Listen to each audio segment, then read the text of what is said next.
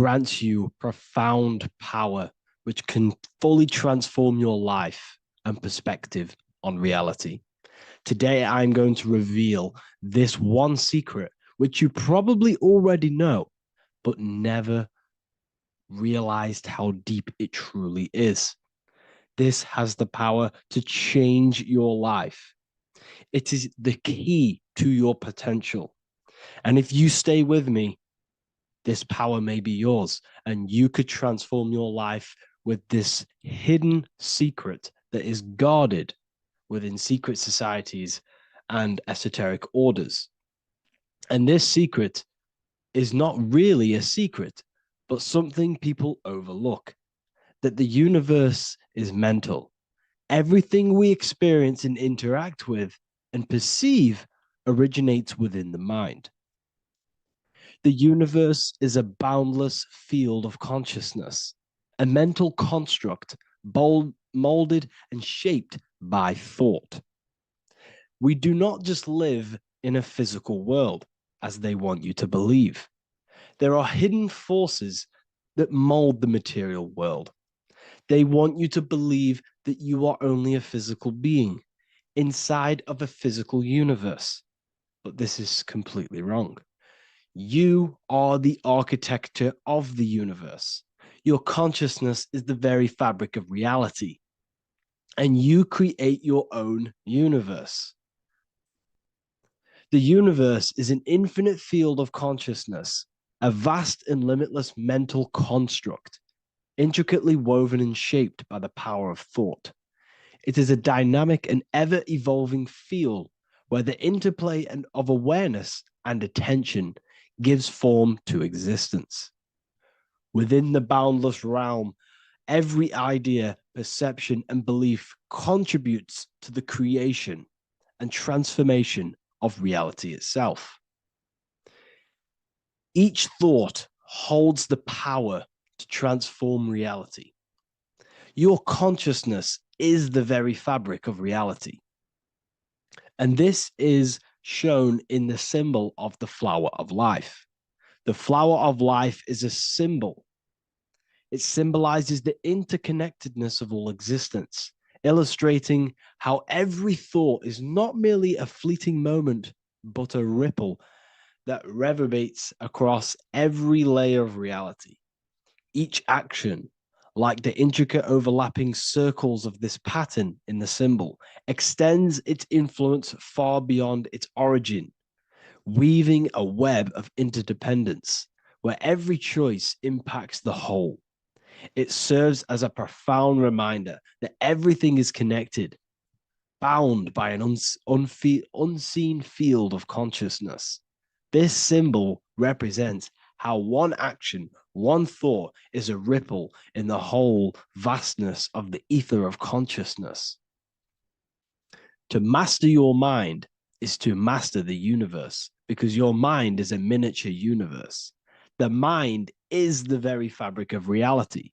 So if we gain the hook, if we gain the power and the mastery over our minds, we have now gained the power to create reality to your will and intent.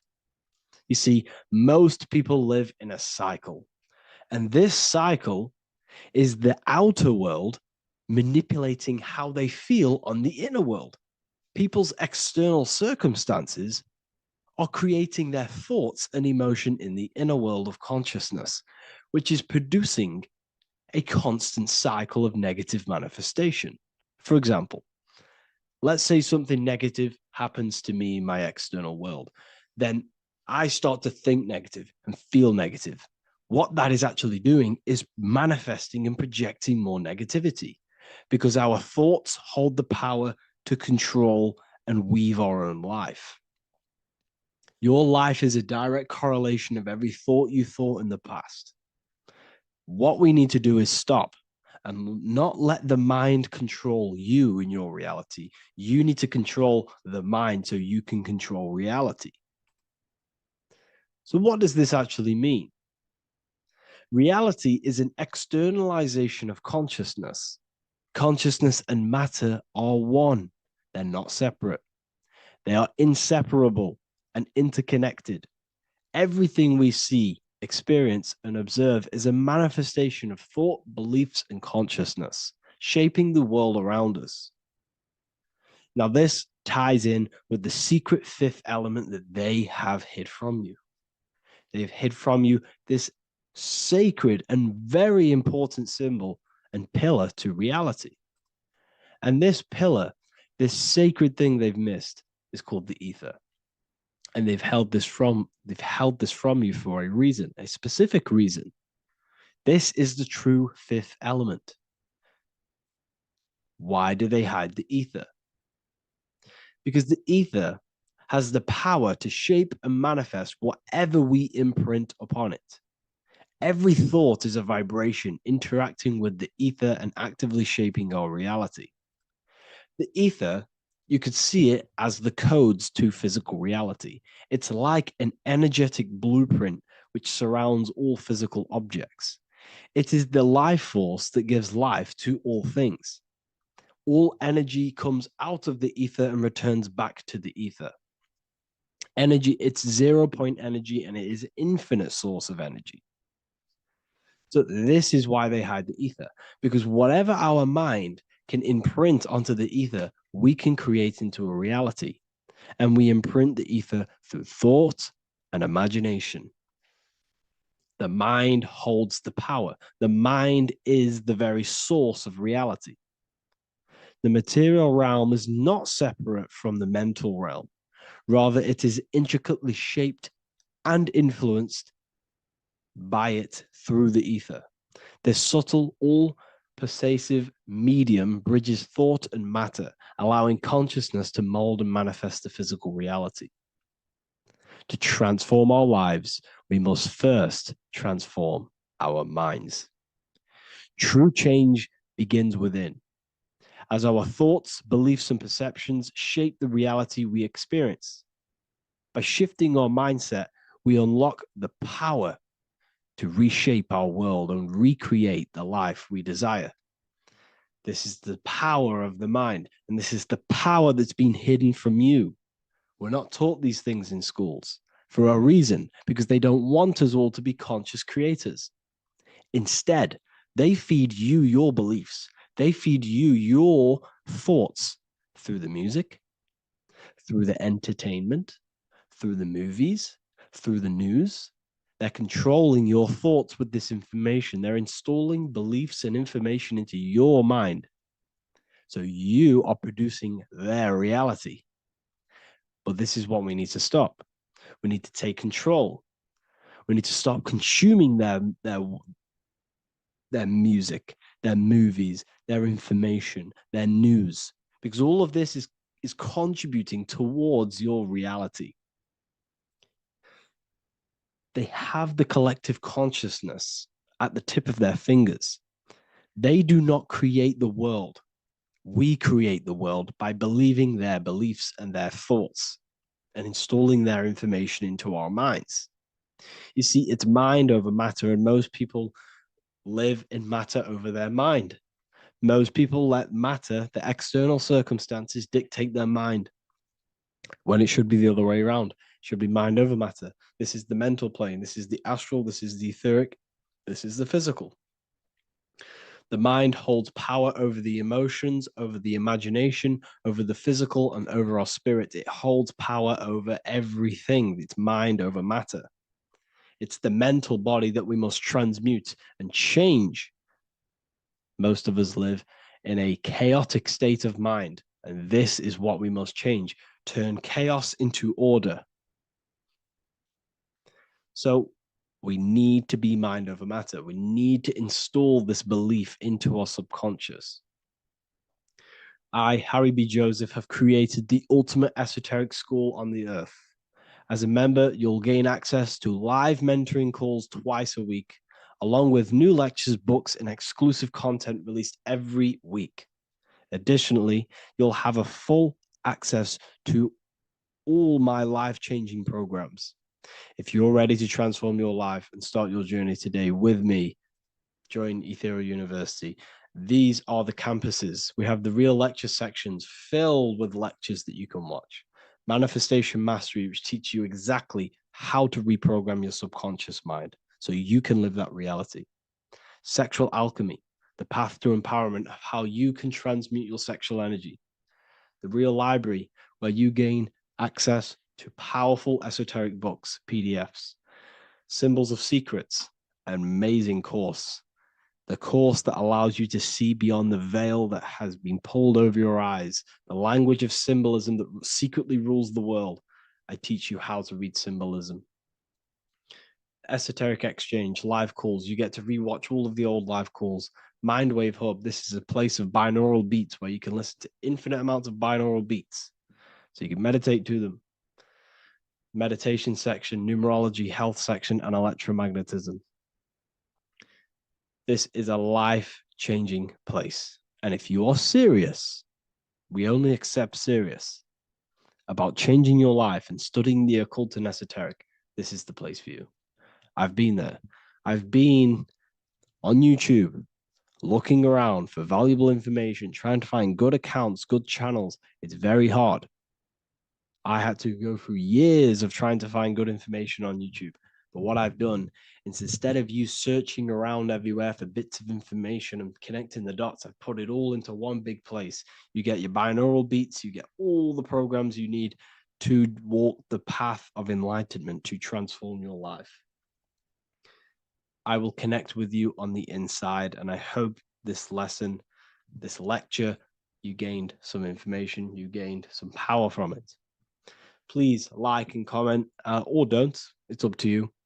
If you have any reviews, if you have any ideas of lectures that you know, if you don't understand certain things, make sure to leave a comment and I can make a lecture about it. I can make a video about it for sure. I don't mind taking recommendations for videos.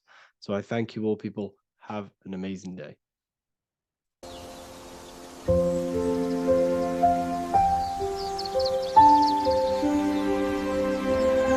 bookofwisdom.com. Visit today.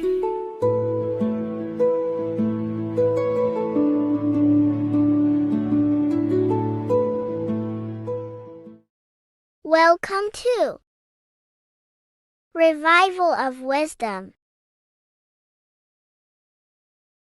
This video is going to be about the flat earth and the breakdown of the whole cosmology. I'm going to be digging very deep. I've got a lot of pictures and images to show you, and a lot of dots to connect. So let's start with the Freemasonry art. So this artwork we have here is the Freemasonic cosmology, as they know and believe. So what is it symbolizing? We obviously have to start off with the 4 pillars representing the 4 corners of the earth. The 4 corners with duality.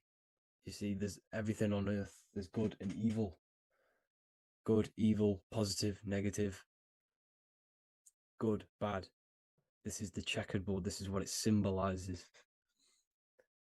Okay. Obviously, we have the sun, the moon. The sun gives you energy. It's the anode. The moon is the cathode. It's the opposite. It takes your energy. So therefore, you become sleepy when the moon comes out.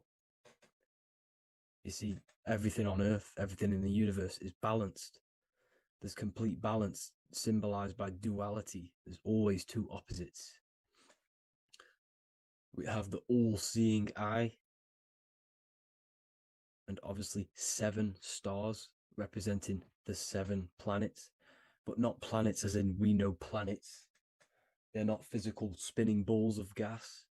They are energies. They are lights emitting from the realm above this realm. They are lights through the firmament, through the electromagnetic field. So let's go through that again. The 4 corners, duality, positive and negative, cold, dry. Everyone on earth has an opposite. Everyone, there's 2. Okay, and then we have the sun, the moon, the 7 planets with a 5-pointed star. What's the 5-pointed star?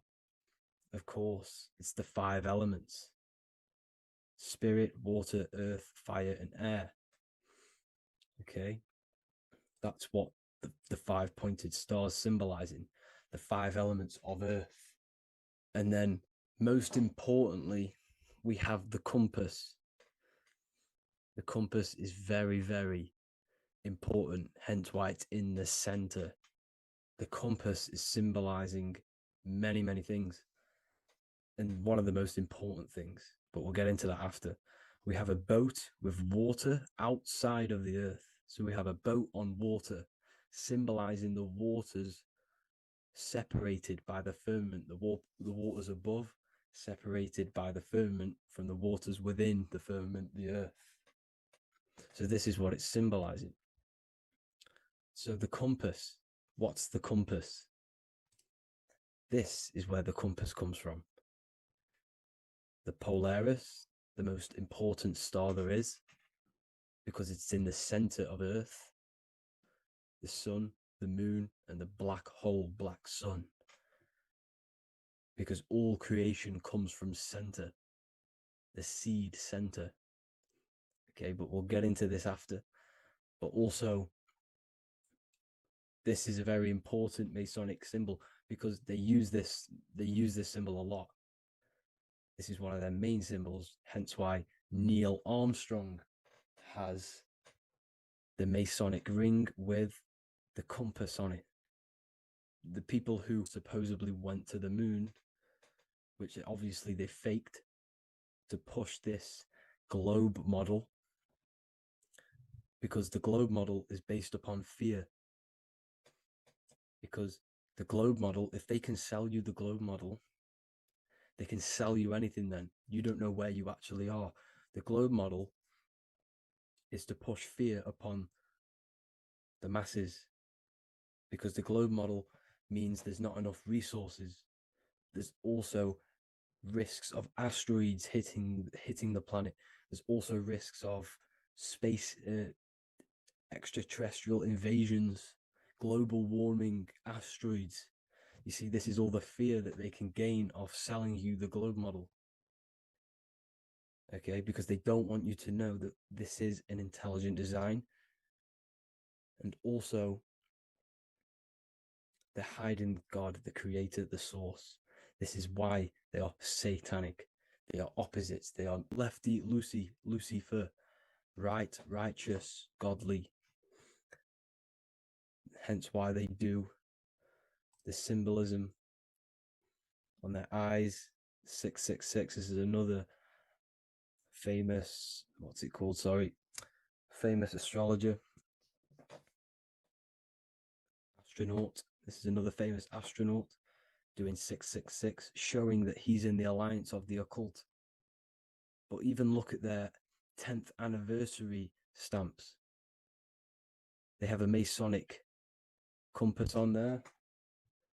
Also, the Order Out of Chaos. Order Out of Chaos, double-headed eagle. Okay, the Order Out of Chaos ring, which they wear. So all of these astronauts are in the occult. They are lying to you. They are in with this order, this Masonic New World Order, whatever you want to call it. So let's break this compass down a lot more. Because as I showed you here, the center, okay, this is what the compass is symbolizing.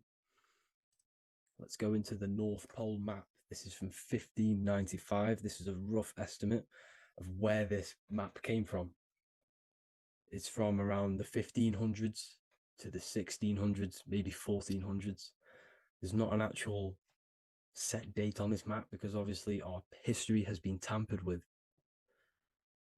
But let's break down this map and the symbolism that they use towards this map, because this map is the map of the North Pole. Okay, so in the center, we have the black rock symbolizing the tower, the pole, North Pole. And what's on top of the North Pole? Obviously, it's Polaris, North Pole and Polaris. Okay, with the 4 islands around the center. Okay, 4 islands around the center. And this is what blew my mind, right? They say that Santa sounds similar. And if you look at this pole that's pointing to the North Pole, you see this line here. So this is obviously from the 1600s. What color is Santa? He's red and white. Just like this map pointing to the center is red and white, and Santa comes from the North Pole. So it's not a coincidence that they used red and white. They're mocking this map because obviously they took over after the 1500s, 1600s. They took over around the 1800s.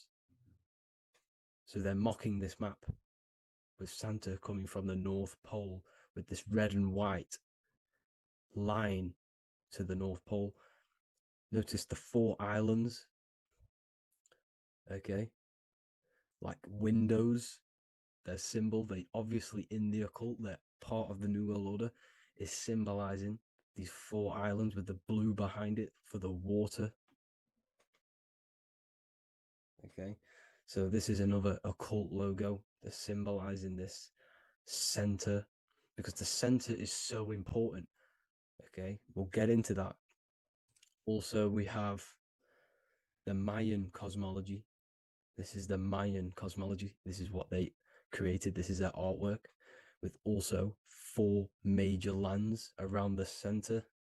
You see this 4 with green in between them all. 4 major lands with the underworld. You see this underworld is also symbolized by the Masons with the coffin of the skull and bones, the deceased, the dead. Okay, so this is also mentioned in the Book of Enoch. Okay, and it's called Sheol. Sheol, the underworld. Okay, and in the Book of Enoch, it says all spirits of the dead go to these hollow places, that they will wait until their appointed time of judgment. And it also says in the Book of Enoch, there are 4 hollow places underneath. 4 as above, so below, representing the 4 islands. As above, so below. That's where that could link in. Okay. The Book of Enoch is very important because it was found in a cave thousands of years ago and has a lot of truths about this realm and about this world we live in. So let's go back to the Mayan cosmology. So the ancient cosmology, they all must have had some sort of communication. They must all be at peace with each other, because all of their cosmologies link together. See, the Greek, Babylonian, Indian, Celtic. Okay, they're all linked in together. They all knew that they were in an enclosed system with an underworld and obviously a firmament. Okay, so this is what they all knew. They all must have had some sort of communication. They were a lot more advanced than us. They knew the center of the realm. Okay, and obviously the United Nations flag also symbolizes their center. You see how it has like a grid with a circle around the center. It's symbolizing that center of the realm, because that center of Earth is so important. The United Nations flag, they all have it. See, some different ones will have that circle around the center. Because the center is the seed. All things come from a center. So the torus field is so important because it is the spark of life. It's the building blocks of the universe, this creation. Because all things have a torus field. Just like an apple with what's in the center of an apple? A seed. Because the center is where the energies hold, is where the energies meet, and it creates that spark of life, just like your heart is the center of your body, and it has an electromagnetic field. Because the center, all things come from the center. So this is why the North Pole is so important, because this is why it's so important, because this is where the creation sparked from, the center. This is where the most electromagnetic energy is stored. So this is why the northern lights come from the center. It's electromagnetic energy. This is what the northern lights are. It's being emitted from this black hole in the center. Okay? And obviously, what else is on the center? Polaris. Polaris is the center star. Okay? So the center star is what sits on top of this North Pole, Polaris, because it's a pole of electromagnetic energy, symbolized as a black rock, a black hole, pole. You see, because all creation comes from void. Light is born from darkness. Without light, darkness can't be born from light. You see, but light can be born from darkness. This is why darkness is so important. And this is why there's a black hole in the center of our realm, like the black sun. The black sun, the Polaris star, the North Star. You see, so this is this North Pole, Polaris. This is what they're talking about. And this is why compasses are an 8-pointed star, because Polaris is symbolized as an 8-pointed star. This is where a compass will point you to. It will point you to that center.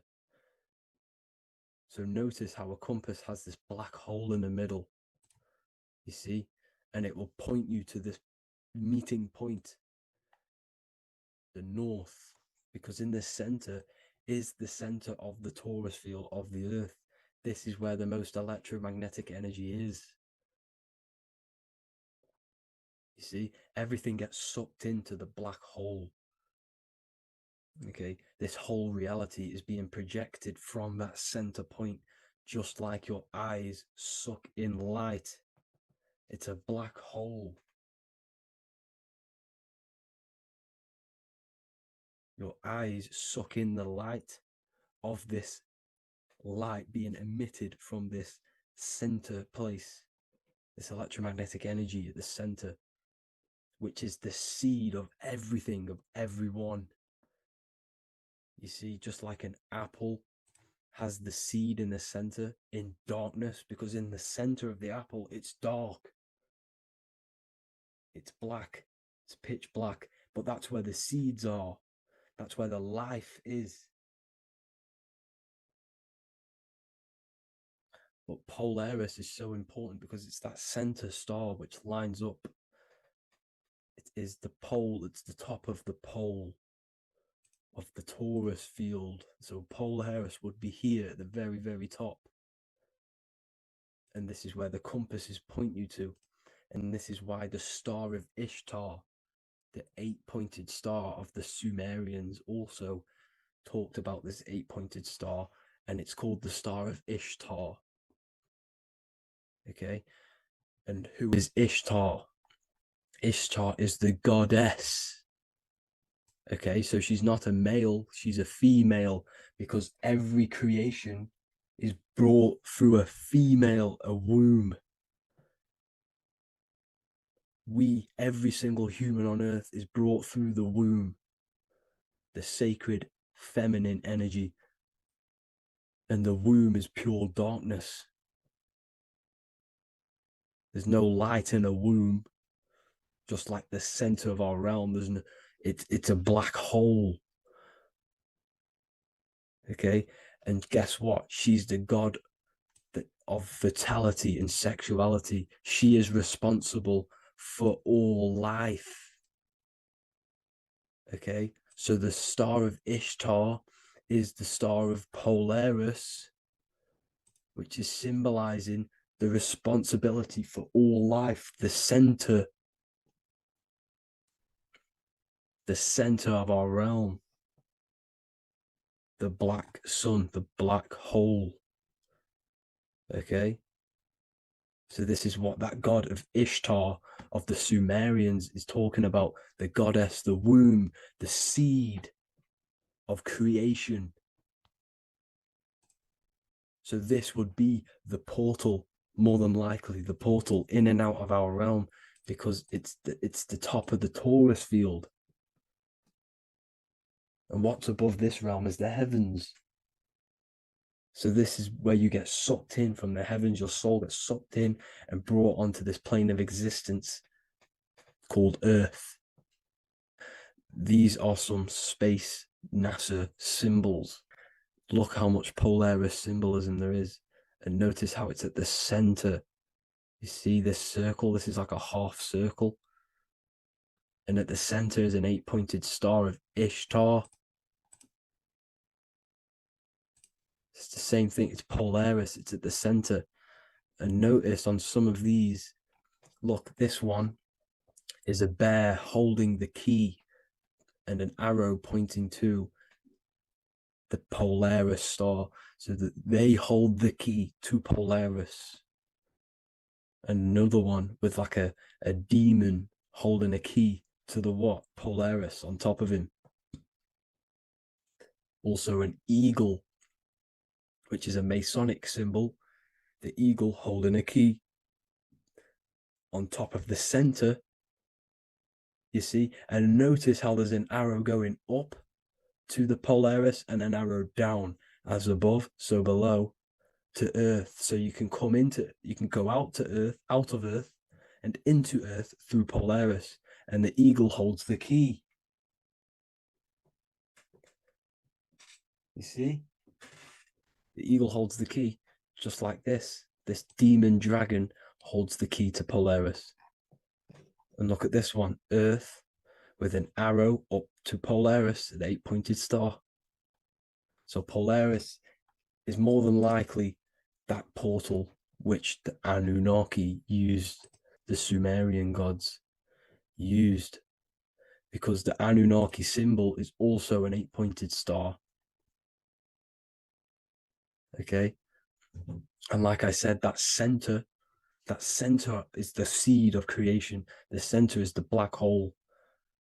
Okay, just like your pineal gland is at the center of your brain. The pineal gland is at the center of your brain, and that's what connects you to that spirit realm, to the source. That's it for this video, guys. Thank you all for tuning in. I hope you all learned something today. Please leave a like, a comment, and please subscribe to the channel for more content. God bless you all.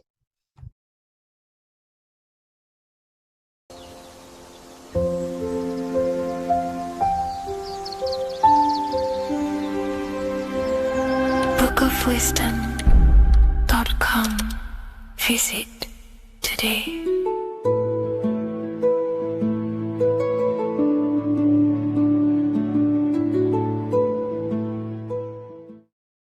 What if I told you the devil is closer than you think, and it's not actually a real person, force, or spiritual entity outside of you, but a being and an aspect of your own mind and psyche? In this video, you will learn exactly what the devil is and the true esoteric meaning of the devil. The first thing we need to understand is that the universe is a mental universe. Look around you. Every action, every building, everything you see around you was begun first as thought in the mind, then manifested. We use the mind to build and shape our reality. The universe, the world, only exists inside of our mind. Therefore, God and the devil exist inside of our own psyche. So first of all, the devil is not a literal being, but a symbol of the lower self. It represents the unmastered, ego-driven part of the human mind, a symbol of destructive thoughts, emotions, behaviors, lives in realms of chaos, fear, hatred, lust, and ignorance. This is why we see the devil as red, because red is the lowest vibrational color on the color spectrum. It also corresponds with the root chakra, which is all to do with survival instincts. Red represents chaotic and intense emotions like hatred and anger. When we are angry, our face turns red. The devil represents our animalistic fundamental needs, our instinctual needs, our survival state of consciousness. We have a survival state of consciousness and a godly state of consciousness. Our godly state of consciousness is creating, not just experiencing in the animal state, but consciously creating reality. This is why we see the devil with a goat head, an animalistic head, and the head is where the brain is. The animal head represents living off instinct, the part of our mind that lives on urges, impulses, and instincts. Eating, sex, power, ego-driven actions, and ego-driven thoughts. Animals are only aware of themselves. Animals live on instinct. They have no ability to consciously create like humans. This is our lower desires for the material world. That's not to say the material world is evil. However, when our consciousness is only seeking material things, this leads us down a path of self-destruction, because nothing material can ever satisfy our soul. Everything material is temporary. Therefore, the devil represents the part of us that seeks only material desires, only material fulfillment, the ways of thinking where we only think about ourselves and ego-driven thoughts. It also represents the unchecked, unconscious self, where we have no mastery over our thoughts, over our emotional impulses, and no mastery over our actions. We're living in instinct and impulsive states, which causes chaos, selflessness, destruction, and keeps us bound to our lower material 3D state of consciousness. It's important to recognize that the word devil was never present in the earliest Gospels. Instead, what was mentioned was a spirit of evil. This distinction is crucial because it underscores that the idea of the devil, as popularly conceived, does not actually exist as an independent entity. Rather, it is a personification of the lower aspects of the human mind, a facet of our own consciousness. The term spirit of evil was not meant to denote a specific deity or being, but rather any force of negativity, whether it manifests as a destructive thought, emotion, or action. A spirit is a force, an energy, and we have three forces that create our reality: thoughts, emotions, and actions. We have full control over these three aspects, which transform and mold reality. A destructive thought, a destructive emotion, a destructive action is a spirit of evil, and it originates from the darker aspects of the human psyche. So now, because we're on the topic of the devil, we have to look at the pentagram, which is obviously connected to the devil heavily. The upright pentagram represents spirit, air, water, earth, fire. Upright, which represents spirit, the most important element on top of the earthly elements, showing spiritual principles over material principles. As spiritual beings as we are, we have to put our spirit first, our higher self first, and material things second. Why? Because material things never satisfy us long term. Seeking material fulfillment will leave us feeling unfulfilled in the long run and very unhappy, and we can lose ourselves in illusions. We have to put our spiritual principles first. Seeking wisdom, knowledge, connection to the divine, and connection to our higher self is what gives us true fulfillment in our hearts and souls. But when we see this pentagram inverted, we now have spirit on the very bottom, which now represents earthly principles on top of the spiritual principles. We're putting our earthly elements on top of our spiritual element, which this inverted pentagram represents no longer caring about spirit, no longer caring about our invisible internal world, and only caring about this external body, food, sex, material things, cars, money, and all the things outside of us, the world outside of our mind. This is what true Satanism is. Satanism is not worshipping an external deity, but it is worshipping the self, only fulfilling the ego's desires. This is what true Satanism is, and we have all been conditioned to live in this state. Satanists want us to believe that there is an external deity called Satan or the devil, and the reason they do this is because they trick us, making us believe that we are not Satanists, while they are actually conditioning us to be self-seeking, ego-driven people, where we only care about sex, food, material things, and money, which is actually conditioning us to be Satanists. 80% of the population today are unknowingly involving themselves in Satanism, which is ego-driven thoughts, actions, and emotions, dwelling and living in this state where we only care about ourselves. When we are spiritual, we realize we are all one. We are all one consciousness family, and we need to do things that help and contribute towards our collective experience, helping others instead of seeking to serve only the self. The angel is depicted with wings, which represents elevation, higher self. The devil is represented with an animal horns, which is on the ground. A goat is on the ground, which represents the lower self. This is the elevated mind and the lower material mind. Horus, the bird, higher self. Set, the ground animal, lower self. Jesus and Satan. These are two forces, two characters that exist within the human psyche, not real entities. They are forces of our minds, and there is a battle between our higher self and lower self all the time within our own minds. There's always a part of us that's telling to do one thing and another thing, to do something bad and to do something good. There is this battle inside of our own consciousness. Here we have the human spinal column. The human spinal column is showing you the higher and the lower self. The higher self represents the head. The head is where the mind is. This is the creative essence of the universe. This is where all material things begin as a thought in the mind. We create with the skull, with the brain. This is our higher self, the heavens, connected to the heavens, the sky. And the lower end of the spinal column is where our reproductive organs are, where our gut is. Our reproductive organs and our gut is all to do with survival. The lower end of the spinal column, lower instinctual 3D based consciousness. The lower end of the spinal column is where our lower self dwells. Eating, consumption, power, and sex, lust. These are all emotional forces and instinctual based organs that are not inherently evil, but when we dwell and live off this lower end of the spinal cord, it keeps us in low states of consciousness. Our goal to raise to our higher mind is to balance this, not to overeat, not to abuse power, not to abuse sex and lust, but to master these organs and gain the ability to say no to these organs so that we can raise to our creative side of consciousness. Instead of dwelling in our instinctual nature, we can turn to our creative nature and consciously become a builder and constructor of reality. This is the true way of raising consciousness. This is the stairway to heaven, out of the animal consciousness to the higher consciousness. To wrap all of this up, it's all about gaining control over our instinctual lower nature and allowing our spirit to rule over our body and not our body ruling over our spirit or mind. The moment you let a thought become instantly an action is the moment you are an impulsive person. We are all trained to be this way. It is okay if you are in this state. The moment you let a thought turn straight into an action without questioning, that is the mind controlling you and you not controlling the mind. We need to gain control over the mind, and we do this through many different ways, through meditations,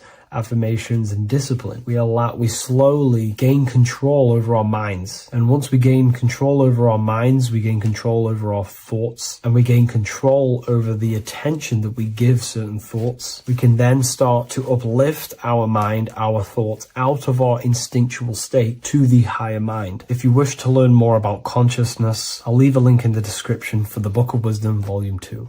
What is good, people? It's Revival of Wisdom. I hope you're all doing well. And this video is how to raise your holy oil or your kundalini. Let's get straight into this. So this is a monthly cycle. Every month, when the moon is in your zodiac sign, this oil is released. Now, the month sorry, the moon is in control of monthly cycles. For women, it's the menstrual cycle, and as well, this holy oil cycle. The moon changes sign every 2.5 days and passes through the zodiac signs in 27 days. So the moon tells the day, the sun tells the time, the stars tell the month. This reality is a massive clock, if you like to say. It's a cycle. Okay. The moon controls the night, emotions, water, fluids, and the mind. Okay. So this oil is produced in the claustrum. It's produced in the claustrum, which is here, right? This is where you get Santa Claus from. Now, the claustrum is at the center of the brain, and it is next to the pineal gland and the pituitary gland. Once it starts in the claustrum, this is the holy present. This is the present that Santa gives to us, Santa Claus. And it goes to the pituitary gland and the pineal gland. And what's connected to the pituitary gland and the pineal gland is the Ida and the Pingala. The Pingala is the pineal gland's nerve, which is the honey, which is the positive charge, electric. And the pituitary is the Ida nerve, which is the magnetic charge. This is the milk, the land flowing with milk and honey. This is the brain, the heaven, okay? And it travels down the spine using these two nerves, these electromagnetic charge. And this is what the ancients symbolized with the two serpents wrapped around the spinal cord, the Ida and the Pingala. And this travels down to the sacrum or the solar plexus. Okay. So once it's here, okay, the spine is an elongation of the brain. So the spine is pretty much the brain. It's an extension of it.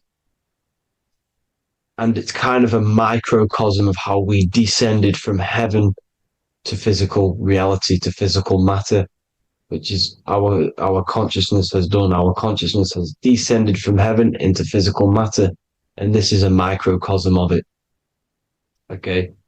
So once we're in the sacrum bone, this holy oil, like I've just explained, this holy oil starts in the Santa Claustrum, goes down the chimney to the sacrum. This is the sacrum, the solar plexus, and drops the present off at the sacrum. Now, once we're at the sacrum, we need to raise our vibration to take this oil back up the spine. Okay. And the River Jordan symbolizes this in the Bible. King Herod wants to kill Jesus in Nazareth, which is here, this is the River Jordan, is Nazareth. He goes to be born in Bethlehem and then goes back up to Nazareth to Joseph and Mary. Joseph and Mary, the pineal gland and the pituitary gland. The Bible is huge symbolism. It's all metaphors for this sacred process which goes on inside of your body. You are the Temple of Solomon. You are the Holy Land. The Holy Land is your brain. Once this oil is at the sacrum, you need to raise your vibration in order to take it back up. Once this oil has gone back up to the pineal gland, it activates the crystals which are wrapped around your pineal gland. Your pineal gland is this tiny little beam here. This is the claustrum. This is the pineal gland. And it's wrapped in crystals. And when this oil travels back up the spine by raising your vibration, back to the upper room where Jesus met the 12 disciples, or the 12 cranial nerves in the brain, and it activates and it turns on this pineal gland. And once it's turned on, it illuminates all the cells and the nerves in your brain and turns them all on and activates the higher God man, the God consciousness, Christ consciousness. And it regenerates the whole body. This is the secret to regeneration. It regenerates all the cells in the body. And this is how the ancients lived for thousands and thousands of years, as talked about in ancient texts. They lived for hundreds of thousands of years because they knew this secret. And this fluid, this brain fluid, the secretion, or the Christos in Greek, which means gold, because this is the alchemical process from turning lead to gold. Your body is the alchemical furnace. Now, the ancients knew about this center of the brain because they symboled it. This is the eye of Ra, and it's the brain, and this is what's wrapped around our consciousness. Our consciousness isn't wrapped around the brain. The brain is built around the consciousness. We are the consciousness. You don't have a soul, you are the soul. Okay? Now, the head, heaven, hell, heel at the bottom of your foot, that's hell. Head is heaven and hell. Simple. Now, the pineal gland produces DMT, which is dimethyltryptamine, which is known as the spirit molecule. So, let's move on. Now, when this oil travels up, back, the spine, the chimney, it crucifies at the top, which is called the vagus nerve. So when it reaches here, the optic thalamus, it crosses and crucifies once it's raised back up. And this is why Jesus dies at 33. He was crucified at 33. Because you have 33 vertebrae on the back of the spine.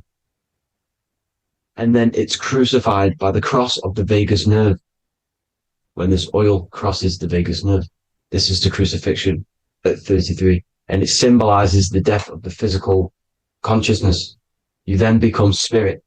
You then become God consciousness, activating the Kundalini, regenerating the body and the mind. Okay. The Garden of Eden. You are the Garden of Eden. The land of milk and honey is upstairs. The pituitary, which is the milk, the pineal gland, which is the honey, which is DMT. It even says this in the Bible. As he brought us into the place, and he has given us this land, a land flowing with milk and honey, which is also symbolized as the sun and the moon. The Bible also says, the light of the body is the eye, not the eyes, the eye. If therefore thine eye be single, thy whole body shall be full of light. This is the activation of the pineal gland by raising this oil back up to the pineal gland, to the center of the brain. Neither shall they say, see that here, or see there, for behold, the kingdom of God is within you. So he's saying, don't look out there. Nothing is out there. It's all inside of you. Everything's inside of you. You're the universe. Now, how to raise this oil back up to the pineal gland? Every month, like I said. The moon controls the cycle. The moon controls monthly cycles. When the moon is going into your zodiac sign every month, this oil goes down the spine, and you must raise your frequency to get it back up. You must retain your seed. This is the most important. Your fluid, your secret, your holy fluid, your life force. You can't let that go. That life force is the reason you're alive. This holy oil is the reason you're alive, because it feeds all of the systems in your body. It feeds all the systems in your body. You have to retain your seed, alkaline diet, positive thinking, and meditation. Okay? When you retain your seed, you will live longer. The moment you release it, you're killing yourself.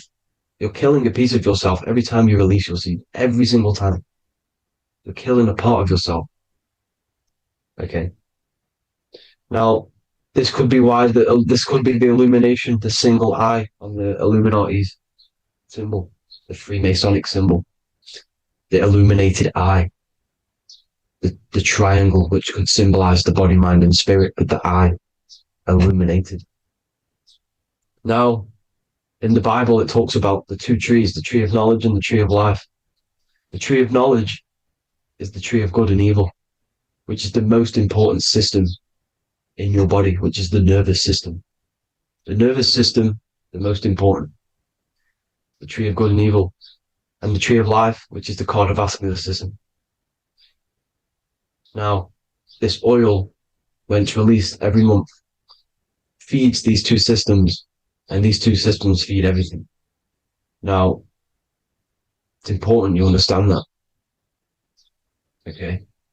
The ancients knew all of this knowledge. The Bible's telling you this knowledge, but it's in a metaphorical way. You have to understand the context behind it so you can read it properly. Now, eating of the tree of life, which is when it talks about in the Bible, eating from the tree of life is actually symbolizing a bad diet, ejaculation, because you're eating from these two systems. You're killing yourself with a bad diet. You're killing yourself with an ejaculation. Okay? So that's important to understand. Now, this is Jacob's ladder in the Freemasons. Jacob's ladder, which is the spinal cord. It's the stairway to heaven. And this is Jack and the Beanstalk when he goes up the beanstalk and finds the golden egg in the grey clouds. The grey clouds symbolize the grey matter in your brain. Now, the Garden of Eden talks about the 4 different rivers in Garden of Eden. As we see here, the North Pole map, the ancient North Pole map, because the center of the earth is the center of the torus field. Everything's the torus field. Atoms are torus fields. Everything's torus fields. You are the universe. Everything is within you. The North Pole is your spinal cord. This is why they say Santa Claustrum comes from the North Pole. This is the North Pole. And the Santa Claustrum is the center of your brain. Now, there's 4 rivers which come from the Garden of Eden. There's the blood, the Christ oil, which is the oil we're talking about, urine, and saliva. These are the 4 sacred oil, 4 sacred fluids in your body. And these are constantly abused in today's society. Also, these secret societies are targeting these fluids. Okay? This is why porn is free. They sexualize society through Disney. Go and look at some of the Disney movies. There's so many subliminal messages which sexualize these children because they want you sexualized. So you release your seed, which is one of the holy fluids in your body, especially your semen, your sexual energy. So important you retain this. So important because it's your life force. It keeps you alive.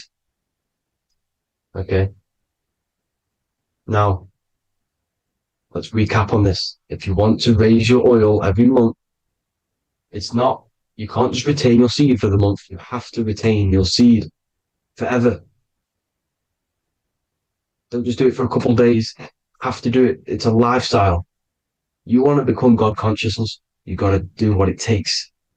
It's hard in this society because this society is made around, it's designed to kill you pretty much. It's designed to keep you in these lower states of consciousness with all the bad food, the chemicals in the food, the chemicals in the water, the sexualized TV programs, sexualized adverts, sexualized TikTok and apps, videos, subliminally stimulating you because that is your weakness, sex. It's your weakness. Now, you have to retain your seed, meditation, and an alkaline diet. Why alkaline? Because acidic is low vibrational. This is the color spectrum. And what's the highest vibrational color? Violet. It's the lowest, red. You have to have an alkaline body in order to raise this oil. When you drink, when you have a bad diet, when you drink alcohol, when you smoke, this destroys the oil. It destroys the oil in your sacrum and it can't be raised again, can't be raised up. This is why it's so important. Without that oil, you don't live. That oil makes you live. It feeds everything in your body. It's crazy how we're not taught this. It's insane. But that is how you raise the oil, people. I hope you all gain some knowledge out of this video. And I hope this assists you on your journey, your spiritual journey, please like and share this video. We need this knowledge out to the public to wake up humanity. Thank you all, people. God bless.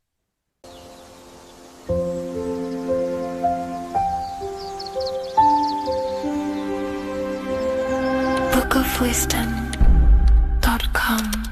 Visit today.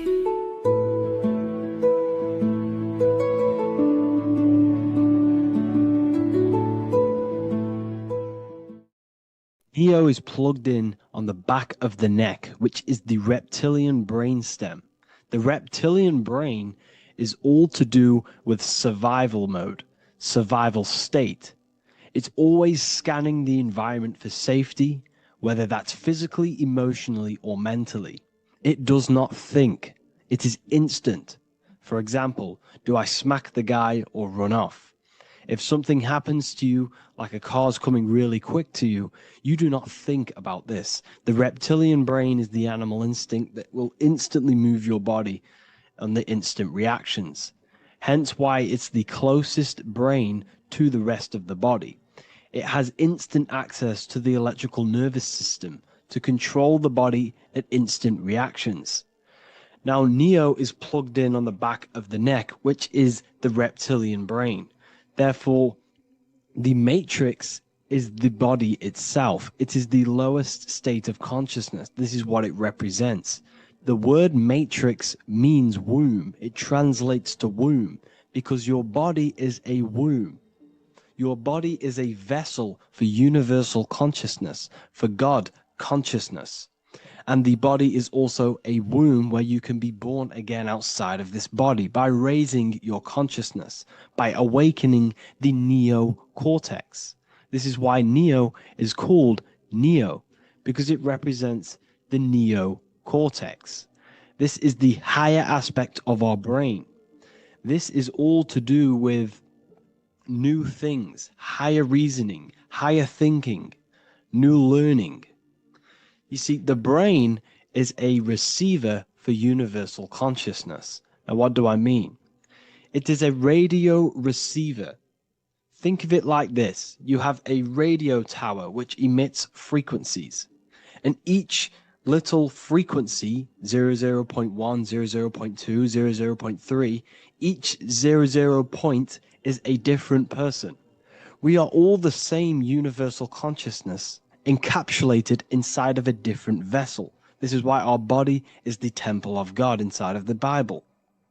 Your body is a sacred temple of the divine essence of the universe. However, consciousness is controlling this physical body.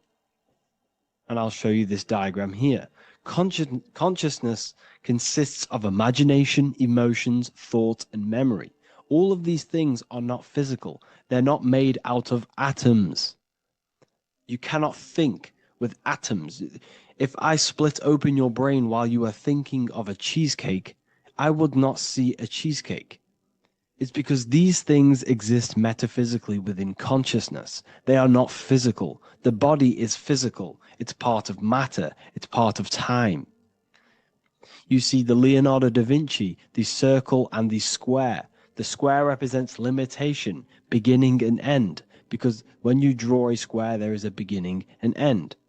It represents the body, the mortal self, the ego, the echo.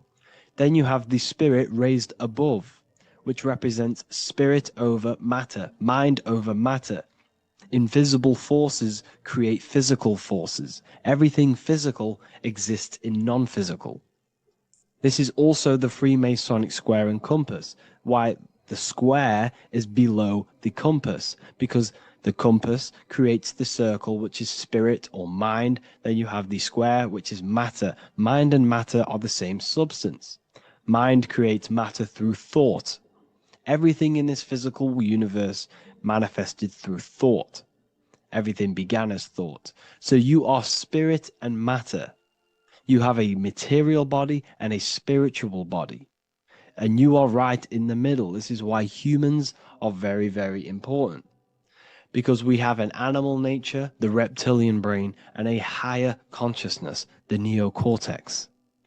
And we must awaken out of the matrix, which means womb, which is the body. And Neo is waken up from the lower self, the reptilian brain, and moves into the neocortex. Because the brain is a radio receiver for consciousness. Now, what do I mean? I went over this before. Your consciousness is controlling the brain. The brain is a computer.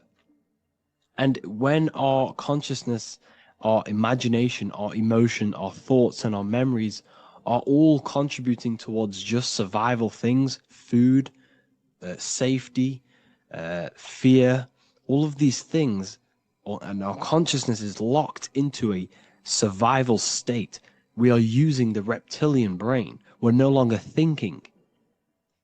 You don't think with the brain, but the consciousness is thinking, which activates the different parts of the brain. When we think for higher reasoning, we use the neocortex. It stimulates the neocortex. When we think about survival, we're using the reptilian brain. So therefore, when Neo wakes up, he wakes up to the higher aspects of consciousness, which is only utilized by the neocortex, by learning new things and expansion of the mind and expansions of consciousness. Okay? So the whole matrix is to keep you designed, well, the whole matrix is designed to keep you in a survival state, in the three-dimensional awareness. They want you constantly scanning for safety, scanning for food, scanning for emotional safety in relationships and other people. You see, they do not want you to think. They want you stuck in that reptile, that animal state, that beastly state that most people are in. Most people, all they do is eat, listen to music, consume, have sex, lust, desire. This is all the reptilian brain. So when we say the world's being ran by reptilians, it's symbolic. There is no physical reptilian humanoid beings controlling, manipulating human consciousness. We are all the same consciousness. However, there is a corrupted state of consciousness running this world. And this consciousness worships the physical plane. And they control the physical plane. So by doing that, they keep you stuck in a reptilian way of thinking, the animal state, to keep you stuck in the lowest state of consciousness. Now, this is the god Osiris, which represents the reptilian brain. None of the Egyptian gods ever existed. They are all symbolic for the brain and anatomy of the human body. Osiris represents the reptilian brain. As you can see, this anatomy compare to the brain stem and Osiris statue found in Egypt. And we also see an ancient artwork of Osiris with green skin and two reptile crocodile alligators next to him, which also symbolizes the reptilian survival state of human consciousness and the activation of the reptilian brain. This is what it symbolizes.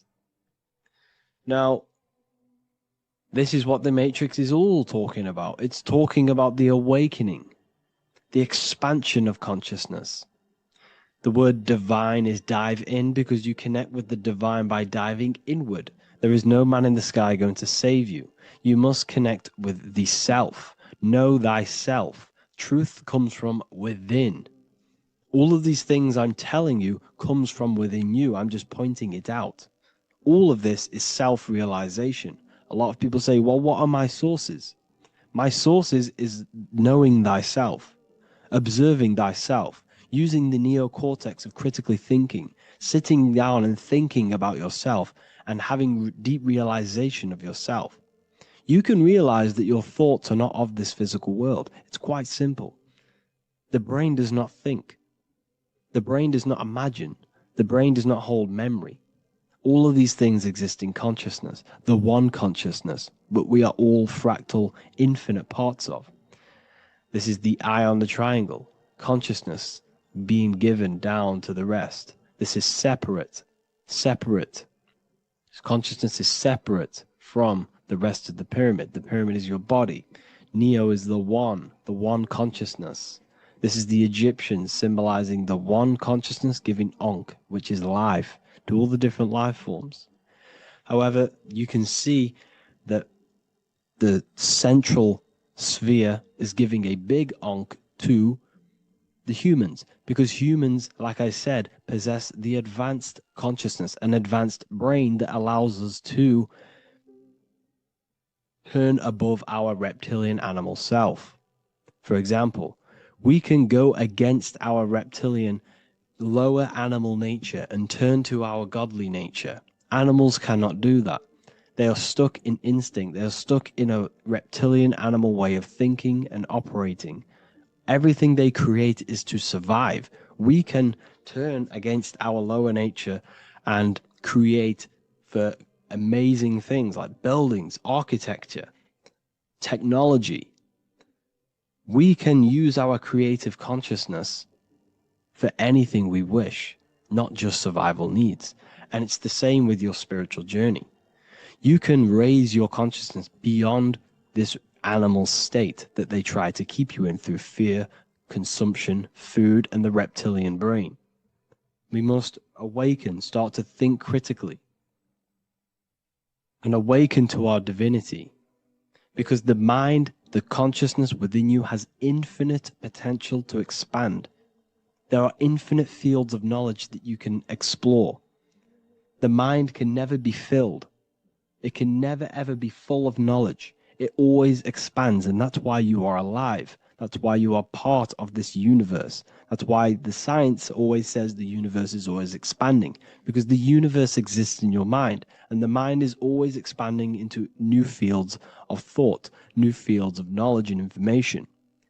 And that is your whole sole purpose, of expansion of mind and expansion of consciousness, and the exploration of the mind of God.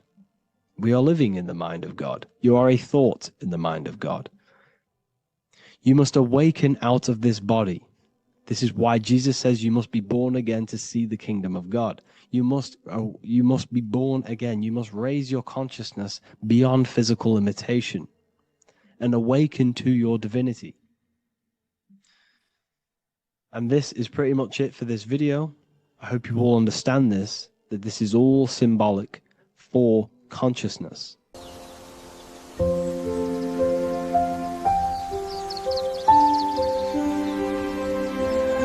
bookofwisdom.com. Visit today.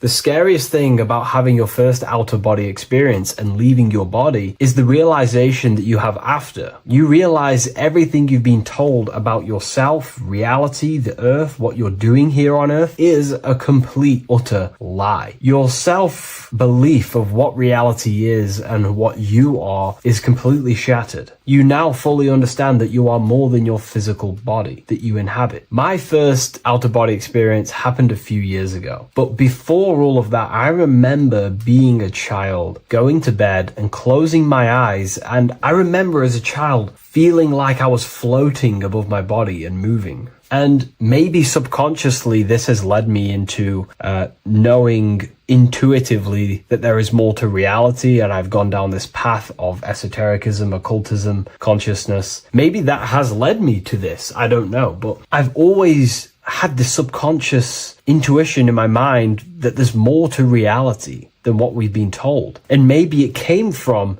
having these experiences as a child. And I'm pretty sure some people in the comments will also have that experience, feeling like you're floating when you close your eyes in bed as a child. I remember this very vividly. But a few years ago, I had my first out-of-body experience, and it completely shattered everything. And it confirmed to me that I am eternal, and there is so much more to the self, to consciousness. I then realized after my first out-of-body experience that our self is not just here in the physical dimension, it's existing in every dimension there is in the universe. However, our mind is focused primarily on this physical time space. When your mind is totally giving its attention and time to this particular time space, it locks in the mind or consciousness into that particular body of consciousness, such as the physical body, right? But for example, let's say you have a daydream and your full focus isn't in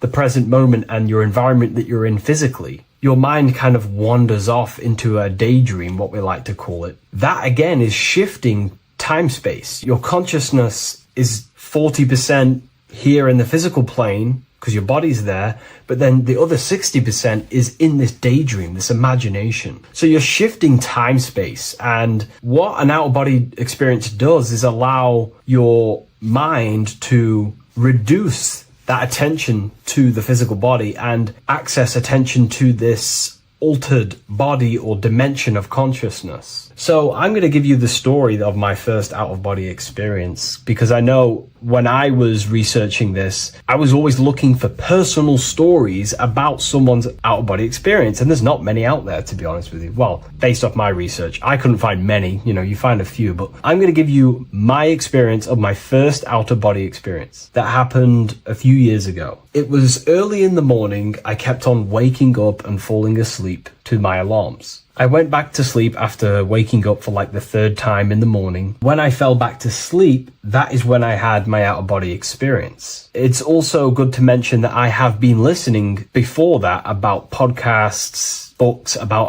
out-of-body experiences, astral projection, and things along them lines. So this was stored in my subconscious, this topic. And I had a desire in my heart to actually experience this for myself. Long story short, I went back to sleep early in the morning because I kept on waking up, and it began with this tingling sensation, a high energy sensation. It was like bursting, intense, high frequency energy. My attention was no longer in the time space of my body, but my attention shifted into this energy body, which I now understand. I didn't understand at the time properly, but I now understand that as my consciousness started to feel like it was being pulled upwards, right now, our time space, our attention is in our body, and you feel all the data of the senses, right? And that's what I'm feeling right now. That's what you're feeling right now. But imagine that was completely stripped. My attention was no longer feeling the sensations of my body, because my body kind of just dissolved as I fell back to sleep. So this was a natural out-of-body experience. I didn't force it. I didn't meditate. I didn't do anything. This was just a natural out-of-body experience that I had. And a lot of people get these that I've read about. So my attention started to feel like I was being pulled upwards, and I no longer felt my body, but I felt this intense energy, frequency, sensation all around my body. It felt like this, like it felt like illuminating energy that's moving very, very, very fast. So my conscious awareness was now shifting. I now understand. My whole body faded into this sensation. My whole mind faded into this energy sensation, this tingling free. It was very, very intense. I was not feeling my normal senses anymore, only this energy. This energy was also pulling me up.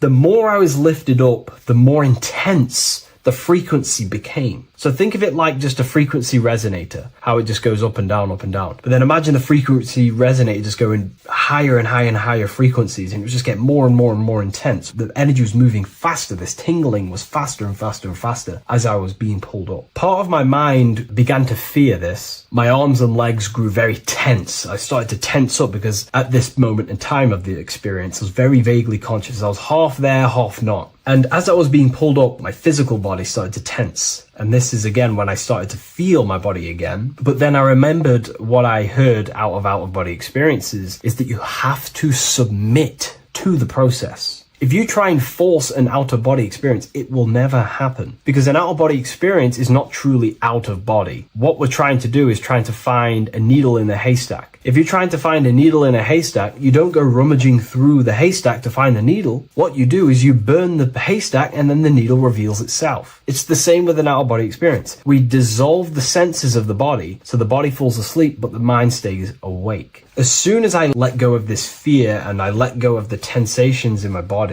I started perceiving through another state in this energy body, but I didn't see my body. It was just like perceiving and seeing, but no body. Like a camera. When you look at a camera view, you don't see what the camera looks like, you're just seeing through the camera. It's the same as that. I had no form, but I was just seeing. I was just like a floating eyeball, seeing into this altered state of consciousness. I was just seeing. I first saw my street outside my house with lots and lots of people walking on the street, but I could not see the people directly. Everything was black and green. The background was black, but I couldn't see the people. I could just see a glow of light around people, like an egg shape. They were just walking on either side of the road, other directions. I could just see more and more people moving faster and faster and faster. I didn't realize then, but then I did start to realize later on in my journey that that was more than likely the etheric plane that I saw. The etheric plane is the plane of life force and vitality and electromagnetic auras. So that was my awareness shifting from physical into then the etheric plane, the plane of life force and energy. Now, the etheric plane is very, very, very difficult to actually access consciously. The etheric plane acts as a bridge between the physical body and the astral body. To actually access the etheric plane alone is very, very, very difficult, and only certain trained individuals can do that. The etheric plane is not really a conscious plane where you can stay there and be conscious. It acts as a bridge between the physical and the astral plane. I could see the glowing auras around people moving along the pavement. The people moved faster and faster until the scene started to just dissolve as these people were just moving faster and faster. It was not very clear at first, but I subconsciously knew that I was having an out-of-body experience. This is when I really started to realize that I'm being shot out my body. When I realized this, I submitted even more. I started to just let go. The more and more I let go, I kind of like split through a veil, and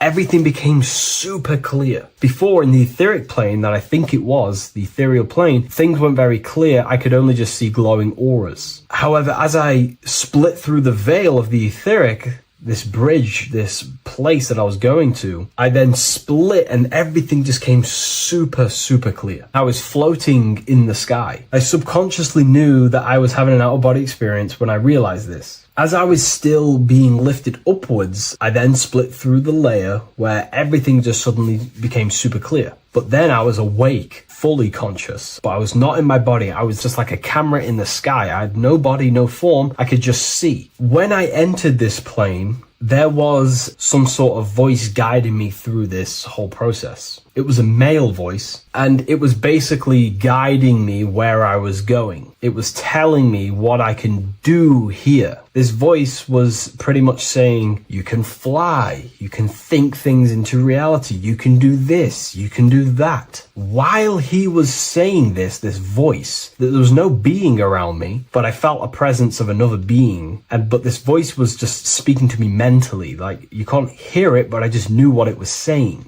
It was so weird to describe. It was like telepathy. You couldn't hear it, but I just knew what it was saying. But it was a male voice. It's so hard to describe. I still could not see any form of myself. I was not seeing my astral body or any shape. I was just perceiving a point of awareness like a floating eye, like I said earlier. While this voice spoke to me, I saw fractal patterns as he was saying, you can do this, you can do that. And while he said, you can fly, I remember just seeing this line like splitting and creating fractals. It was like this black line that was just splitting off into duality, creating fractals. But then my physical body just went through this line, split, and then split into fractals again. So strange, very difficult to explain because it's four-dimensional. To explain it in physical language, it's very difficult to actually explain what was going on. So as he was saying what you can do, I was seeing these fractals dividing and then creating fractals.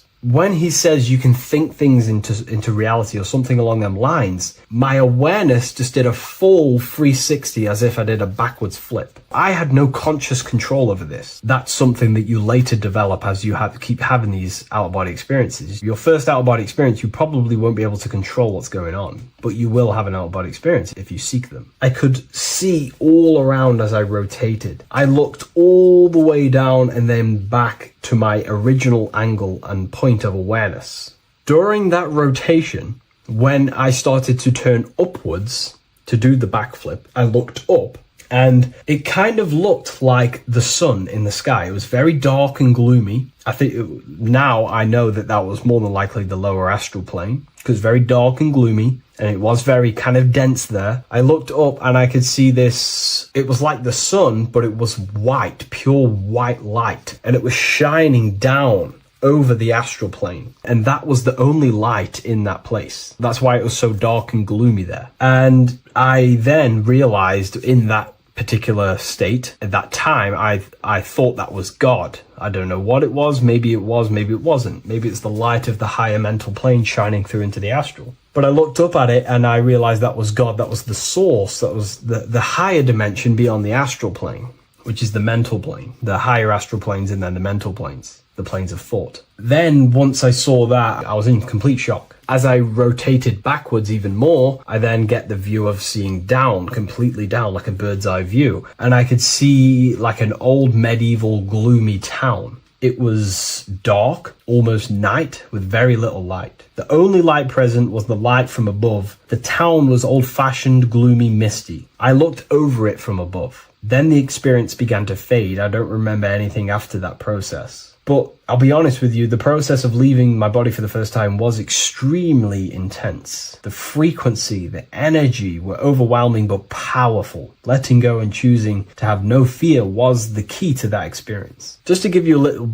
bit more wisdom on what I actually experienced now, what I realized what was happening, I now understand that the voice that I was hearing was not an external being guiding me. It was actually a higher aspect of myself, a part of my own consciousness that is not focused in the time space of the physical world. My physical mind is focused here in this timeline, but once I exited this timeline and focused elsewhere, the higher part of myself guided me towards that experience. This higher version of ourselves that we call the higher self is a higher dimensional being, but we're just unconscious of it. This being exists beyond our ordinary thinking mind. Our self exists everywhere in the universe, and we can unlock higher versions of ourselves as we progress on our journey of awakening and self-realization. Because let's say right now, only 10% of your awareness is actually in the physical plane. Science tells you that 90% of you is actually in your subconscious mind. 10% of your awareness is your conscious mind. So there's 90% of you that your conscious mind is not aware of. But our conscious mind becomes so addicted with the physical world and distracted with the physical world, it just gets totally locked in with the physical. And we never pay attention to the hidden aspects of ourselves, the unconscious aspects of ourselves. And that's why everyone in the esoteric and occult space talks about gnosis, seeking knowledge of self. Gnosis is not knowledge, it's knowledge of self obtained through direct experience. So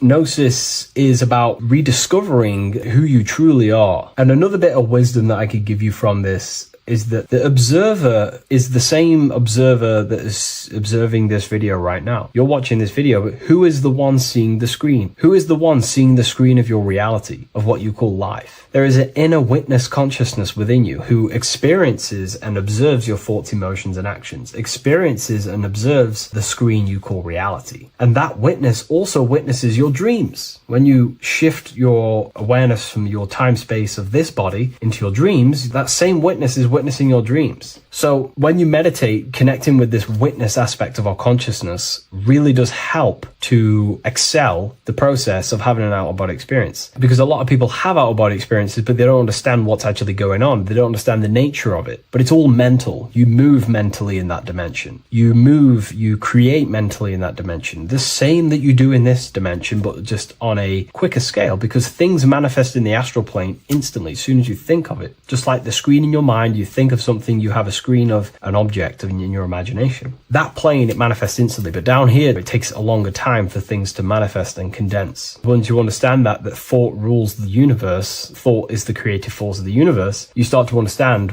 these different dimensions and these experiences that you have. But really connecting with that witness consciousness, that part of yourself that observes everything, really does help with excelling the process of having an out-of-body experience, or mystical experiences, or lucid dreams. Because connecting with that witness consciousness just makes you more conscious. Even in your physical life, staying conscious. Most people aren't conscious. They think, feel, and act unconsciously throughout their day, and they unknowingly create their reality. Connecting with that witness consciousness allows you to actually stay conscious over your thoughts, emotions, and actions, because they are giving birth to realities. That's pretty much my experience, my first out-of-body experience. What that did for me was make me so much more confident and powerful. Most of my fears just disappeared overnight. The fears of death, the fears of unknown, the fears of that I had of things shattered, disintegrated, because I understood that I am eternal. No one can use death against me to control me, because I know I am eternal. I now take riskier actions because I know I am eternal. I know that I will never truly disappear or die. So it really, really does help you, and it gives you a lot of internal power, because no one can make you scared of anything. You should not fear someone who can hurt you physically. You should fear someone who can corrupt your soul. That is the worst thing. Who can corrupt your internal world, because that is what truly matters. So I hope this helps you understand out-of-body experiences. Hopefully this can help you move along in your journey. It's good to hear other stories, because this is exactly what I was seeking when I was researching this stuff. Maybe in the future I can share some more stories about my out-of-body experiences now I'm a bit more advanced. But yeah, please leave a like, comment, and subscribe on the video, and thank you all for watching. In this video, you're going to learn exactly what Christ consciousness truly is and how to cultivate this into your life so you can live a better life, create the things that benefit yourself and humanity, and ultimately to bring heaven on earth. This is the true way. If you're familiar with my work, you know that, I'm pretty much obsessed with symbolism. Symbolism is such a massive topic, and it unlocks profound ancient wisdom that is hidden behind these layers of symbolism of the ancient paintings, symbols, and texts.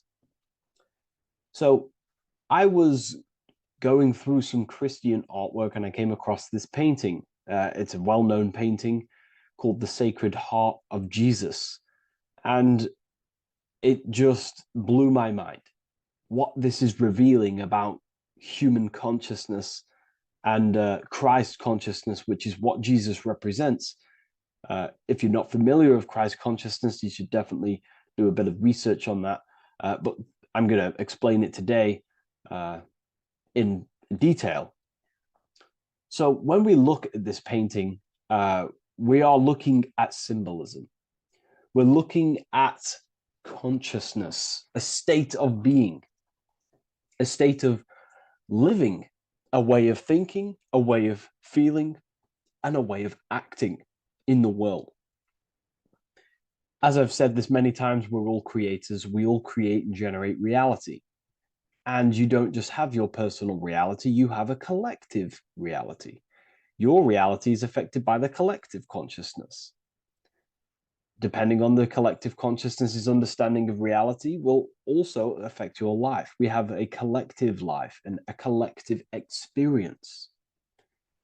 So Jesus in this depiction here is in a way showing us instructions to reach Christ consciousness, whether you see it yet or not. But I'm going to decode this for you.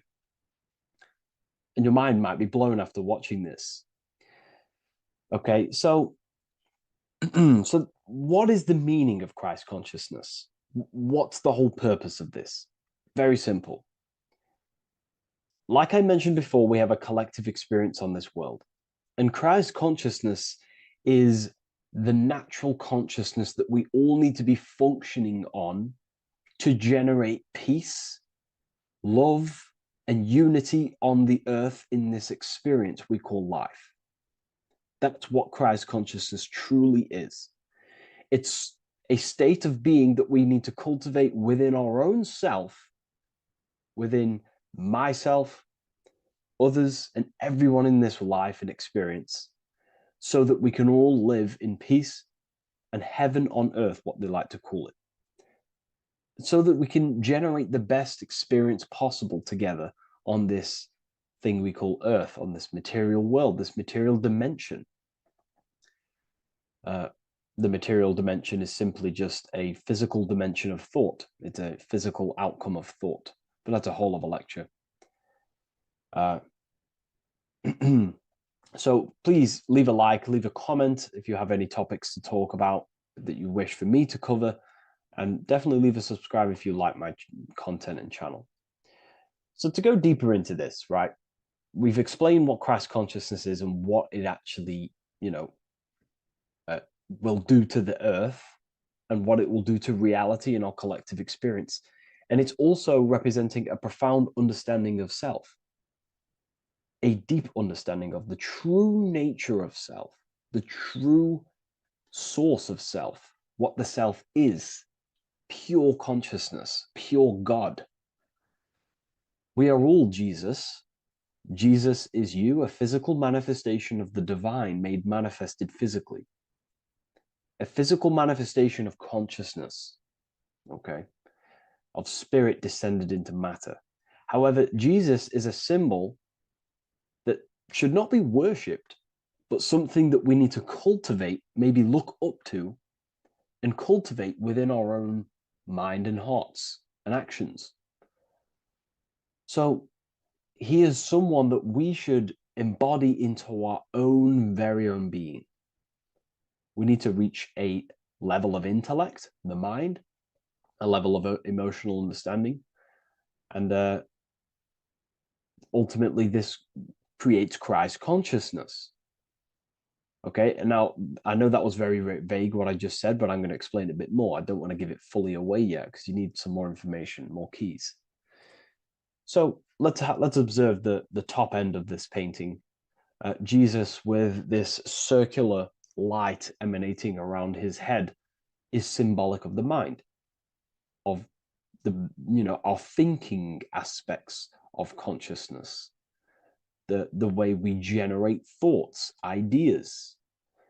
The mind is also good at also ruling communication. It also rules what we give attention to. Okay, so this is symbolizing the mind of every human being. The mind is a very powerful center of consciousness located in the head, of course. This is why Jesus is the head at the top with the circle around it, representing the mind. Now, to reach Christ consciousness, we need to purify our minds. Purification of the subconscious mind. The subconscious mind is the hidden aspect of our mind with all of our memories, belief systems, and everything we've ever experienced is stored within there. We have traumas there, we have bad belief systems that hold us back. So it's about reprogramming the subconscious and aligning the subconscious with higher consciousness, with higher understanding of self, removing any mental blockages from the mind. Because in today's world, most people's minds, including myself, before I, purified myself, and I'm still continually purifying myself. That's not to say I'm perfect, because I'm definitely not. But what I was saying was purifying the mind so we can have a powerful mind. Because like I was saying, most people's minds are not their own friend. They let their mind control them. They let their thoughts create negative influence on them, negative emotions. They let their mind destroy their confidence, destroy themselves. We do not want a mind like this. We need a mind that is our best friend, that receives powerful thoughts, that gives someone power. We do not want our mind taking away our power. Okay, so in this specific image here of Jesus, this represents a light mind, a powerful mind, enlightenment. The word enlightenment means light and ment coming from mental or mind, light in the ment. This means a powerful mind. Light is also symbolic of knowledge, information. When someone's very intelligent, you call them a bright person. It's a bright mind. It's knowledge of self. So the mind is conscious of self. That's another thing. We need to be conscious. A lot of people are not conscious, including myself before I did this, before I woke up. Most people are not conscious of their actions. They're not conscious when they're actually awake in the day. They do things unknowingly. Are we conscious of our thoughts, emotions, and actions? What we're giving attention to in our mind? Because ultimately this shapes our experience. There's a great quote, I think it's Julius Caesar or one of the Roman emperors, who says the quality of your life is dependent on the quality of your thoughts. Something along them lines. I don't know if I'm 100% correct there, but it's very true. Our thoughts dictate our happiness. So to cultivate Christ consciousness, we need to be conscious of our actions, conscious of our thoughts that we're giving attention to. There is a level of mastery that we can achieve within ourselves where we become conscious of every single thought that enters our mind. That sounds easy, but it's definitely not. But that's a high level of mastery that we can achieve and cultivate within ourselves. So we're looking at a powerful mind here from Jesus, a powerful mind, a purified mind. And we purify the mind through, affirmations, meditations, ritual work. Rituals are things we do every single day with an intent in our mind and an emotion in our heart to impress that state of consciousness into our subconscious, so it can slowly rewrite our consciousness and align our consciousness and sync it with higher thoughts and higher emotions, with love. We can sync our consciousness with love, which is ultimately what Christ consciousness truly is. Well, now we're going to go on to that now. So we've gone over the mind. Now we go over the heart. Now notice, before we go into the heart, Jesus is revealing. He's pulling back the robe, symbolizing opening the heart, revealing the heart, revealing the soul, the light of the heart. Our authentic self lies in the heart. Our pure intentions, our love, our soul needs to be shining through our heart. And our soul is unconditional love. Now, that's not to say that we can get corrupted hearts. We surely can have corrupted hearts, for sure. We can love sick and twisted things, and that's evident in today's world. People love killing people. People love hurting people, manipulating people. People love power. Now, that's obviously an inversion of the natural state of consciousness for humans. When we're born with a natural state of love, of unconditional love for the self, for everyone else, for animals, insects, the earth. We love everything as a child. And not only do we love everything, we actually act upon this. As a child, we do not act on anything we know is not good. And I'm talking early stages of being a child, before we're indoctrinated, before the mind and heart become corrupted. We are pure. This is symbolizing this. Light represents also purification and truth, because when you shine light on something, it's the truth. You see it. You shine it through the darkness. It reveals. So light, this is symbolizing revealing the light of the soul, of love consciousness, holding love in the heart, true love. Not love for sick and twisted things, but true love for the self, the body, and for everyone else and all things. Holding love in the heart. There's a famous saying of keeping the sun in your heart. Keep the sun in your heart. It's a very famous saying. The sun is a symbol of love. What does the sun do? It gives abundantly. All it does is give light, give energy, power, light to the earth, and everything is feeding off this source. The sun expects nothing back. It just abundantly gives. It's a symbol of love. This is the love principle of creation. Now, the heart is also governing our actions. What we think about, in our mental field of consciousness, is directly corresponded and observed in our hearts. What we think about directly corresponds with what's going on and what we feel in our hearts. Okay. Thoughts produce emotions. So if we give attention to negative thoughts, there's no wonder we're having negative emotions in our hearts. So purification of the mind is also having an effect in purification on the heart.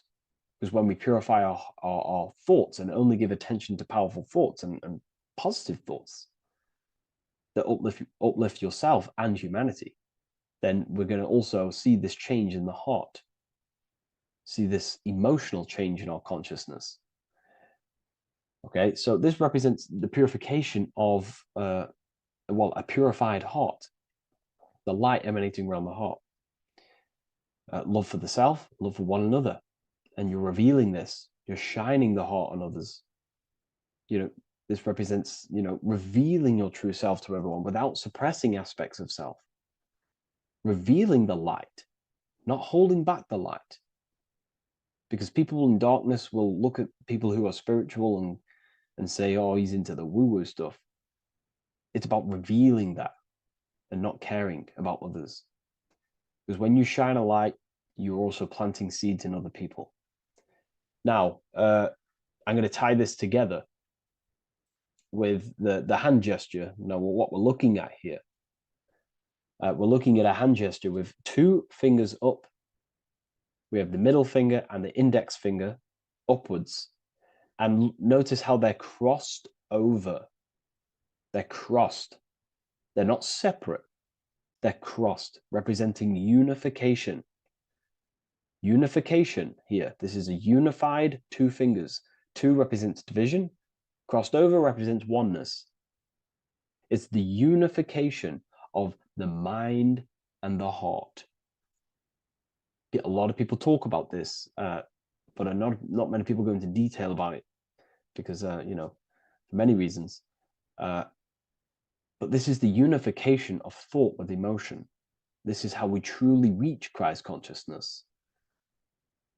And ultimately, when we do gain the love in our hearts and we do slow, it's a gradual process of cultivating love for the self and everyone else in the world, because we're so programmed to be divided. But it's a slow progress. But when we do cultivate love in our hearts for the self and one another, love is a very, very nurturing and growing force. Like I said, the sun earlier, that is pure love energy. It makes everything grow on the earth. While love in your heart grows connections with people. It grows care. You go out your way to do things to people and give people things. It's a very nurturing and growing energetic force.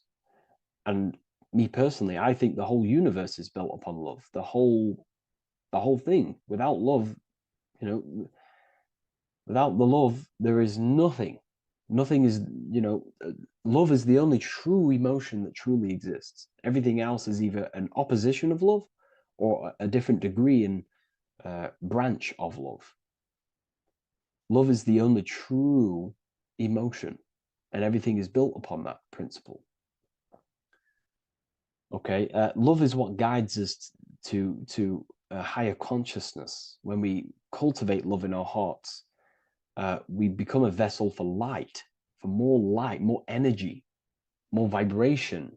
Our electromagnetic field expands, or biofield, when we hold love in our hearts. It's a very powerful force.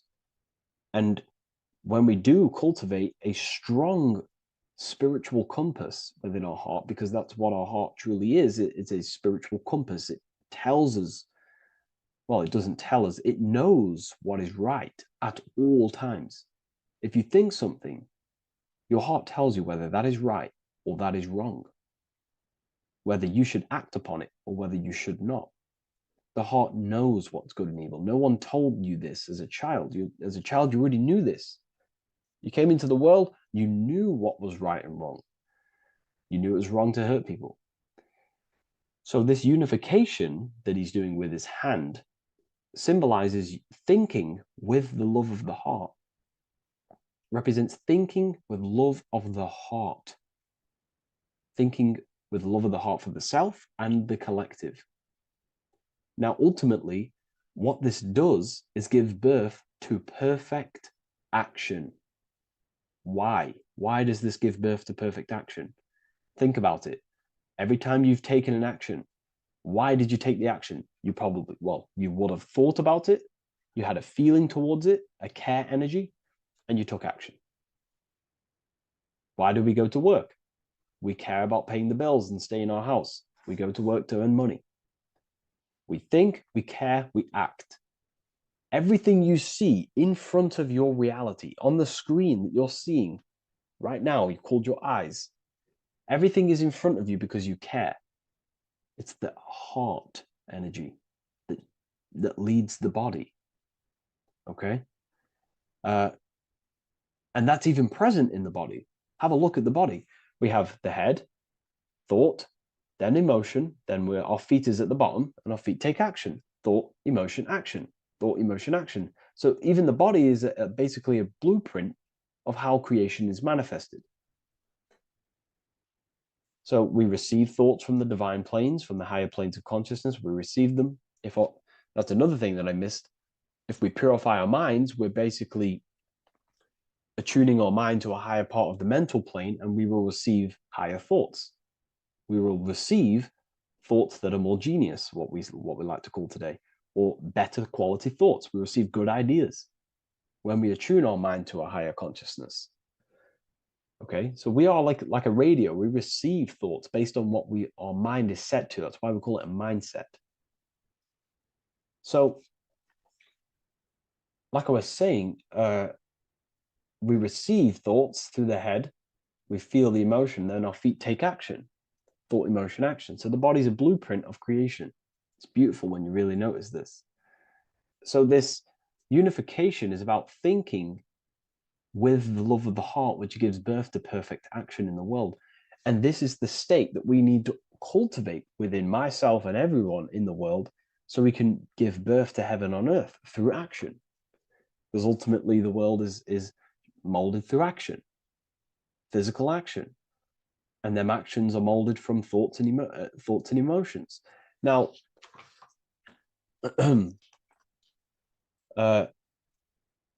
just to have a little announcement, I am now opening 10 more spaces inside my symbolism masterclass.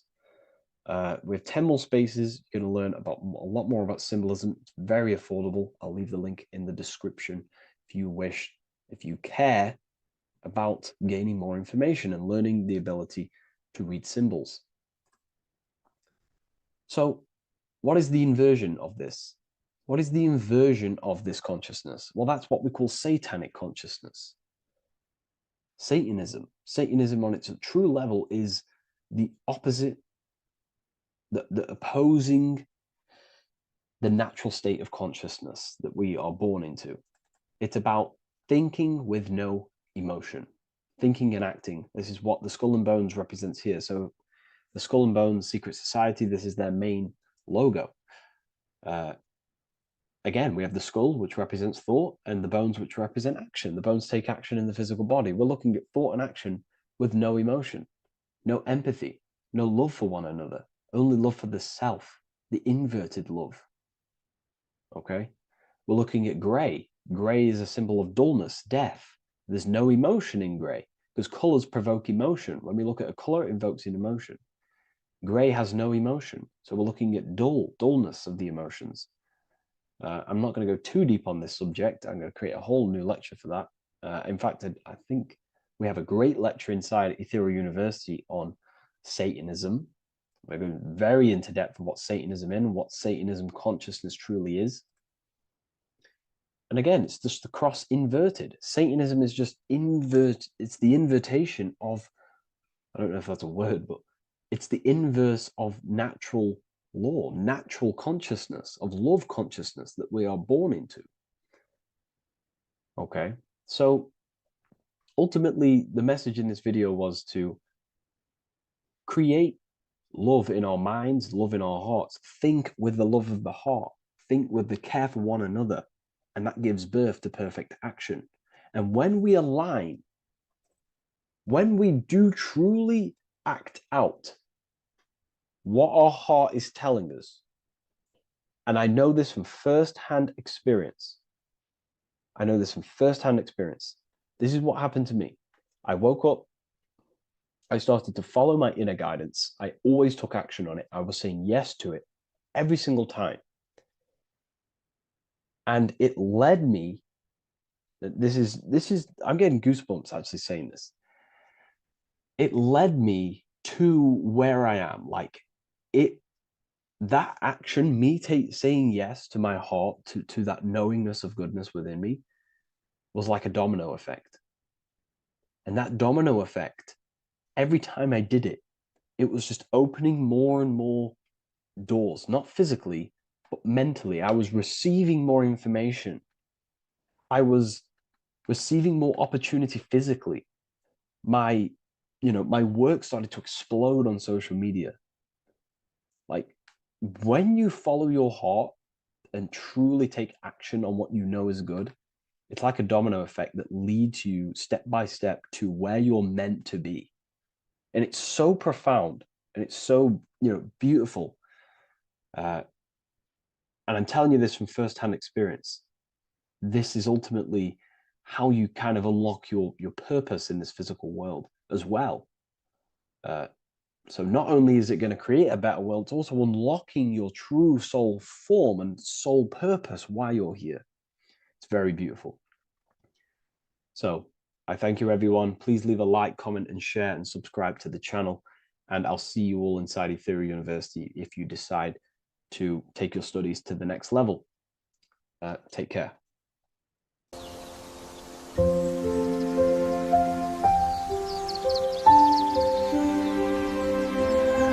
bookofwisdom.com. Visit today.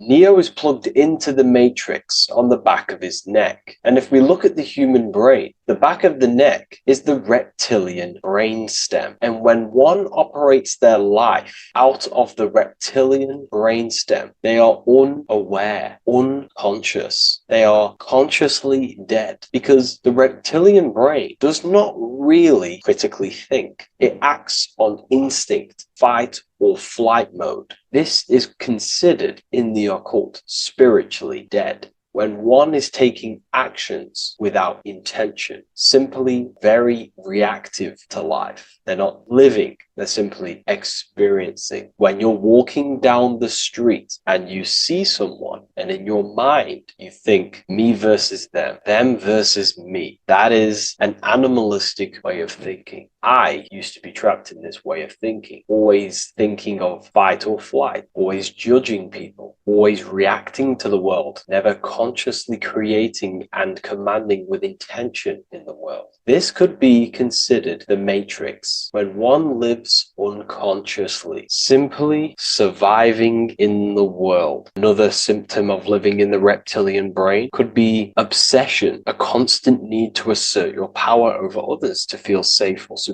Views relationships as power hierarchies, not as mutual connections. It could be a conquest for sex, lust, seeking validation through sexual activity. Sex becomes a tool for dominance, escape, and self-worth. Intimacy is avoided. Pleasure is pursued without emotional depth. Seeking pleasure all the time. This is all to do with the reptilian brain. Seeking safety. It could be compulsive eating or food hoarding, driven by craving and not actual hunger. Eats to soothe fear or emotional discomfort, often unconsciously. This is the unconscious. Fear-based decision-making. Every choice is shaped by perceived threat or insecurity or fear within the subconscious mind. Long-term vision is sacrificed for immediate safety and gratification. All the reptilian brain. Territorial behavior overacts when personal space, possessions, or status is threatened. Acts as though survival depends on ownership or status. Addiction repeats patterns to feel safe, even if they are harmful. Avoids anything unfamiliar or unpredictable. Low empathy. No empathy or emotional care for one another and for fellow beings in the world. Sees people as threats, tools, or competitors. This is all to do with the reptilian brain. Intense jealousy or possessiveness. Sees others as rivals or objects to control. Cannot tolerate perceived threats to loyalty or status. Quick to be angry. Slow to reflect. Reacts with rage, withdraw when challenged, lacks emotional regulation or deep self-awareness. So this is considered, this brain could be considered the matrix, hence why Neo is plugged into this brain. He's operating the life out of this brain,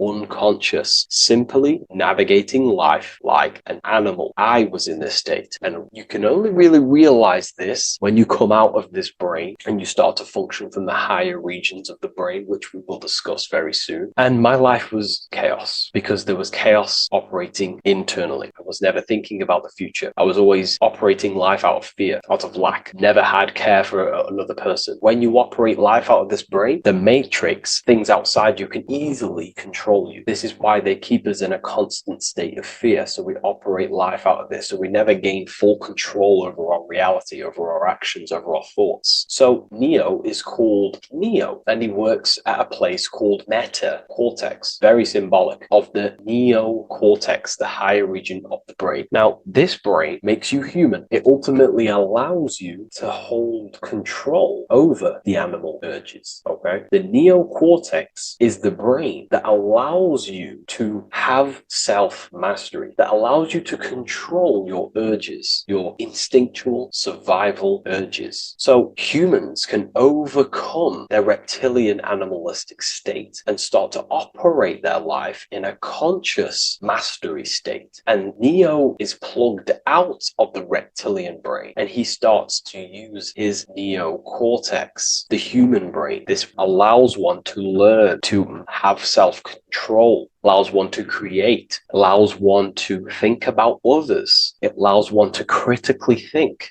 deeply. It allows one to be self-aware. Who am I? Where did I come from? And where am I going? This is ultimately the brain that has shaped the world. We look at humans. We built technology. We built all of these amazing things. They all come from the neocortex. This is the higher region of the brain that allows consciousness to function on a higher degree. It allows you to truly become a creator and have self-control instead of living in a reactive animal state. You see, animals are only aware of their five senses. They're only aware of surviving. If you notice, look at animals, they're always looking around. Even in their home, they're always looking around, sniffing around. That's because they operate in an animalistic brain. Humans have the neocortex. This is a higher region of the brain, which if you wish to master yourself, this is the brain that you will be using. This allows you to operate life on a higher degree. We see this reptilian brain symbolized everywhere. See it as reptiles. Reptiles are symbols of this brain. We see the Egyptian god Osiris with the green skin representing a reptile, a crocodile. Sometimes we see Osiris depicted in Egyptian artwork with crocodiles or reptiles, if you do a little bit of research on that. And also, if we look at the overall symbolism of Osiris and his story, we notice that he is the god of the dead or the underworld. This is not literal, but the dead or the god of the death,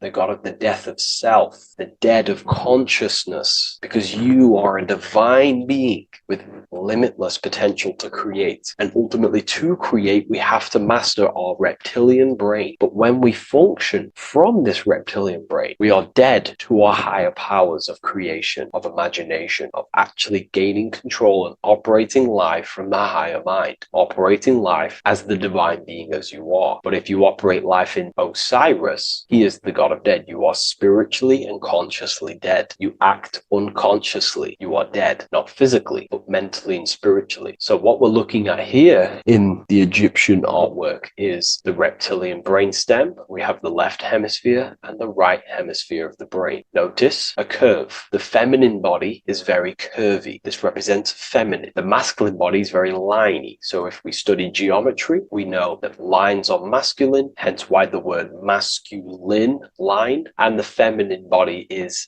in geometry, feminine is represented as curves. So this is the left masculine brain on the left side, and this is the right feminine brain on the right side, with Osiris, the reptilian brainstem, in the middle. So we're going to go deeper into some Mesopotamian artwork now. Now let's have a look at this. We're looking at the reptile on the very bottom. We see the left brain and the right brain, the Eye of Ra and the Eye of Horus on the left and right in 3 Freemasonry, we still see the symbolism of the two pillars. Yakinimbo as in Freemasonry, with the two pillars symbolizing masculine, feminine forces of consciousness, also representing the masculine left brain and the feminine right brain, with the reptile down here. But if we have a little look here, right, we have a little look at these reptiles. This person is standing on top of the reptiles. When you are on top of something, you have power over the below. You are standing atop of something. You have mastery over it. You have control over it, symbolizing gaining control over the reptilian brain, the reactive actions, the sexual urges, the addictions, the territorial behavior, the fear-based decisions, constant internal tension, never being able to focus. It's symbolizing gaining control over these internal qualities that happen within us, in our mind, because the universe is mental. And if we do not gain control over this brain, it will dominate our mind, which will ultimately dominate our actions and destroy our life and live in an unconscious state. So this is basically instructions in this ancient Mesopotamian artwork of becoming self-mastery, to operate on a God consciousness level. So we have a person symbolizing your awareness, the internal you, having mastery over the reptilian urges, the reptilian brain, the reptile thinking. We have a person, a face in between, and it's standing in between these pillars, symbolizing balance of the brain hemispheres. Because the face, we see the eyes in the middle, we see the person is you, your consciousness, standing in the middle pillar. So representing seeing reality as neutral. Everything in the world is neutral. It's the mind's perception that gives it a positive or negative charge. When we adapt this mindset, this view of reality, this knowingness of reality, we see the world for what it truly is. And if you see things as neutral, it allows one to transform the situations in your life accordingly, instead of simply choosing a side.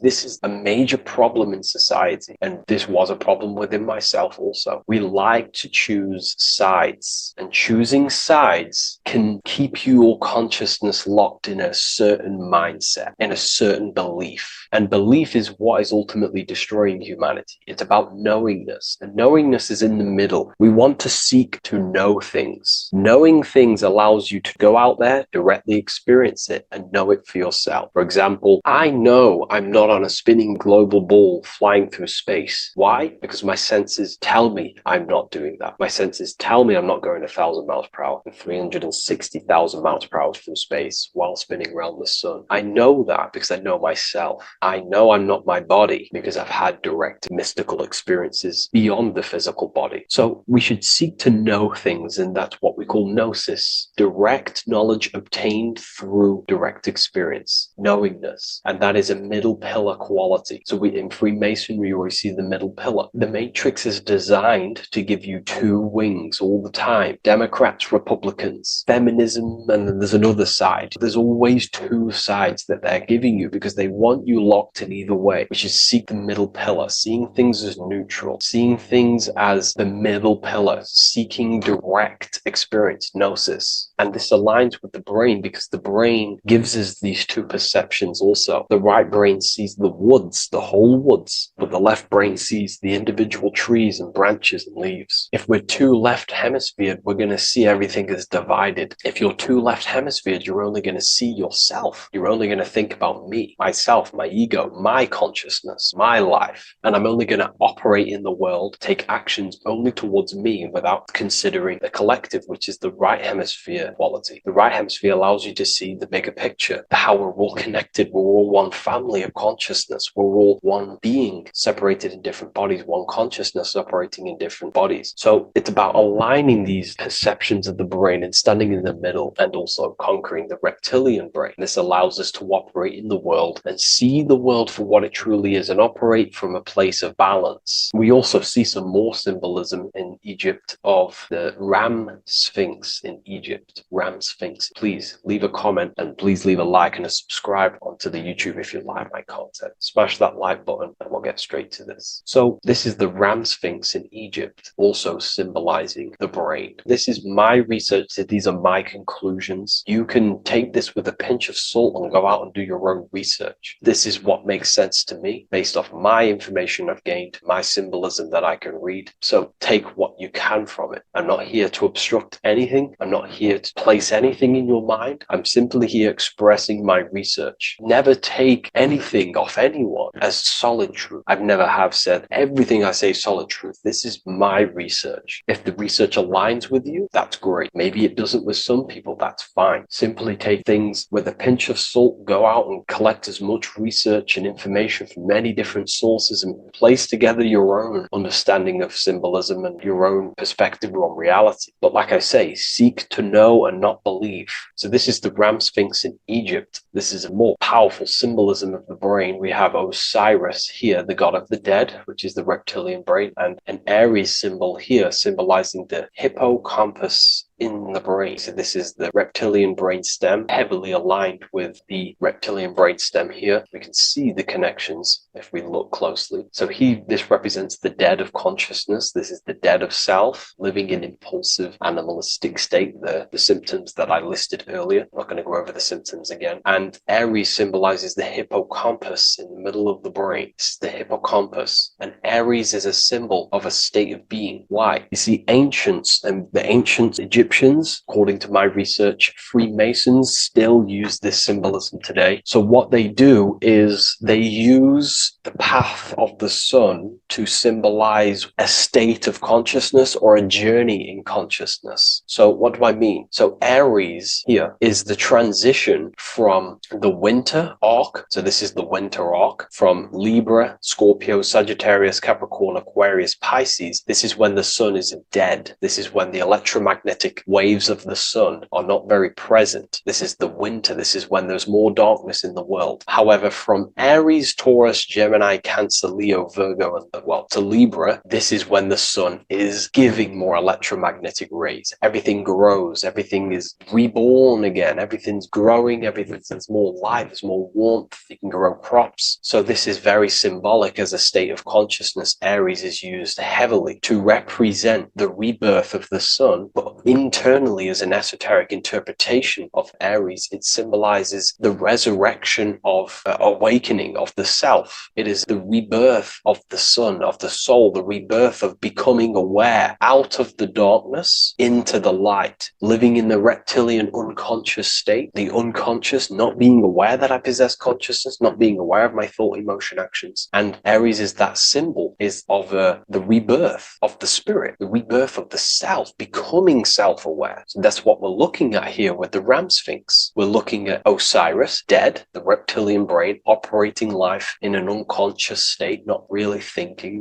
not self-aware of thought, emotion, actions, not aware of the soul, not aware of good and evil, not aware of the laws that are in the heart of love, not aware that there's always an intelligence in the heart telling us what's the right thing to do at all times, not aware of anything, just simply reacting to the world. But then we have a symbol of Aries above, which is the resurrection of self. So again, this is symbolizing by the Egyptians to me and my research, going from darkness to light. This is the resurrection of consciousness when we start to deepen our self-awareness, which is ultimately what I'm doing to you in these videos. Hopefully I can awaken some people's minds and make people think deeper. And that process of internally what's happening within you that's what Aries represents when you're starting to say, wow, my mind's going deeper and deeper into the self, and I'm realizing more. That is what Aries symbolizes. When the sun returns, it's also a symbol of a sacrifice, because obviously when the sun returns back to Aries, we're sacrificing the winter, when we're transitioning, and all transitions require sacrifice. So in Aries, the Jews celebrate the Passover. It's the Passover of the sun, and what do? They eat lambs in the Passover Aries, because it's all symbolic of this internal process. In Aries, Christians celebrate with the Easter, which is the resurrection of Jesus, the resurrection of the sun. Remember, it goes deeper. There's deeper layers to this. It's the resurrection of the self, and the mind and deepening into a deeper awakening. So again, we're going from the lower regions of the brain, and when we start to critically think and become self-aware, we're starting to use the mid part of the brain, and the mid part of the brain then expands into the neocortex, which is the resurrection of the self. The mind is no longer functioning in just the reptilian brain, but then it's going into the light of the higher brain, the neocortex, and this is the reptilian brain. This is the midbrain, what we're looking at here with the Ram Sphinx here. So this is the resurrection. It's the transition point of going from the reptilian brain into the midbrain into the neocortex. We're now resurrecting ourselves. Now, this is not putting anything negative on the reptilian brain. Without the reptilian brain, we wouldn't be able to live. We need the reptilian brain, but it's an abuse of the reptilian brain that can keep us in a very low state. It keeps us stuck in an unconscious state. But the reptilian brain is what's allowing you to breathe, to eat, to scan the environment for any threats. If there are threats, we do need the reptilian brain. That's not to say it's evil, but what I'm saying is an abuse of this brain, which is what most people are stuck in. They're operating their life out of this brain. And this is what the Egyptians, I think, are symbolizing, trying to tell us, to resurrect ourselves, to become self-mastered, to become the highest version of yourself, to actively create in the world. Because when we are only operating from this brain, we're unconscious, well, then other people can use you as a vessel to create their reality. This is how the world is at the moment. The ones who know how to use the mind are controlling the other ones who do not know how to control the mind. So I hope this makes sense to you. Let me know if you have any video recommendations, and I'll see you inside Ethereal University. If you wish to take your research to the next level, I have things inside of there that are very powerful. We happily invite you. I'll see you inside of Join. If not, I'll see you in the next YouTube video.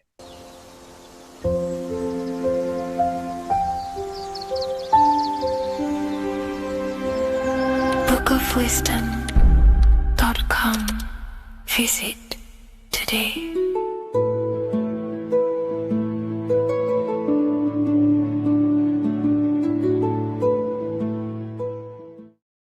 In this video, we're going to be decoding the symbol of the double-faced eagle, which is found on the Rothschild's family coat of arms. We see it in the Roman Empire, and we also see it in the 33rd degree of Scottish Rite Freemasonry. So let's get straight into this symbol and decode what this means. Freemasonry is considered a craft, and this craft is about reconstructing yourself. In fact, the word mason means builder, because every day we are building our mind's prison or our mind's freedom. Plus, you are a creator of reality. You are contributing towards the building project on the earth. You are a builder of yourself and reality, a creator. In Freemasonry, they use the allegory to teach the initiate a process of self-mastery. In Freemasonry, the allegory is that the Temple of Solomon is broken, and this broken Temple of Solomon needs to be reconstructed. But this is symbolic. The Temple of Solomon is yourself. You as an individual are the broken temple, as you have forgotten who you are, why you are here on this earth, and your mind has many limiting belief systems and restrictions on it. Therefore, we are the broken temple that needs to be rebuilt and reconstructed. The 33rd degree is the highest degree in the Scottish Rite system of Freemasonry. Therefore, this logo represents the state of consciousness the 33rd degree Mason is operating at. It is symbolic of their level of mind, their level of self-mastery, their level of awareness. This symbol is a very powerful symbol that you can use to also find your personal power. Now, of course, this is my interpretation based off my years of studying symbolism and connecting the dots. If you feel like I miss anything, please leave a comment in the comment section to maybe add to my points. The first of all thing that I see in this symbol that reveals a great power of mind is the eagle.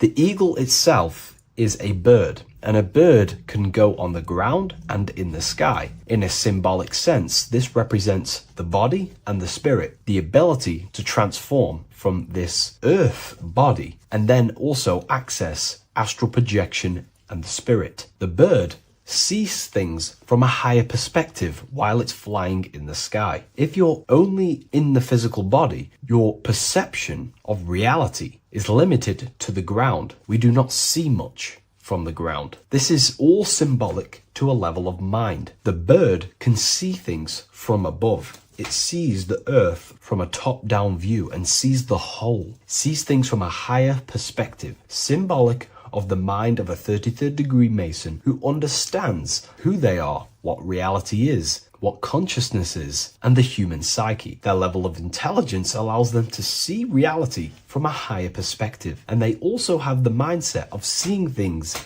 as a whole, which is a great truth. We are all part of a greater whole, the unfolding of creation that is taking place in the present moment. We are all unfolding creation as a collective consciousness, and we are part of a greater whole building project. So this bird, or the eagle, is symbolic of seeing things from a higher perspective and possessing a higher consciousness. The double-faced eagle, one eagle looking left, one eagle looking right. This is symbolic of the past and the future, mastering time. The way an individual masters time and masters the power over time and gains their power over it is by using the past and the future. The way we master time is by looking into our past and see what thoughts, emotions, and actions have led us to this very moment in the present moment in our lives. By looking into the past, you can see what thought, emotions, and actions have led you to this very point in your life and see the mistakes in your thought processes,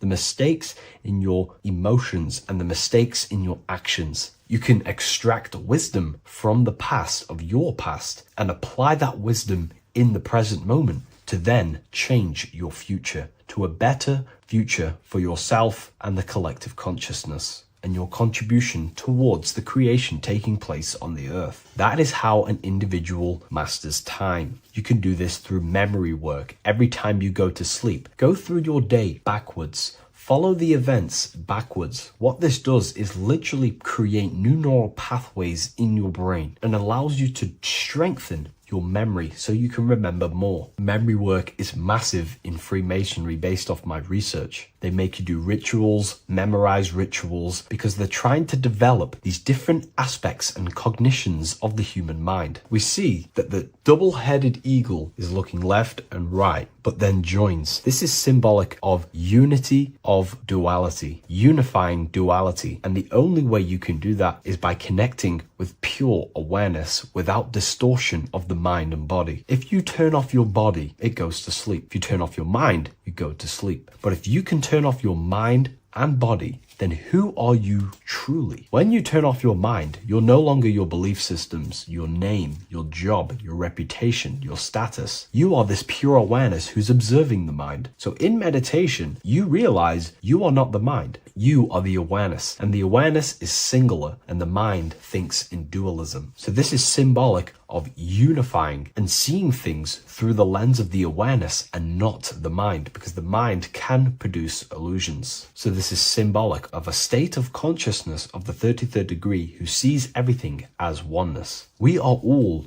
one witnessing consciousness experiencing itself. However, this witnessing consciousness is molded differently through the mind. My mind has gone through memories, traumas, events, and belief systems, which makes my mind unique to you. But when we all turn off the mind and connect with pure consciousness, the pure awareness, then we are all, on the deepest level, actually one. The universe is one. This is symbolic of seeing and perceiving that reality and truly maturing that understanding in your consciousness. We also see that the double-headed eagle is standing on a sword, which is a tool. The tools that you possess in life are aspects of your consciousness. Your thoughts are a tool. Your emotions are a tool. Your actions are a tool. These tools are creating and building your reality, and they're also building your soul, building your consciousness. But we see that the double-headed eagle is standing on top of the sword, the tool. The sword is a powerful tool. So this is symbolic of power on the surface level. But if you go deeper and decode the symbol, it reveals something way more powerful. The sword carves through things. It's also a very murderous tool. If you hold a sword towards someone or something, you hold power over it. It is a symbol of power. And that power that you possess is, in fact, the mind. The mind is the powerhouse of control over reality. The mind is the most radiant force in the universe, as all things respond to the mind. The emotions, the body, and physical reality itself responds to the mind. The mind holds power. Matter is a physical manifestation of mind. The reason why the sword is the mind is because it's associated with the air element. When you swing a sword, you're moving this through the air. And if you've read the Book of Wisdom Volume 2, you understand that each element is corresponding to a different body of consciousness. Air is associated with the mind, the mental body of consciousness. Water is associated with the emotional body of consciousness. Earth is associated with the physical body of consciousness. Fire is associated with the spiritual willpower body of consciousness. Therefore, what we're looking at is the intellect. We're looking at gaining control over the intellect, the mind, thought, banishing all negative thought power from the mind. Think of it like this. You are tapped into a live stream of consciousness, and this live stream is flowing into you in the present moment. Your mind directs this creational force, this flow of consciousness and power. You can use that mind to think about negative things, anxiety, depression, or you can use that power that's flowing into you for the positive only. The universe does not create what you want. It creates what you are. What you put in is what you get out. Your reality is a reflection of your mind. So it's about using this tool for the good. For example, no negativity even has any space in my consciousness. There is no negative thought that pulls me down. And if there is, I banish it instantly and remove it. So this is about gaining power over the mind and using the mind as a tool to carve your reality with the sword. This is your power. This is your sword. Below we see a banner that says Ordo ab Chaos. Most people see this and understand it as order out of chaos.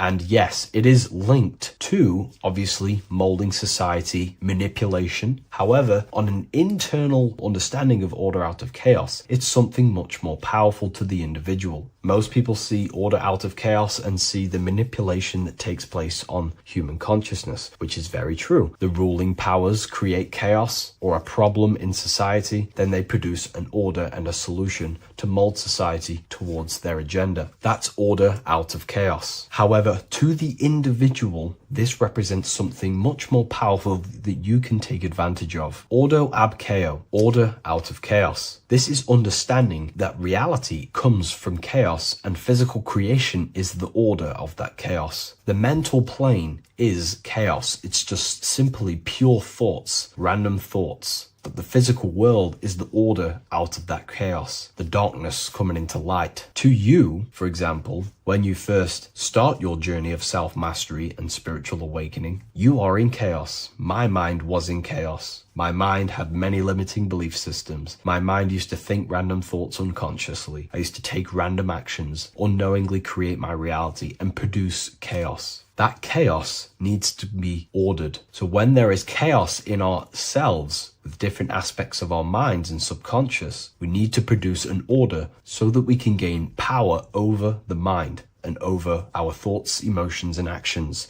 The three forces you have 100% control over in your reality. If you try and control anything else other than your thoughts, emotions, and actions, then you are breaking natural law. The only things you have been given power over and to control is your thought, emotion, and action. Your mind, your heart, and your body. Order out of chaos is about transforming yourself. When you're in a chaotic state, you have to produce order to transform yourself and change your level of consciousness. If you have chaos in your life, you must produce order. And this is how self-transformation occurs through an individual. Order out of chaos.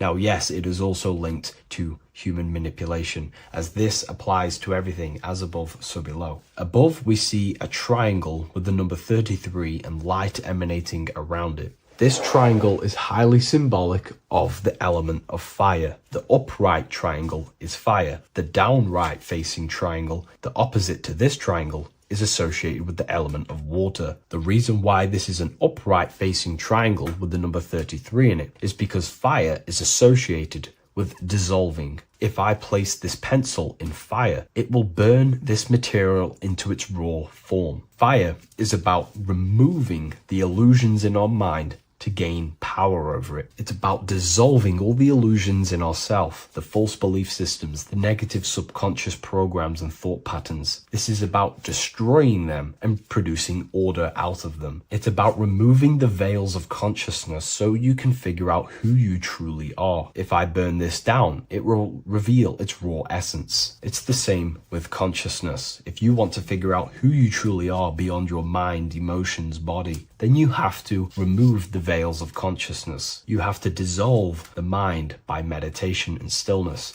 You have to dissolve the nervous system by keeping very, very still. And you will connect with pure awareness and can connect with lucid dreams and out-of-body experiences. It's like finding a needle in a haystack. If you want to find a needle in a haystack, you don't go looking through the haystack to find the needle. You burn the haystack and the needle reveals itself. That's how you truly connect with who you truly are. And this is why it's associated with the number 33 also, because the number 33 is the symbol of rebirth. Jesus dies at 33 and ascends to heaven. The human mind is fully developed at the age 33. Ice melts into water at 33 degrees.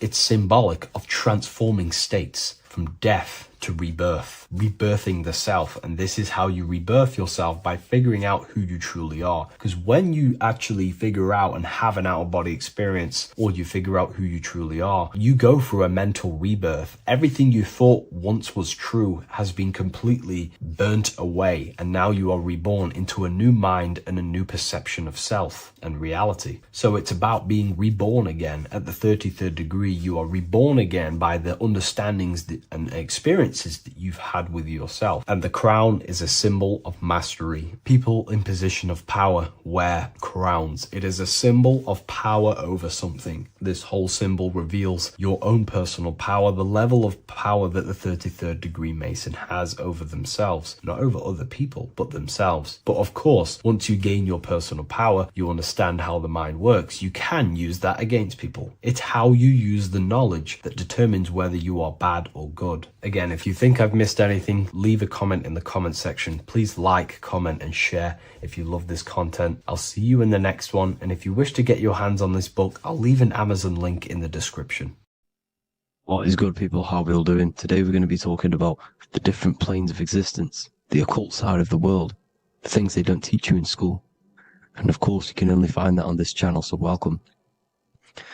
So you need to understand is that your consciousness moves through these different planes of existence, these different states of consciousness, which make up all of you. Okay? They are all interlocked planes. They are all interpenetrated into each other. They are all one. They melt into the plane above and below. You see? Each plane is a product of each plane. As above, so below. Now, the higher you go, the more fluid, the more dreamy, the less dense it becomes. The lower you go, the more denser it becomes, the more solid it becomes. The lowest plane is the physical plane, which you are obviously aware of. You are inside of the physical plane now. But while you are in this inside of this physical plane, you are indeed inside of all these other bodies, which you have not awakened yet. You have to awaken these different bodies. You have these bodies. Okay? It's like a ripple effect. And the center is the most dense, the most solid. This is earth, heart, the heart of the ripple. And the lower you, the further you go out from the center, the more dreamy, the less fluid, the more fluid, the more less dense it gets until you're one with the all. You see? And this is what it's like. This is what this system is. It's like a ripple effect. Now, let's jump straight into the planes.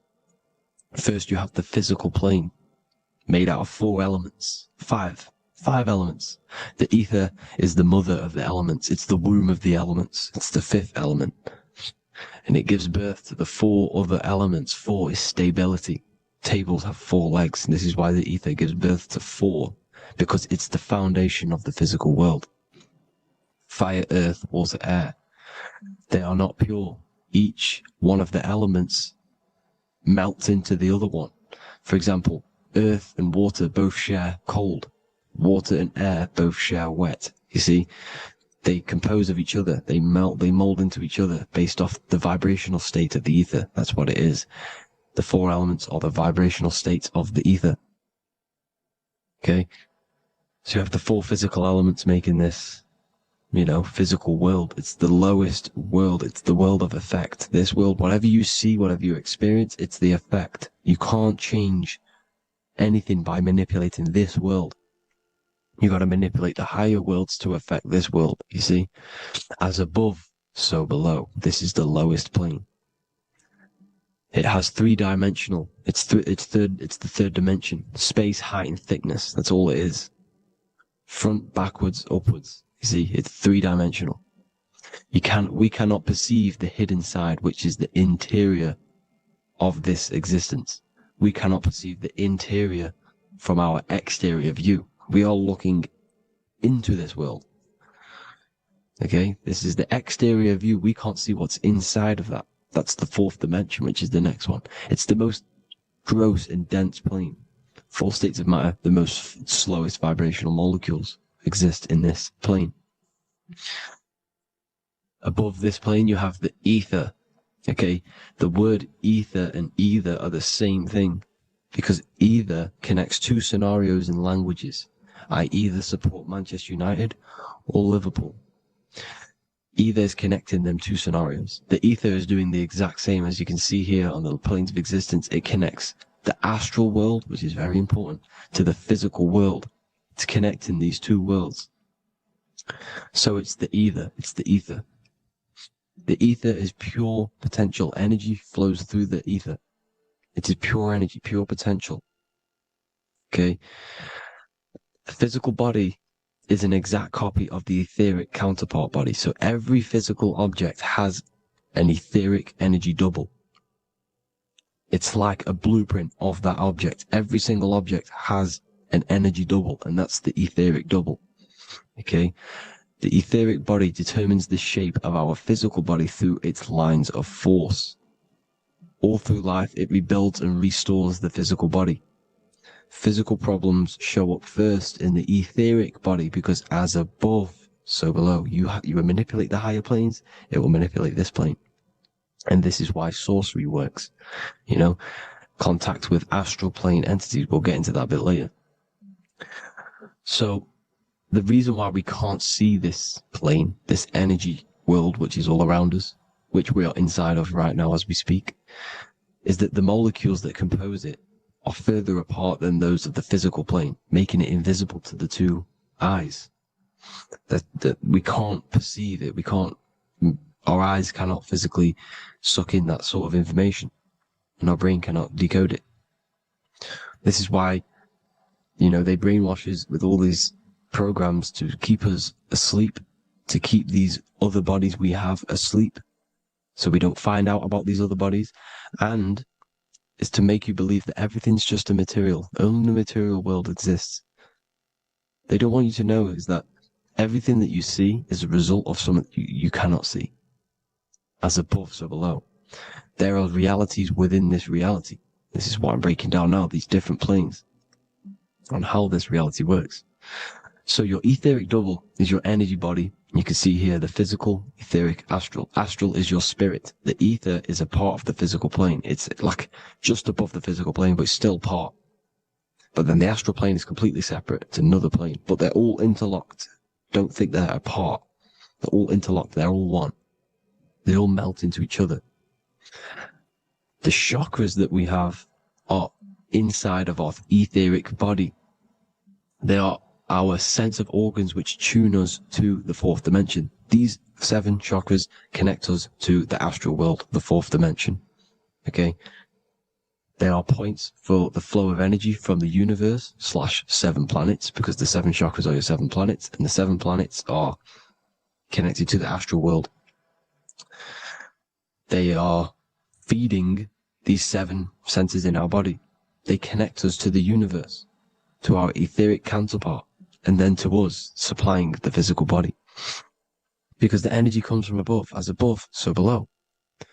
These 7 senses, these 7 etheric chakras, are being supplied with energy from the universe, the 7 planets, the solar system. Then it supplies the physical body. You see? So the ether is very important. And this is, that the ancients understood the science of the ether, and they could, harness free electricity from it, because it's all around us. The ether is all around us. And this is what they were doing. They were harnessing free energy using the ether. The astral plane, the 4th dimension, very important plane. Very, very important. We've all been there. Every single one of you has been there. Okay? The 4th dimension is unseen of what we see. It's the interior of the exterior that we see. We see the 3rd dimension, but we cannot see beyond what's making this 3rd dimension. This is the 4th dimension. Okay? It's the dream world. This is where you go when you dream. Okay? This is where you go when you dream. It's the place of disembodied spirits or ghosts, entities, whatever you want to call them. When you hear ringing in your ears, that is not tinnitus. That is an entity around you. Okay? That is an entity around you. The 4th dimension is where thought forms exist. Mental images. Thought forms as in what you see in your mind when you think of an image, because the mind is the highest plane of existence. Mind is the highest plane of existence. And it manipulates all of the planes below. So it goes the mental plane, then the astral plane. So the thought is in the mind, the mental plane. That just the thought alone, no image, but then the form depiction, the thought form exists. It manifests in the astral plane as a sort of image, an entity, a living conscious being. So this is why thoughts are things. You see, thought forms exist within the 4th dimension. So when you imagine something, when you are, for example, right now, look into your hand and imagine there's an apple in your hand. If you can see that, you are seeing into this 4th dimension.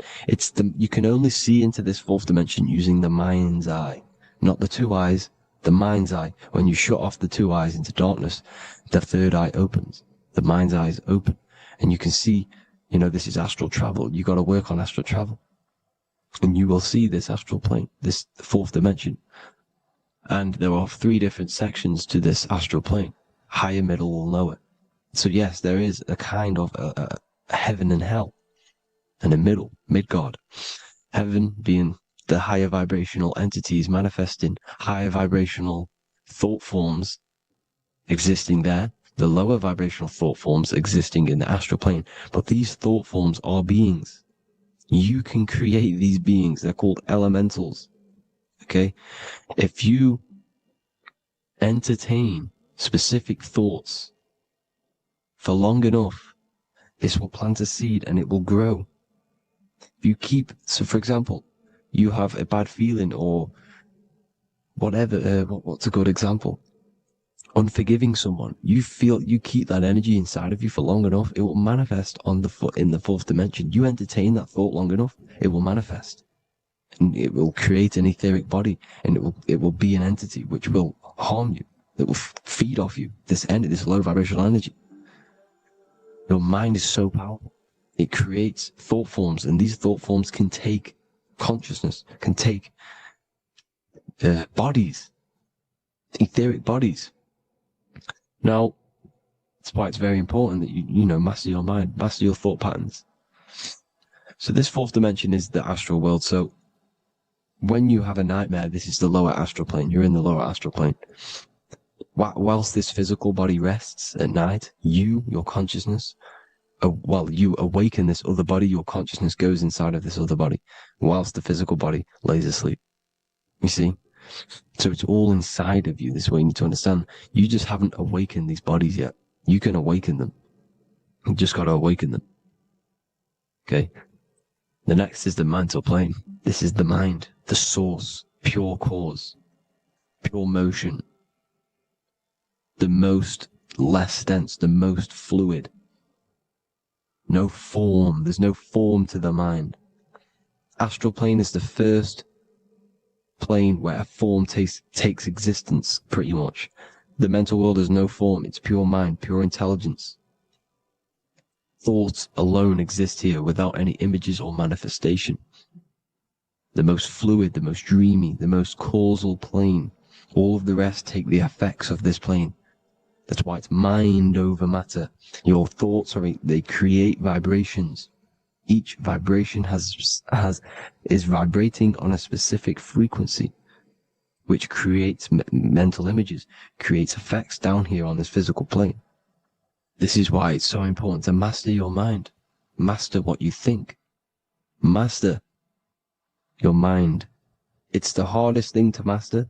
You could conquer the world, but it's probably harder to conquer your own mind than to conquer the whole world. I can promise you that, because the mind can play tricks on you. You got to listen to that inner guide within you that will constantly manifest the good things. So anyways, people, hope you learned a lot from this. Please work on trying to activate these other bodies. I will maybe do another video on trying to activate these bodies if you wish. Please comment down below if you would like to see that. And have an amazing day. Please like, subscribe, comment down below any video ideas you want me to do, any information you want me to spit. Thank you all. Have an amazing day.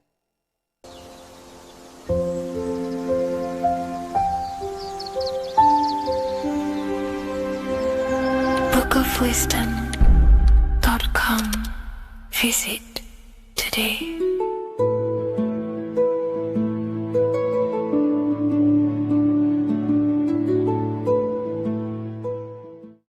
What if dreams aren't random at all, but messages from a deeper part of yourself, trying to show you things? In this video, you're going to learn exactly what dreams are from an esoteric view, how to control dreams, and how to dream more frequently. Dreams are not nonsense. They are expressions of the subconscious mind. In the daytime, we're using our conscious mind, what we are aware of. This represents the daytime, the sun, the external world. We're operating in the external, outside the body in the day. But when we go to sleep, we return inward. Everything does this breath. We breathe in through the nose and out through the nose. Everything does this in and out process in the universe. We live, we die every single day. We wake up, we express things in the external. Then at nighttime, we return back to darkness, back to the internal. This is the breath of the universe. We have summer, we have winter. This is the breath of the sun and the seasons with the earth. You have an internal world and an external world. External is physical, the internal is spiritual. Like I said, when we go to sleep, we are returning back to the internal world of your own consciousness and subconscious mind. Your subconscious mind holds everything about you,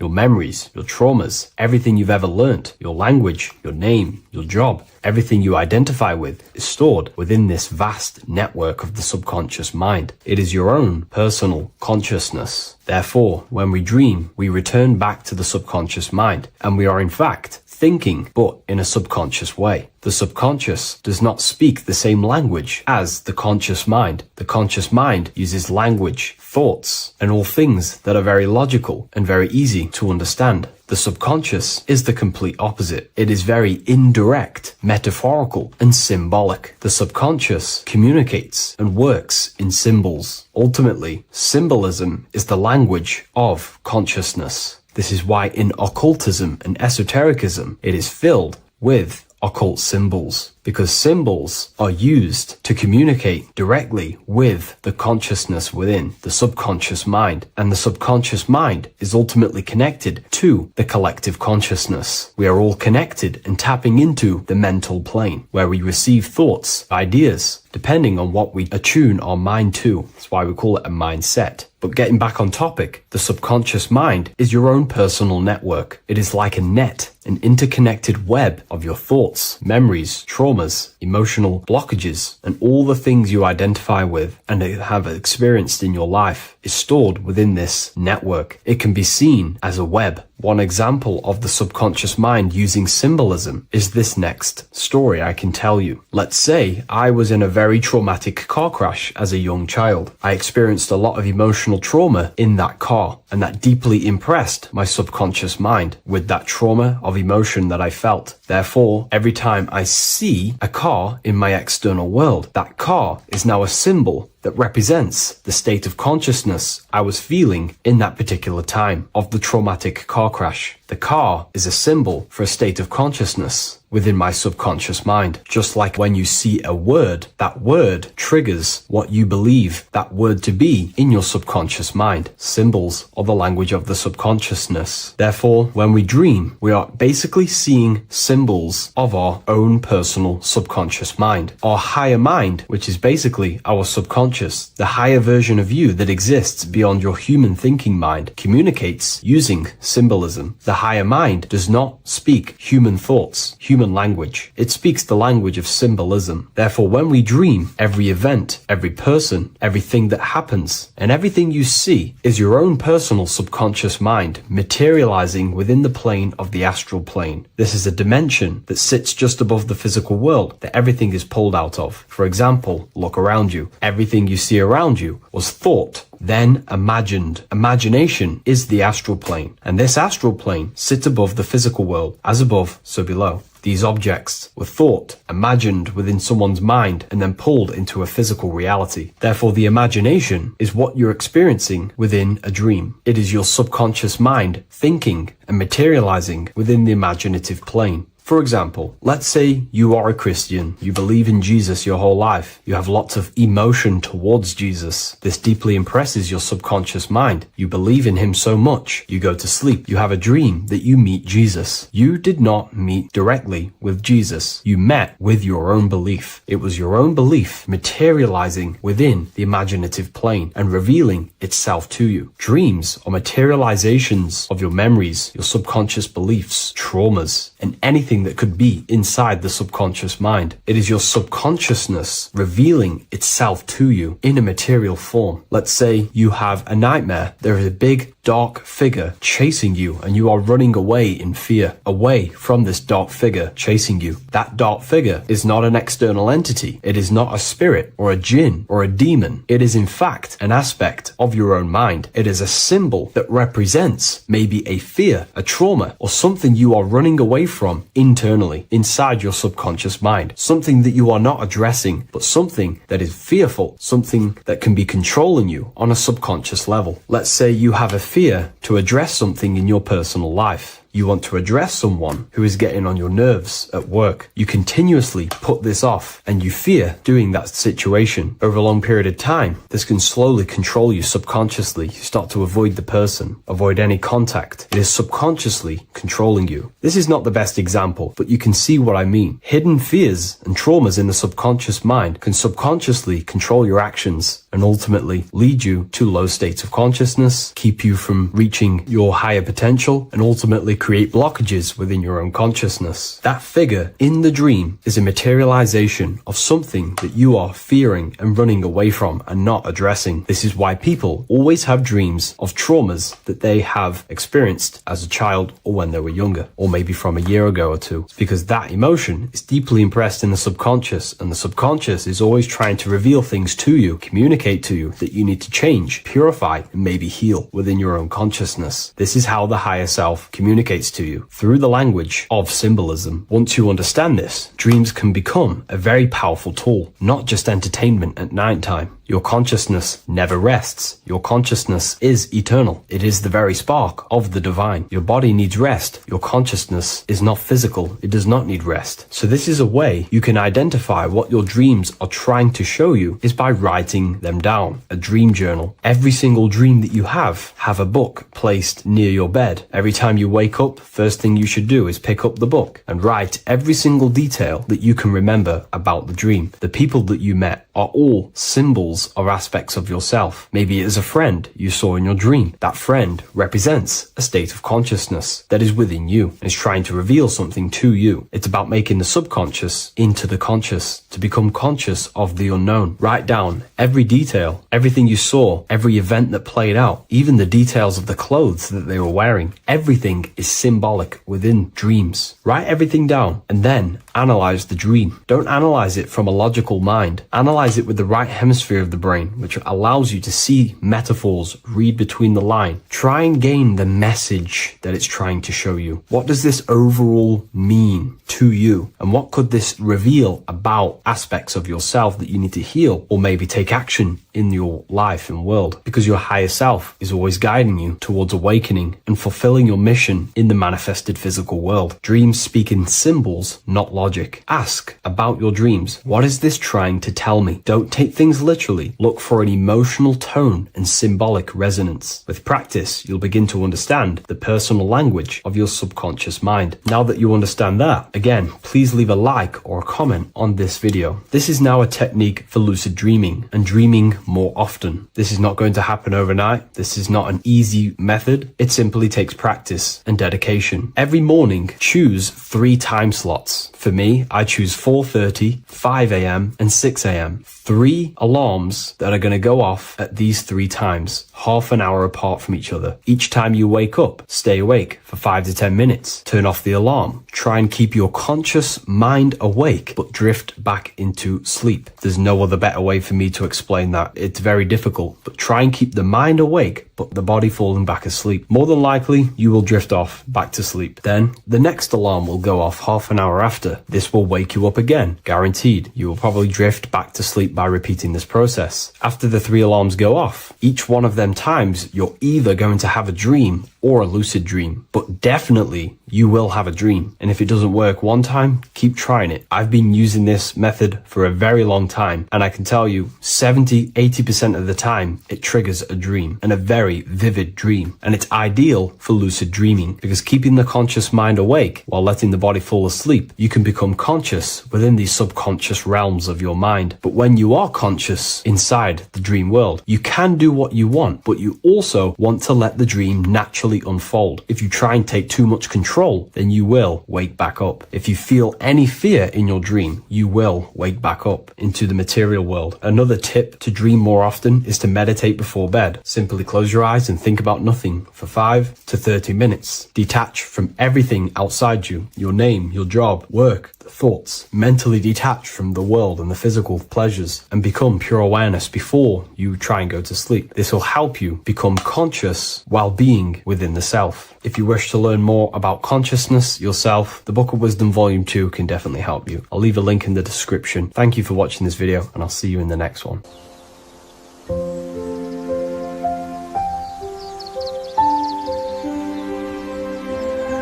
bookofwisdom.com. Visit today.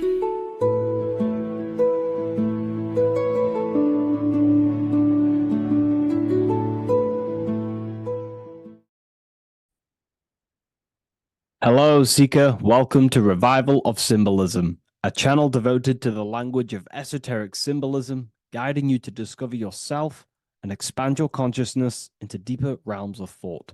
I'm Harry B. Joseph, also known as Revival of Wisdom, and today we're going to be discussing this particular piece of artwork of the eye and the checkerboard together, and the esoteric teachings behind the veils of these symbols. So the first thing we must look at is, of course, the eye. The eye being a symbol of consciousness. The eye is the inner witness inside of ourself. This eye is referring to the internal eye of perception inside of our mind. The mind that gives us the ability to perceive and to understand things internally. This is also the eye we use to vision things through our internal vision, what we like to call imagination. The screen in our mind that allows thoughts to be projected into a particular form. So this eye is talking about the internal eye of perception inside every single individual and form of life. Dogs, cats, squirrels, humans. Every single form of life has this internal dialogue, the inner being that no one else can listen to but themselves. This is a symbol of consciousness.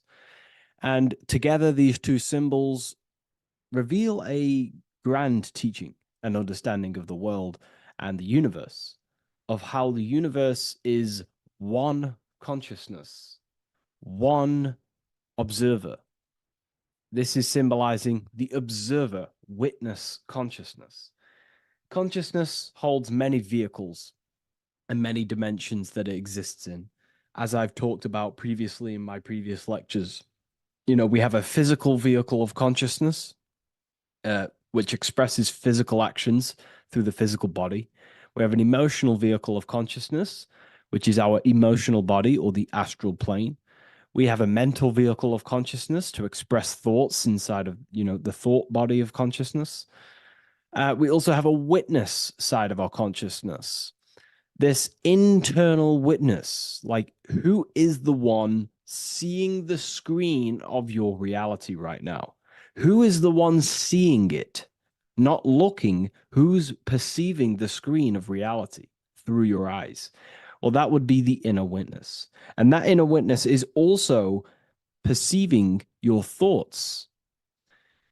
A lot of people become identified with their thoughts, and they let the changes, the ever coming, unfolding changes in their mind, world, become a part of who they are.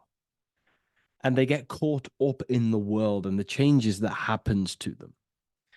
And a great teaching that I've come across this last year is to never identify with the ever-changing circumstances that happen in life. When things are tough, when things are bad, always remind yourself that you are the witness of your thoughts and you are the witness of this reality. You are the one witnessing your thoughts, emotions, and actions. You are the one behind them. So when things get tough, try not to get too indulged in these negative things. The eye is the witness. Connect with the witness. And this is the same eye that sees the screen of your reality, and it also sees the screen of your dreams. So this witness consciousness is transcending your physical day life and reality, and it's also witnessing your dreams. It's the same observer who's observing your reality now, but also observing your dreams. So this witness consciousness transcends all forms of bodies of consciousness. It is essentially the highest aspect of ourselves.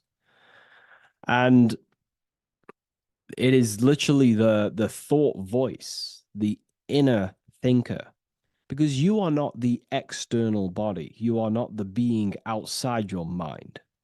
You are the being inside your mind who is actively thinking.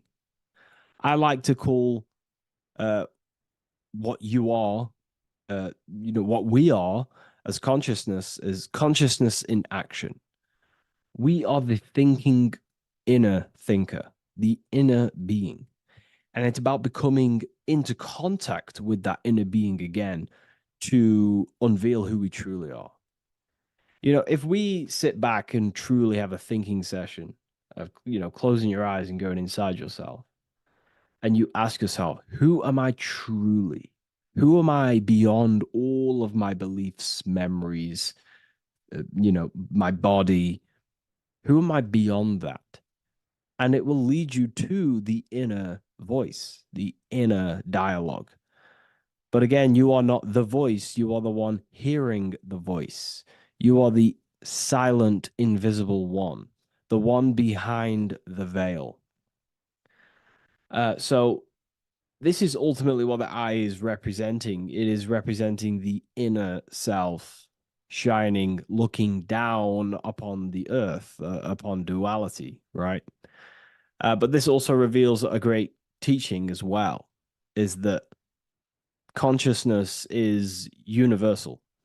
It is not something solely given to you. It is universal. It is a part of a greater whole. Consciousness is personal and also impersonal. We have our personal sense of self.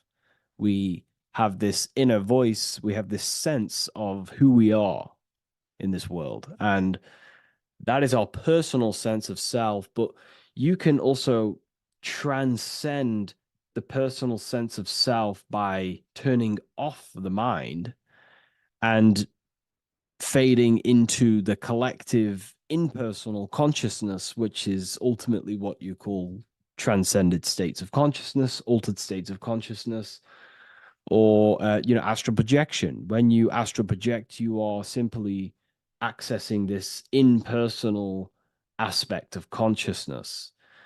And this is ultimately what the symbol is representing with the checkered board floor, because the checkered board floor is duality, division. There is many, many different forms, but the I is singular. This is representing how the universe is one witness being, one consciousness expressing itself in infinite life forms and into division. But ultimately, division is an illusion. Consciousness fades into an impersonal consciousness. So the checkerboard floor and the eye above symbolizes how consciousness fractals itself and crystallizes into many different forms of personalized consciousness. The self, the sense of self, right?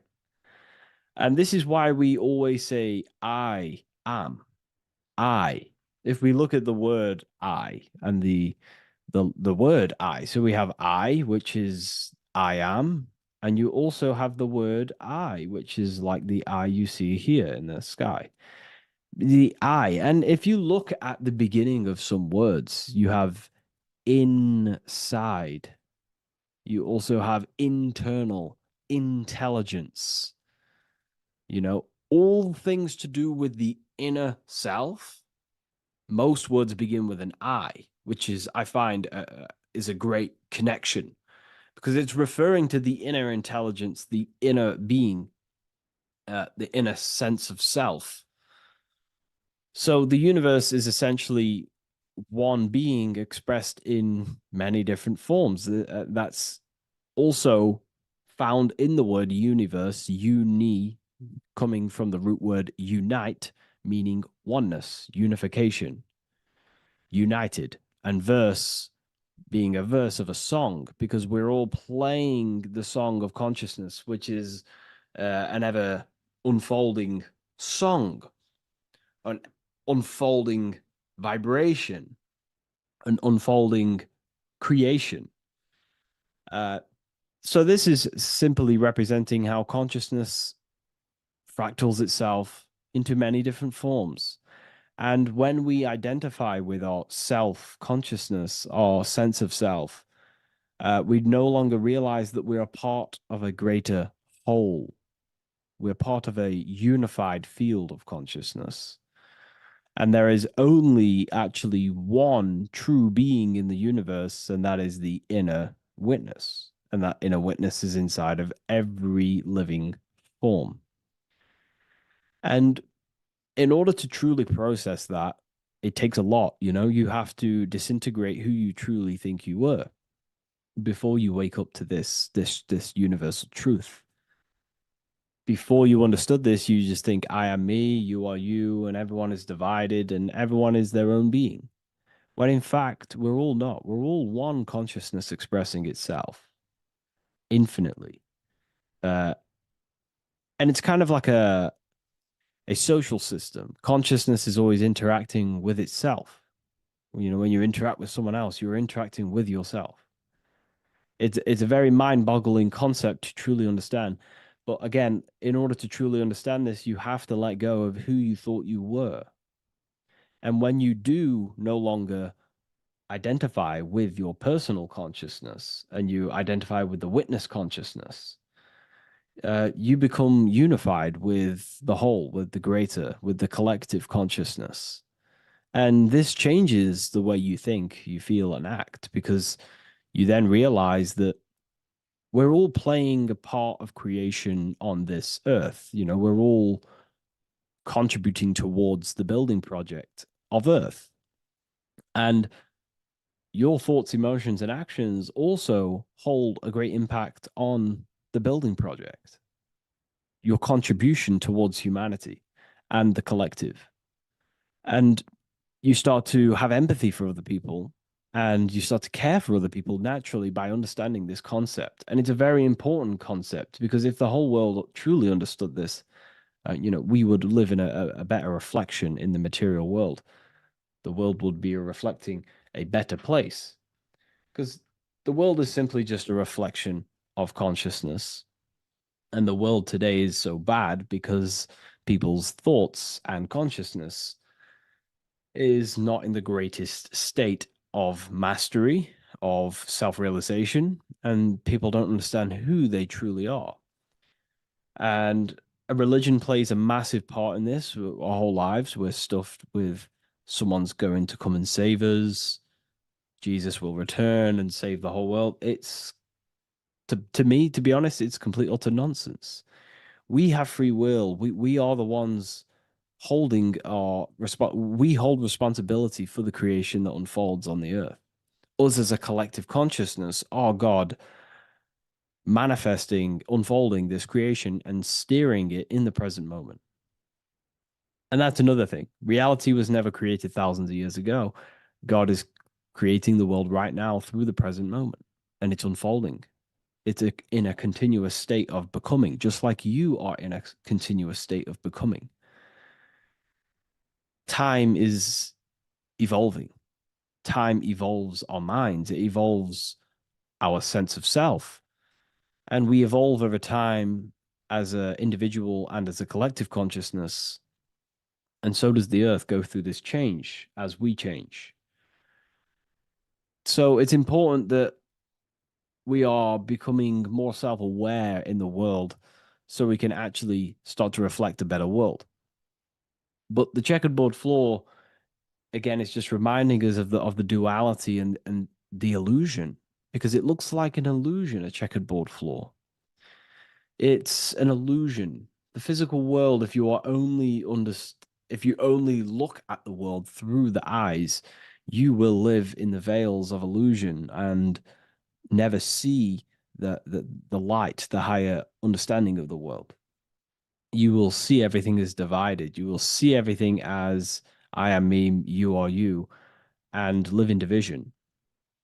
But in truth, we are all one. We all come from the same source, and we're all the same infinite witness expressed in different forms. And this brings me back to the concept of love. Love is the force that unifies consciousness. It unifies yourself. It unifies your relationships with people. If you love your partner, you love your brother, your sister, your whoever it is in your life, it unifies. If you have a care for someone, it brings you two together and you grow the relationship by expressing care into the other person, and it grows. So love is a very expanding, it allows things to grow, and it unifies things. And when you start to love yourself, you start to unify with yourself. And when you start to when you start to love nature, you start to unify with nature. So if we understood this, the world would be a better place. And love is the force that unifies the collective consciousness. If we truly hold love for ourselves, for others, other individuals, nature, then the world will become more unified. It unifies consciousness. This is the force of love. It's a very, very powerful, powerful force. And I do truly believe and come to understand now that love is the reason of all creation, which is the generative principle. All action is coming from a place of love or care. We only take action on what we care about. So even the sun is a symbol of love. It just expresses life, gives away all of its light, life, and energy to the earth and asks for nothing back. It is love, it is the expression of care. And that is what unifies consciousness. So, again, this is just talking about the inner witness and how consciousness expresses itself in many forms. And the checkerboard floor also transcends that idea that I've just described of how it's consciousness divided in many forms. It also represents a state of an individual's mind. The checkerboard floor is symbolic of being divided you versus me thinking, walking down the street and thinking everyone's a threat. It also represents their thoughts, emotions, and actions not being aligned, not being unified. Their thought, emotion, action are scattered, and they're not creating things consciously. It also represents many, many different personalities in our minds, the divided personas and personalities in our mind that we have. And the I represents the unification of that. It's about unifying our mind pretty much to not have all of these different characters and sides to ourselves, and actually being a whole mind, becoming conscious of the unconscious aspects of ourselves and transmuting them. And when we become conscious of something, we then hold the power to change it. If we have an unconscious part of ourselves and we never truly realize it, we don't change it, and that unconscious thing can actually seek to control our thoughts, emotions, and actions from that place of the unconscious mind. So ultimately, that's what darkness to light represents. Darkness symbolizing things we are unaware of, because when something is in dark, you cannot see it. Most people are in darkness of their imagination. They don't realize the power of their imagination. They're unconscious of it. They don't use it. And to become conscious of that is to put it into light. Shedding light on something reveals something. If I shine a torch on an object, it's going to reveal it. It's the truth. So it's about becoming conscious of the aspects of ourselves that we may be unconscious of, and actually using them and transforming them as tools. And again, we have the I with light, with white and black. This is duality. You are also the witness consciousness, as previously mentioned, and the witness consciousness thinks in duality. We think we are the hater and the lover. We are the deceiver and the truther.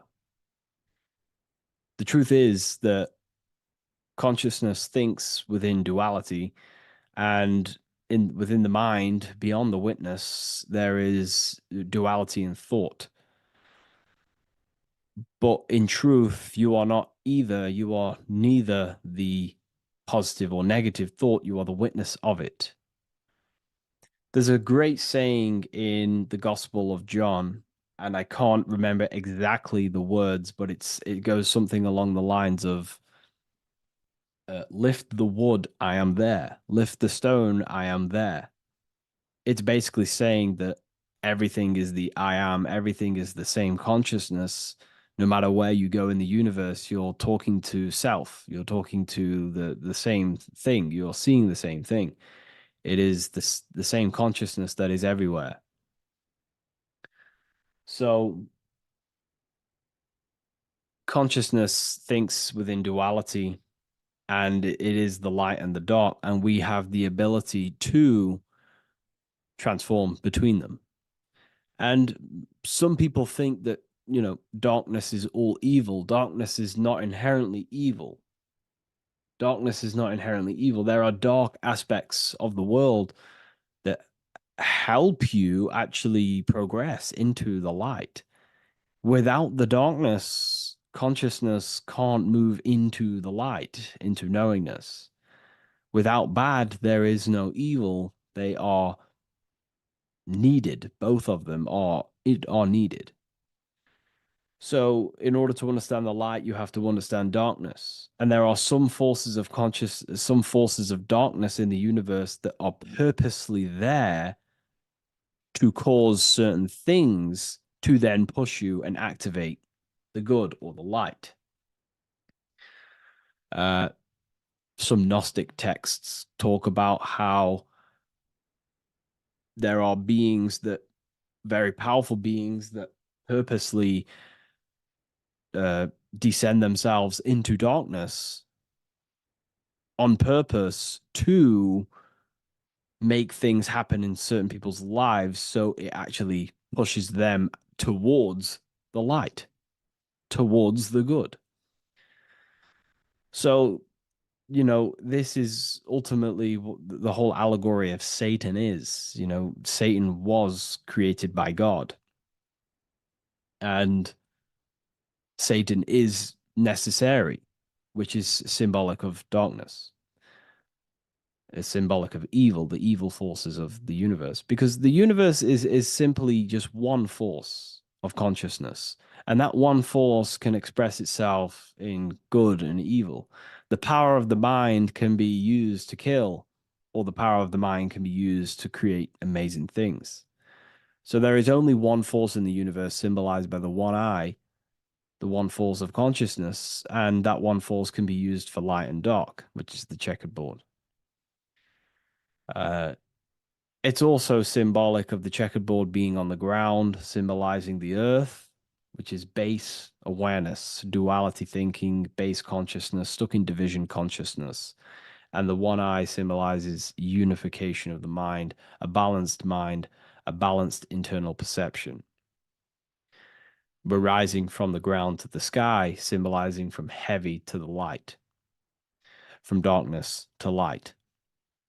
The eye is also symbolizing perception, what we perceive, and this is ultimately the end goal of all occult and esoteric research, is to gain more light, to gain a higher perception of the self, to gain a higher eye, a higher perception. That's why the eye is always raised above, symbolizing you're chasing the eye, you're chasing a higher perception of yourself and reality and the universe. It also reveals the teachings of the eye that is always watching you. There is an eye always watching you, and then that eye is the laws that governs consciousness. Consciousness, or your mind, is governed by certain laws that your mind cannot escape, such as cause and effect, vibration, mentalism, correspondence, rhythm. The 8 universal principles that pretty much crystallize consciousness into a reality. Your mind cannot escape the law of cause and effect. That force is too powerful to escape. Therefore, this is the eye watching you. This is the eye that has governance over you. It is the laws. But then again, on a negative context of the eye can then become a symbol of surveillance. Hence why certain organizations and companies in the world use the symbol of the eye, symbolizing surveillance, gaining, manipulation and surveillance over humanity and certain things and data. So there's light and dark of every symbol. It's just depending on how you use it. But ultimately, that is the teachings of the checkered board and the eye in the sky. If you wish to learn more about yourself, because that is the only thing that matters in the world, learning about yourself. The only thing you take with you after death is the knowledge that you hold in your mind. You can't take your car, you can't take your possessions, you can't take your money. The only thing you take is your consciousness, your level of mastery, and the things you know. With that being said, I'll see you inside Ethereal University if you decide to join, and I'll see you in the next video.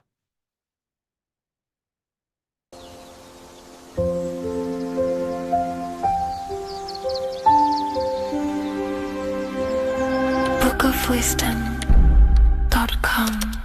Visit today.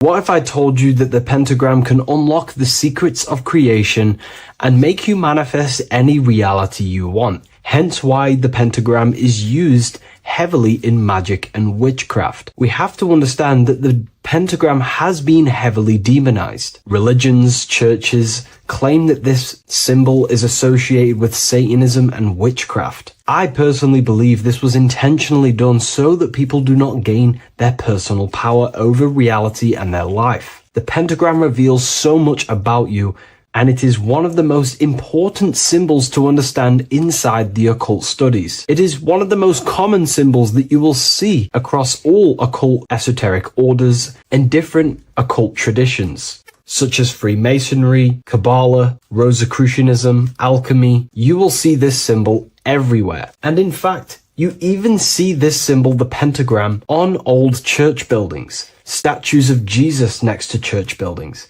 You will see this symbol used by Christianity itself, which is very contradicting about the church. But I'm not here to tell you to think anything. You can simply take this information with a pinch of salt and see if it benefits you. The pentagram used by the early Christians was said to symbolize the 5 wounds of Jesus on the cross. But this goes much deeper in an esoteric explanation. The pentagram ultimately represents the 5 elements of creation. All creation falls within these 5 elements. We have spirit on the very top, then you have air, water, earth, fire. This is the correct placement and order of the elements. Air is always on the left, water is always on the top right, earth very bottom left, fire bottom right, and spirit placed on the tip point of the pentagram. It's a 5-pointed star drawn with one continuous line. But this actually reveals much deeper things, and we're going to be going into how to use this symbol for magic and creating your reality towards the end of this video. But now we're going to give you a basic understanding of the pentagram. It's showing you the 4 physical elements symbolized as triangles and spirit symbolized as a circle. The 4 physical elements are made out of the base element, spirit, or what the ancients called ether. Ether is the underlying base of all physical matter. This is the substance that animates physical matter with life force. All physical matter has its origin in the etheric substance, or spirit, what we want to call it. It is simply the life force that animates the physical thing.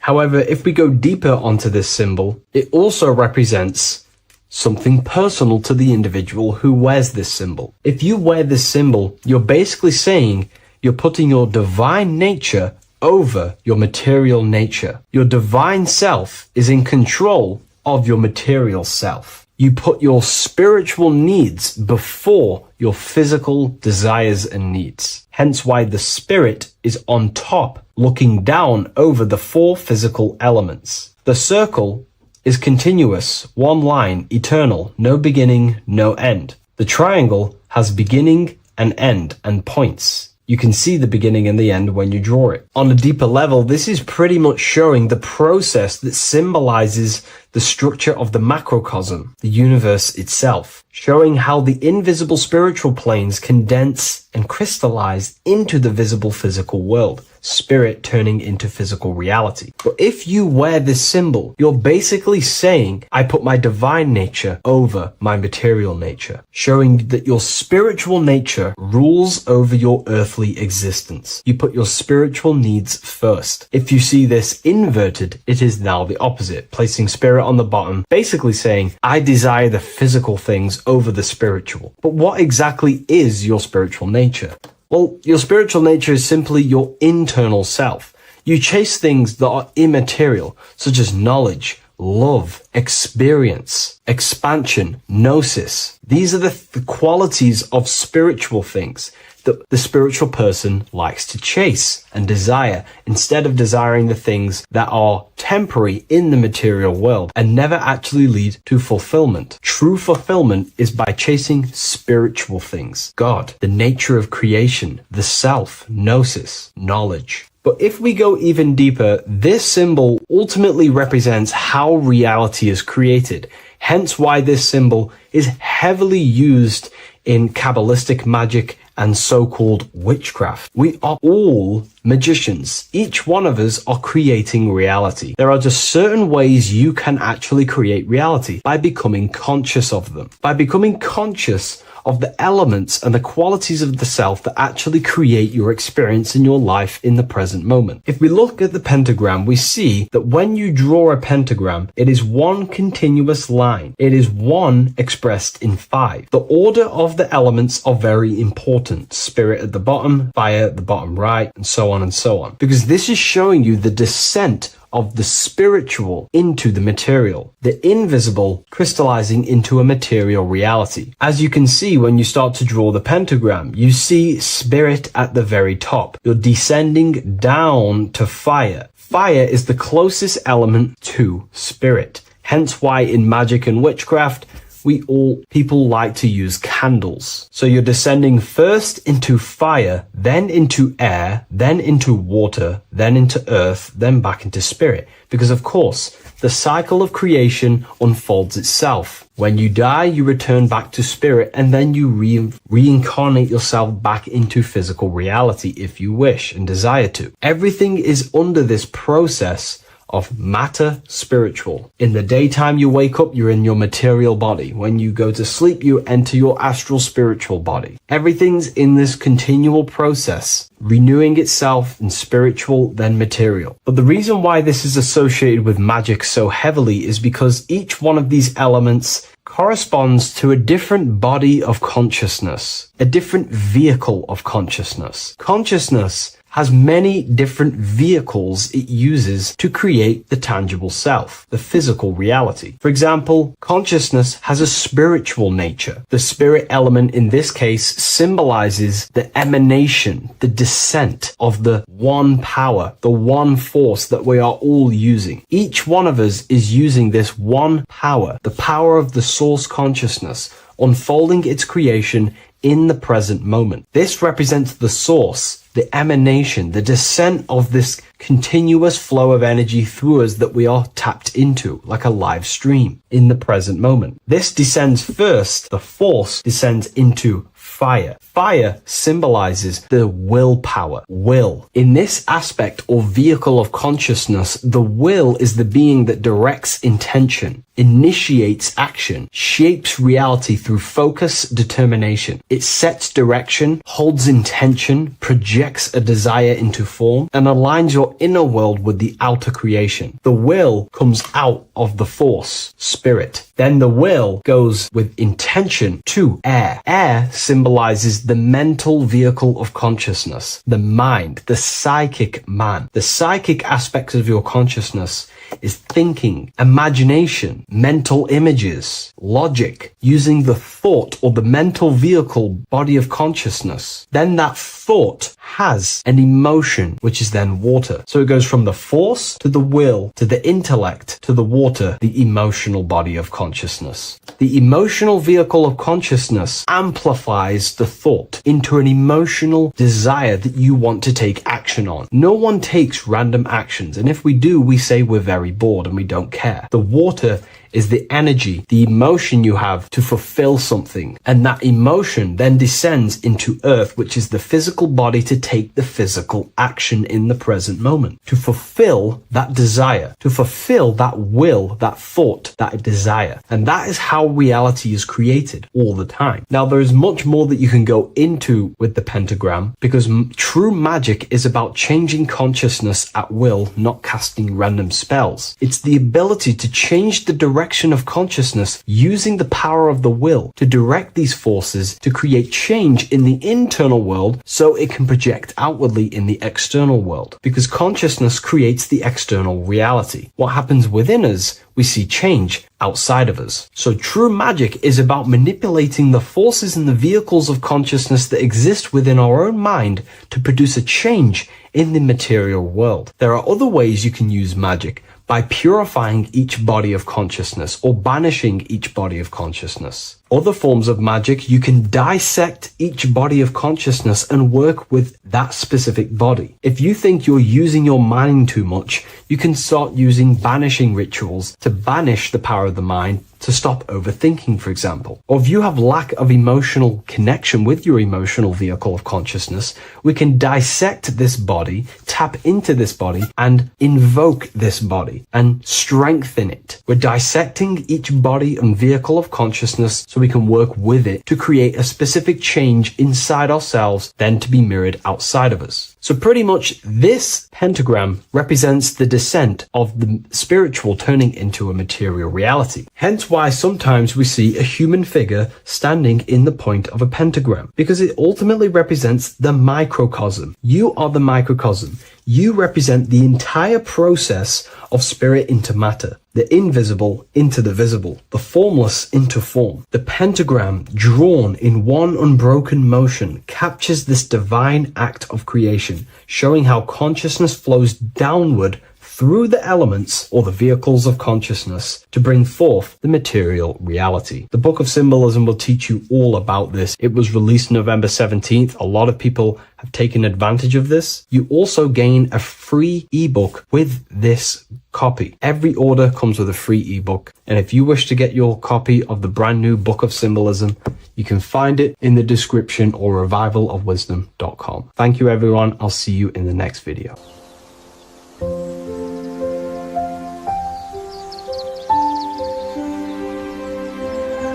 bookofwisdom.com. Visit today.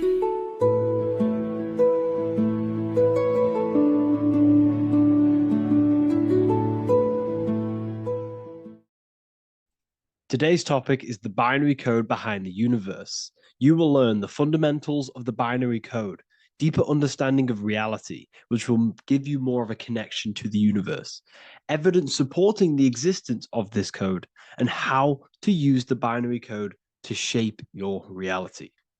This is an important one. We have 0 and 1. This is the binary code of the universe. It underlies everything. It is the source of all creation. The universe is binary in nature, meaning it exists as both something and nothing, on and off, male and female, light and dark. Everything has its polar opposite. At its core, all that exists is 0, representing nothingness, infinite potential, and 1, representing something, order. 0 represents the feminine, vast, formless, and infinite potential. It is the space from which all things emerge, the womb of creation, the receptive and expansive force. 1 represents the masculine, structure, form, and order. It is the active principle, the initiator, the force that defines and shapes reality. Together, they create the fundamental duality that underlines existence, the balance between chaos and order, the void and creation, yin and yang. We see this in the masculine and feminine bodies. This is deeply encoded into the fabric of reality. And once you see this, you will never unsee this. So please leave a like on this video if you love my content and you love the wisdom that I share with the world. So we see this with the masculine genital areas. Remember, this is the genital area. This is all to do with creation. These are the generative principles, the generative organs in the body that allow creation to continually outfold into new life. The genital areas are all to do with the code.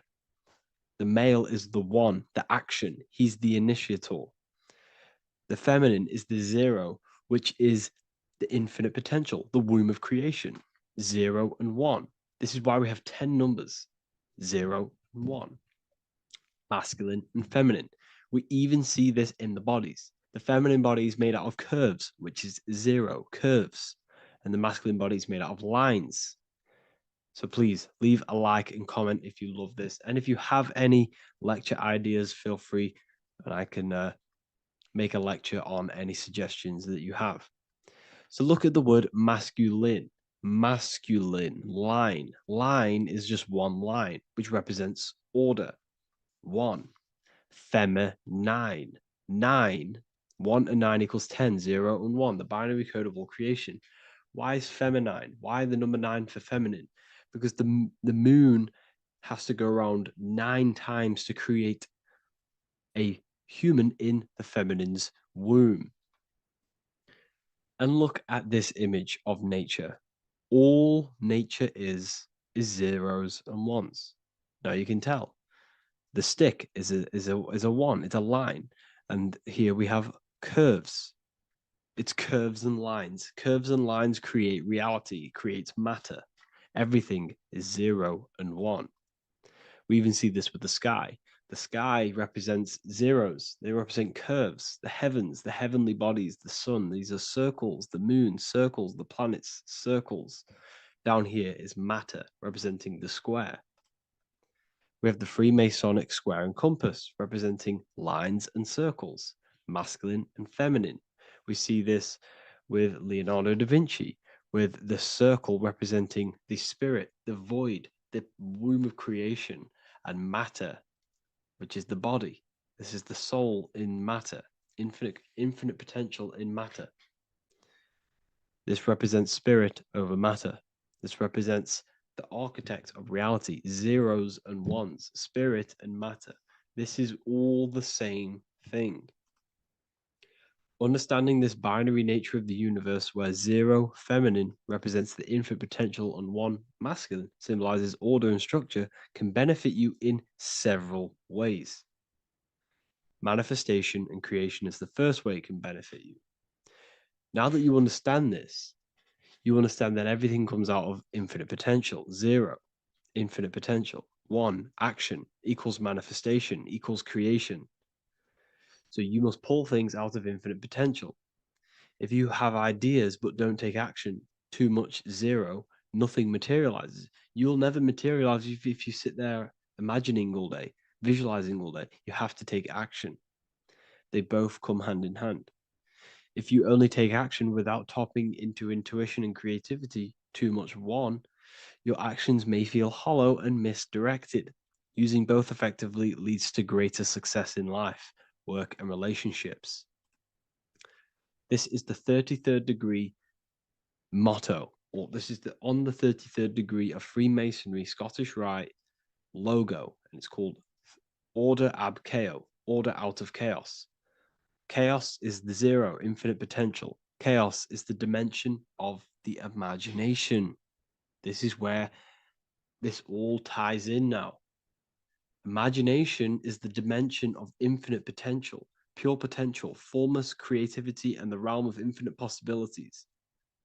It is the void, the unmanifested energy that contains all that could ever be. That is the imagination. The imagination is the dimension that you are connected to, and you can pull any idea out of and materialize it into a reality. Matter, on the other hand, is order brought out of the imagination, chaos. It is when raw potential is structured, defined, and crystallized into form. This is the fundamental principle of order out of chaos, the process of turning the unseen into the seen, the abstract into the concrete, the dream into reality. That's why we say dreams into reality. Dreams are in the imagination, infinite potential, and the human mind is connected to high dimensions of consciousness, which we can pull ideas, things out of and materialize it into our lives. Whether that's good or bad, that's completely up to you. But we have access to higher dimensions beyond the physical plane. And this is the secret that the human mind is connected to, and that you are not just a physical body. Okay? The universe itself was born from chaos. Before form, there was only energy and potential. Our minds function the same way. The mind is a microcosm of the universe. Our thoughts exist in an infinite field of possibility, but they only become real when we take action and give them form. If your inner world is filled with chaotic thoughts and impulsive emotions and negativity, then creating order within is essential for balance, clarity, and growth. What do I mean? Order out of chaos, 0 and 1. All creation comes out of infinite potential. The mind, the imagination, is the infinite potential. The material world is the order. It's the effect. Therefore, if your material world has chaos, if your room is messy, if your body is out of shape, if you do not look after yourself, everything in the physical world is just a reflection of what's going on inside of you, what's going on inside of you. So if you have a messy room in a messy house, this reflects as a messy mind, a chaotic mind, and we must create order in our mind. So this applies to all realms of your life. This applies with your mind, it applies with your emotions, it applies with your manifestation, it applies with the physical world, with the masculine and feminine. 0 and 1 is heaven and earth. It's everything. It's duality. It's on and off. It's everything. So it applies to all realms of your life. Okay. So, in order for this to benefit our lives, we must, one, have awareness and observe the chaos. Step back and observe your thoughts and emotions without reacting to them. Recognize that you are not your thoughts, you are the observer of them. You are the soul, you are in between them. You are the midpoint between the left and the right, the 0 and the 1. You are the soul. Journaling or meditation can help you identify patterns and negativity and impulsivity. So it's important that we recognize these patterns, we recognize the chaos within us, and we transmute it. 2, implement structure, mental discipline, mindful practices, meditation, breath work, and slowing down your reactions. Cognitive reframing, replace destructive thoughts with constructive ones. This is so important. For every negative thought that you place attention to, place your attention onto 5 more positive. Never think about something that you don't want to manifest, because whatever you're placing attention on inside that mental field of consciousness, you're giving attention to it, which then can manifest into your action, and that will materialize into your world. Routine and ritual. Create daily habits that anchor you. Morning routines, exercise, or creative outlets bring stability. We must master the inner world of thought and emotion. We must bring chaos into order. In order to create anything in your life, you're turning chaos into order. Order out of chaos. You're turning 0 into 1. This is the binary code. All things underlie it, 0 and 1. So it's so important that we master our minds, we master our emotions, we master our inner world so we can produce effect in the outer world. We cannot create consciously and effectively if we have chaotic thoughts and impulsive emotions. So I hope this has made more clarity to you so you can implement this into your life. I know I haven't given you much strategic things to implement into your life, but now that you have a better understanding of how this world is pulled out of infinite potential, you can use that. Everything in your life is pulled out of your imagination. Every text you send, everything you think of, oh, I'm going to do this later, that is your imagination thinking about the future. So you just have to do this on a mass scale to create something big in your reality. So I hope this gives you a better understanding of how the universe works and has benefited your life. If you have any comments or any suggestions or how this video made you feel, let me know in the comment section. I would really appreciate it. And I'll see you all inside of the Symbolism Masterclass on March the 8th.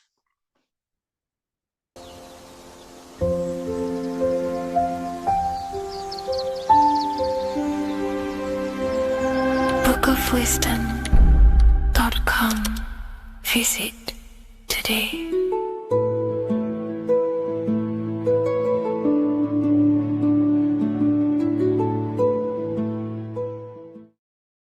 What is good, people? We're back with another video, and today we're talking about the chakras. Let's jump straight into this because I know there's been a lot of requests for this video. So let's jump straight into this. So you have 7 chakras, right?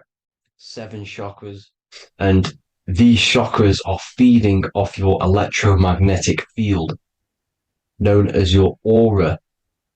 This is both positive and a negative pole, male and female, right? This electromagnetic field is made out of electric and magnetism, and together they come as electromagnetic. Now, your chakras, the word chakra just means wheel, spinning wheel, because that's what they are. They are spinning wheels of energy. They do not exist on this physical plane. They exist on the etheric plane. Okay. Now, these energy centers are known to regulate your emotions, and each energy center controls the organs and cells in that particular area of the body. So, for example, your sacral chakra will control the cells and organs of your sexual reproduction area. Okay. the navel chakra or solar plexus will control the digestion in your body. Same with the heart, same with the throat, right? So they are like mini brains for each center of your body. They run along up the spine, but notice the crown chakra exists outside the body. It's just above the head. Now, this process of the chakras is obviously the 7 colors of the rainbow, starting from red, which is the lowest vibrational color, all the way to violet, which is the highest vibrational color. This, like I said, these energy centers are feeding off your electromagnetic field. So if these chakras are unbalanced, they are taking too much energy from your electromagnetic field, making it weaker. Now, this is the North Pole. As you all know, the Earth is flat, and we live inside of a giant torus field, and the North Pole is the Earth's heart chakra. And this is why the aurora borealis, or the northern lights, whatever you want to call them, that's why they are green, and they are being emitted from this center point of the Earth, because it's symbolizing the heart chakra, which is green, right? Now, you do work your way up to these. However, this is a torus field. You are a torus field. You have different layers of this torus field, right? And you need to balance all of these chakras, but you can't move up these chakras until you open the one below it. So it's like a stairway. You can't go to your solar plexus without going through your sacral. You see? So you have to work up these. However, you have to work up these and then live from the heart, because the heart is the center of the torus field. It's the balance between male and female poles, positive and negative poles. So you have to balance all of these chakras and then bring them all into one, which is the heart chakra. Now, they exist on the etheric plane. They exist on the etheric plane, and the etheric plane is a layer of the material plane. It's the one higher than the material plane. And then after the etheric plane, it melts into the astral plane. So they exist just between the physical and the astral aspect.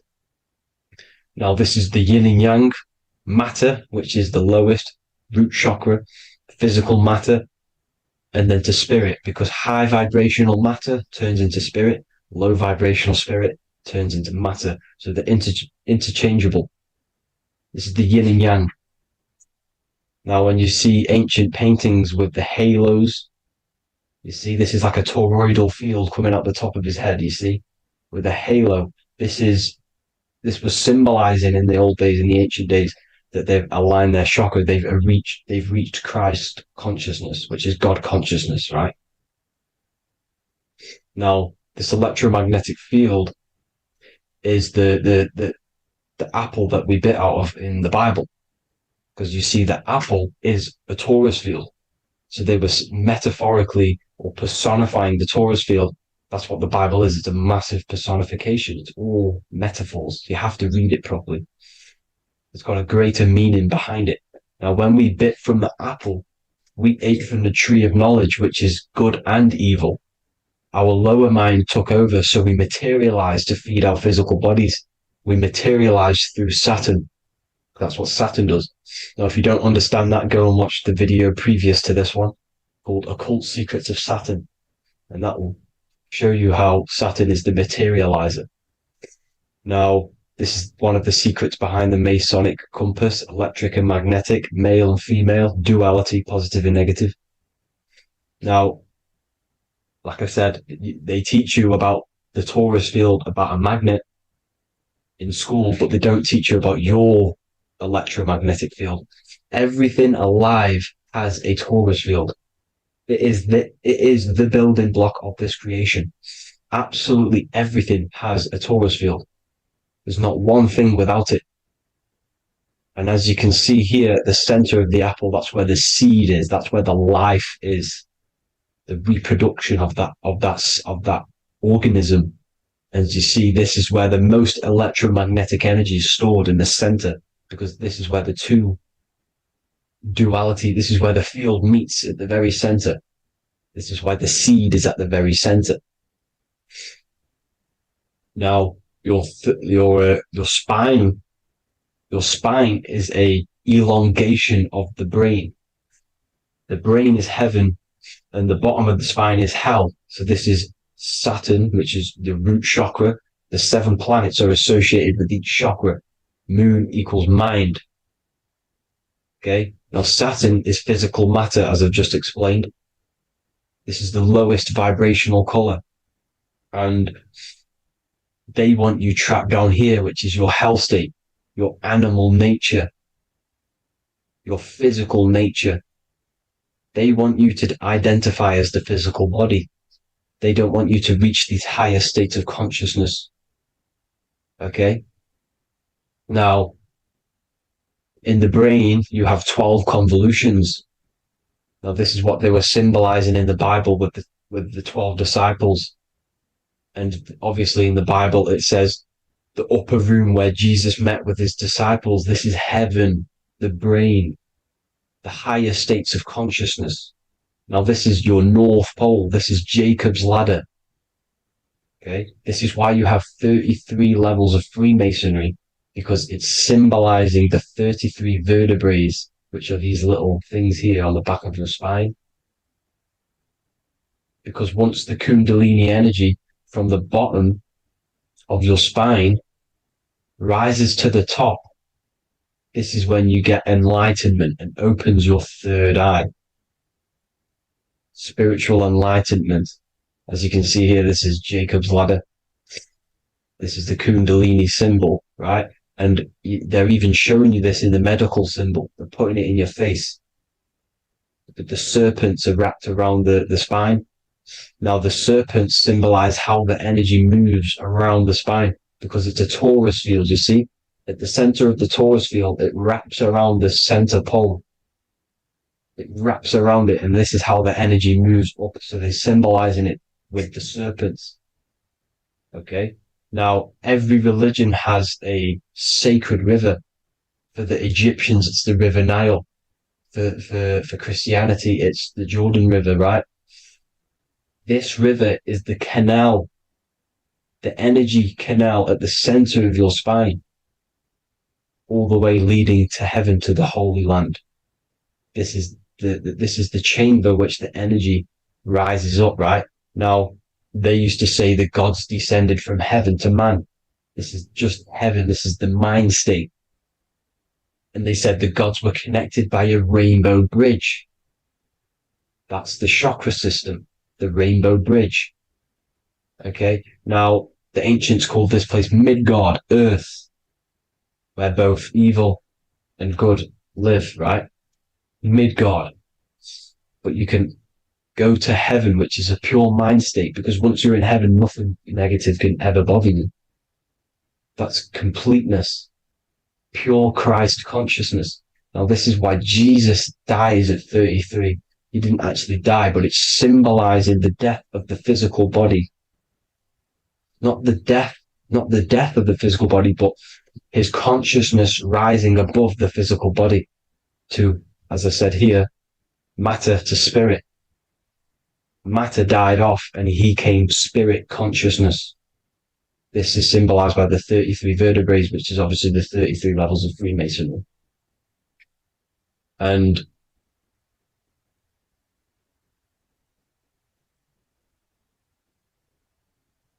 now the pineal gland, which is at the very top of this Jacob's ladder, or the River Jordan, the canal, your 33 vertebrae on your spine. This is where the pineal gland sits, right? At the very top, at the center of your brain. Now, there's multiple ways this was symbolized. The Eye of Ra, which is used by the Egyptians. Now, this pineal gland is the seat of consciousness. This is where your consciousness is stored, right? And the ancient Sumerians used the pine cone, hence why it's got the word pineal gland, the seat of the soul consciousness. It produces DMT, dimethyltryptamine, which is known as the spirit molecule. And the pineal gland is wrapped in microcrystals. And we all know crystals transfer frequency and energy. Now, radios use crystals.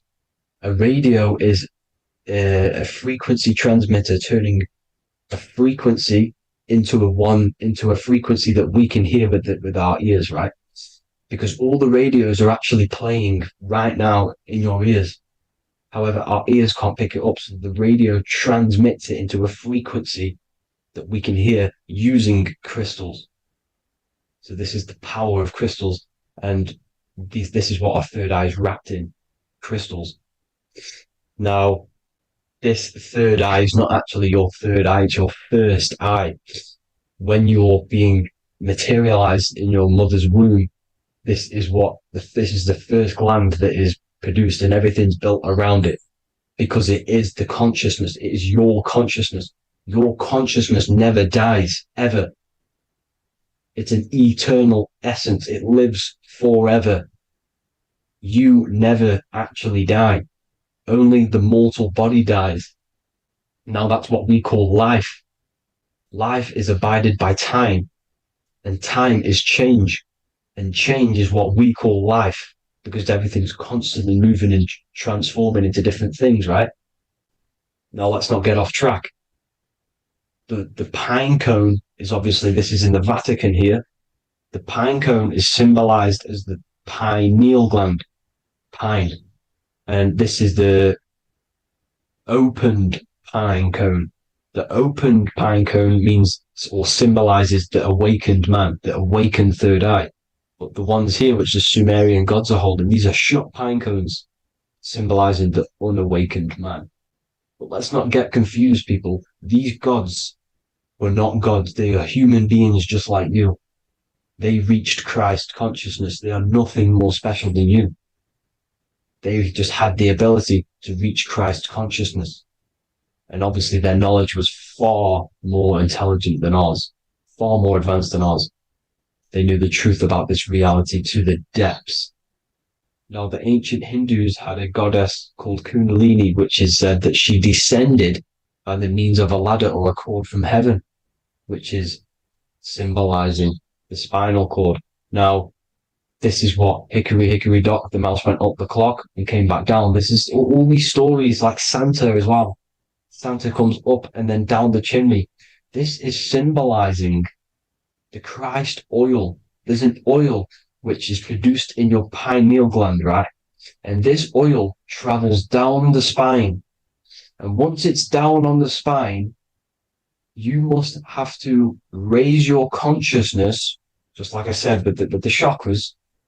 You have to raise your consciousness, raise your vibration to heat up this oil and turn it into a gas. And it travels back up the spine through like the serpents up the spine, and this awakens the third eye once it's coming back up the spine and hits the pineal gland. This is the secret behind Santa and Hickory Hickory Dock, because Santa comes down and feeds the presents and goes back up the chimney, and he lives in the North Pole, the positive pole. This is the North Pole, people, and the presence is your sacred oil. This oil, your physical body, is the furnace. It's the spiritual furnace, which you have to heat up this oil by raising your frequency and turning it into a gas to rise up this chamber, the River Jordan, to your third eye, right? Now, this is an alchemical process. Your body is the alchemical furnace. It says in the Bible, if therefore thine eye be single, thy whole body shall be filled with light. I shouldn't have cut that out, but that's what it says. The light of the body is thine eye. If therefore thine eye be single, thy eye shall be filled, their body shall be filled with light. This is symbolizing the pineal gland enlightening the body. the spiritual body, filled with light. Now, as I said, they want you kept down here, which is the root chakra, which is your animal nature, which is obviously mind, matter over mind. This is the symbol of Saturn, right? As you say, we're built of body, mind, and spirit, the Holy Trinity. That is the sun, moon, and earth. The sun's your soul, solar. Moon is your mind. Earth, which is the cross, which is your physical body, the 5 elements, right? So body, mind, and spirit. So the Saturn symbol is actually made out of the cross on top, which is the earth, and the moon on the bottom, which is symbolizing matter over mind, because earth is physical matter. You don't want to be matter over mind. You need to be mind over matter.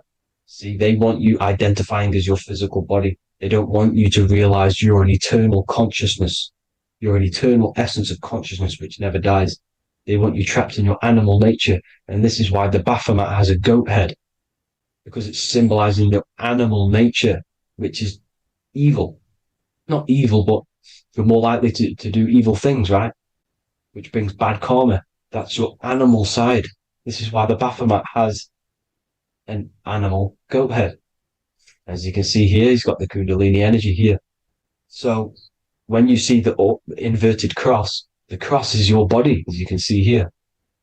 The inverted cross means your chakras downwards, down here. Your head's down here. Your mind is down here. But your mind needs to be up here, which is the upwards cross, which is Christ consciousness. And as we all know, 7 colors of the rainbow, 7 planets, 7 chakras. Red light is low frequency and long range. This is why Saturn is the slowest moving celestial body. And it's the lowest chakra, because it's low frequency, long range. The moon being the crown chakra, which is high frequency. This is why the moon moves around the quickest. The moon is your crown chakra, which moon in mind. See, so there are multiple ways of your chakras becoming blocked. Now, each chakra has a specific intelligence. It has a specific thing that it's doing for the body, right? Now, this can be overused. It can be abused. For example, masturbation. That keeps you down here in your sacral chakra, because you're abusing the energy center. You're abusing your sexual energy, which is then becoming unbalanced. So this is how energy, this is why these centers are pulling more energy out your electromagnetic field, because these centers are wheels. The chakras just mean spinning wheel of energy. So when you're abusing these certain centers, you're pulling energy out of your electromagnetic field, which is making your field weaker, which is making your frequency lower, which makes you prone to diseases, prone to lower negative energy, right? So you need to align these chakras. You need to unbalance them. And as you can see here, you can screenshot these to see how they're blocked. I'm not going to go over each one because it'll take me forever, but have a little read yourself. This is why they're blocked. Now, the ancients used to say Aum when they meditated. Now, these are the 7 vowels. There's not 5 vowels, there's actually 7. Now, when they say Aum, they're aligning all their chakras by saying this when meditated. This is where the Aum originated from.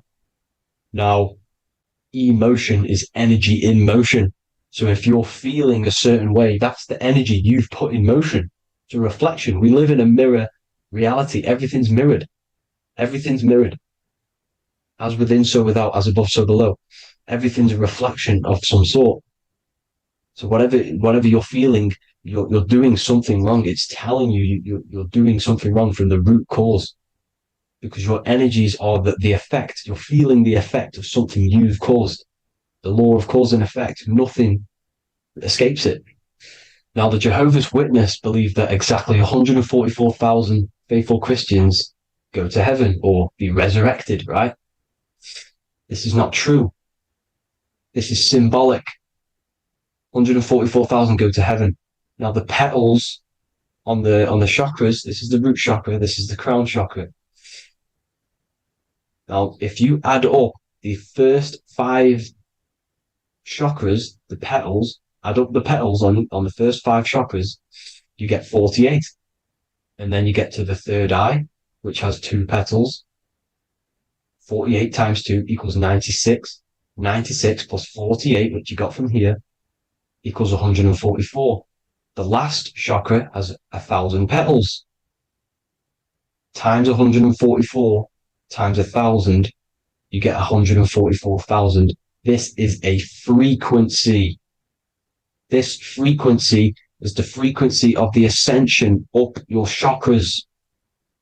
This frequency is a high frequency which turns that oil into gas, which rises up the spine, activating your third eye.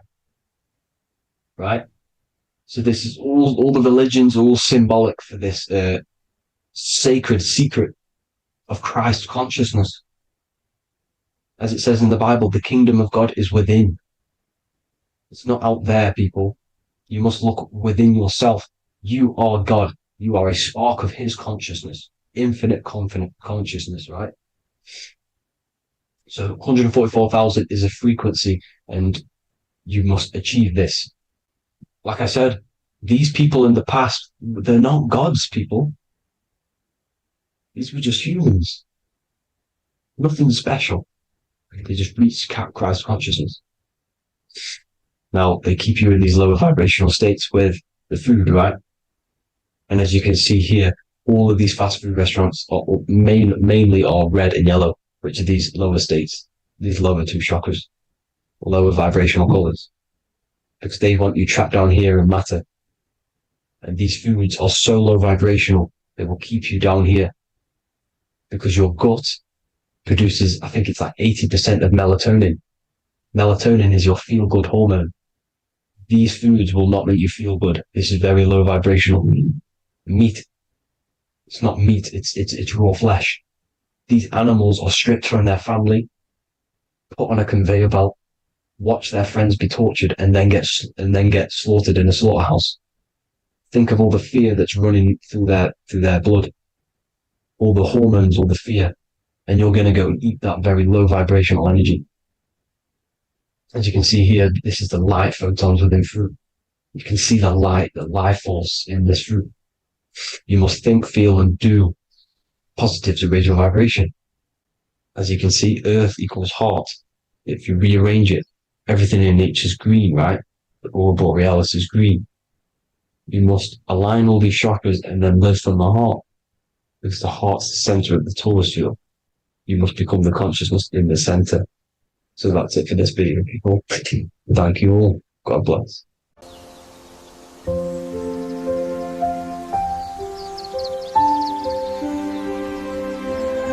bookofwisdom.com. Visit today.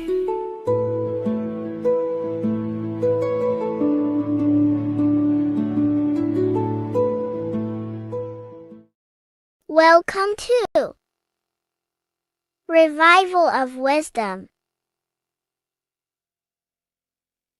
Welcome people, we're back with another video, and this video is about Freemasonry and their connection to the Illuminati. Please, as always, to make sure to hit that like and the subscribe button and turn on the notifications to never miss a video. On May the 1st, 1776, the founder of the Illuminati, Adam Weishaupt, founded this secret organization, and this date can be found in Roman numerals underneath the all-seeing eye pyramid on the $1 bill. This $1 bill also says Anno Coptus Novus Ordo Secularum. This is Latin for announcing the birth of the New World Order. This New World Order will be headed by Lucifer, the all-seeing eye, and followed by the 13 layers of bricks for the 13 elite bloodlines.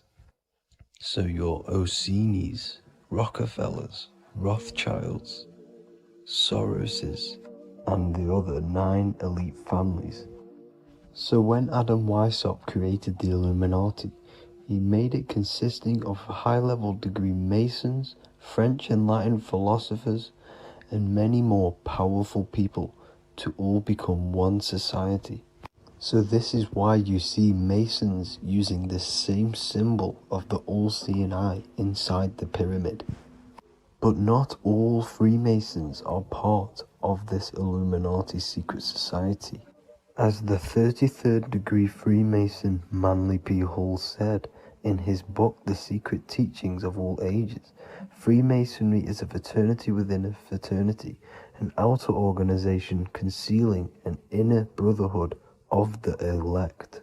So what he's saying here is that Freemasons have to go up the degrees of Freemasonry, and once they hit the top, they either get elected or not into these secret societies like the Illuminati, Skull and Bones, and Knights Templar.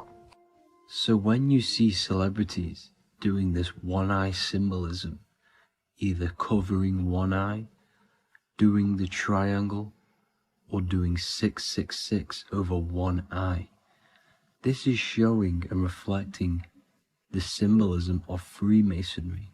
They have taken the oath to never speak on anything they learn about Freemasonry.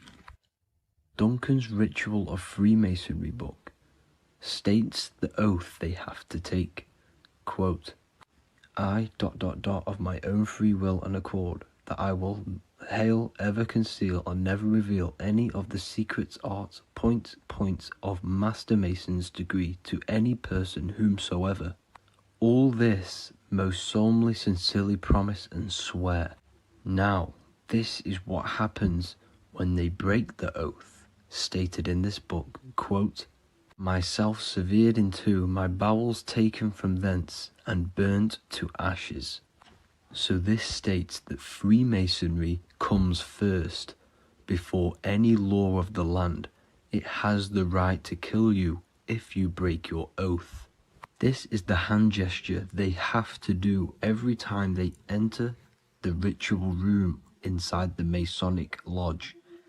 This is the cutthroat symbol, showing you and reminding you of the oath and what will happen if you break it.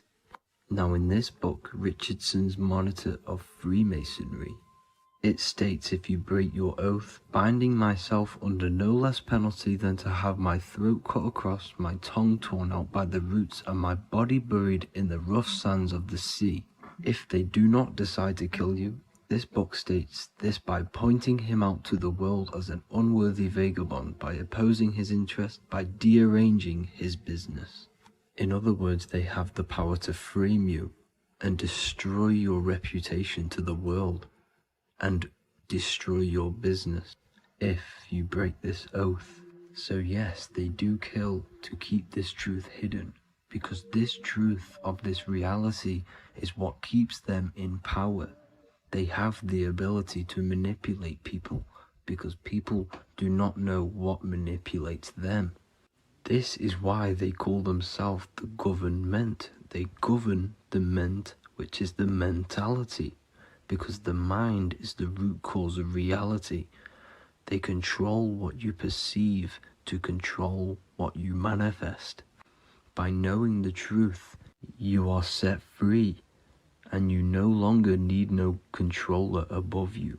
So this is why they are willing to kill and do whatever it takes to keep the truth concealed within these high-level degrees of masonry and these secret societies.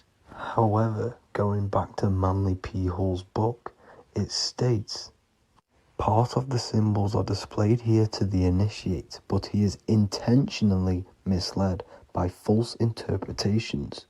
So this is saying even Freemasons are intentionally misled and told lies to conceal the truth, to make sure the truth is hidden in the high degrees of masonry. So that's it for this video, guys. Thank you all for tapping in. Please leave a like and a subscribe. God bless.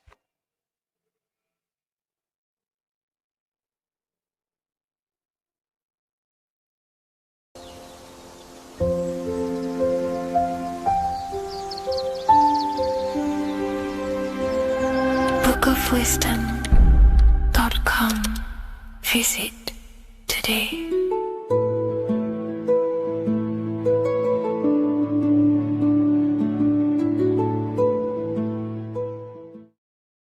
So depression doesn't actually exist, and in this video I'm going to show you how depression is actually a choice. And I'm going to give you some solutions on how to deal with it. And this is probably going to change your life forever just by doing this alone. Okay, so the first thing you need to understand about depression is that it exists in your conscious mind. It exists in your thinking mind. So what is inside your thinking mind? You have your body, your name, your reputation, your trauma, your memories, your family, your worries, your interests, your bills, your passion, dislikes, goals, right? Most people identify their lives with this. They identify their lives with their thinking mind. They think they're their name, their job, their reputation, their memories. But this is not who you actually are. Who you actually are is the observer of that. What happens if you stop thinking? What is left? You're left with unconditioned consciousness. You're left with the self, which is what we refer to as I. We are the consciousness, not the thinking consciousness. You are not these labels. You are not your thoughts. You are not your job, your name, your reputation. Okay? And the reason why I'm telling you this is because it's very important, is that we are something beyond this body, beyond this name, beyond our thoughts. We are the consciousness. So depression exists inside of the thinking mind, the conscious mind. Okay? So if you want to get rid of depression, you must learn how to escape the thinking mind. And not only just escape, but that's step one. In meditation, you do meditations, right? We sit still and we have to learn how to control the mind and turn off the thoughts. And when we turn off the thoughts, depression goes out the window because there's no thought present in your mental field of consciousness to be depressed. Okay? You must understand, who is the one suffering from the negative thoughts? Who is the one suffering? Your mind is not suffering because the mind is producing the thoughts. Your body's not suffering from the negative thoughts. You are suffering. And who is you? You are a soul. You are that feeling. You are that person beyond the thoughts, beyond the feelings, beyond that. You are the one experiencing. You are that. Meditation gives us the ability to turn off the thinking mind. This allows us to escape our thoughts. Okay? And it gives us, over a long period of time after meditation, you'll be able to turn this switch. And this switch will be able to turn off your thoughts. And by doing this, we will be able to control our conscious mind directly by the hand. So when you notice yourself gaining them negative thoughts, we can then turn off the switch of turning off the conscious mind and rising to our authentic self and knowing the thoughts are just illusions. Now, let me tell you something that's very powerful. Most of your thoughts are coming from beliefs. Most of your feelings are coming from beliefs. So if you have a feeling of lack, this is coming from a belief that you don't have much. If you are feeling alone, this is coming from a belief that you are alone. So what we must do is restructure ourselves. We must restructure the subconscious mind. And we do this in many different ways. We can do this with meditation. We can do this with visualization, visualizing our desired reality as if we are living it. We can do this with affirmation. Now, a lot of people think, oh, I'm trying to speak something into existence with affirmation. No, you're not using vibration to try and change reality with what a lot of these new age people will teach you. Vibration, your words will not have much an impact on reality. That's the truth. But what they do have an impact on is reprogramming and recrafting and refining your mind. If you repeat, I am wealthy all day long, your subconscious mind, that word will be lingering inside your subconscious, and you will start to mold that into your conscious. You'll start to be consciously thinking about this. Most of your thoughts are coming from your subconscious. So if you want to get rid of depression, you got to figure out the trigger. What are you depressed about? What are you feeling? What are the beliefs that are making you feeling and thinking this way? And that's what you must restructure. You must restructure your subconscious mind through visualization, meditation, and affirmation. You do these all the time. You do these every single day, and you will slowly, if not surely, restructure your subconscious mind. While by doing the practice of meditation, you'll gain the off switch as well. Sometimes depression comes from not living in your authentic self. You're not doing the things that your soul is telling you to do. We all know what we should be doing at all times. I don't care what you have on. We all know we should be doing something. We all know that we have there's a higher aspect of our mind that tells us, oh, we need to be doing this, but I'm actually sat here on my phone. Oh, I shouldn't be eating this, but I'm doing it anyway. There's always that higher voice. And that is the voice that has to be connected to. And when your body's not acting out the voice of the soul, then the soul becomes sadder, and suffers more and more and more. There has to be a connection between the soul, the mind, and the body. They have to work in unison. Okay? So I hope this video helps with depression, with whatever you're going through mentally.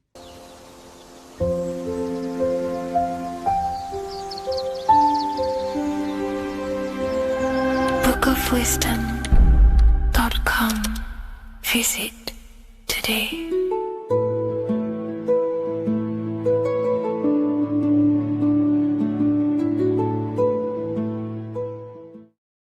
Hello, Seeker. Welcome to Revival of Symbolism, a channel devoted to the language of esoteric symbolism, guiding you to discover yourself and expand your consciousness into deeper realms of thought. I'm Harry B. Joseph, also known as Revival of Wisdom, and today we're going to be discussing the symbol of an eye inside of a triangle.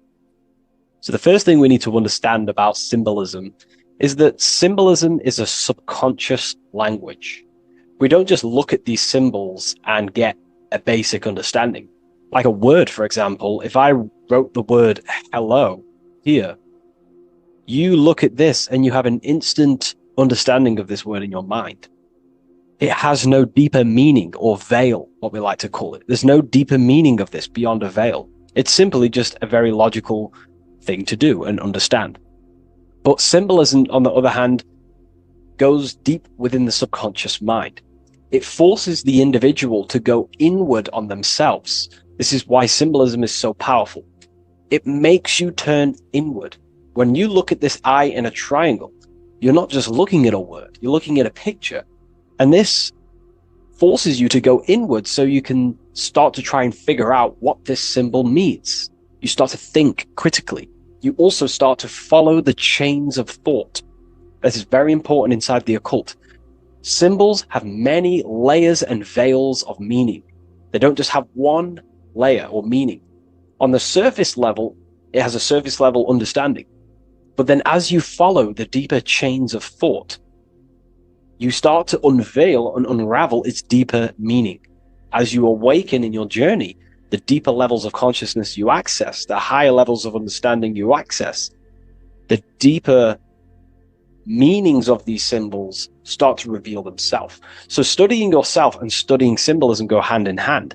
So when you're studying symbolism, you're actually studying consciousness. This is what we need to understand, is that these symbols represent forces of consciousness and aspects of consciousness. So what we need to do is to follow the chain of thoughts. Now, what do I mean by the chain of thoughts? If I think of a triangle, it instantly in my mind, I get the number 3.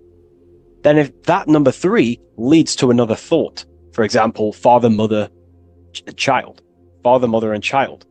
Father, mother, and child then leads to another thought, then another thought, then another thought. So this is the chain of thought that we have to follow. This is why symbols must be meditated upon. We meditate upon symbols to unravel the deeper meanings of these, so we can unlock deeper levels of awareness. Okay, so we're diving straight into the subconscious mind with the language of symbolism. It's why it's so powerful, because it forces the individual to go inward and actually use their mind. Symbols train you to think critically. They train you to think in a subconscious way, unlike words. So these symbols represent thought vibrations or thought forms within the individual's mind. So let's jump straight into this symbol of the eye in the triangle, and let's go, very surface level, and then towards the end we'll go deeper into the deeper mysteries of this symbol. On this channel, I don't give spiritual fluff. I give very deep esoteric teachings. Okay, so it would be amazing if you could show some support. Simply just leave a like, comment, and a share on the video. Share this video to a friend. So, first of all, let's look at the number 3, because this triangle symbolizes the number 3, okay? 3. We have a father, we have a mother, and together they unify to create a child. So that's a triangle. So what does this actually represent? Father, mother, child. In order for creation, it takes 3 steps. We are born, we grow, we die. So this is how creation unfolds in a 3-step process. In order for you to have a child, you must have 2 people and then give birth to another. Number 3. Then when you are given birth, you give birth, you grow, you die, then you return back to your original state. So the number 3 symbolizes this transformation or creation itself, how creation is a 3-fold. We see this in Brahma, Vishnu, and Shiva. Brahma, the creator, you have the creator god, the preserver god, and the destroyer god. This is symbolizing the number 3. And inside the Christian tradition, we have Father, Son, and Holy Spirit. We're going to dive deep into that as well. But it simply just represents the 3-fold of creation, how creation is a 3-fold process. Okay? So let's go a little bit deeper now. That's more exoteric. That's an external teaching. I've just taught you something that's very external. But what does this represent to the internal, to the esoteric? The number 3 is the 3 forces of the soul. The 3 forces of the soul. The soul thinks. It thinks. We have a mental field. We have a mind. All around us is a field of mind. We don't just have a mind.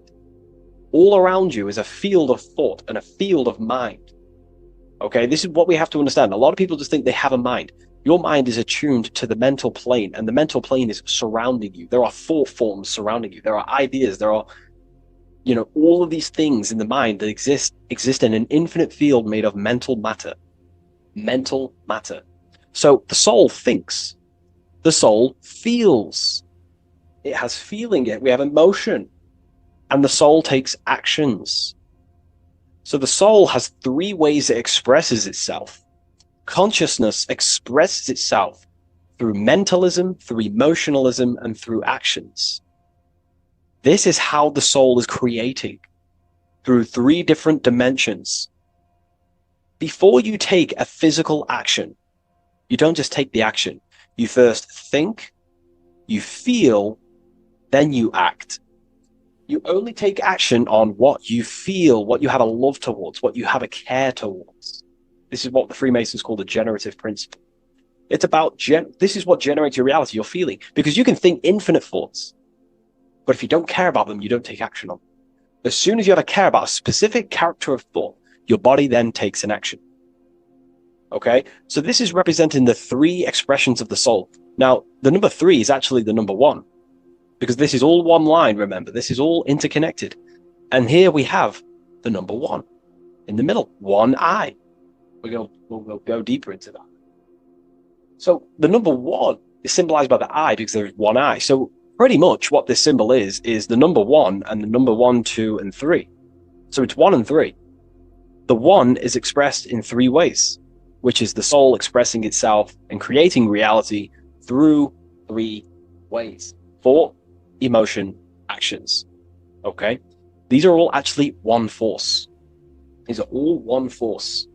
When we think, we feel, we act. When we act, this gives birth to a new thought and feeling. They're all one. They're all interconnected. So if I take an action, that can lead to a different thought. Or if I think, if I start to feel something, I don't know, hate, that then gives birth to a different thought or a different action. So you can see how each body of consciousness is actually affecting each of them. If we have an unhealthy mind, this will affect having an unhealthy emotional state and an unhealthy body. Because what we think, the mind holds power over the body. Every single thought commands 50 trillion cells in your body. Think of that for a second. You are governing 50 trillion cells, and these cells religiously obey every single command you give. You are governing a whole universe. 50 trillion living conscious cells. Okay? Think of that for a second. 50 trillion cells, and you are commanding them, and they religiously obey you. This is what we mean by you are a microcosm of God. Your body is literally a whole universe. There is living beings in your body that you are commanding and controlling, and they religiously obey you. Very, very powerful. This is how powerful you are. So each thought you command to the body is either destroying the life of the body or uplifting the life of the body, good and evil. So you're either creating more life or destroying your life of the body, of the health, of the body, of the cells. It's a whole civilization inside of your body, and you're governing it. You're the government. You are the master. This is why in the occult they say you are the master. Everyone is a master of their own being, their own microcosmic universe that they govern. You govern a whole reality, don't forget that. But we've lost this knowingness and understanding, and we're now giving our power to the external government, man-made government. Okay, so that's what the word government means. Government, govern mind control. But you are the government. You control your own being. You control your own universe. You control your reality. So you are the creator of your reality. This is the context behind the symbol here. You are the creator. What is an eye? An eye sees things. What does that symbolize? So an eye on a basic level shows looking at something. But this is referring to the internal eye, the internal observer. You're observing something when you look at something. So the inside eye is the person, the self that is looking over and experiencing our thoughts, emotions, and actions. Who is the one that feels the actions? Who is the one who suffers from the negative thoughts and the negative emotions? Have you ever thought about that? Go deep within yourself. Who is the one suffering from your emotions? It's not your body. It's not your mind. It's this soul. It's the soul observing through these different bodies of consciousness, through the mind, through the emotions, and through the body. This is the observer behind it all. So, this eye is not closed. It's not closed. Very, very important. Every detail in symbolism is very important. It's not closed. It's open. It's looking, and it's conscious. That's. I'm just giving you the key of what the symbol means. It's about remaining conscious. Now, this will go over people's head. They may not even understand this. Most people are unconscious, and it's fine if you are unconscious. We're all on a different level of our journey. We're all on a different level. I'm not trying to offend you. I'm just stating these facts. Most people are unconscious. They only think, feel, and act out of, reaction. They're not even aware they exist because they're so caught up in the external world. They have no idea they exist. They've never deeped how they exist, why they exist, what life is, what this piece of technology they're inside of is. So I'm giving you a bit of an insight of a person with a higher consciousness. A person with a higher consciousness is always looking. This is what the symbol means. Always looking, not with the eyes, but with the internal self, because they understand these three powers, the triangle, is creating their reality. Thought, emotion, action. Person with a higher consciousness who knows mastered themselves is someone who is always looking and observing their thoughts and emotions and the actions they take in the world.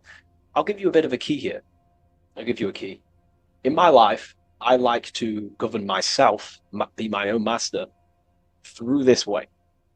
Every action or decision I am about to make, every decision, I always say to myself internally, I remind myself of this symbol.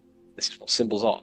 You're meant to remember these things. There are tools to help you in life and gain control of yourself so you can ultimately live a better life and create your own reality. I remind myself, if I take this action, what is the effect that's going to come from this action? Is this action going to benefit me, or is it going to pull me away of what I'm supposed to do? And through that, I live through this law of law of cause and effect. We cannot escape that law. You have to deeply understand this. You cannot escape the laws of cause and effect. They are always infinitely creating your reality. Cause and effect. Every thought is producing an effect. Every emotion is producing an effect. Every action is producing an effect. Therefore, you must keep this in mind and stay looking. This is what the symbol means. It means stay conscious. Always look over your thought, emotions, and actions. Always look over them. Because if you are not looking at your thoughts, emotions, and actions, and you're living, you're thinking, you're feeling, and acting unconsciously, subconsciously, without conscious awareness, you're unknowingly creating your reality. You can reach a level of mastery. There is a level of mastery. I'm not fully there yet. I'll openly admit that. But it's a goal in mind. There is a level of mastery that one can achieve where they are conscious of every single thought, every single action, every single emotion they feel throughout their day. Very, very difficult because we think around 7,000 thoughts a day. But this is ultimately the goal of mine anyway. It's completely up to you what you do. I'm just giving you this insight that's helped me in life. So it's about being conscious. This is a very overlooked thing in today's world. No, most people are unconscious. They're walking around as zombies. They don't even realize they think. They don't even realize they have a mind. They think their mind is their brain. If the mind was the brain, then how can the mind go in the past, present, and future? Which means it exists outside of time, but the body remains in the present moment. If the body remains in the present moment, that means it exists underneath time, underneath the law of time, but the mind transcends it, which means the mind operates outside of time, space, and matter. So, that is a key. You are a high dimensional being manifesting in a physical form, and you're looking into the world. This is also another veil of the eye. The eye symbolizes your higher dimensional being. You have no true form. This is one of the biggest secrets. You have no true form. You form what you think, feel, and act. In the astral plane, you become what you think about. You can become an owl. You can become an owl with goat heads or, T-Rex arms. You can be anything you wish. Anything you think about, that's the form you take in the astral and imagination.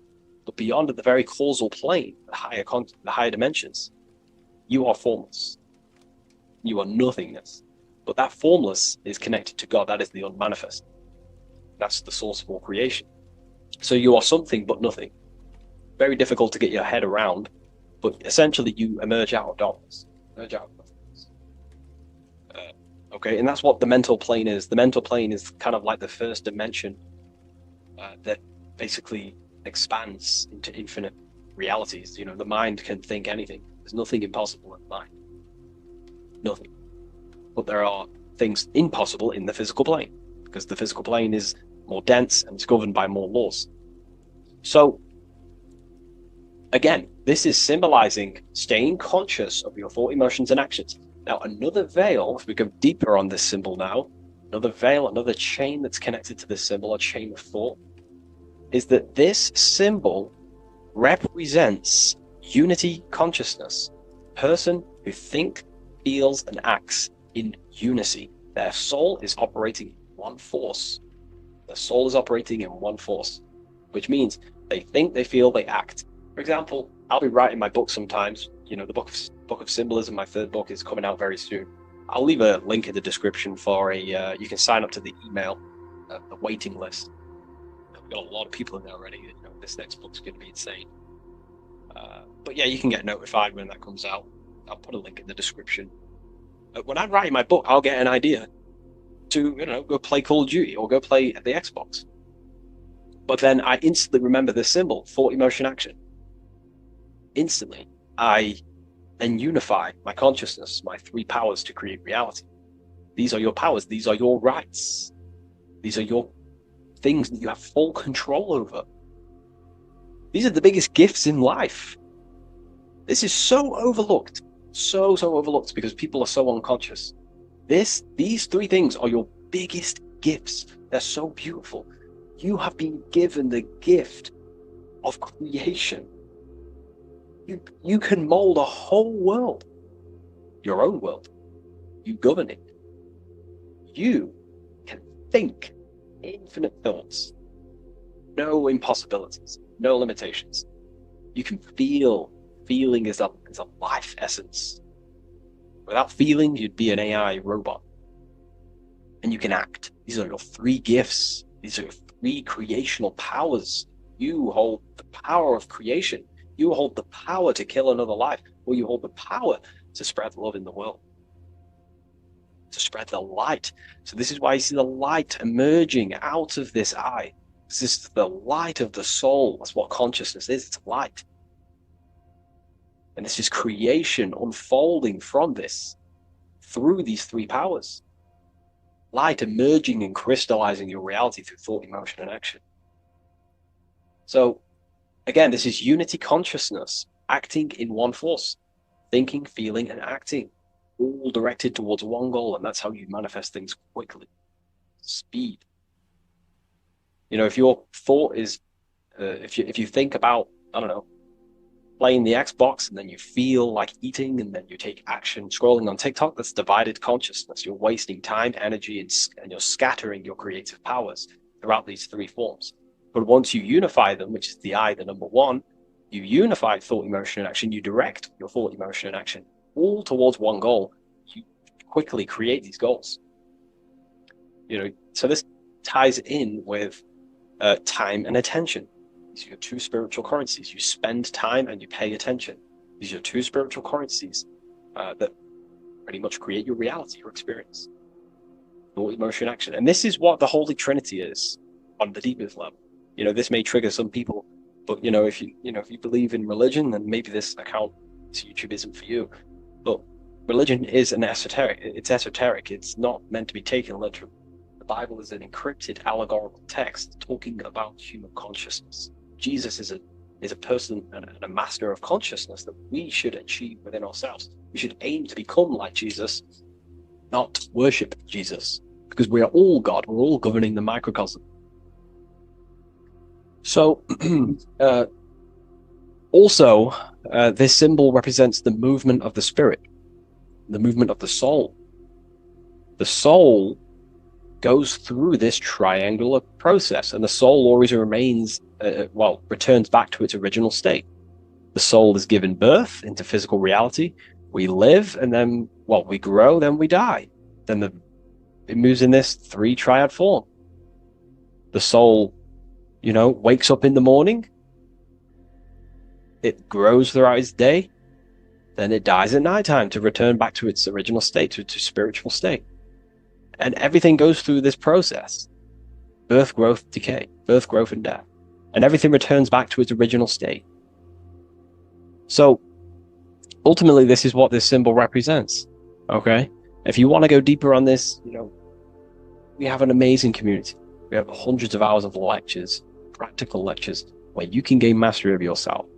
The occult goes deeper than you could possibly imagine. So I hope you gained some insight from this video. Please leave a like, comment, and subscribe to the channel if you're new. And let me know any symbols you want me to break down in the comments section, and I'll hopefully get them broken down for you so you can understand them, deeper, on a deeper level, and you can understand yourself on a deeper level.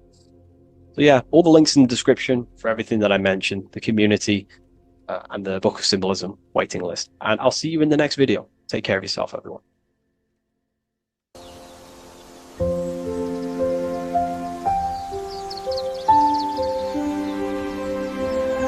bookofwisdom.com. Visit today.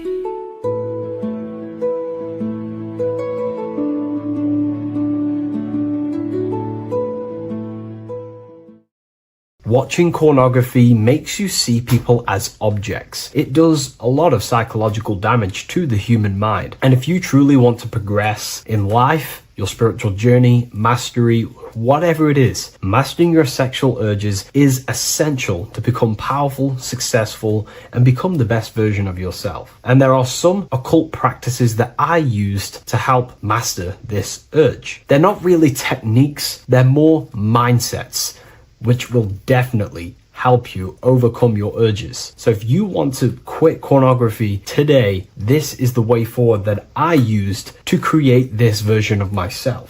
Before we go into the tactics, we must understand that whatever we do in darkness comes into light some way or another. If you watch pornography, you know you have a problem, you keep this to yourself. We all naturally do. These things are private, and what we do in our private time molds our subconscious mind, and we keep it away from people. But whatever we do in darkness always comes to light. If you're doing things you don't want others to see, such as watching pornography, it will come out through a subconscious force. It will come out in your eye contact. You won't really be able to make eye contact with the person you're attracted to. It comes out in your energy, your aura, your presence, your confidence. All of this plays a role in molding your consciousness. And especially women can pick this up so easily. Females are more subconscious, males are more conscious. Females speak indirectly, males should speak directly. If a woman is hungry, they will say, "I'm hungry." "Are you hungry?" But a male will say, "Let's go get some food." You have to see the underlying subconscious messages in women because they speak in more of a subconscious language. Men speak in a direct language. And maybe even men will pick this up. If you want to be taken seriously in the business world or your career, whatever it is, this is essential for your body language and your personal power. So you must master your sexual urges. Releasing your sexual energy, your sexual fluids, removes the life in your eyes. A lot of people get dark bags underneath their eyes. I used to have them years and years ago. My eyes were always half shut. There was no life in my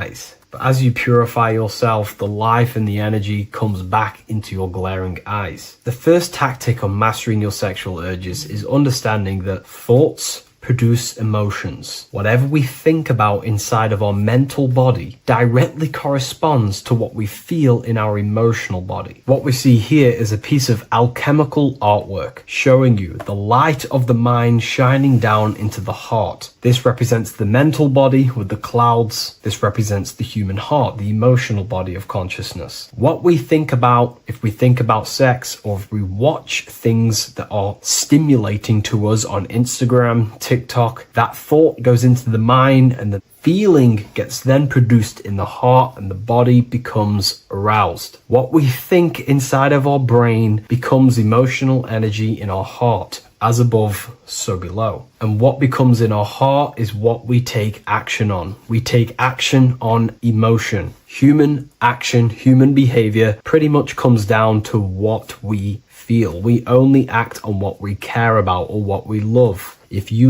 love that feeling of watching pornography, that is the reason why you're taking the action. So keeping this in mind at all times is very important in your journey of self-mastery. What you think is what you feel, and what you feel is what you act upon. Remove stimulations that can possibly produce that thought of watching pornography. Unfollow the people. Purify your environment so these thoughts do not enter your mind. And if you do become stimulated, remember, thoughts produce emotions. Change your thoughts. Think about something else instantly. The more you think about it, the more you feel, and the easier it is to take action upon it. And the second tactic that I say to myself is that it's all mental. World, the universe, life is all mental. For example, unfortunately, my brother passed away recently. I've never gone through something like this in my life. It's tough. It's horrible. It's not nice losing a loved one. However, if I sit around and focus just on the negative side of that, yes, of course, I'm going to have my moments. But if I just sit there and focus on the negative, it will destroy my life. It will pull me down. The only thing that I can do to benefit from this situation is to become a better family person out of this. Become more loving. Spend more time with the people who mean a lot to you. You can always change and transmute the mindset of every situation in your reality. There's a famous saying I like to say, if you can change it, change it. But if you cannot change it, change the mental attitude towards it. Never just sit there focusing on the negative side of reality. This helped me with mastering myself watching pornography. It's all mental. You hold the power over the mind. And the next tactic is probably the best one ever. And I still use this today in everything in my life. Before I make any decision in life, I always say to myself, what is the effect of this cause? Is that effect going to push me towards who I want to be? Or is that effect going to pull me away of who I want to be and become and where I want to go in life? If the effect is not pushing me towards who I want to be, I will not take the action which is the cause. Consciousness cannot escape the law of cause and effect. It is an immutable, inchangeable law that is governing your consciousness and your mind. You have to keep this law in mind because it is the law that is creating and crystallizing your reality. Any decision you make, what is the effect of this cause? The law of cause and effect is a force that you cannot escape. So you have to work with this law and become conscious of the law. So before you do take the action, what is the effect? Is watching pornography going to push me towards who I want to be and where I want to go? If it's not, do not take the action. That's where willpower comes in. You can do little exercises for willpower, meditation for 30 minutes of not thinking. You can do rituals that strengthen the connection to your mind with your willpower. At the end of the day, the willpower is the most essential force in the consciousness. Another thing is remove any music that talks about it. Even the words will be producing thoughts in your mind. What you feed your consciousness is ultimately what you project back outwards. Don't listen to the rap music. Don't listen to any music that talks about it. Try and remove this from your environment. These tips that I've given you don't just work in quitting pornography. These work in every aspect of your life, and they will dramatically change your life if you become conscious of them and actively use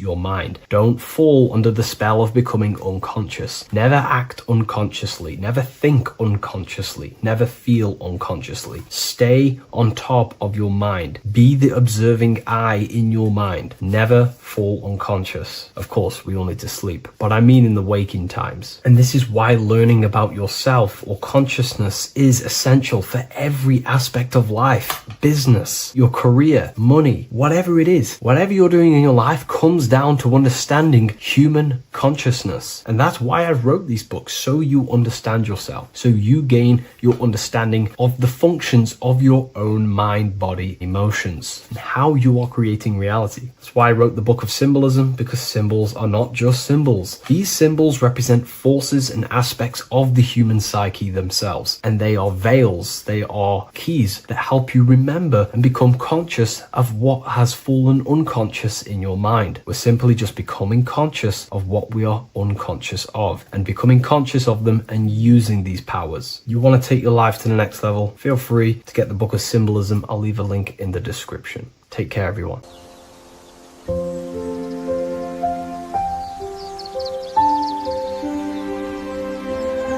bookofwisdom.com.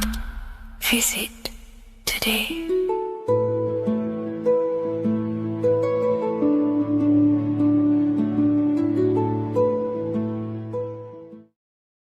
Welcome people, we're back with another video.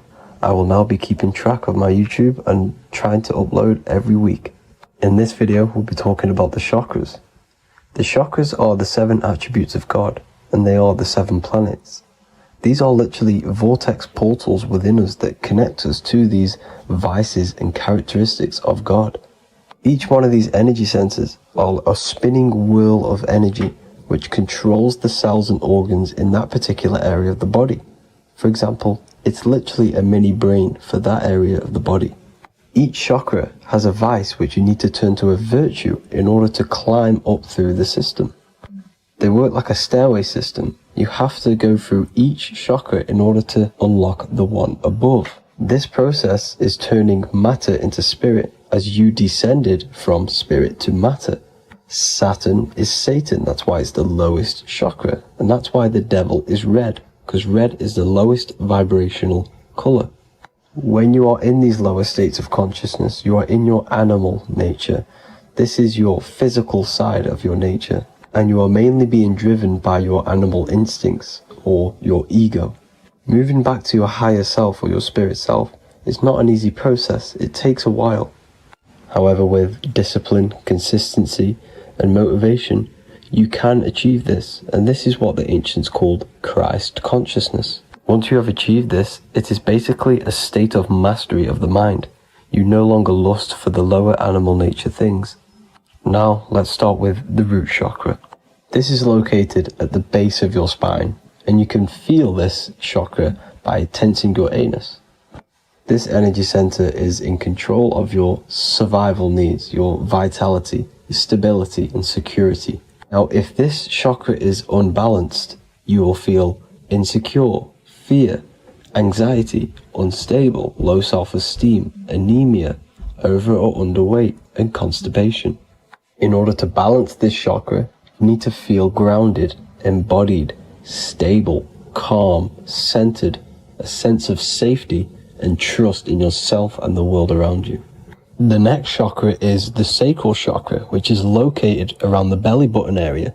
You can feel this chakra just by sucking in your belly. This chakra is to do with relationships, self-worth, creativity, empathy, and most importantly, sexuality. This is the most important one in order to start to raise your vibration overall, is giving up the over-sexualized nature. In order to balance this chakra, you need to come into harmony with all the toxic relationships that you have. Get rid of the fear, the anxiety, the isolation, and 100% get rid of the over-sexualized nature. Lust is one of the most lowest vibrations you could possibly feel. It is literally manifesting hell. In order to work on this chakra, you need to feel self-worth. You need to do creative things, empathy, healthy relationships, and 100% being confident.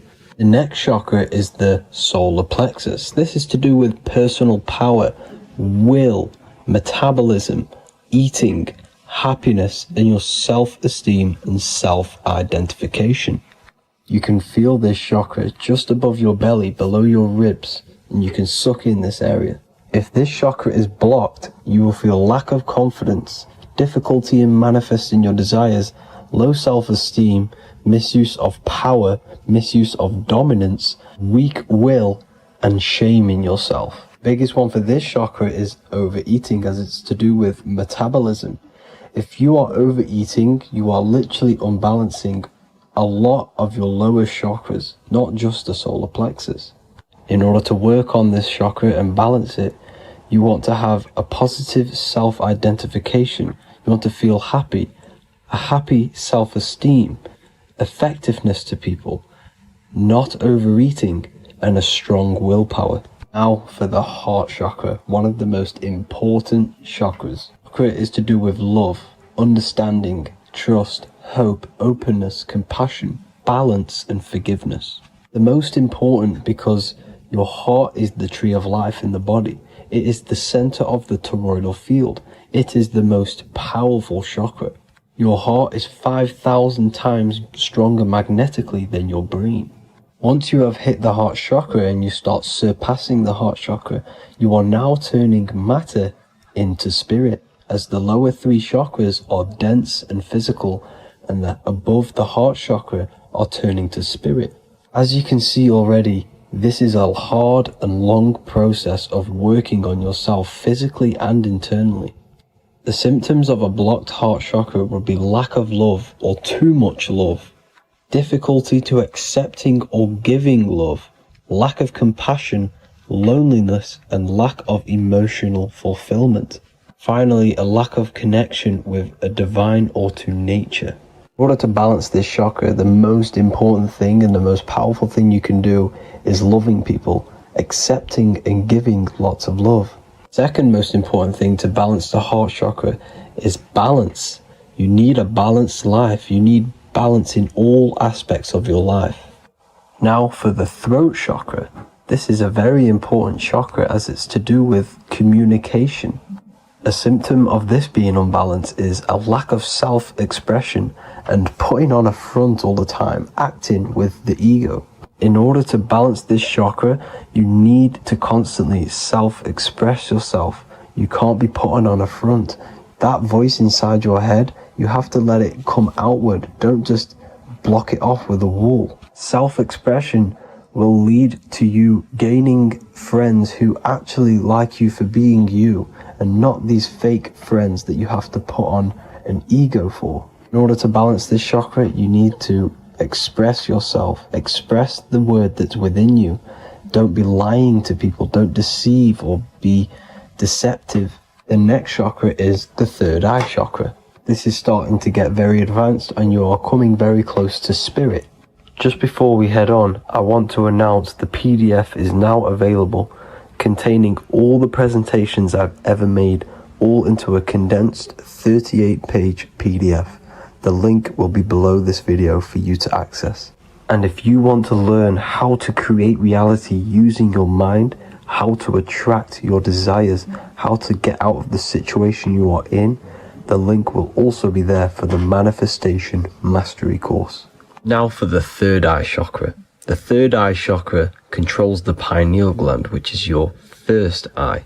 It's to do with your psychic abilities, channeling, telepathy, astral travel, visions, and connection to the higher self.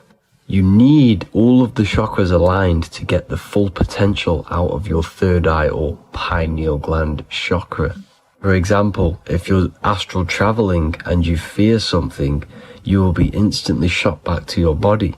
So you need to master all of the chakras before you go on and try and do these higher spiritual activities. Symptoms of the third eye chakra being blocked is lack of imagination, lack of vision, lack of concentration, blocked or clouded intuition, can't see the big picture, and especially overly reliant on logic and intellectual thinking. A good way to work on this chakra is imagining things, vision things, trust your intuition at all times, always follow that inner voice.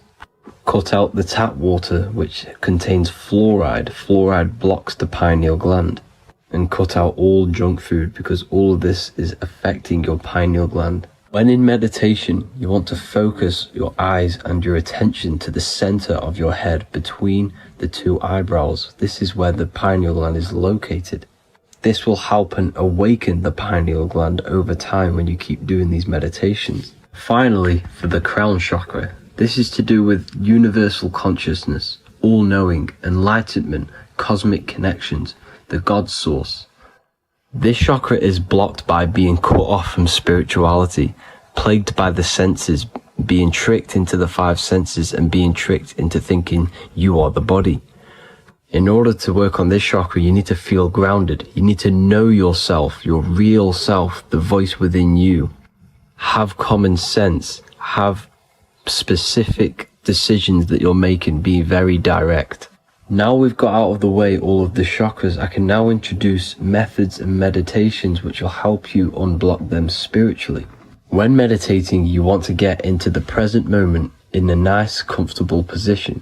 Bring yourself to the present moment by saying, I am here right now, nothing else matters. Keep repeating this over and over with your eyes open or closed. After a couple minutes of bringing your attention to the present moment, you can now start to breathe in through the nose deeply and breathe out through the mouth slower than you breathed in. Place your attention on the chakra that you want to balance. Think of a high vibrational emotion like love and think of this while placing your attention on that chakra. You can do this exercise every day for 10 to 20 to 30 minutes. The longer the better. Another practice you can do is by chanting the Bee Gees for each chakra. They are here starting from the root chakra all the way to the crown chakra.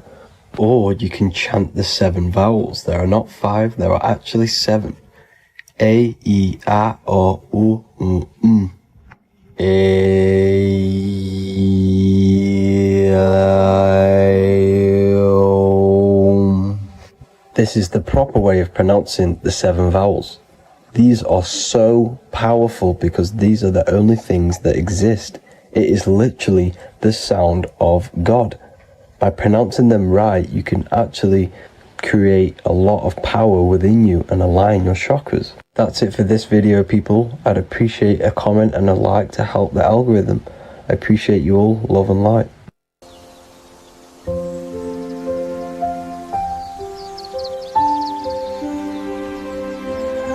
bookofwisdom.com. Visit today.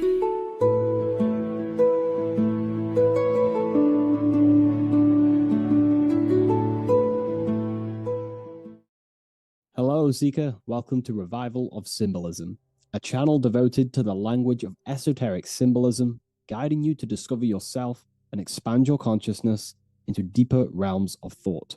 I'm Harry B. Joseph, also known as Revival of Wisdom, and today we're going to be discussing the symbol of the pentagram. The pentagram is a well-known symbol inside the occult, used by pretty much every ancient tradition, Freemasonry, Rosicrucianism, Hermeticism, all the occult schools of thought. You will see this symbol, and today we're going to be breaking it down into some great detail. Now, there's a lot that goes into this symbol. It's basically a 5-pointed star.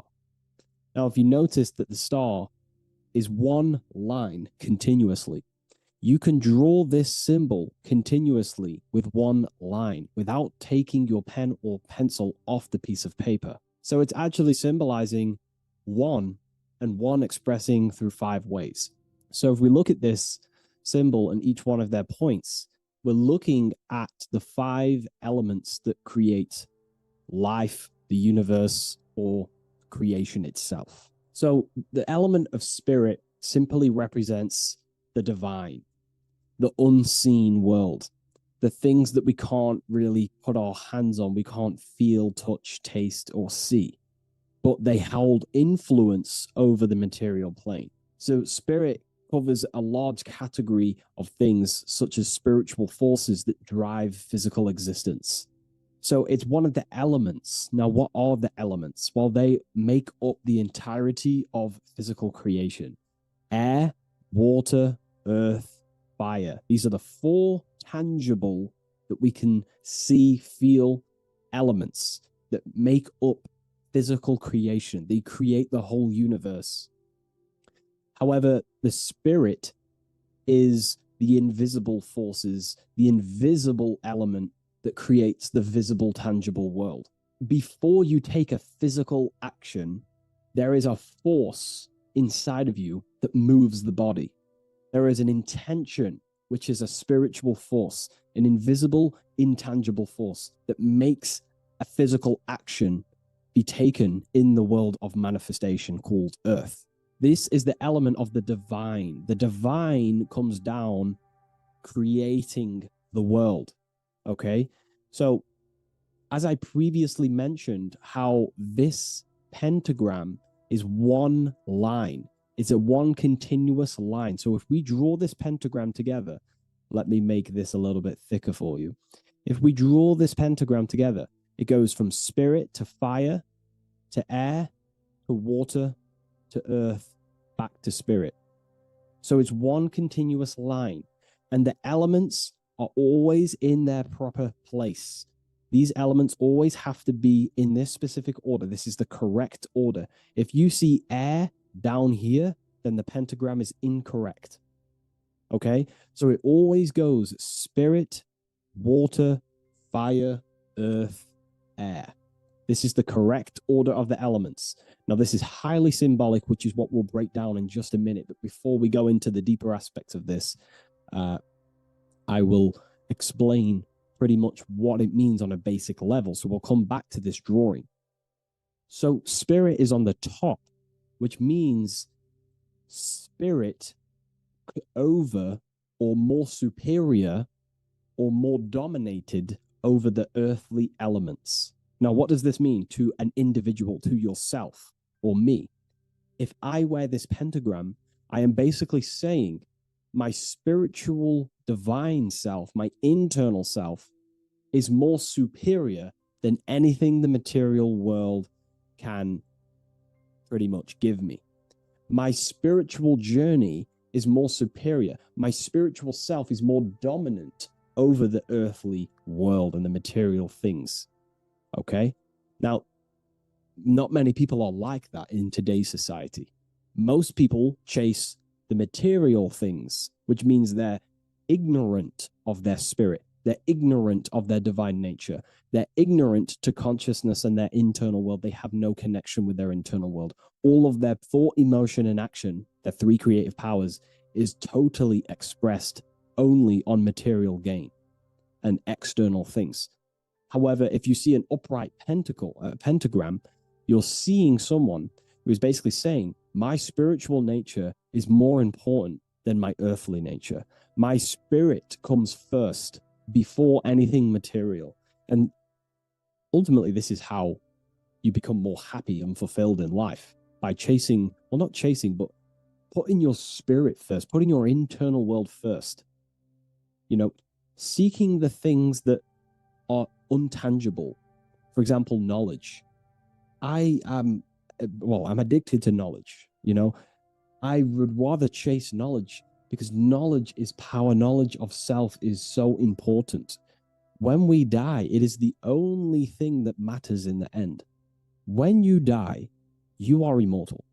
And if you have no knowledge of yourself, then you're going to struggle in the afterlife. If you have no self-control over your thoughts and emotions and desires, then you will suffer in the afterlife because you have no control of your thoughts, and your thoughts will be creating your reality in the realm of imagination or the astral plane. But that's a whole other lecture. But this symbol is pretty much saying placing the invisible over the visible.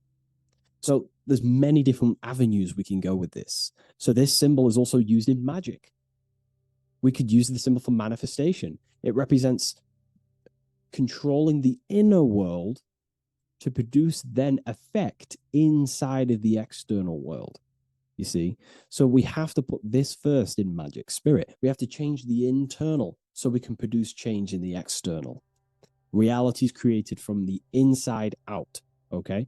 So this symbol is heavily associated with magic as well, which is a whole other lecture. In this lecture, I'm going to give you a good detailed explanation, but this symbol is so vast and wide, it would take many breakdowns to go into each meaning of the symbol. So it's representing the divine element of spirit coming down and manifesting the physical plane through that process of this. So as I mentioned earlier that I'd come back to this, what we're looking at is the process of spirit turning into matter. This is the process of how spirit condenses into a material form, how higher energy, higher forms, which are invisible, come down and manifest and crystallize into a physical object or a physical reality. So this pentagram is explaining the process of creation. So it comes from the higher realm, spirit, the source, the emanation. An emanation is a thought or an emotion or a desire, which comes down to fire first. Fire represents the will. This is the willpower. This is the willpower. It's still kind of more of an invisible force, but fire is the closest element that represents spirit. This is why we light candles in magic and rituals, because it's literally opening a doorway to spirit. It's the closest element to spirit. So this is why sometimes in alchemical artworks, they use fire to represent spirit. Because, it's quite difficult to use a symbol for spirit because it's totally invisible. So it goes down to fire first, the will. Then it goes up to the air, which represents intellect, the intelligence of the mind. This is thinking, mind, intellect, logic. Then it goes down to water. This is emotion. This is intuition. And then it goes into the earth, which is physical body action. Okay? So spirit represents an emanation. So an emanation is something descending out of the void, out of the nothingness. And the first thing that descends is will, then intellect, then emotion, then a physical action. Then everything returns back to spirit from earth. So it's showing you how spirit manifests into matter.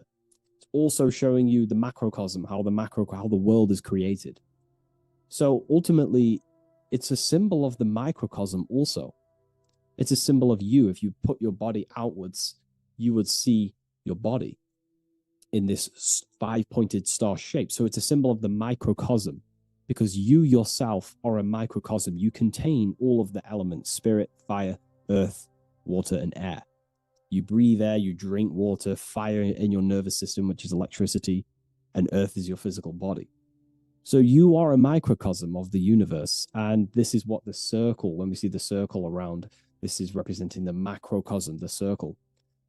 So why are you a microcosm? Because you know how the sun changes the earth with its different electromagnetic rays, depending on how far away the sun is to the earth when it's rotating. Well, depending on what model you believe anyway, the electromagnetic rays produce change on the earth. So when the sun is further away from the earth, or whatever model you believe, when the sun is further away, then the electromagnetic rays of the sun are weaker, which means that's what the winter is. The winter is the death and the death of the electromagnetic rays of the sun. We still get sun, but it's just not as powerful as summertime.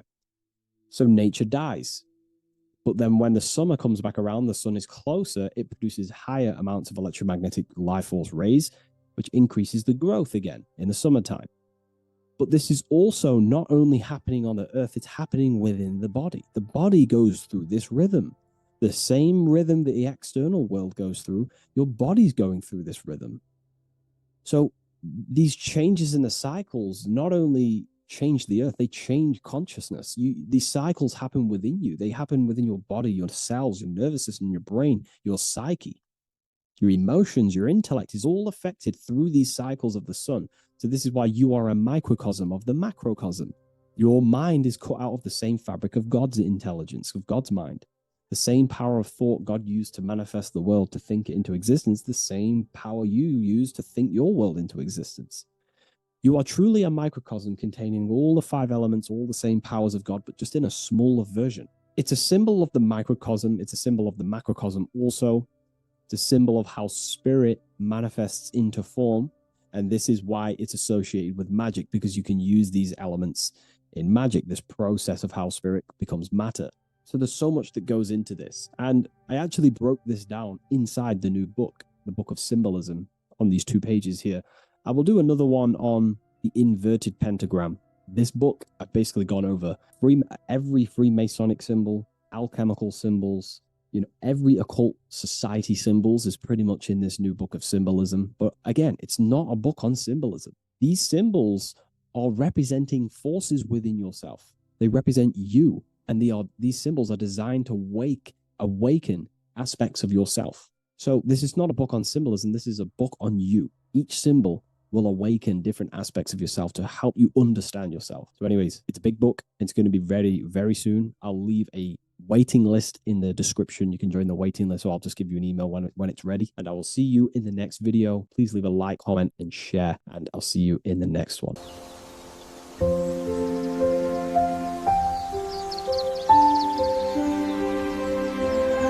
bookofwisdom.com. Visit today.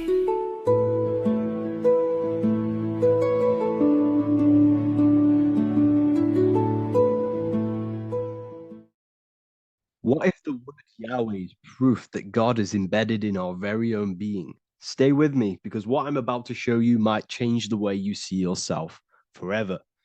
Today's topic is decoding the mystery name of Yahweh, the sacred name of God from the Hebrews. By the end of this video, you'll uncover the true meaning of the word Yahweh and how your connection to it unlocks your own personal power. When we look at the word Yahweh in Hebrew, we flip it on its side. We're actually looking at the human body. These are the legs, this is the torso, here are the arms, and here's the head. So if we actually switch this on its side, we see the human body. The Hebrew name Yahweh often translates to I am, the I am. Now, what is the I am? The I am, when you say I, you're referring to your highest self. Everything with the letter I in the beginning, most of them words are referring to our inner self, inside, intelligence, internal, in. The I represents the inside self, the invisible self. You cannot see the I am, because this is the spirit, this is our consciousness. It's the intelligence controlling the human body. When you say I, you're not referring to your name, your job, your reputation, your ego, or your thoughts. You're referring to the observer who is beyond the thoughts, the one who's observing the thoughts. That's the soul. Look at the word Yahweh, Yahweh, the sacred name of God. Yahweh can be observed in the natural rhythm of the human breath. When inhaling, we subtly hear Yah. When exhaling, we hear Way. Do this yourself. Breathe in through your nose, you'll hear Yah. Breathe out, you'll hear Way. And in fact, the letter H, H, when it's pronounced, it carries the soft sound of wind or breath, a gentle exhale that mirrors the very essence of life, giving air. Breath is the spirit of life. It's what connects us with consciousness. If we stop breathing, we lose consciousness. The body shuts down. We're breathing the spirit of breath. We're breathing in the spirit of life. It's the very essence that gives us physical existence, and we're constantly staying connected to this breath at all times. Now let's look at Yahweh. 1, 2, 3, 4. There are 4 letters. The Tetragrammaton is the 4-letter Hebrew name for God. Okay? Tetra meaning 4. We have 4 gospels of Jesus. Jesus is depicted with a cross with 4 sections. Jesus has the 4 sacred animals around the side of him, always depicted with these 4. A bull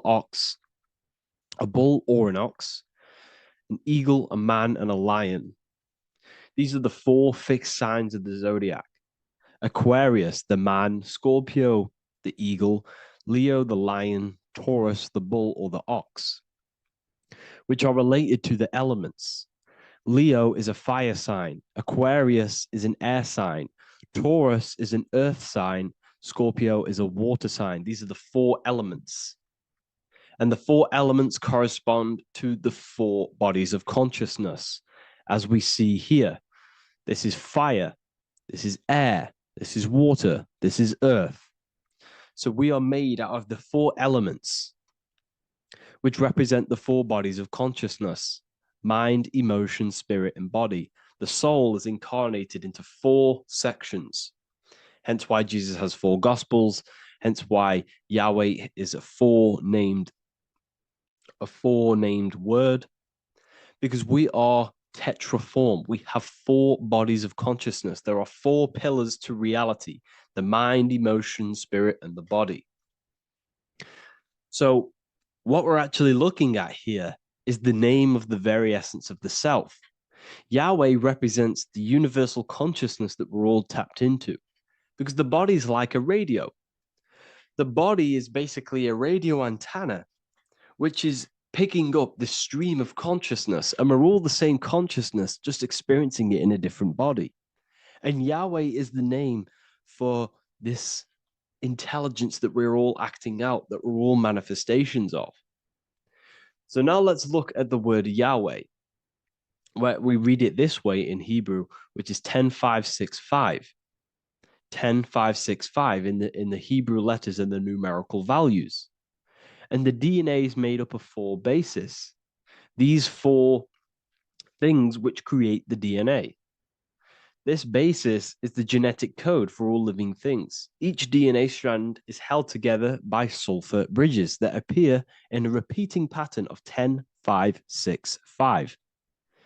This pattern matches the numerical value of the Hebrew letters of Yahweh, Yod, He, Vah, He, which are 10565. This means the structure of DNA, the code of life, follows the same number sequence as the sacred name of God, Yahweh. This is a factual observation. So we're looking at 10565. So let's look over this one more time. Yahweh represents the breath, Yahweh, inhale, exhale. It translates to I am. It's written in our DNA. The word Yahweh on its side looks like the human body. Now, this is where things get a little bit deeper. 10565 adds up to 26. The number God, well, the word God adds up to 26. Allah adds up to 26. There are 206 bones in the human body, 26. 26 adds up to 8. 8 is the number of infinity. We are all the infinite consciousness. Consciousness will never die. It's immortal. It's infinite. We are all infinite. We are not these skeletal structures. We are Yahweh, the universal consciousness. The creator of all things is our essence. We're all God with individual identities, but the highest versions of ourselves is God. The ego is our own personal experience of God. Does this make sense?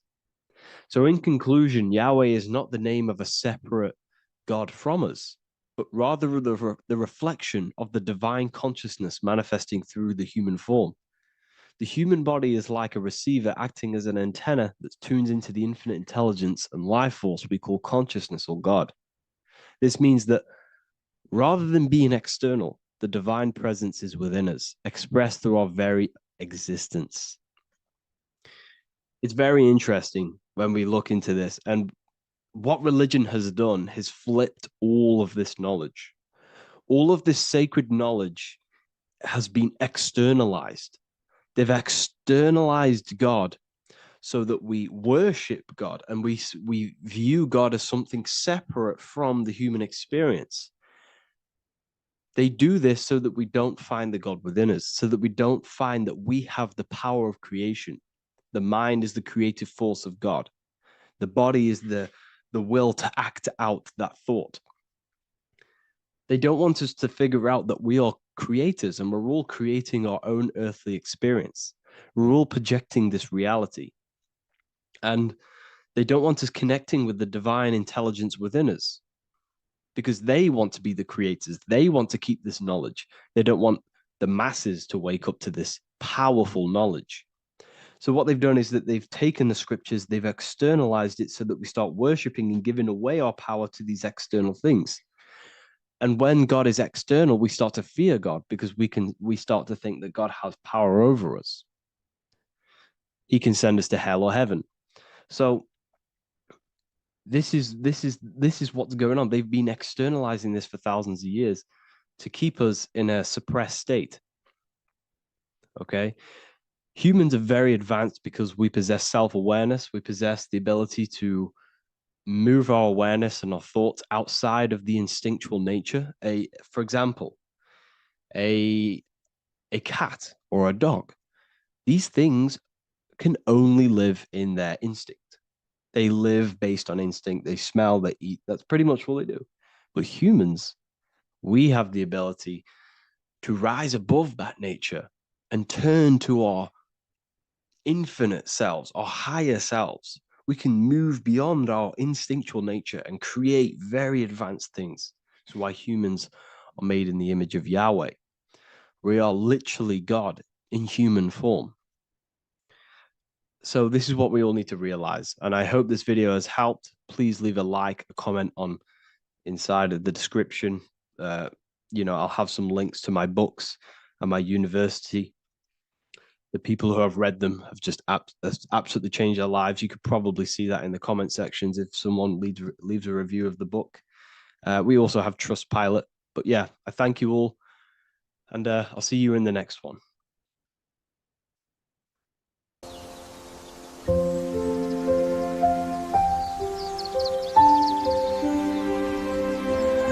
bookofwisdom.com. Visit today.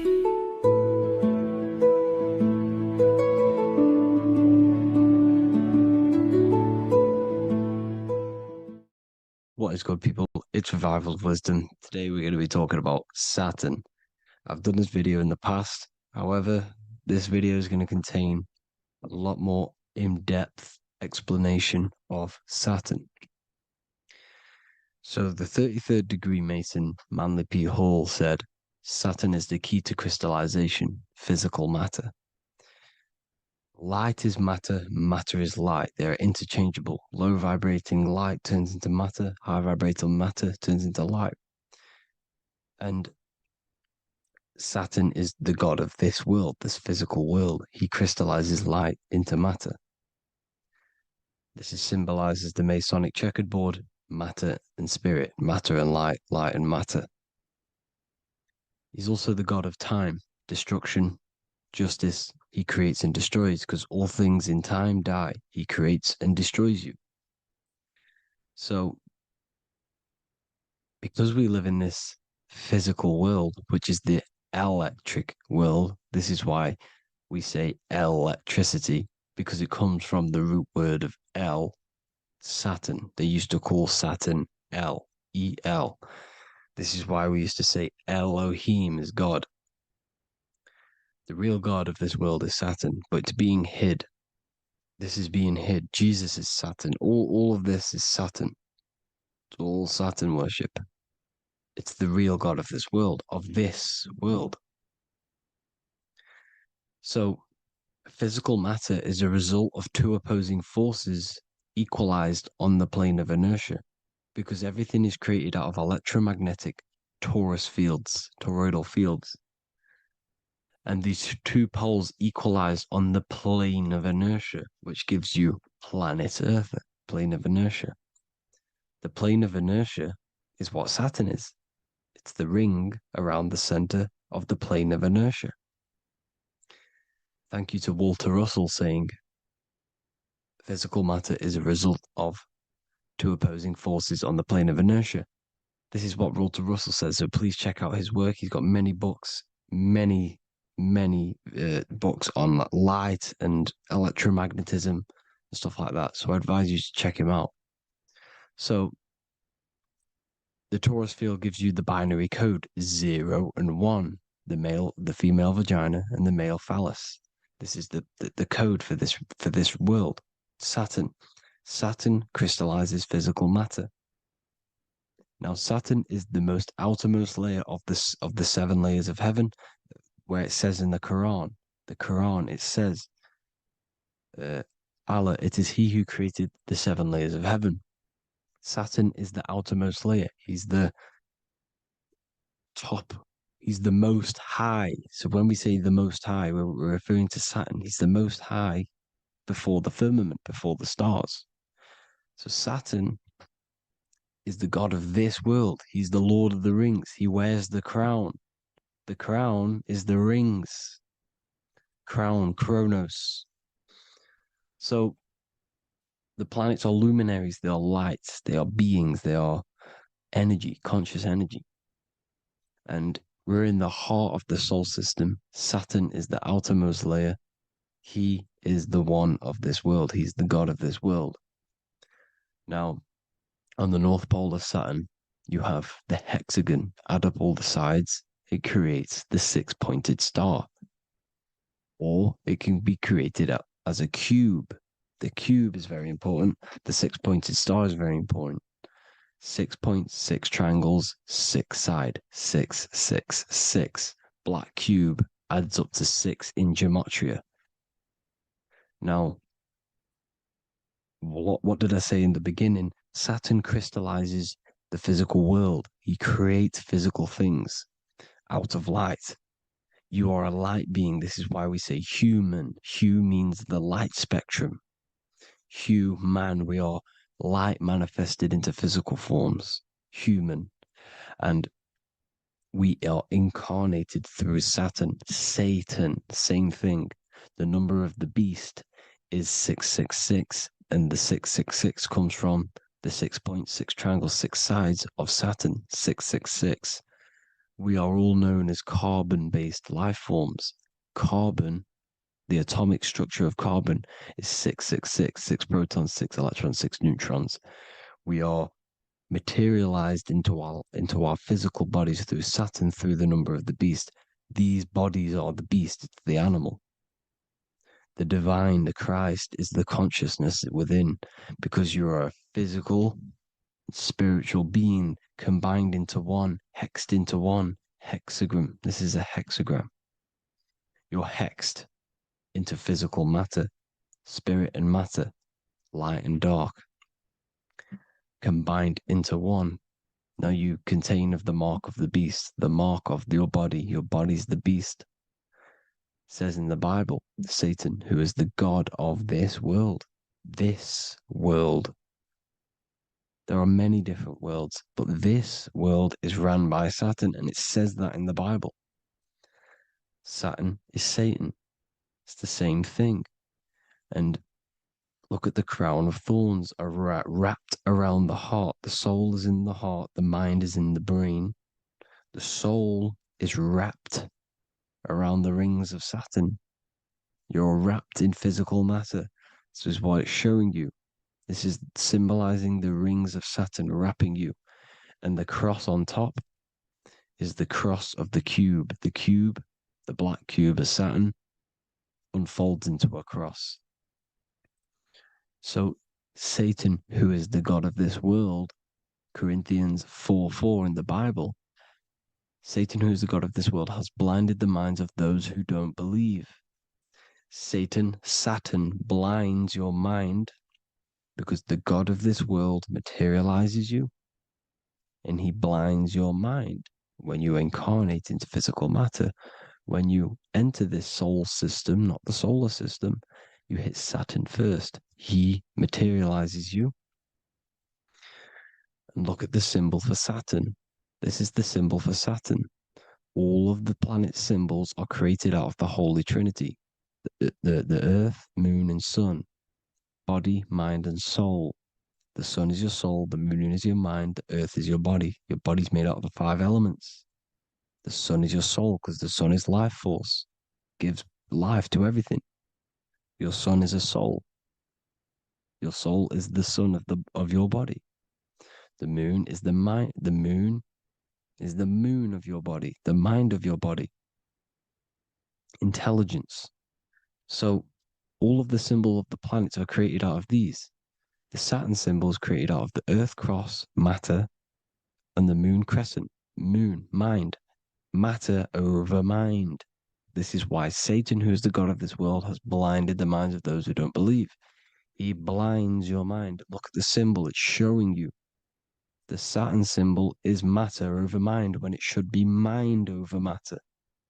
So we descend into a soul system, into our 666 Saturn carbon suit bodies, and we are matter over mind. Then we have to move up the spine to go back up to spirit, to mind over matter, where you manipulate your own reality. Now look at this. It creates the number 5. 5 is the number of change. You're moving from this side of the number sequence over to the right side. You're moving from the spiritual into the physical world. You're incarnating into the 5 elements, the 5 senses. So the cube, the black cube of Saturn, is another major symbol. Very important symbol. Here you see the cube, and the color black is associated with Saturn because Saturn's associated with death. He creates and destroys, light and dark. Death is associated with black, spirit, because you can't see spirit, which is blackness. So the black cube is black because Saturn rules the nighttime, which is dark, blackness, and he rules the winter, which is death, blackness. So Saturn is the black cube. Cubes have 6 sides: up, down, right, left, back, and forward. Cubes are 6-sided. Everything is 6-sided inside of this creation because you're incarnating, you're materializing, crystallizing into the cube, the world of the cube. Everything's a cube. Everything's got 6 sides. Here's Leonardo da Vinci showing you that you're in the cube. Leonardo da Vinci did this famous painting. You're in the cube, you're hexed into physical matter, or you're incarnated into the 3rd dimension, the 3-dimensional world, which is a cube, 3D.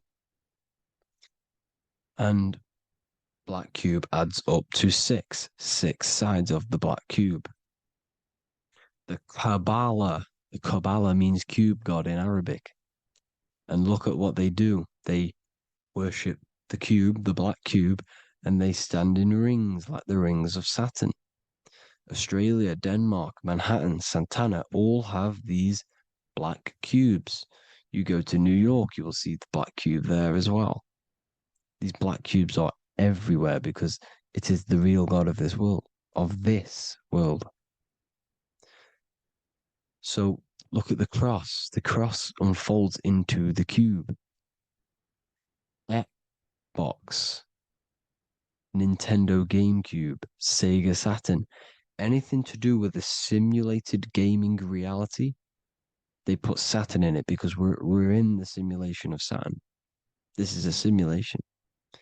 And this is why they reflect this through the Xbox, GameCube, Sega Saturn, anything to do with gaming, simulations, is all Saturn. Because we're in the cube of Saturn, the black cube. We're in the GameCube, the Xbox, the Sega Saturn. As above, so below. So they reflect it through the simulations that they create inside of this simulation. Cubes have 8 points for the 8 points of time and space.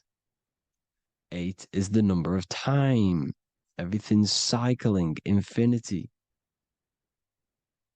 So look at the cube. The cube is symbolized as in Judaism. The Judays have the black cube. They wrap themselves in a black band and they cover their eyes into blackness. The black cube for the black cube of Saturn.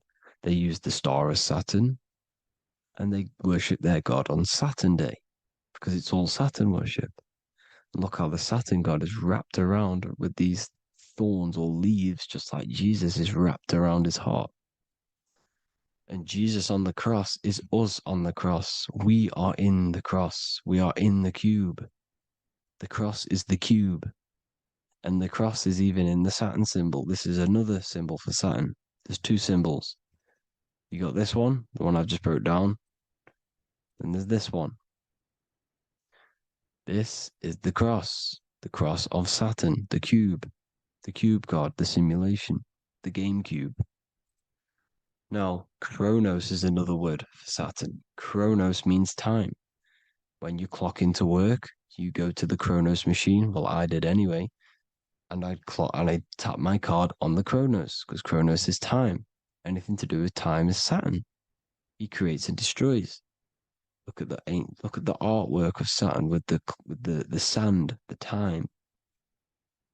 Look at this, how he's cutting off the baby's wings. He's crystallizing the spirit into matter. He's cutting off your wings. Satan, in the Bible, he falls from heaven into earth and he loses his wings. He becomes a serpent. You see, it's all symbolic for us.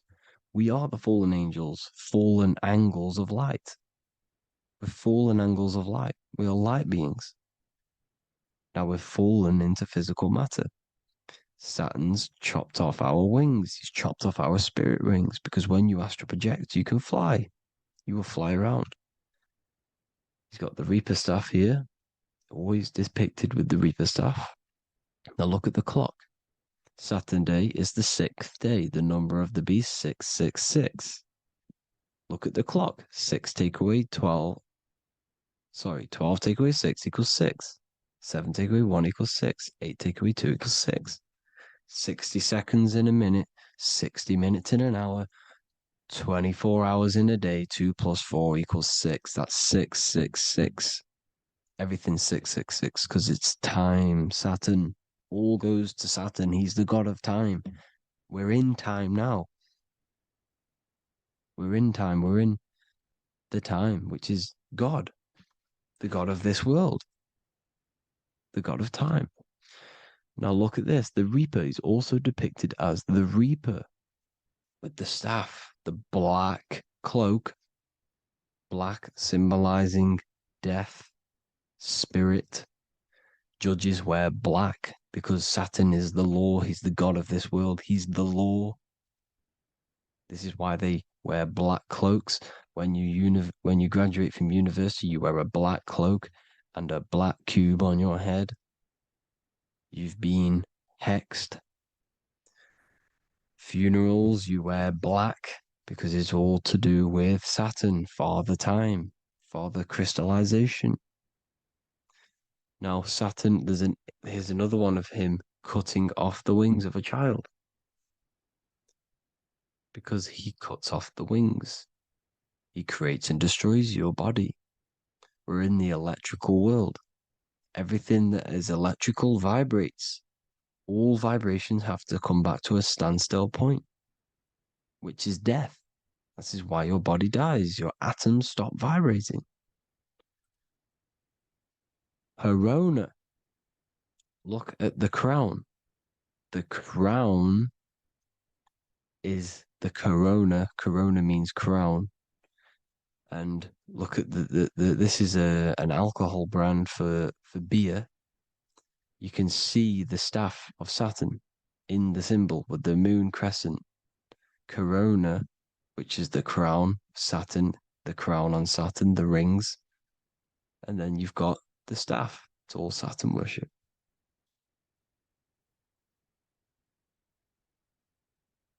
Is the black cubes of 9/11.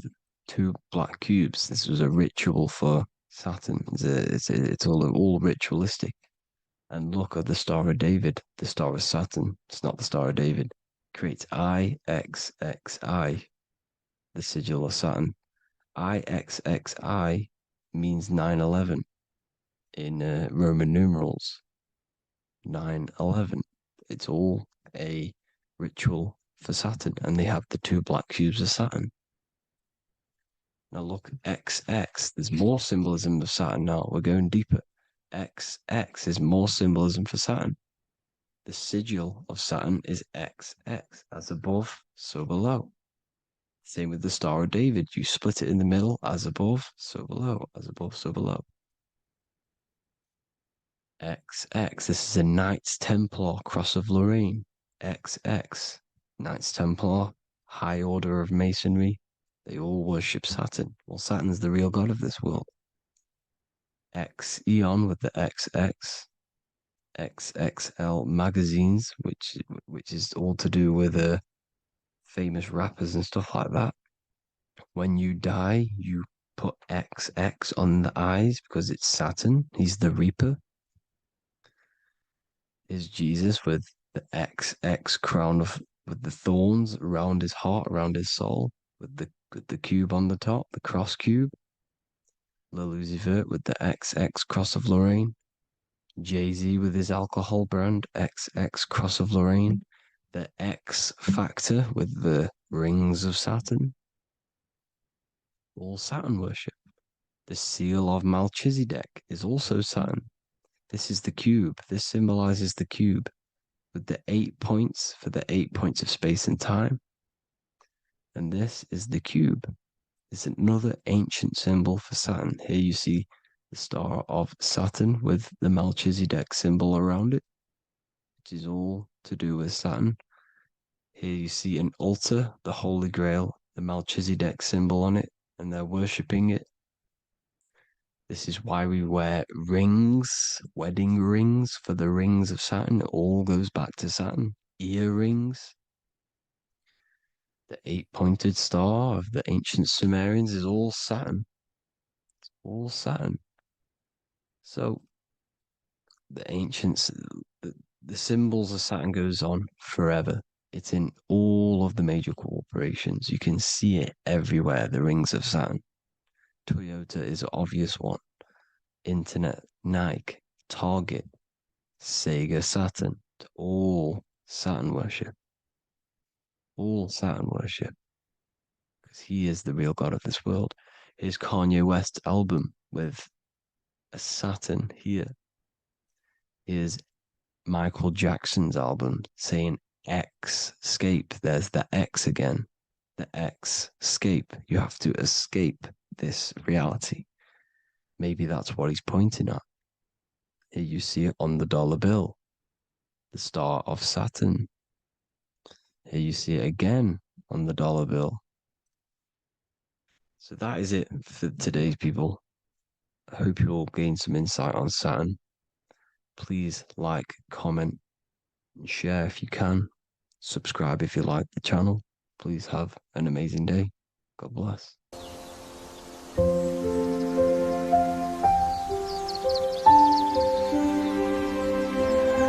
bookofwisdom.com. Visit today.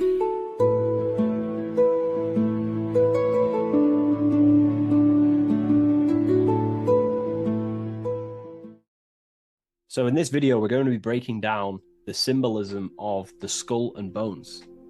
The skull and bones is found in the Masonic tradition. It's also found in a satanic secret society, such as the Skull and Bones Secret Society at the University of Yale, filled with secrecy there. Anyways, to dive deep into the symbolism, we have to think between the lines and read between the lines of what this symbol means. So this symbol is obviously a symbol that represents something in yourself. It is a way of living. It is a way of think, feeling, and acting. It is a state of consciousness. Each symbol represents a state of consciousness. Each symbol reveals something about yourself, the way you process things, the way your consciousness functions. This is what symbolism is for. It is visual representations of modalities of consciousness. So the skull and bones, if we instantly look at this symbol, we typically think of death, because a skull and bones, they are the last things to rot when the body dies. You see this symbol associated with death all the time. If you look on the back of of a product such as cigarettes, or what else, vapes or vape liquid, you will see this symbol. Why? Because it represents poison or something that can kill you, or death, something that is toxic. So you always see this symbol on products that are toxic, things that can cause harm or internal damage to the physiology of the body. So that's a very basic exoteric term, which is external. It's a very external teaching. But inside the occult and esoteric traditions and occult schools of thought, this symbol represents the death of someone's consciousness or spirit. It is the death of their soul. Now, what do I mean, the death of their soul? This is used in satanic societies, or it's used in Masonic traditions. Two different meanings, okay? So inside the Masonic tradition, this symbol of the skull and bones is always found on a coffin, on a Masonic coffin. The coffin will have a symbol of the skull and bones. And if we observe the symbol, we have two interesting sections. We have a skull and we have bone, okay? These are two symbolic aspects of consciousness and forces of consciousness. The skull encloses the brain, and the brain is all to do with intellect and thinking, intelligence. However, these bones are for the limbs, such as arms and legs, and the arms and legs are specifically for action. The body uses these bones for taking action in the external material world, in the manifested world. So it's a symbol of thought and action, intelligence and action. But what is that the death of? If this symbol represents death, it is a symbol of the death of something, which is the soul. Okay, you can have very high intelligence, and you can also act upon that intelligence. However, you could also have no connection with your divine nature. So the thought and the skull and bones is a state of consciousness representing someone who is in the coffin. The Masons use this on a coffin. It is a symbol of thought and action. Mainly, it represents base consciousness. In the Masonic tradition, it represents base consciousness. I'm going to explain the satanic tradition of the symbol after. But in the Masonic tradition, they use this symbol to represent someone who's on base consciousness, which means they only think and act. They have no connection with the divine self, no connection with their higher self or the spirit or the divine nature of themselves. They only use their intelligence and they only use their body. They have no connection with emotion. There is no emotional symbolism in this image here. Hence why the image is either gray or black. It's normally gray because gray symbolizes dullness. Each color is symbolic of emotion, and looking at colors invokes emotion. However, gray has no emotional tone. It's dull, it's dead. So it represents disconnection from the emotional body of consciousness, but it represents thinking and acting without the emotions. Why is that significant? It represents the death of emotion. Someone who is in an unconscious state of living. Why is emotion important? Because emotion is basically the connection to law, moral law, natural law. When we're given birth into this world, we have a natural state of consciousness of innocence and love. As a child is not born racist, a child is not born a killer, a child is not born chopping people's heads off. A child is born with love and living in peace in a natural condition of consciousness. Therefore, the skull and bones is the inversion of this. It represents someone who either has high intelligence and they take action, or it just simply represents someone who is unconscious and they only think and act. They have no connection to their heart energy, emotional energy. This is very important, okay? They have no connection with their heart energy. And the heart energy is what allows you to take action on things that are good. For example, if you think of stealing an old lady's purse, the feeling will tell you it's wrong. But if you take an action anyway, that is now going against the heart, which is the feminine, the guidance system, the heart of goodness and righteousness and love and care. So in the unconscious state, in base consciousness, symbolizing the first degree of masonry, base consciousness, the checkerboard floor, you'll see a coffin with a skull and bones on, symbolizing an unconscious way of thinking and acting. They have no connection with their feminine qualities of consciousness, which is the heart energy. Look around in the world today, you will see this everywhere. People only think and act. They have no connection with their intuition, their feminine side. And the feminine side is what guides your soul through this life. So in the Masonic tradition, this is a symbol of someone who only thinks and acts, and they may even think and act unconsciously, because it's a symbol of death, which means the death of consciousness. They are unconscious. They don't even know they exist. They don't question life. They don't question what is this world. They don't question, they think manifestation is just a fairy tale. They unconsciously think and act and create their reality. They wonder why there's so much negative in their reality because they are unconscious. So this is a symbol of the death of consciousness. They have no connection to their internal self, the qualities of the heart, and they only think and act, an unconscious state of living. Now, to go into the satanic side of this, the Skull and Bones tradition, the Skull and Bones is a satanic society. Allegedly. We don't actually know what goes on in there, but it's allegedly a satanic society. This symbol has a complete different meaning. Well, it's the same meaning, but it represents high intelligence, someone who is very, very, very intelligent in the mind, intellectually, and they take action. Because Satanism is not worshipping Satan. A lot of people won't understand this, but Satanism is not about worshipping Satan. Satan, therefore, is an allegory, a metaphor, or a symbol that represents the egoic force of an individual's mind or consciousness. Satan is a symbol representing the ego of man, of an individual. And like I broke down earlier, when we think about stealing an old lady's purse or punching someone in the face, the heart tells you that's wrong, but the body takes an action anyway. That little voice inside your mind that says, do it anyway, even though you know it's wrong internally, that little voice that says, do it anyway, that is what the ancients or esoteric societies call Satan. It's not a deity, but it's an aspect of our own mind, an unchecked aspect of ourself that is always trying to rule and gain, is trying to conquer you. This ego tries to conquer and take full control of you. And that's what we see in today's world. So therefore, in the satanic society, this is a symbol of head consciousness, no heart consciousness, because satanic societies do not want to connect with their heart. They prefer to live in their personal consciousness. What do I mean?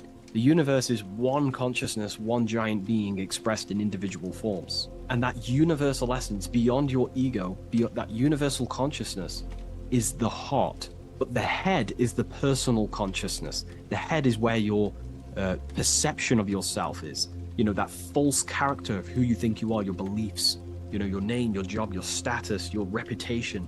That is all head ego consciousness. It's not necessarily evil. However, in satanic societies, they do not connect with the divine. They would rather live in their personal consciousness and become their own God, instead of connecting to the God of the heart, which is the God of the universe. They prefer to become like a material god. They want head consciousness, and they think and act without heart. They will think, they'll have high intelligence, they'll develop their mind, they'll develop the power of their mind, but they'll never develop with their heart. They'll never connect with their heart. So this is what this symbol is representing in satanic societies. They live in satanic consciousness, which is simply head consciousness, thinking, acting, high intelligence, high IQ, no connection with the divine. Okay? And today, this is what this, the world is being pushed upon. This is, the world is 80% Satanist, and people are walking around they're Satanists and they don't even know. This is how the dark occult has influenced the world to become so vain, lost in vanity, ego, lust, materialism, status, money. They've made the world unknowingly become satanic. Most of the people in the world are walking around Satanism. They're satanic. And what they've done is purposely tricked people to believe that Satanism is about worshipping worshipping Satan, when actually it's a state of consciousness. They think Satan is a deity. Yeah, very well said, esoteric. Yeah, they think Satanism is about worshipping this man in the sky or this negative force. But it's a state of being, because we are all God. We're all co-creators of God. We're not the God, but we are expressions or emanations of God. And our soul is the thought force of God. Just like when you think about a certain thought and you dwell upon it for a while, that thought becomes literally an entity or an energy form within the astral plane, and the soul of that elemental being or a thought force is your thought force. That's the soul of that being. Your soul is the thought force of God. You were thought into existence by the mind of God. I hope you gain an understanding of what this means in the two different ways, the Masonic tradition and the Satanic tradition. The Masonic tradition is a symbol of base consciousness, someone who only thinks and acts. They may have high intelligence, they may not. They're living in the death of their feminine side of consciousness. They're emotionless, have no connection with their moral compass of the heart. They have no intuition. They only think and act. They go against their heart. They take actions against their guidance. Someone who lives unconsciously, creates their reality unconsciously, thinks, feels, and acts unconsciously. And then in the Satanic tradition, well, going back to the Masonic tradition, that base consciousness that I've just explained is the state that we must arise from, because that is the coffin. You'll see this symbol on a coffin, because the coffin represents the death of the spirit, the death of the feminine side of consciousness, and the death of conscious, being actually aware. And that's the state we must rise from, out of the coffin into higher consciousness.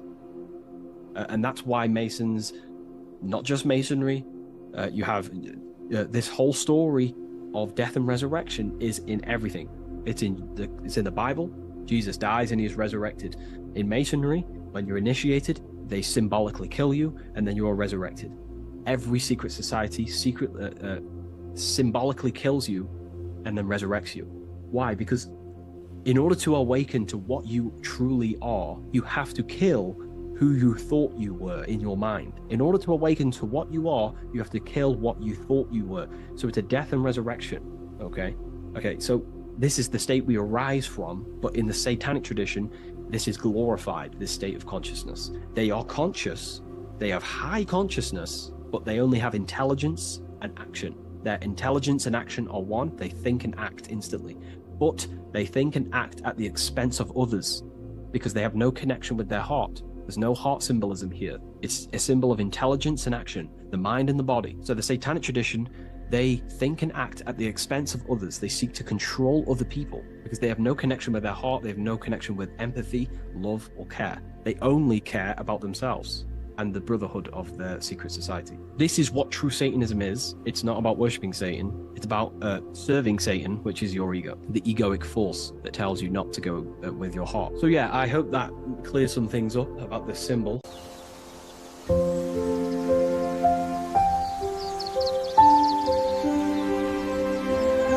Book of Wisdom.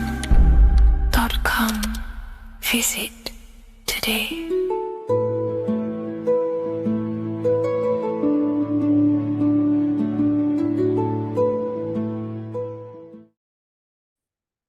What if I told you that you are under a spell and this spell is controlling you in every aspect of your life and you don't even realize it? Spells are not what you've been taught. They're not fantasy magic wands that are casted over you. No, no, no. Spells are much, much deeper. A spell is a belief system that is installed into your subconscious mind, which holds power over you. Okay. If I install a belief into your mind and that belief holds power over you and controls you, that is you under my spell. A spell is a belief that someone has installed into you. Okay. You have a subconscious mind. The subconscious holds power over 90% of your daily basis behavior, thought patterns, and overall emotional state. Because the subconscious is the back end of our mind, the mind that we don't really have access to. It's the shadow self where all of our programs, all of our memories, all of our traumas, all of our everything that we've ever experienced is recorded and kept in this vast database called the subconscious. Now, the subconscious is the 90% of our mind. We are only aware of 10% of our mind, which is the conscious mind, which is what you're using now, what you're consciously aware of. But there is a subconscious mind that holds power over your conscious decisions, and you don't even realize it. For example, as a child, you had a very, very traumatic event happen. Let's say as a child, you were not loved enough by your parents. And this feeling of you not being enough for your parents and feeling alone as a child implanted this seed. And this seed was planted by your emotions, a strong emotion. And over time, as you grew older into an adult, this seed grew and grew and grew. And what this seed grew into is you being very needy, you always seeking validation from others. Okay. But you taking this conscious decision 10 years down the line actually stems from this hidden cause within your subconscious mind, within this little feeling, this seed inside your subconscious where you don't feel like you are worthy. So this results in a conscious decision of you seeking validation from others, being very needy from others. Okay. This is what the subconscious is. The subconscious holds power over us. For example, posting on social media. Why are you actually posting on social media? If you take a selfie with your new watch, new car, and you go and post that onto your social media, why are you actually doing that? On the deepest root cause, it's not because you just want to post a picture. No, it's much deeper. It comes from a subconscious belief or a subconscious emotion of you seeking external validation, whether you believe that or not. But that's what it is. If you're posting on social media, you're seeking attention, you're seeking validation from others on a deep level, on a subconscious level. You may not even realize this because it's subconscious. Now, this is what a spell is. Money is a type of spell. Remember, money doesn't actually exist. Money does not exist. Money is a physical object inside of the material plane. But the physical object has a belief in the mental plane. See, the mind is the highest plane. This is the root cause of reality, the mental plane. Okay? So our belief in our mind has given this piece of paper value and a meaning. But in reality, it's just a piece of paper with a belief behind it. But this subconscious belief behind this piece of paper is controlling your daily basis behavior, is controlling your emotional state and controlling your life without you even realizing it. without you even realizing that it's all an illusion. Money does not exist. It's the belief that gives the piece of paper a power. And the way we break the spell is by realizing that the money doesn't actually exist. The whole world is under the spell of money, and it's controlling all of us. But the spell is the belief. Once we all wake up and realize money has no value, it doesn't actually exist, it's only a belief. There is no actual money. That's how we break the spell. The spell is broken when we figure out that we are under the spell, under the belief, under the illusion of this piece of paper having value, and it's controlling our lives. That's why the word money has mon within it. Mon is moon, and the moon represents our hidden aspect of our mind, our subconscious, and the sun represents our conscious mind. So you have two versions of yourself. You have the self that you show to everyone, the conscious mind, and you have a shadow self called the subconscious, which is the hidden aspect of you. For example, do you really love your partner who you're with, or are you just with them for, is there a subconscious fear of being alone? Do you really want to be with this person, or is it stemming from, are you staying with them because it's stemming from this fear of being alone, of being lonely? Or are you just with them because you have a subconscious sexual addiction? And all of your conscious decisions are actually coming from this little seed of wanting sex or not being alone. You have two versions of yourself, the conscious mind and the subconscious, the shadow self and the self that you show to everyone else. Okay? And the subconscious is what's holding power over you. When you drive your car, you don't consciously have to think about changing gear. You've done it that many times. It's on autopilot. That's the subconscious doing it. You can be walking down the street. Your conscious mind can be thinking about what you're going to cook for tea later, but your subconscious mind is controlling your body and walking your body. You don't have to think about moving the body. You just do it because you've done it that many times. It's a program. It's a belief in the subconscious that's giving this movement power.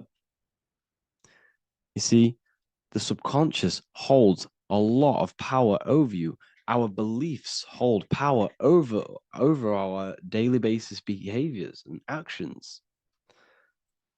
Okay, like I said, posting on social media, this is seeking external validation.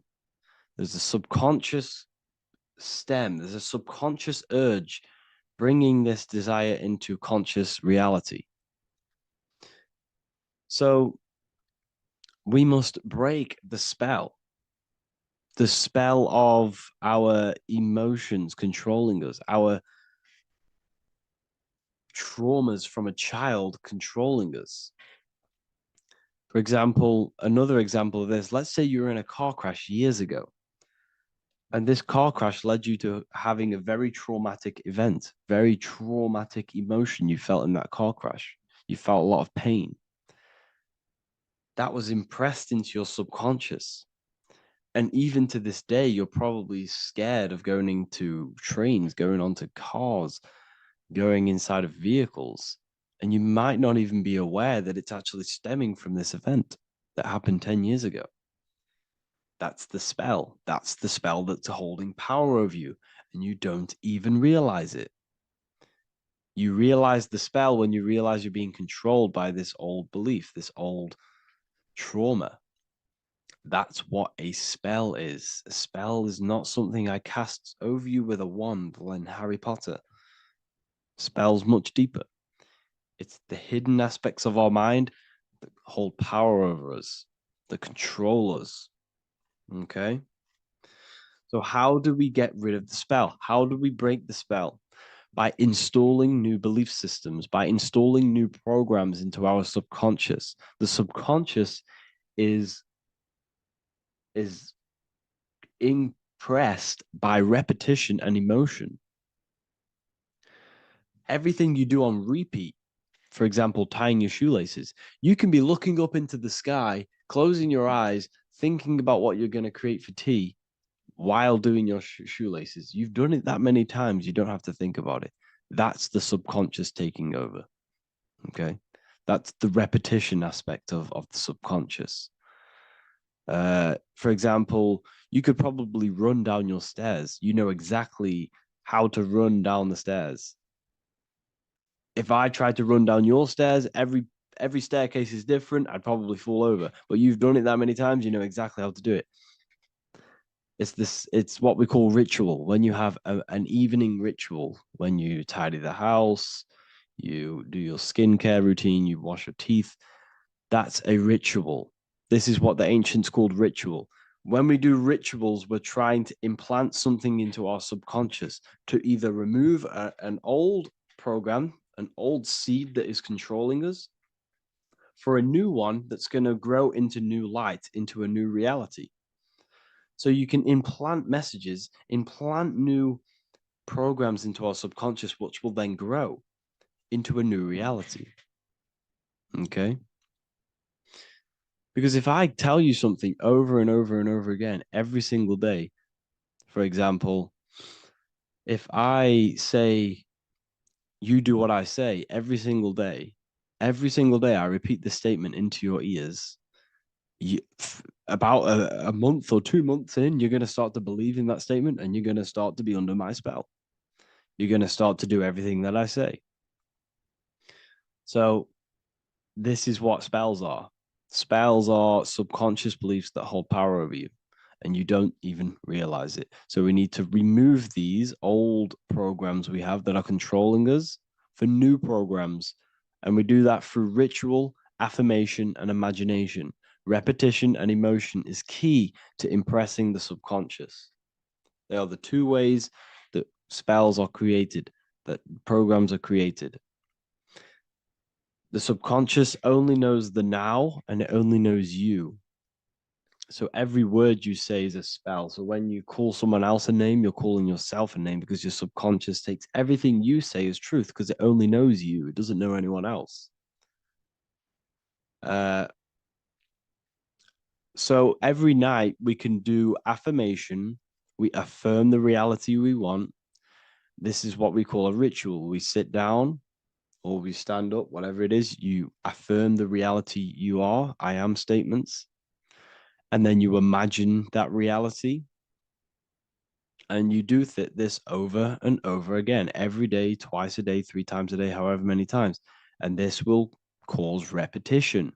This will install a new belief system into your subconscious, which will then start to show in your external reality. It will start to put you under a spell of the new program. For example, if I install into my subconscious that I believe that I am rich, every single night I affirmate that I am rich, I am wealthy, I am free. And then I do a ritual. I start to imagine this reality. Every single night, I do these two things on repetition, and I start to feel the reality and imagine the reality. Over time, I'm going to start to believe that I am rich, that I am free, and I am wealthy without having the physical reality. And what this will do is that it'll implant a message deep within your subconscious mind. It will plant the seed of this belief. And this belief over time will grow into 90% of my thoughts, 90% of my actions, 90% of my words. My words, my thinking will change due to this new belief. I may not even realize it, but I'm looking for more opportunities to make money. I'm speaking to more people because of this belief that I've installed. This belief has triggered new ways of thinking. My mind, my conscious mind, is now only operating to fulfill this belief. And my conscious mind might not even be aware of it. You won't even realize that you're manifesting this belief of being rich. And that's how it happens. You implant the belief within your subconscious. You implant the spell into your subconscious, which will then gain control over you. So we need to make sure we're removing the negative spells, the negative programs that are controlling us for new regenerated ones, for new ones that are going to create new realities, a better life. Okay? You don't want negative traumas, negative seeds controlling you and growing into your life. If you don't cut them off, they will continue to grow and grow and grow. Your anxiety will get bigger and bigger and bigger. Your depression will get bigger and bigger and bigger. But it's all actually stemming from one belief system or one trauma. Okay? So this is important. Everything in this physical plane is an effect of the higher planes. It's a shadow of the mind. Everything we think, all physical objects began as a thought, then an imagination, then energy, then a physical reality. So we must change the mental plane. We must plant seeds into our mind to change down into our physical material life. It's about manipulating this higher plane so we can create change and effect in the physical external material plane. That's what magic is. This is what spellcasting is. This is all what it is. It's not fantasy. This is the manipulation of the higher planes of consciousness, which your mind has access to. You have access to these higher planes. Okay? This is exactly what I teach in my university. I teach different rituals. I teach specific rituals to get rid of certain things, certain belief systems. I teach all different rituals, all different ways for you to create your own reality and live the best reality you want. We also have all of these different courses. We have activating the inner eye. This will teach you exactly how to lucid dream and activate your inner vision of imagination. We have the sexual alchemy course. This will give you the power of transmuting your sexual energy into creativity. We have electromagnetism studies. We have esoteric exchange, an exclusive live call that we do every single week, and I connect with all of the students. They can ask me questions, can speak with me one-on-one inside of these live calls. We have the real numerology section. We have the health section. We have a lecture section. Look at all of these lectures we have on occultism, symbolism. All of these lectures are designed to gain you power, to give your personal power back to you, to make you realize things about you. We have a meditation section. We have a library section where you can download all of our library, all of our books, different books on occultism, symbolism, Freemasonry, astral projection. And of course, we have the Manifestation Mastery course, which teaches you exactly how to create reality so you can live that desired reality that you want. This is the last chance to lock in the price of $55 a month. This is less than $2 a day. You can really level up your life because the price is going to increase as the value of the university increases because there's a new symbolism course coming out. And if you join now, you'll get this course for free because obviously when this course releases, the price will go up. The symbolism course will teach you the language of esoteric and occult symbolism. I'll leave the links in the description. Make sure to leave a like, comment, subscribe to the channel if you want to see more content. Thank you all, people. Have an amazing day.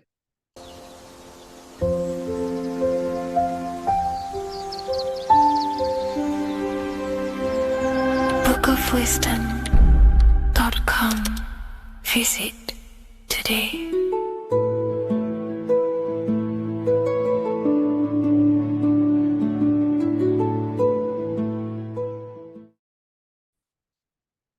Hello and welcome to another lecture from Harry B. Joseph, also known as Revival of Wisdom, the author of the Book of Wisdom series from revivalofwisdom.com. In this lecture, you will learn how to decode Freemasonic symbolism, gain a deeper understanding of yourself, expand your awareness of consciousness and reality, and receive guidance to navigate life with greater clarity. So today we're going to be breaking down this particular piece of artwork, this Freemasonic artwork, and how this relates to you and reaching a higher consciousness. Because ultimately, this is what it's about, okay? Freemasonry is considered a craft, and this craft is crafting a better brain and heart, crafting a higher consciousness, crafting a better self. Why? so we can operate in the world at a higher degree, operate in the world more efficiently, live a better experience in the world, and getting to know thyself. Okay? So we're going to start from bottom to top because this is important. Every placement of this symbolism is on purpose, has meaning, especially the placements of the symbols. Okay? So we're going to start from the very bottom of the artwork, which represents lower down. When we're looking at symbolism, especially occult symbolism, that's what the word occult means. The word occult means hidden, hidden from the eyes. It has its roots in the word oculus. I'm pretty sure that's Latin, which means eye. So the word occult comes from oculus, which means eye. And the word occult means hidden, from the eye, the unseen, studying the unseen aspects of self. We're studying the brain, we're studying consciousness, we're studying the body, the heart, we're studying the self, the hidden aspects of the human psyche and the hidden aspects of self. Okay? Because ultimately, this is what gives you power in the world, depending on how you use that power, whether for good or bad, depending on the consciousness wielding that power. This is why we say knowledge is power. But I would actually say knowledge of self is power. Because when you know how you function, you gain power. You gain personal power. You gain mastery. Ultimately, this is what Masonry is about. Self-mastery. Crafting a higher consciousness. So at the very bottom of this artwork, we have a checkered board with a coffin. The coffin is the beginning of the artwork, the very base. This is the foundation of consciousness. The coffin symbolizes unconsciousness, the state that me, myself was in, maybe yourself, before we woke up and before we came conscious of our spirit, before we came conscious of ourselves. That ignorant state of acting without purpose, acting unconsciously, experiencing the world and not actively living in the world, simply reacting to external circumstances. This is an unconscious state where one is ignorant. 80% of the world is in this unconscious state. And this is symbolized as the darkness, the tomb. Look at how the tomb is fully blacked out, representing dull, no emotion, it's dark.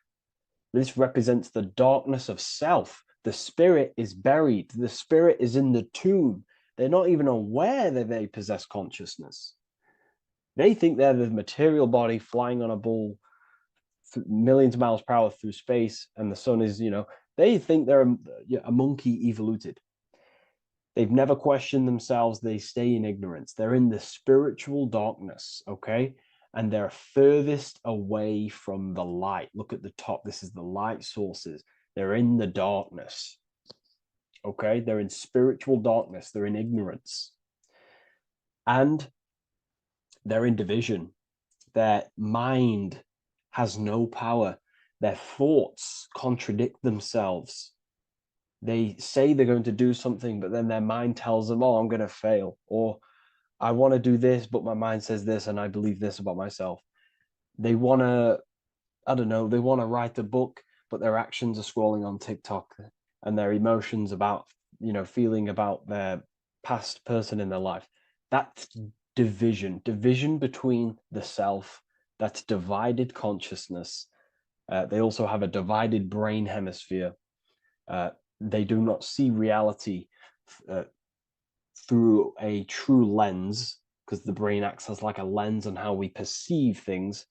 And if the brain hemispheres are not aligned, then we cannot see reality the way it actually is and truly presents itself, neutral. If we're left hemisphere dominated, we see everything as divided.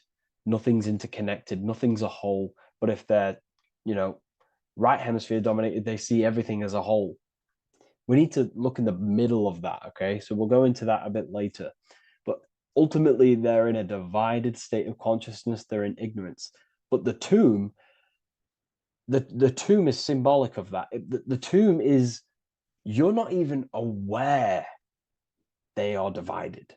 They think everything's right in that state. I was like that. My family is like that. They're not even aware of themselves, and you try and say something to them, and they don't even know they're in division. They don't even recognize that they're in a bad, low earth base consciousness. Okay? So when we get out of the tomb, which is representing by a spiritual awakening, we get out of the tomb, we realize, wow, I possess consciousness. I've woken up. You're waking up to the things in the world, and you wake up and start to see the world for what it truly is. When you become aware and you rise out the tomb, you're born again. You start looking within. You start to become conscious of your thoughts. You start to become conscious of your actions. You start to become conscious of the evil in the world. You start to become conscious of the things. You rise out the tomb. You start to become conscious of your intuition. You then step on the checkered board. The checkered board is now you realizing you're in a divided state. Okay, so you're now putting down the ego, because remember, when you're in the tomb, the ego is fully in domination over consciousness, over your consciousness. It doesn't allow you to say that you are wrong. It doesn't allow you to think that there's evil in the world. It doesn't allow you to believe you have a spirit. It doesn't allow you to see that there is maniacs running the world and trying to control you. The ego is so stuck. But when we start to realize this is part of our awakening, we start to realize that the ego is trying to keep us safe at all times and keep us locked in that state of thinking and believing that we were in before. It's always seeking safety. Okay? So when we come out the tomb, we start to put down the ego and start to, how do I say this? We start to acknowledge that we were wrong about the world. And that is a lot about awakening. You have to acknowledge that you do not know everything. There are people with such higher knowledge. Okay? So when we come out the tomb, we put down the ego. We start to actually say, I was wrong about the world. I was a victim of mind control. I was in ignorance. I was in darkness. Spiritual, I'm divided. My thoughts, emotions, and actions are not aligned. My intuition and my action are not aligned. I'm not taking action on what I know is good. I'm taking actions against what I know is good. That's a sin. That's a sin against the spirit. Okay? So when you acknowledge this, you acknowledge you're in division, you then take the first 3 steps, which is the Freemasonic Blue Lodge degrees. These 3 steps. Okay? Ultimately, this checkerboard represents illusions as well. You're in an illusion. Okay, this is why we see it heavily used in the music industry. It represents base consciousness, base level awareness, 5 sense thinking. It represents you versus me thinking, walking down the street and thinking everyone's trying to hurt you, and it's always you versus me, judging people in your own mind. That's low thinking, lower thought. And not to notice squares. Squares are an unnatural state. They're an unnatural shape. We do not see squares or 90-degree angles in nature. It's the lower mind. So it represents base consciousness, base level awareness, only aware of the physical body, only aware of the 5 senses, never looked within. That is the base. And this is the foundation we have to rise up to the light from, up to higher consciousness. So this gives us a strong foundation when we realize this about ourselves, that we were in division. Our thoughts, emotions, actions were not aligned. Our brain hemisphere was not aligned. I'm not thinking with love of the heart. Okay? So that is the state we're in. Now, hopefully that's cleared things up about the chessboard. Before we move on, please leave a like, maybe a comment if you wish for me to discuss anything in the further lectures. Please smash the like button, and it would really help me out. And share this with a friend who is interested in the occult. Okay, so the steps are the first steps of the Freemasonic degree, the 3 Blue Lodge degrees. Now, this can be represented as the number 3, a very powerful number, a very symbolic number. Number 3 is the 3 expressions of consciousness. How do we express consciousness? How does consciousness express itself? Well, there are 3 ways. We think, consciousness thinks, consciousness feels, and consciousness acts. They are the 3 expressions that we express our awareness and consciousness. So we're looking at thought, emotion, action. We're also looking at the 3 brains: the reptilian brainstem, the mammal limbic brain, and the neocortex. The reptilian brain governs basic functions of the human body: breathing, surviving, scanning the environment for threats, automatic responses, eating, scanning for food. Base consciousness, that's the reptilian brain. That's what most people operate their lives in, including myself before I woke up. I'm not trying to sound big-headed, but this is the truth. Ignore my tone of voice, ignore my voice, focus on the words I'm saying. If you're judging, that means you have divided thinking. It's always you versus me. So we need to get out of that thinking of you versus me all the time. That's lower consciousness. That's animal thinking. That's earth thinking. We're unified. We need to reach a higher consciousness and do not waste our mind's potential on low-level earth divided thinking. Okay? So we're looking at the reptilian brain, the mammal brain, and the neocortex. Now, the neocortex is ultimately what makes us human. It allows consciousness to operate on a higher degree. Okay? This is what makes you human. The neocortex. The neocortex. The reptilian brain, like I just said, governs natural survival instincts and the respiratory system, things along them lines of basic awareness, basic functions to operate and survive in the world, in the physical plane. And the neocortex is what allows us to critically think. Okay, it's what allows us to be human, be aware of ourselves. Okay, not. I don't think animals have neocortexes.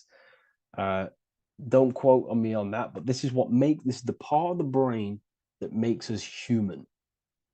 And it allows us to think deeply, to create masterpieces like we can. Humans have massive potential in creation. Look at the world we live in. This is because of the neocortex.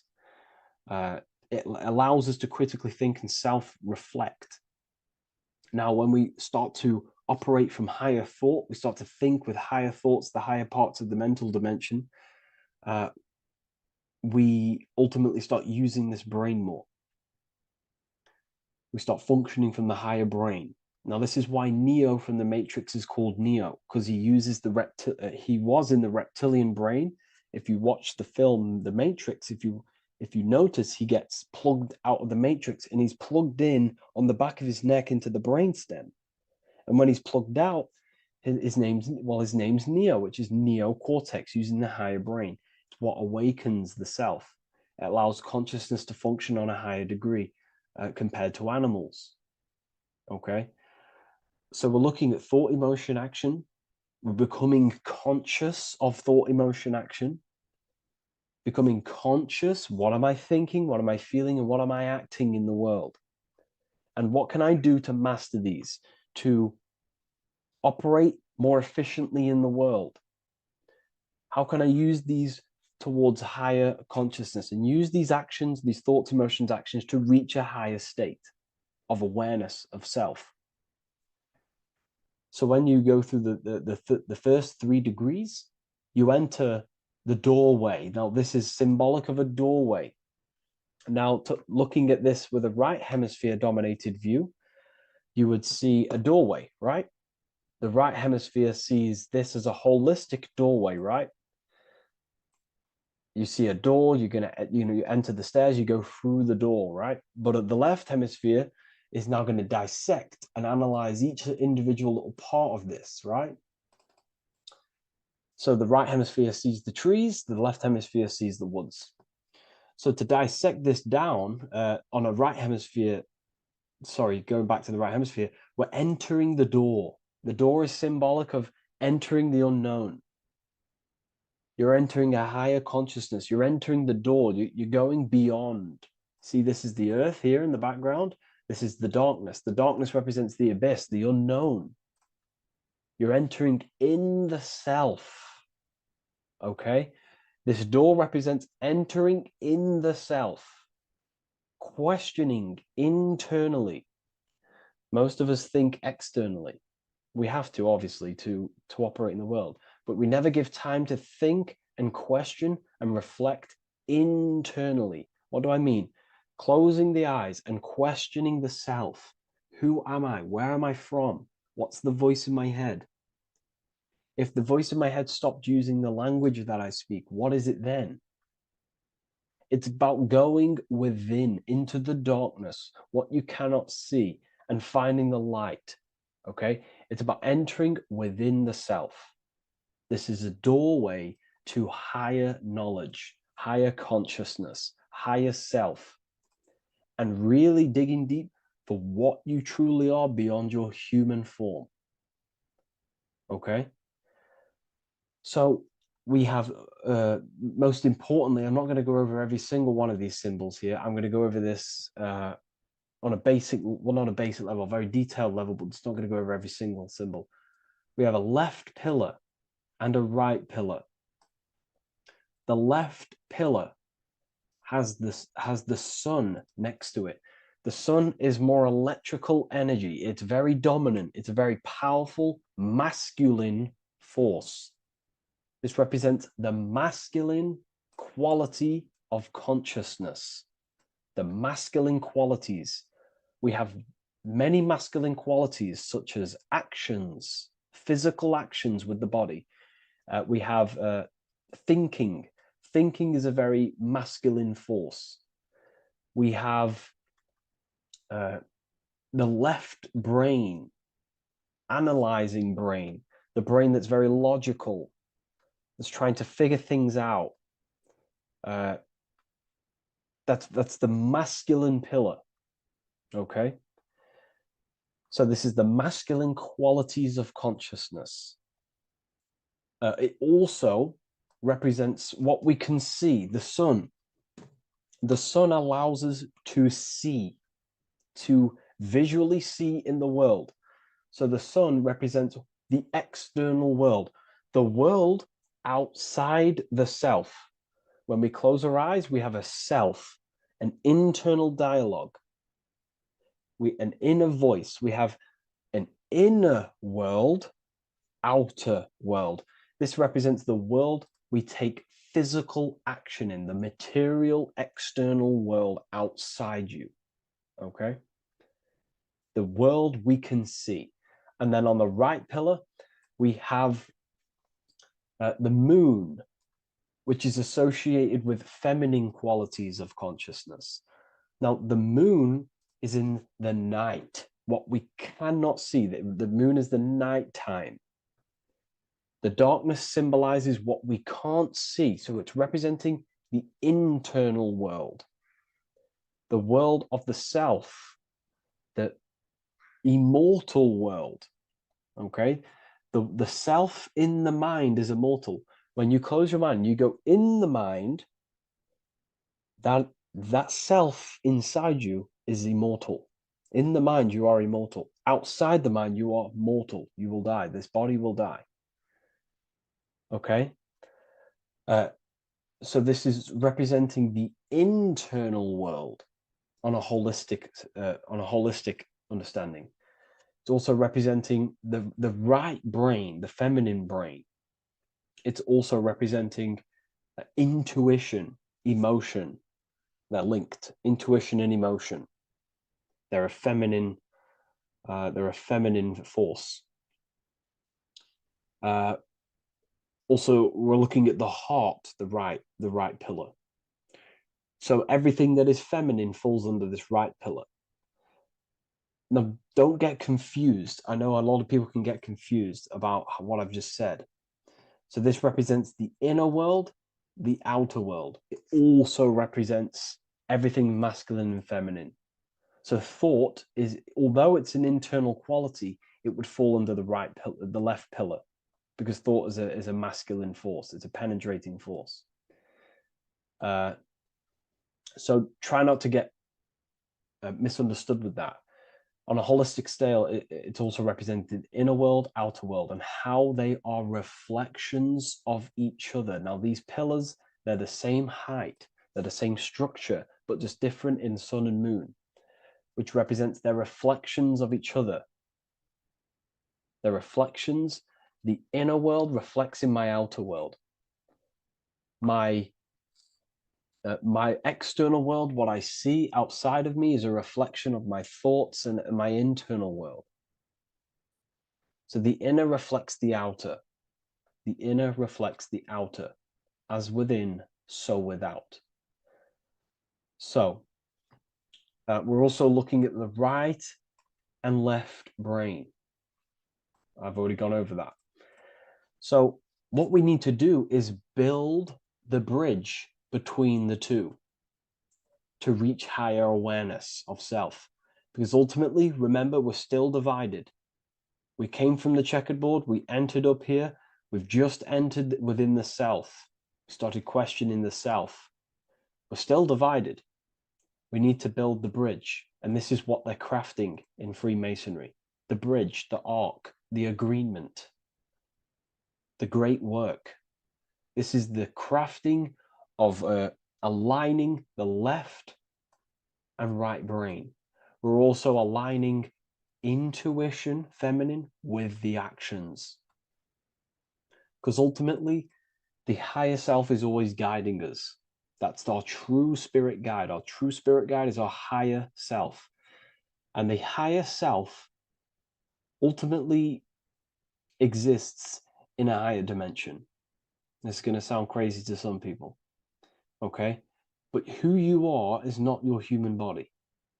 And your higher self does not communicate through the language of the human material world. It doesn't communicate through English, doesn't communicate through thoughts.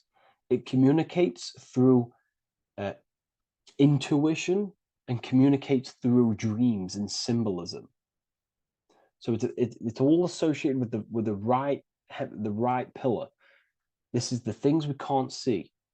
The higher self is always guiding us to awakening and to our purpose on the earth. Okay, so this left pillar also can symbolize what we're born into the world with, our circumstances, our external world. What are we born into? You know, our family, our current financial situation, where you're located in the world. So it's also symbolizing this. It's also symbolizing the qualities you bring here, the natural abilities you have when you're born, and what we need to do with our environment to ultimately reach a higher consciousness and reach our and transmute our environment we're born into to realize who we were and why we came here. Okay, so we need to build the bridge between intuition and action, and always take action on what we know and feeling is right at all times. That's unity consciousness. And when we do this, we gain the light. We gain more light, symbolic of more information of the self. Because the higher self is always guiding. It's always watching over. And it's always trying to give us knowledge of awakening, of why we came here. And when we take action on what we know and feel is right at all times, it's like a domino effect and a stepping stone that pushes you closer and closer towards your life purpose. Okay? We're also aligning the right and left brain to perceive the world in truth, to see the world in its true form, to see the world in what it actually is, instead of any distorted left or right hemisphere dominated beliefs or thoughts. We ultimately do that by acknowledging that, yes, you have a self, you have, the left brain is more ego, this like divided thinking, everything's separate, and the right hemisphere is more holistic. So we need to see the world in the middle of this, in the middle, acknowledging the self and acknowledging the collective consciousness and how my thoughts, emotions, actions contributing towards myself and the collective. We always need to keep the collective in mind. Why? Because we are experiencing this world together. It's not just you. And your actions also have a ripple effect on the collective. We're experiencing the world as a whole as well. Yes, there's yourself and there's the collective. We need to think, feel, and act towards the collective and the self. So aligning our brain hemispheres allows us to do this. It allows us to think holistically and individually and see reality in this. And when we do align the left and right brain, what do? We gain higher insight, the eye. We build the bridge between the left and right pillars. We gain the eye. The eye is what? Insight. The eye requires light to perceive and see the material world. So this is symbolic. This is the inner eye, the inner self, consciousness. And when consciousness has light, which is symbolic of truth, knowledge. Light is a massive symbol in Freemasonry. And light represents knowledge of self, information. And when we gain information and knowledge of self, when we align our left and right hemispheres, our actions take action on our intuition, we gain higher light, higher knowledge of self, ultimately. And this is why we also have the square and the compass. Okay? We have a square and compass here. The square and the bottom, base consciousness, also representing masculine qualities. This is the masculine qualities because squares are masculine. And the compass creates circles. So we have the circle on top of a square. Circles are divine. This is oneness. The circle is one line. The square is 4 lines. It's divided. So we need oneness over division. We need to unify the masculine and feminine qualities. Masculine and feminine qualities, okay? This is in the middle because the compass would fall on the right pillar and the square would fall on the left pillar. And it's unifying. It's representing unification of these 2 pillars of masculine and feminine qualities of self to ultimately rise towards this light, out of the darkness and into the light. Okay. Let's go back. The G. This is very important. This is one of the most important teachings I could possibly give you about the G. The G is the generative principle, is what generates things. And the force within you that generates things is care and the heart energy. The heart ultimately expresses our actions. We think, if we care, we act. Everything in your external world is in front of you because your heart cares. You care about the video and gaining knowledge. You're now here watching this video. That's the care energy expressing actions. So in order for us to truly get out of this divided consciousness, we have to go through the G. We have to go from base consciousness, the square, divided, we go through the G, because we have to care. And if we care, we'll reach the higher mind and gain higher self-knowledge and master the self. You cannot do this if you do not care. And if you do care, you will take action towards it. If you're watching this and you don't actually truly deeply care, you won't take the action. You'll just gain the knowledge, which is ultimately useless. You have to take action on this knowledge. And if you do not, there's no point watching the video. It's difficult. It's difficult. It's not easy. And things, throw us off our path sometimes. I understand. I'm not saying I'm perfect, but we ultimately have to give care towards reaching higher knowledge. Seek and you shall find. If you have the care about reaching higher knowledge of self, you will seek it and you will take actions towards it. Okay.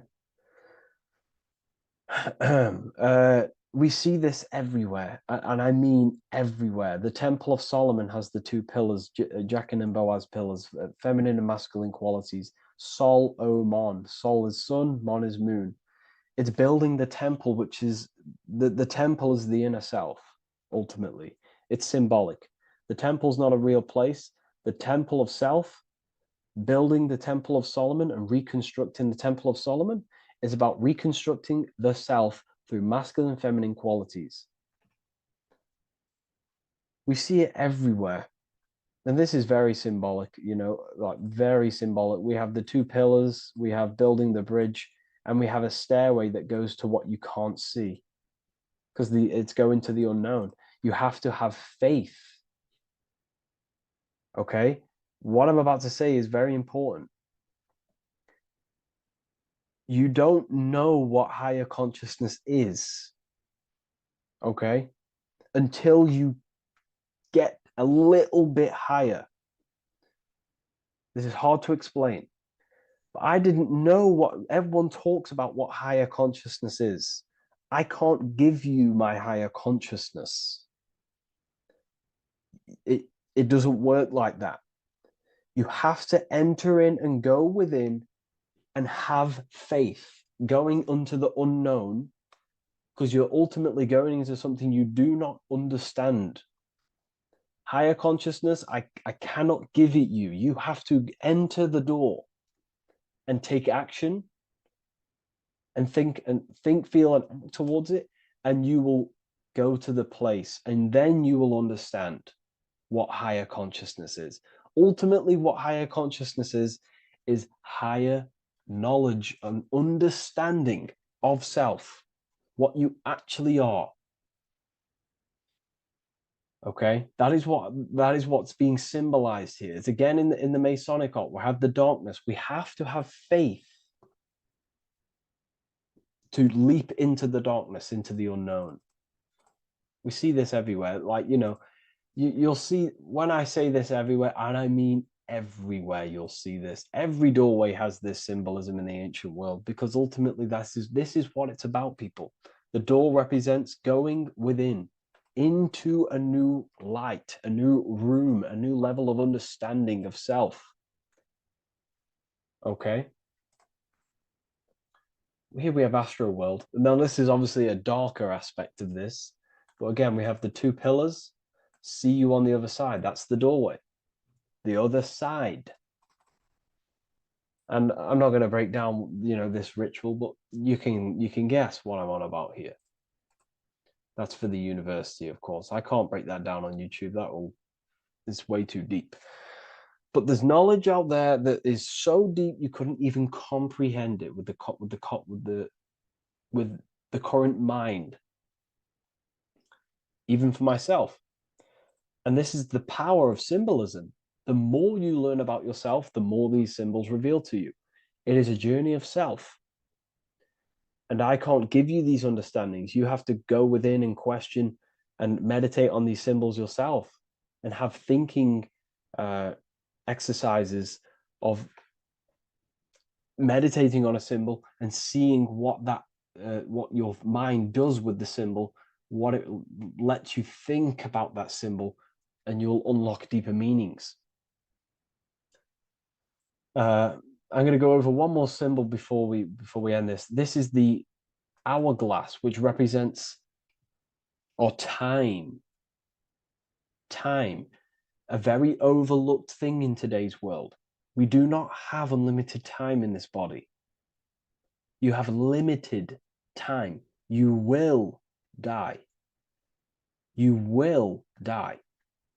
You have limited time in the external world. This is why it's on the left pillar, located on the left side, the external world.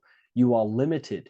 The scythe represents you will be harvested. Your body will die. It'll be harvested. You will die, and you need to fulfill your mission here. You came with a purpose. You have to find that purpose by going within the self and questioning and taking action on what you know and feel is right. Unity consciousness, aligning thought, emotion, action. So if you wish to learn deeper insights, gain exclusive lectures, astral projection, self-mastery, I've just started a new section on mind control methods and how people are using this in society and becoming conscious of it. I've now opened 5 spots at a limited special price for Ethereal University. Use the code MIND, all capital letters, MIND, all capital letters at the checkout. And there's only 5 of these codes. Whoever uses them gets them. It's ultimately going to give you 20% off the university for as long as you're subscribed to the university. We go so much deeper in the university. Remember, social media is just the tip of the iceberg. Tip of the iceberg information. There are certain things I can't talk about, but I'll see you inside, and I hope you enjoyed this video. Please leave a like, comment, and a subscribe.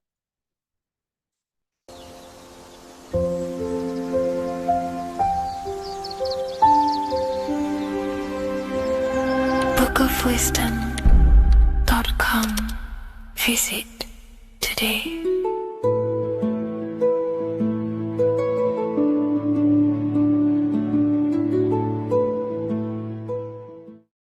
What if I told you that the seasons don't just change the external world, they also change your internal world? They have a psychological and a spiritual effect on your consciousness. If you're new to esotericism, you may not really understand this. But if you have some deep understanding of as above, so below, you already know this. But today we're going to be explaining it in great detail. So tune in, take a pen and paper, maybe make some notes. So we have 4 seasons. The sun is the main source of life on the earth, and it changes the circumstances on the earth in 4 different ways. Of course, we have spring, summer, winter, and autumn. These are the 4 states of the earth due to the sun's cycle. Not only do they take place on the earth, they also take place on you, your body, your mind, your spirit, your consciousness. They change things internally and externally. The first thing we need to understand is that we have a dual nature. We have a mind, and in that mind, we have an internal self. That's what we call the spiritual self.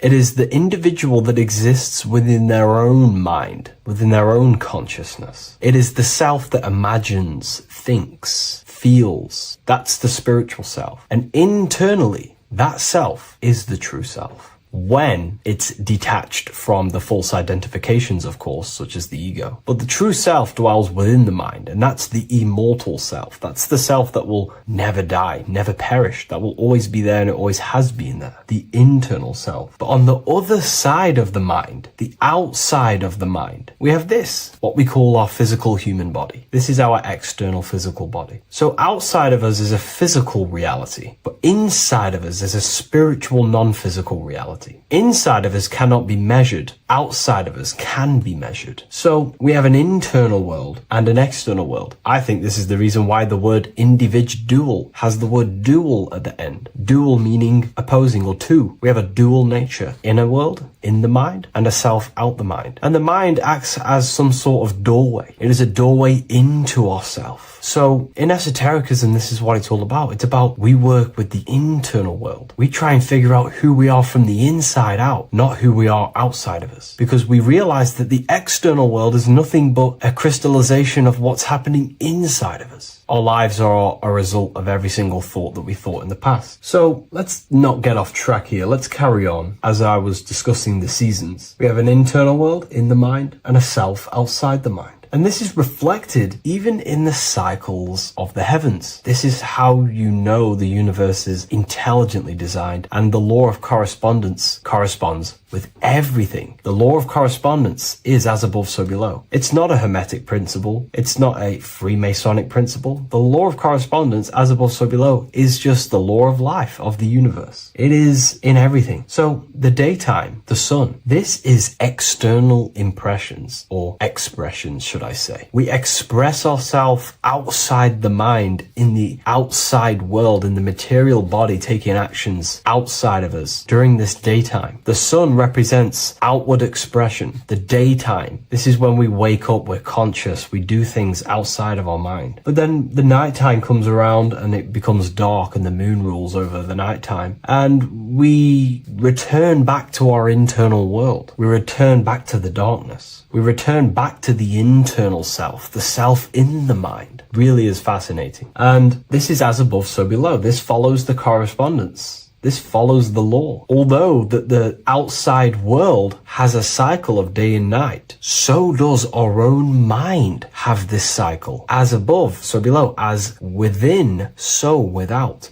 What's happening outside of us is also happening inside of us. The mind is also going in a cycle. Because in the daytime, the mind wakes up and we express things externally. But when the sun goes away and the electromagnetic rays of the sun are not very strong, our brainwave decreases, our body activity decreases. It slows down and we return to the internal self. The body switches off and we return to the internal self in the mind. We enter in the doorway of the mind and return to the internal, the spiritual self. And when the body is less active, this is when we are more connected to the internal world, our spiritual true self. So as above, so below corresponds with the day and night, the sun and the moon. The moon represents our internal world, the world inside our mind, the self inside the mind. And the sun represents the external self in the external world. So not only are these cycles happening in nature, the darkness outside of us when the sun goes away is the same darkness that we go within ourselves when we go to sleep. It's the same cycle. Our bodies are in the cycle of the external world also, as above, so below. But then we can even take this even further. This fractals down even further. If we look at the cycle of the yearly cycle of the sun, which is what we call the 12 zodiac signs, we notice that these 4 seasons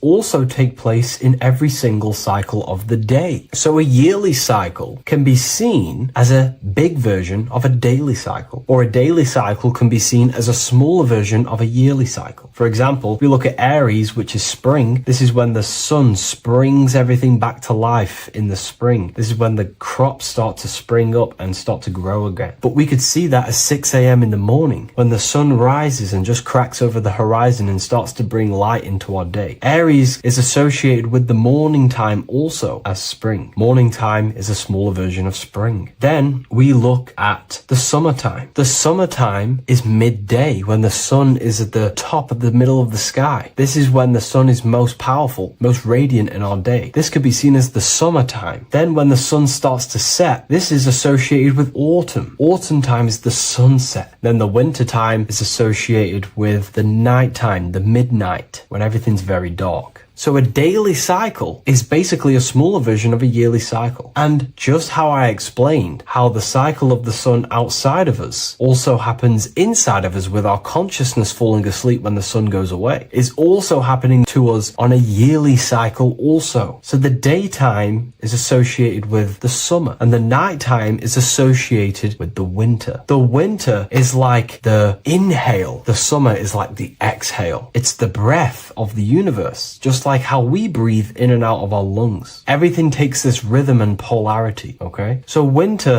is associated with the self and the world inside of ourselves, inside of our mind, the spiritual self, the internal. Because the winter is when the sun's rays, electromagnetic rays, are not very powerful. And this decreases brainwave activity, making us more connected to our internal world, inside the mind. But the summer's the complete opposite. The summer is when the sun is very, very powerful. And the sun's powerful electromagnetic rays increase brain activity, making us more actionable in the physical world outside of our mind, in the external world. So summer is the daytime and winter is a big version of the nighttime. Vice versa. Just like how in the winter, we're more in the house. We're inside buildings because it's very cold outside. Animals hibernate. They go inside. They go into little places. They collect all their food and prepare for the winter. They go inside. They go in darkness to hibernate. So does our consciousness, our spirit, the self inside of our mind. We can use these cycles to our advantage, to evolve spiritually, to connect and be more balanced. You know, I've mentioned a lot of this inside the university to my members, to the family inside of there. We discussed this. We had a great discussion about this. And, you know, the live calls we have are priceless. The conversations you can have with someone when they're awake, you never forget them. You always have deep, meaningful conversations. And we discussed this deeply, and we're going into some interesting things about how we can use these types of changes in the seasons for our spiritual growth. We even discussed about spring and autumn and how they're associated with the different spiritual bodies that we have. But anyways, let's not get off track. Lucid dreaming, dreaming itself, and astral projections, I find are more easily accessible during the winter and the night times. Like I said, because the brain activity is decreased due to the sun being not powerful, we are more reconnected with the self inside the mind, the spiritual self, the immortal self. Wintertime is a great time to work on yourself, to start to gaining discipline, to meditating, to really working on the subconscious. Because spiritual work is harder than any physical labor. You really got to dig deep within yourself and be honest and true with yourselves. I think this is the reason why, you know, a lot of people convert to spirituality from religion. They come into spirituality and then they go back to religion because they realize spirituality is it's difficult. You have to be honest with yourself. You have to really face the traumas, the negative aspects of yourself, the dark side of yourself, and bring it to light and transform it. And that sort of work is a lot more difficult to do than any physical labor. So the winter time is the time that we go inside ourselves. We reflect a lot more. We need to work on ourselves, on our mind, on our negative habits, on our dark traits, on our things that we have been pushing away and not controlling. The winter time is that time we can really start to connect with the internal self, work on our imagination, work on our mental willpower, work on all of these things like lucid dreaming, astral projections, and purifying ourselves, removing any mental barriers, any negative belief systems that may be subconsciously holding us back. It's easier to access the subconscious in the nighttime and in the winter, especially the winter. That's why I made this video, because we're in autumn now. We're transitioning into the winter. So I thought I'd share this with you all. And it's important to understand that you are a microcosm of God. Like I said, the law of correspondence associates with everything in the universe, people. Everything. And that's the best thing with the law of correspondence. And I've been using this for the past 3 to 4 years, right? The law of correspondence has determined and filtered out so many lies that was given to me, that's given to you, that's given to everyone in the world. The law of correspondence is like a filter. If someone gives you a piece of information, for example, gravity, and it does not apply with the law of correspondence, then you know it's a lie, because it's a universal thing. What happens inside of me also happens outside of me. What happens in my astral world happens in my material world, more than likely. As above, so below corresponds with everything. The same structure in my veins, in my nervous system, is the same structure in the trees, in galaxies, in everything. As above, so below, the universe is a fractal universe. Therefore, the point that I was getting at is that you are a microcosm of God. The same mind that God manifested things through thinking. He thought the stars, the earth, nature, the human body, designed everything with the God mind. He thought everything into existence. And that mind, them powers that God used to manifest everything into physical existence through the power of thought is the same mind that you possess, but on a smaller scale. God manifested the macrocosm through thought, as the universe is a mental universe. Everything you see around you was thought, then manifested into physical reality. God manifested the macrocosm, the world, through thought, and that same force of thought you use to create the microcosm, to create your own world. You think your life into reality, your world into reality. Your body is a microcosm, a miniature universe. Every thought you think commands 50 trillion cells in your body, and your cells religiously execute on every command that you give it. You're in charge of 50 trillion cells. You're literally commanding a whole civilization inside your body. And this is how you are a reflection of the divine. The God mind created the macrocosm, the world, and you create your own world inside that world using the same power as thought. Very powerful. So everything that happens outside of you is also happening inside of you. The law of correspondence is the most important, the law that you could possibly learn, because it makes everything so clear for you in the universe. Makes life so clear. You see the reality for what it truly is. It's a reflection of the higher dimensions. Just like how reality right now is a reflection of what's happening inside of people's minds and consciousness. We can't blame the elites for all the negative things that's happening in reality, because all the negative things that's happening in reality is the negative things that's happening in people's minds. We need to take control of ourselves. So with that being said, thank you all, everyone. If you wish to read more, 90% of you watching this video have already got this book. I want to say thank you for your support. It means the world to me. It makes me research more and write more books, and the book of symbolism is coming very soon. So thank you, everyone. I'll leave a link in the description for the university, for the live calls, and for the book if you wish to join. Have an amazing day.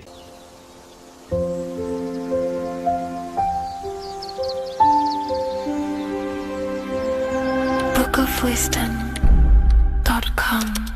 Visit today.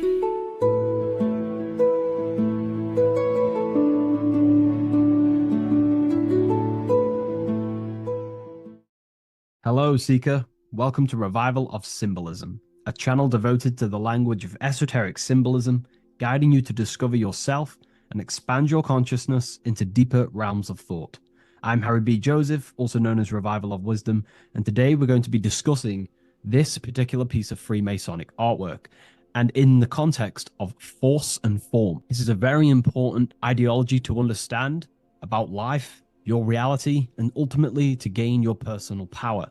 So if you want to gain your personal power, you have to understand force and form, which is one of the most basic understandings and teachings within the occult schools of thought. So if we look at this piece of artwork that we have here on this Freemasonic drawing or painting, whichever it is, we see in this context force and form. Now, there is a lot going on in this piece of symbolism. There's so much more than just force and form. However, in this video, we're just going to be breaking down the force and form aspects so you can gain an understanding. Here at the very top, we have light rays. This represents force.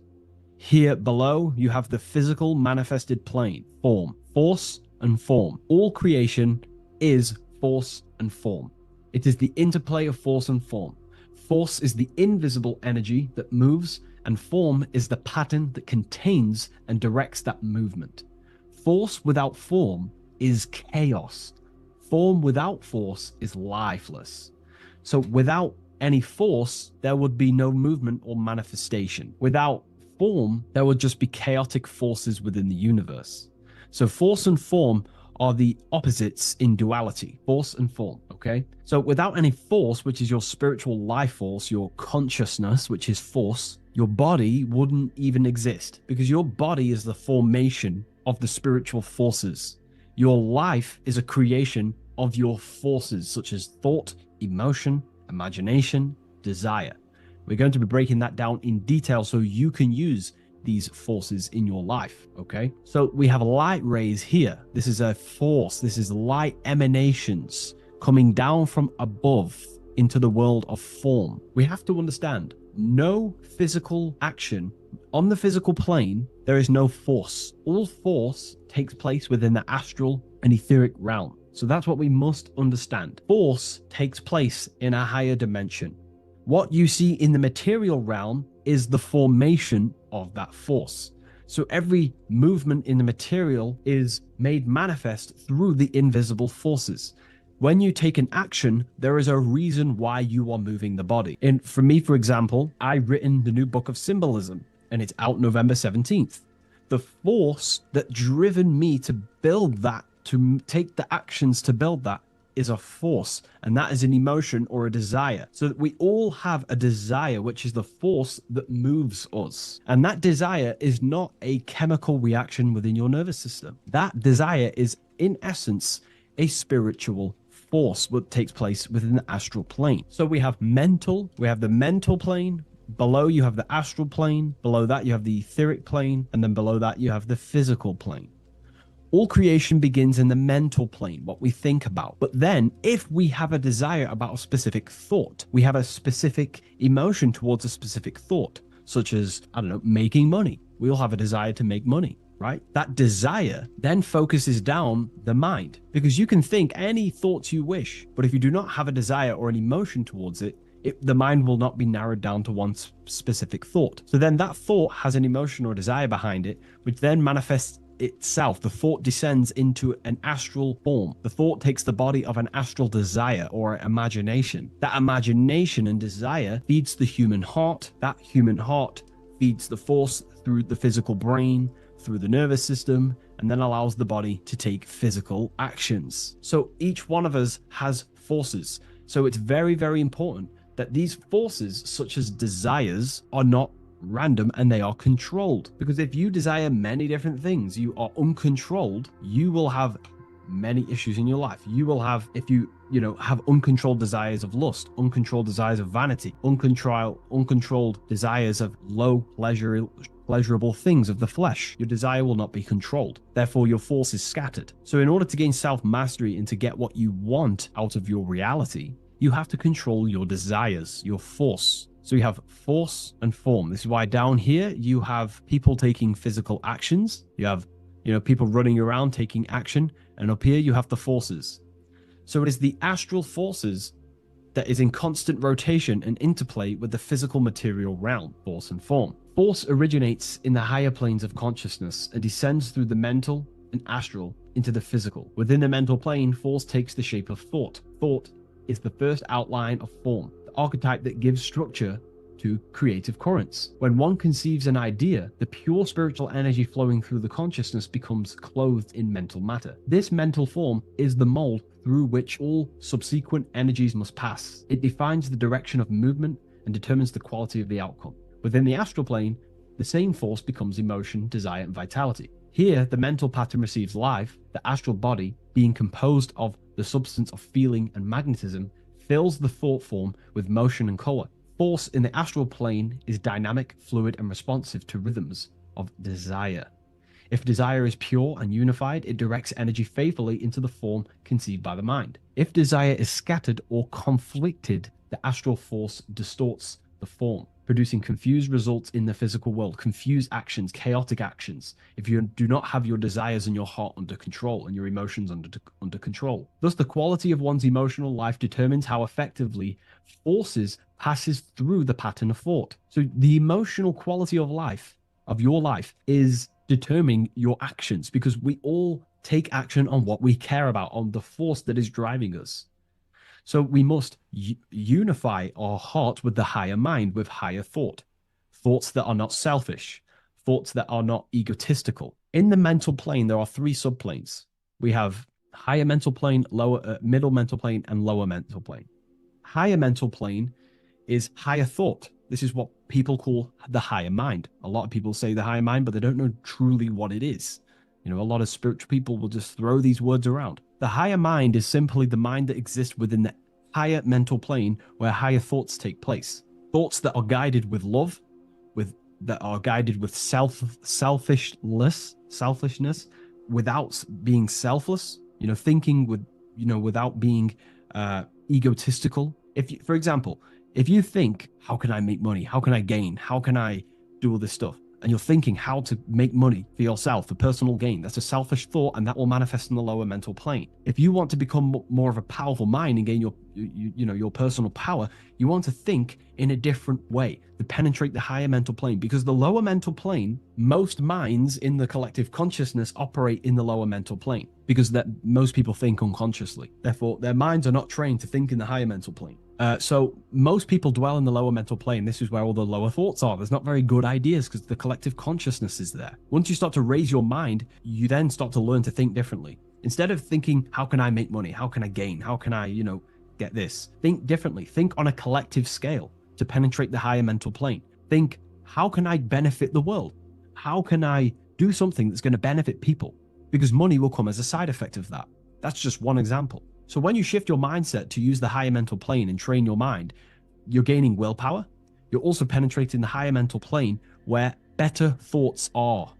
You receive better thoughts, better guidance through thought forms. That's a whole other lecture I can make. Thought forms, which are basically demons and spirit guides, what people call. They're just thought forms. So we truly do live in a mental world, and everything is force and form, symbolized by the light and the material reality. The individual who understands this relationship between force and form begins to work consciously with the descent of energy through the different planes of consciousness: mental, astral, etheric, physical. When you hold a clear mental image, you create the form. You fill that image with emotion and desire, you generate the force. When you act upon that energy, you complete the circuit of creation. The process is simple yet exact. Force always seeks form, and form always requires force to live. If the mind is undisciplined and the forms it creates are vague, force dissipates into confusion. Energy without direction creates turmoil in the astral body, manifesting as restlessness, anxiety, or inconsistency. If the emotions are intense but the form is weak, the force becomes misdirected, often leading to chaos in one's actions. Conversely, if the mind creates a strong form but the emotions are dull or lifeless, the form remains unanimated, a structure without vitality. True creation requires the balance and union of a defined mental pattern and vibrant astral current. So it's about aligning your mental and emotional states, symbolized by these two pillars here. Well, they are the extremes. So the moon would be your emotional state, the sun would represent your intellectual, or the masculine and feminine. However, they are the extremes. So this middle pillar represents the balancing of those. So when we balance our mental and emotional state, we become conscious co-creators using force and form. It's a very important lecture, and I know this is a quite complex and advanced lecture, but this is what this channel is about, Revival of Symbolism. It's about more advanced teachings.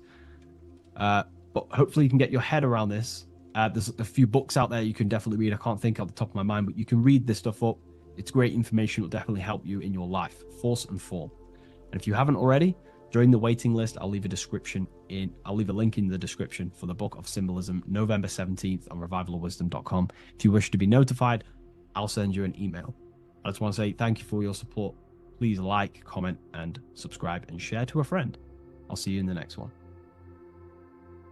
Absolutely. Let's refine that into your signature deep and esoteric.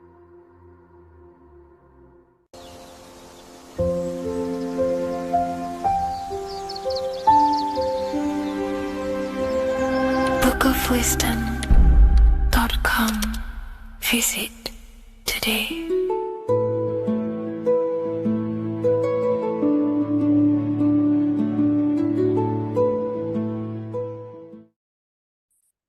The Pope is supposedly opening 5 portals on Christmas Day.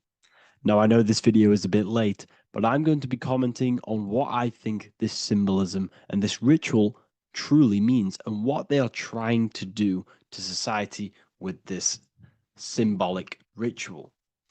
So the first thing we must understand is that everything these people do on a mass scale, all of these major events that they take place on, are all symbolic. They're all ritual. They all have purpose. Okay? So when we look at the locations of these 5 doors that are in Rome, we actually see the sigil of Lucifer. when we connect the dots of all of the 5 door locations. This is the sigil of Lucifer. Lucifer is not what you think. Lucifer, sigil of Lucifer, represents the outline of the human brain and our visual perception field. Now, the human perception field is how our brain interacts with the external reality. Our external reality is not physical. The only thing that exists outside of you is pure energy, formless, vibrational energy and light. Your brain is an energy decelerator. Your brain decelerates this light, this energy, into a material reality or perception that you can interact with. You don't look into the external world. The energy, the light enters the eye retinas, goes through the optic nerve, and travels to the back of the brain called the visual cortex. And the visual cortex is what shapes your visual screen. Now, if you are seeing the screen, this means that you are not the body, you are not the brain, you are the perception observing the screen that you are seeing. You are the eye behind that, you are the person behind that. So, what this is actually symbolizing is perception. This is a symbol of perception, of perceiving the material plane, of how spirit interacts with matter. Now, what's Lucifer? Now, the word Lucifer means the light bearer. He's known as the light bearer. The word Lucifer originates in Latin. Luci means light, and fer means to bring. It's the light bringer. The eyes, the visual perception of the light bringer to your reality. You see, everything outside of you is light. You are made of light. The word hue man means light. Hue means color, which is a form of light. And man means manifest. We're light manifested into material form. Every single one of us is Lucifer. When we fall for the material world, the external world, is an illusion. It is the false world. It can elude you. It can make you fall in love with the material things, material pleasures, lust, money, fame. These things make you fall. This is the fall of Lucifer. This is the mythological story. This is the symbolism behind Lucifer. It's you. Are you falling for material pleasure because you are a divine spiritual being from the higher planes, not from this plane? Now, if you let your divine being fall for this material plane and fall for the evil that can take place in this plane, then you are Lucifer. It represents the false light, the false reality. This symbol, the sigil of Lucifer, it symbolizes the interplay between light, consciousness, and the perceptual experience of the physical reality. The external world is truly internal. What we visually perceive is essentially light waves carrying information, which then gets processed by our brain, the central computer of our nervous system. Okay? So, how many doors are open? 5 doors. So 5 is the number of perception as well. 5 fingers on each hand, 5 points on the human body, 5 toes on each foot. We have 5 senses. 1, 2, 3, and 4, they're spiritual numbers. 6, 7, 8, and 9, they're material numbers.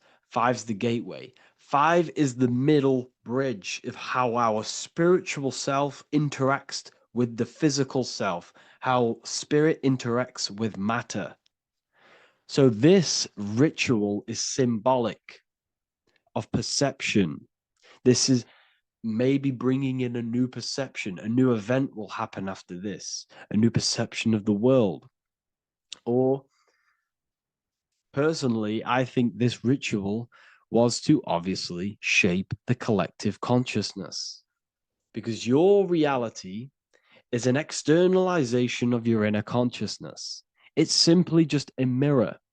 Your material life, your material world outside of you is simply a mirror reflecting with mathematical and geometric precision of your internal consciousness.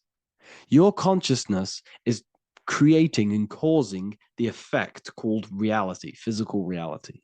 Your life is a result of every thought you thought in the past. Therefore, with that being said, everyone who perceives this ritual of, oh, the Pope's opening 5 spiritual portals, who's letting in demonic energy into the world, they're going to let demonic energies and demonic spirits all in the world. Well, what if I told you the only portal they're opening is a portal in your own mind for negativity? By you believing in negative forces coming into the world and going to possess everyone, that's opening up your own mind. The collective spiritual community has been brainwashed in thinking there's going to be demonic energy. Therefore, what will happen? There will be demonic energy. Not because the Pope opened up a portal to the demonic energy, it's because everyone opened up their own minds to the demonic energy. Therefore, we as a collective consciousness shape the external world on a macrocosm scale. For example, the microcosm is your personal life. Your personal life. You have created it through consciousness. Your belief system is just externalized in your world. But on a collective scale, we all believe in money, for example. And because we all believe in money and we believe that this piece of paper holds value in our minds, okay, in the mental plane, this has an effect on the physical plane by shaping the physical plane by being ruled by this belief as on a macrocosm scale. Yes, I know that money doesn't exist. It's just a belief in my mind. But that doesn't have an effect because the collective consciousness believes that money has effect, has power. When it doesn't, it's just a piece of paper with the belief behind it. If the collective consciousness stopped believing in money, then the collective consciousness would have broke the spell and we would have no longer had a material plane ruled by money. You see, our beliefs is ruling and shaping our physical plane. This physical world outside of you is truly just an effect of the mind, an effect of our consciousness, our inner world.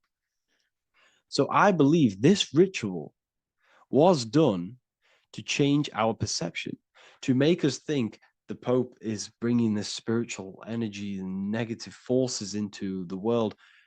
And it's just simply us creating the negativity in the world by believing in this, by thinking this. Remember, they have the power to send messages into millions of people's minds through media. And then messages are then believed, and that belief is shaping our world. What have I told you? That the New World Order is not manifested by the elite, it's manifested by you and us. We're all manifesting the New World Order. They can't manifest it. We can, because we are the ones believing it. We believe it. It is reality. It shapes our own prison. We're all shaping our own prison by believing in the prison, by believing in money. So this ritual was all to do with perception, creating a new perception, creating fear in our minds to, of course, distract us from what's really going on. This is all a ritual to implant messages in your own mind. So I hope you all understand this video, and I hope you all gain some insight, and I'll see you inside the university.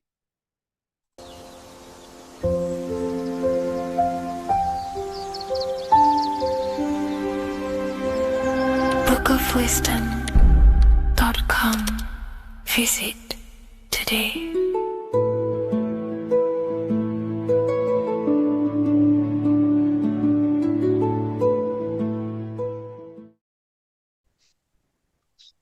Matthew 21:1, Jesus went into the temple of God. Corinthians 3:16, do you not know that you are the temple of God? Now, what is this telling you? That God is within you. Hence why in Luke 21:12, it tells you the kingdom of God is within you.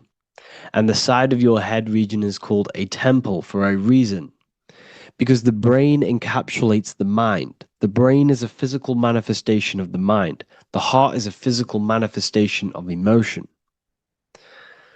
So we have these different layers of our consciousness. We have an intellectual, communicative aspect of our consciousness, which we would call the mind. We have an emotional aspect of our consciousness, which is the heart. And to communicate with the divine, it's all to do with the mind. Hence why the ancients always symbolize the mind being God. This is why Michelangelo always placed God inside of the brain on top of Sistine Chapel in the middle of the Vatican. He understood that God is in the brain. God is within you, not outside of you. The church tells you that God is in the sky because they are creating a externalization of the truth to create a business and a distraction so that you don't find the divinity within you, so that you don't find your power. Now you have Adam, the physical man, the physical body, the ego, the lower self. And he is resting. He's not trying to reach to God, but God is reaching because the higher consciousness within you is always trying to communicate with you. It's always trying to wake you up to your divinity. But the lower mind, the lower self, Adam, the physical self, is always in ignorance of truth, always in ignorance, and stays in a materialistic way of thinking, which is the lower animal self. And this is what we call a sleep or an NPC. This is the lower mind of man. But all you have to do is to move your finger to touch God. You have to look within yourself, within the brain, meditate, and you can find God. This is why in the Bible we see many references to the human body and anatomy to truly connect with God. Kings 6:8, the door to the middle chamber was in the right side of the house, which is the right hemisphere of the brain. The middle chamber is the pineal gland, where the seat of your consciousness is, where the seat of your higher consciousness is, the mind. And they went up the winding stairs, which is your spinal column, into the middle chamber, and out of the middle chamber into the third. So they went up the winding stairs. This represents raising your consciousness up the winding stairs. Your spinal column acts as a stairway of consciousness. Depending on what sort of consciousness you are operating in, depends on what part of the spinal column you are using. Because the spinal column ascends and descends consciousness. What do I mean? If you are in a reproductive way of thinking and you're always thinking about sex, you're jerking off all the time and you're always eating, all of your brain's power and your mind's power is being descended into the lower aspects of the spinal column, which represents hell, the physical state of man, Adam, the ignorant state. We're basically living off low-level pleasures like an animal. And the stairway to heaven is your spinal column. They went up the winding stairs into the middle chamber, which is your mind, your pineal gland, and out of the middle into the third stage of consciousness, physical, etheric, astral. When you meditate and you start to raise your consciousness during meditation, you enter the astral plane when you turn off thought. But this is the middle chamber inside of the brain. Here we see another painting inside of Sistine's Chapel of God inside of the brain. This is the brainstem. This is the brain. This is the frontal lobe. This is the back lobe. This is the back lobe. This is the cerebellum. Here's the reptilian brainstem. Here's the claustrum. This is what we are seeing here. Anatomy. Here is another one in Sistine's Chapel in the middle of the Vatican. This is depicting the brainstem. God's neck looks exactly like the brainstem. Here we see a real brain compared to God's neck, because the neck is just below the brainstem. And this is what they are symbolizing, because they knew that God is within you. God is a part of the human body. God is inside of the body, because the body is a vessel for consciousness, for universal consciousness.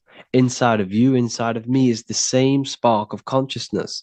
And this same consciousness is spread out into every living essence, because everything comes from the one source, the one God, the one consciousness.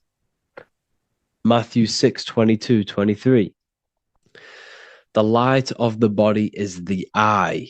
If therefore thine eye be single, thy whole body shall be full of light. Practicing the single eye. What is this? This is meditation. This is entering within yourself. So the Bible's telling you to practice the single eye. But if thine eye be evil, thy whole body shall be full of darkness. What does this mean?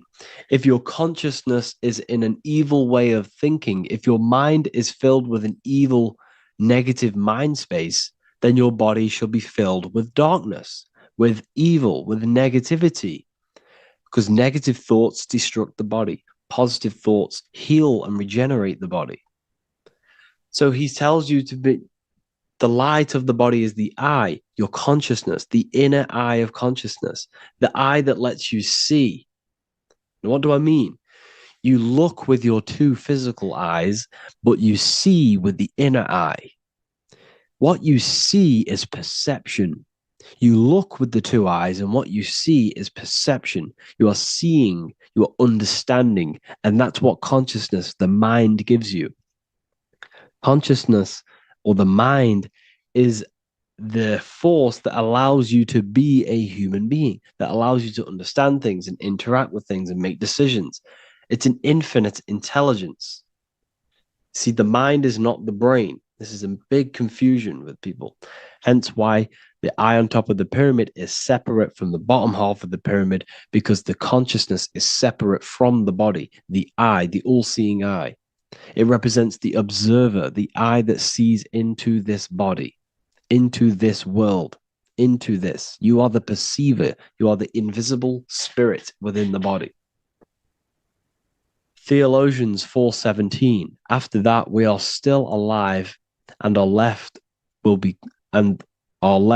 be caught up together with them in the clouds to meet the Lord in the air. You don't meet the Lord in the physical air. Okay? This symbolism of the ancient Christian artwork is showing you this is symbolic. These things never happened. There's no man in the sky. Moses didn't go on a mountain to meet with God. The air represents the mind. This is why you say you're an airhead when someone's very stupid. Earth is your body. Water is your emotions. Fire is your spirit. Air is your mind, the invisible mind. So Anton Mengs, an ancient Christian art worker, is showing you anatomy of God in the clouds. But this is the anatomy of the human body, raising yourself to the mind and turning the mind inwards on itself during meditation. And that's how you meet the Lord in the air. You meet the Lord in an elevated state of consciousness. The air represents an elevated state of consciousness because the air is up. You have to raise your consciousness to meet the Lord in the air. This is why Moses went on a mountain to meet with God. The mountain represents elevation of consciousness, raising the mind up the spinal column, taking all of the mind's attention away from the reproduction and the physical aspects of self and raising it to the brain and turning off the brain and going inward into the air. It's talking about raising consciousness. It's allegorical. It's a spiritual, metaphorical text. The side of your head's called a temple because inside that where that temple is, right in the middle of where you call the temple, is the inner chamber, the open room, the holies of holies in the Bible, or the land flowing with milk and honey, or Mount Zion. There's so many different names for the brain, or the upper room where Jesus meets his 12 disciples, the 12 cranial nerves in your brain. This is the temple of God. Your body is a temple of consciousness. It encapsulates consciousness. It encapsulates the mind and soul. John 10:30, Jesus states, I and the Father are one. Psalms 46:10, be still and know that I am God. He's talking about the I am within you, not within Jesus. Everyone refers to ourselves as I. I am God. When you say I, you're referring to the highest aspect of yourself, the aspect that is above all thought, above all emotion, and above all things. When you say I, you're referring to your pure awareness, your pure consciousness, the highest aspect of yourself. And anything after I is egotistical. I is God. The letter I is the Roman numerals for one, because there is one God, one consciousness. The letter I is one line, just like the number one. Matthew 6:3-4, take no thought. Therefore, take no thought. Take no thought. He says this 5 times because you must turn off the 5 senses and take no thought to connect with God. Be still. This is telling you to meditate and know that I am God. The I am within you. I and the Father are one. I and God are one. You, who you think you are, is a completely wrong. The body is matter. Your name isn't you. Your job isn't you. Your reputation, your trauma, your memories, your friends, family, worries, bills, interests, dislikes, goals, passions, anything to do with the thinking mind is not you. Who you think you are is a part of your thinking aspect of consciousness. But once you remove thought, you are no longer your name. You are no longer your body. You're no longer your reputation. You are the I. You are pure awareness, pure consciousness. Pure consciousness. And this pure consciousness has latched on to this name, this job, the body, and your traumas. Your pure consciousness has attached itself to this character who you're playing in the physical world. And this is essentially who you think you are, but you are not. You are the I, you are the self, you are pure awareness. So, in order for you to detach from these things, you must learn how to detach from your name, your job, your reputation. And you do this through meditation by turning off the thinking mind. Turning off the thinking mind allows other aspects of your consciousness to open up.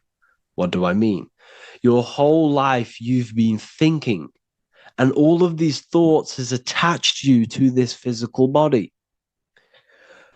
You haven't allowed your consciousness to open up. And you can only do this by taking no thought. That's why Jesus tells you, take no thought. When you turn off the thinking mind, other aspects of your consciousness starts to open up. Other aspects of your being can open up. And this is how you astral project. This is how you do all these mystical things and things to do with consciousness. It's taking no thought. Imagination, emotions, thought, and memory are all to do with consciousness. These things are not physical. You can't touch thought. You can't touch emotions. You can't touch these things because they are not a physical thing. So you must turn off these things for other aspects of your consciousness to open up. Okay? So essentially, the Bible is a metaphorical, astrological, numerological, metaphysical, spiritual, encoded text that talks about human anatomy, spirituality, and the true nature of the human experience. Everything they would teach you in school is to make you think that you are this body. Everything they teach you in church is the externalization of the true teachings of Jesus. Jesus was telling you to meditate. Jesus was telling you to practice the single eye. Jesus was telling you to look within yourself and find God. He wasn't telling you to pray to him. Mark 16:19, he was taken up to heaven and sat at the right hand of God. the right hemisphere of your brain. John 21:6, cast the net onto the right-hand side of the boat and you shall find fish. Fish is understanding. The boat is your body, your brain. Cast your awareness into the right side of your brain and you will find understanding, because the right side of your brain is all to do with the creative aspect and the intuition and the spiritual sides of your consciousness. This is why God is here.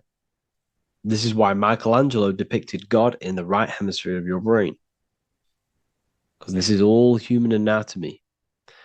And I speak about all of this in the brand new Book of Wisdom, Volume 2, which is now available. The start of the revolution has begun. This book is truly going to change the way people see the world. It's got so many more topics than the last one. It's truly a revolution. It's written in so much detail. It's very practical. I cannot wait to share this one with you. I just want to say thank you for the opportunity for me to create this book, because without you, I couldn't have created this. And I just love sharing my work with you. And I thank every single one of you for the support, the watch, like the views and the likes, everything, especially the people who have joined the university and stuff like that. And for people who have joined the university, you do get a free Book of Wisdom paperback if you just go to the general chat and follow the description, follow what the instructions that I gave you in the chat, and you'll be able to order a free Book of Wisdom if you are inside of the university. Plus, you get all of my other books, 2 books, and over 45 occult books on occult and esoteric things. You get lectures, live calls, a community, a manifestation mastery course, and a whole library and reoccurring updates every month, every week. So yeah, I hope you all enjoyed this video. Thank you all. Please leave a comment to help the algorithm, and leave a comment on what videos I should make. And yeah, I'll get to uploading on the YouTube a lot more now the second book is now released. I have a lot more time on my hands. No longer using my energy to create the book. I'm now going to redirect this mental energy into the YouTube. So there will be a lot more content coming. So I need some content ideas. So feel free to comment some ideas, some YouTube videos that I can create. Thank you all, people. Have an amazing day.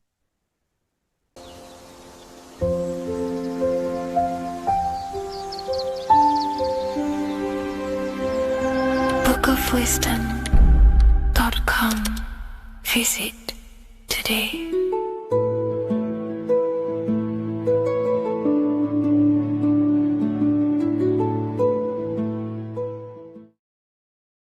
How are we all doing today, people? It's Revival of Wisdom, and today we're going to get real deep. This video is going to get real deep. A lot of people are not going to be ready for this sort of knowledge. Okay, you really have to do is to really deprogram the mind, because everything we've been taught is a complete lies to keep us trapped.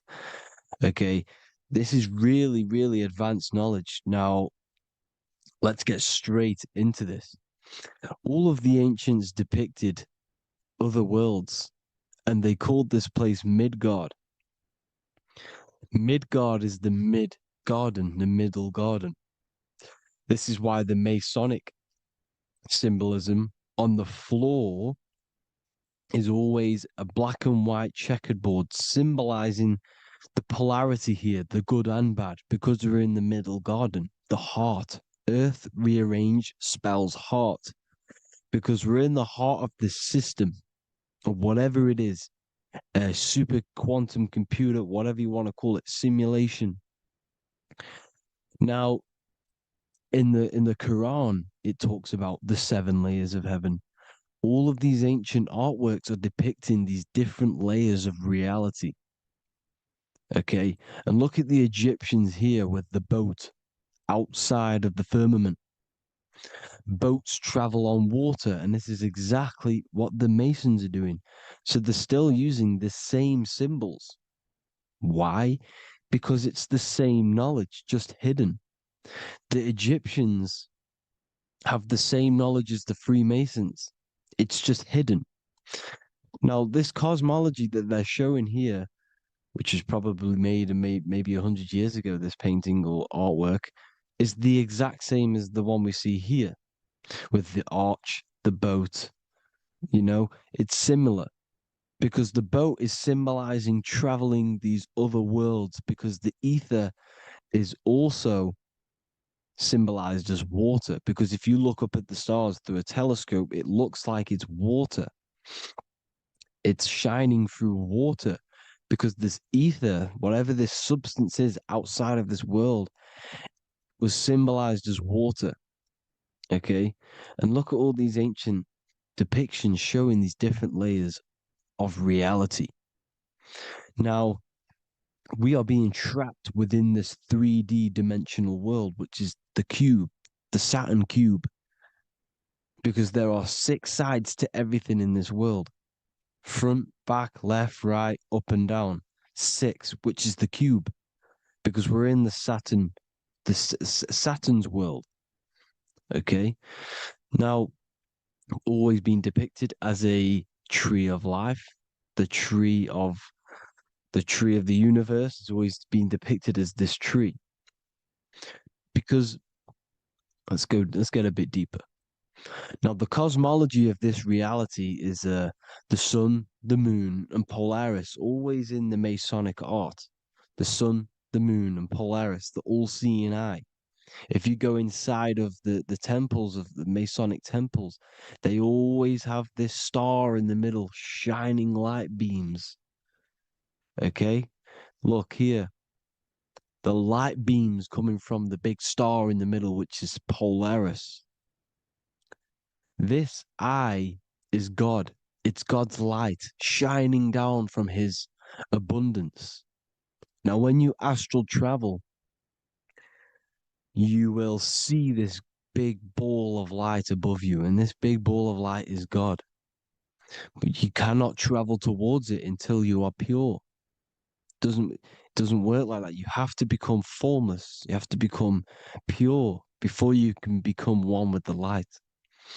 In all these Masonic artworks, it's all depicting the star in the center. This star is Polaris, because Polaris is the way out of this place. And this is why you see the stairway to heaven all the way up to the light beam, the light source. What does it say in the Bible? God is light, because everything is made out of one substance, and that substance is light. And it symbolizes the eye because God is an eye. All things that are alive have an eye. And we all say, I am. We all see these realities through eyes. God is an eye. He's the all-seeing eye. He sees all things at all times. And he is projecting this light. And this light comes down to create all the different levels of the worlds.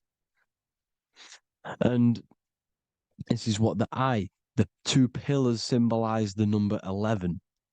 11, the number 1,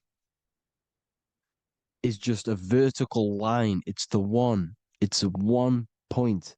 11 symbolizes the mirror nature of reality. Everything's mirrored. As above, so below. Now, the 11 also symbolizes openings, doorways.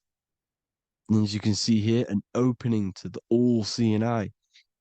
And you see it here again, an opening to the stairway all the way up to the light. This light is the light of God in the astral worlds, beyond this world. Now, Polaris has also been symbolized as the UFO. They put the truth in plain sight. So, you know, in the films, how the UFOs suck people up. That's what Polaris is doing. If you ascend beyond this world, if you do not ascend beyond this world, you will be reincarnated in this world. The whole thing is to outgrow this consciousness to the plane above. And I'm not just making this up. I'm going to be bringing in scriptures after this. But you can see with the Christmas tree, we always put a high, big star at the center, at the top, which is the star of Polaris, which is exactly what the Masons are doing here. The star at the top. And it's on top of our Christmas trees. And all of these symbolize the other stars because Polaris is the most high star. And all the other stars are wrapped around the firmament lower than Polaris. And that's exactly what the Christmas tree is. And it's a triangle. It's a triangle, just like light beams travel from one point in the triangle, just like the all-seeing eye. It's a triangle. The light is coming from one point and sending its rays downward. You see, it's kind of like you see here with the water. And the lower you go, the darker it gets, the more evil it becomes. And this is what the ancients would call hell. Now, this all-seeing eye is Polaris. And below Polaris is Mount Meru, the North Pole, the magnetic North Pole. The Tower of Babel, which is in the Bible. The etymology of the word Babel, Ba meaning spirit, which gives the ability to move the soul through the worlds, which is that's the ancient Egyptian description of the word Ba, meaning of the word Ba. You have the Ka, the Ba, the Ak, but the Ba is the one that gives the ability for the soul to move through the worlds. Your soul can't speak into a world without incarnating into it.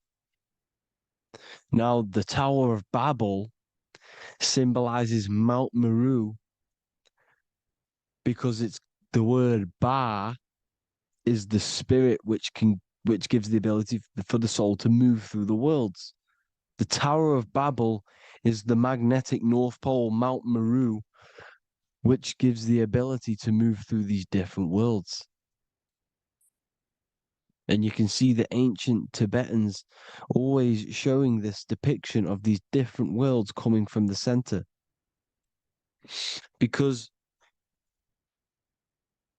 we have to ascend our consciousness. It's not about how good you are to reach heaven. It's about how you expand your consciousness, you expand your mind. So they teach now that you have to be good in order to reach to heaven. It's about expanding the mind, expanding your consciousness to these different planes, these different realms. So that's what it's about. And Jesus was known as the fisher of man. Now, Jesus is a massive part of this. He was known as the fisher of man because he was fishing. He could have been fishing. He could have been one of these deities that had come down from these different higher realities and pull people up. So they would so they called Jesus the fisher of man. And he says unto them, follow me and I will make you fishers of men. So these deities that we see in the past, like Buddha, Krishna, Hermes, Thoth, Jesus, could all be these entities who were coming down to pick up the minds that were worthy enough to see the higher planes of reality. And this is why they called him the fisher of man. Now, when Jesus walks on water, there is a parable with Paul. And he says, but Jesus immediately said unto them, take courage, it is I, don't be afraid. He's talking about astral travel here. He's talking about leaving the body. Because when you leave the body in astral travel to see these alternative realities, you can't be afraid because fear is a bondage, which is what the Emerald Tablets talks about. Lord, if it's you, Peter replied, tell me to come to you on the water. The water. Come, he said. And Peter got down from the boat, walked on the water, and came towards Jesus. But when he saw the wind, he was afraid and began to sink. When you become afraid in astral travel, you sink back into your body. Lord, save me. So this is talking about Jesus pulling people up into different realities. And you can see the fish is the symbol of Jesus, is another symbol of Jesus, a fish. Because fish symbolize deep occult knowledge, because fish travel the depths of the ocean. And they symbolize us because we are fish underneath the ethers. And Jesus was pulling people up. You see, so the Bible is a people today believe the Bible is a book telling you how to reach to heaven, how to become godly and reach heaven. But you've got to become the Jesus Christ to see these alternative realities. Now look at the Emerald tablets is a massive part, and it speaks so much about these different realities. Look what it says here. This is in Emerald Tablet 3. Then in my heart grew a great longing to conquer the pathway that led to the stars, which is exactly what the Masons depict in all of their art. Look, the ladder to the stars. And then he goes on to say, years after years, I sought after wisdom, seeking new knowledge, following the way, until at last my soul, in great travail, broke from its bondage and bounded away, broke from the bondage of the body. Free was I from the bondage of earth men. Free from the body, I flashed through the night. The stars. The stars are a massive part in the astral world. Each star is a different reality. And the true astrology is the star that you came from. You came through a star to reach this, to reach here. There is a reason why you are here. There's a reason why you have the personality traits, because your soul came from a specific star. This is why we call them stargates, because they are gates in and out of this reality. And Polaris is the way out to the higher worlds. Now look, far into space, my soul traveled freely into the infinite circles of light. Beyond knowledge were some planets and great gigantic beyond dreams of men. Then he goes to say, lift up your flame from out of the darkness, fly from the night and ye shall be free. Lift up your flame. Your flame is your soul, because it has to be lifted up out of the darkness. This is the darkness, this world, this body is the darkness. Because it's a bondage. You need to break free. You need to learn how to astral travel, people. You have to learn this. If you want to get out of this world,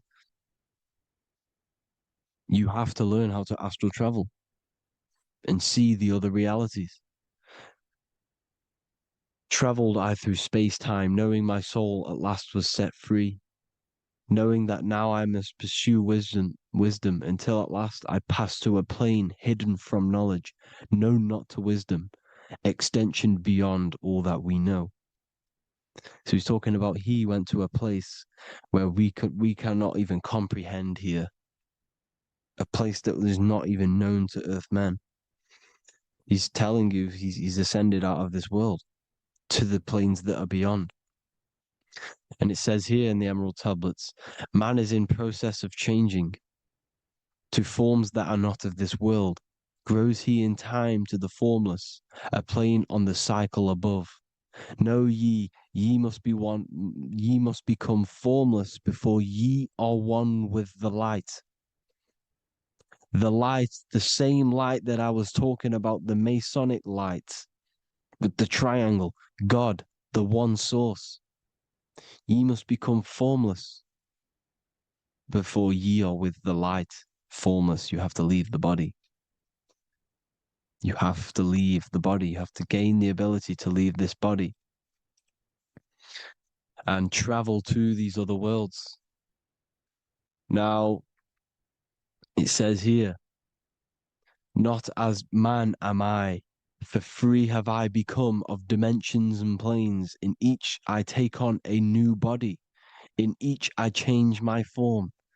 Know I now that the formless is all there is of form. You see, all things created come from the things that all things that you see come from the things that you cannot see. All of us have the same spark of consciousness, the same I am. Every dog, every animal, every human has this same I, this same thing which sees through the eye. It's formless. It takes this formless entity is the same entity of us. We are all the same entity in different bodies. And this entity it was represented as the flame, the cosmic flame, which is inside of all of us. And this is why the Masons depicted your spine as a candle or the Holy Grail. You would either see this or a candle with a flame on the top, because the Holy Grail is your consciousness, which is on top of your spine, which is the candle. Now, Jesus, Thoth, Buddha were all these deities which were coming down to lift people up because they were fishermen of men. And he would lift you up to the higher worlds, out of this world, to the ones above. Now, Thoth, you can see him here, he's leading the way. He's holding someone and he's leading the way with knowledge and power. He was leading the way to other worlds, out of this world. There's no point trying to change this world. This world will stay the same. It will stay the same. You have to get out of this world. And that's what they're telling you. That's what they're keeping you from. They're keeping you stuck within this thin layer of reality. So what the Masons are doing, they have the ability to astral travel. They're living not stuck and bound to one reality, but living within the different layers of reality. And this is what Morpheus was doing in the Matrix. Morpheus was going into the Matrix to go and get Neo, which is exactly what Jesus was doing, pulling up people out of this world to the ones higher. And that's exactly what Morpheus is doing in the Matrix. If you haven't watched the Matrix, go and watch it. It will blow your mind. Everything I'm saying in this video, you will see it. Except that you don't need to use a machine to enter the Matrix. You just use your body. Well, you use your consciousness to leave this body. You see, Neo was also uploading himself into the simulation to pull people out of the simulation. And this is exactly what all of these gods were doing. The fisher of man. Look, he was pulling people up out of this reality with the knowledge. Now, Jesus was always depicted with the mushrooms. Look at all this mushroom art. Mushrooms were literally the origin of Christianity. You can see it everywhere. There's mushrooms in all of the ancient art. Every single one of these paintings you see here, there's mushrooms on them. Mushrooms have the ability to see alternative states of consciousness. Now, if you go and do them and you go to sleep, if you pop mushrooms, you go to sleep and you will wake up in another reality. You will wake up in another reality. Don't try it if you don't want to do it. But if you've got the heart to do it, do it. Eat them and go to sleep. You'll wake up in another reality. And Jesus was handing out mushrooms to the bright minds, to the minds that he wanted to fish out and pull up to the higher realities. He was giving them mushrooms to see themselves in an alternative state, in an alternative reality. This is why there was so much mushroom art.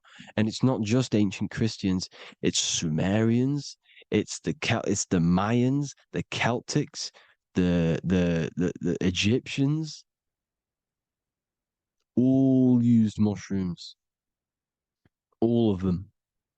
Look at all this art. It's on stones. It's everywhere because mushrooms. See, everything in nature is a macro. Look at the form of a mushroom. It's literally your spine and brain because they alter your consciousness. Your body is just a radio receiver.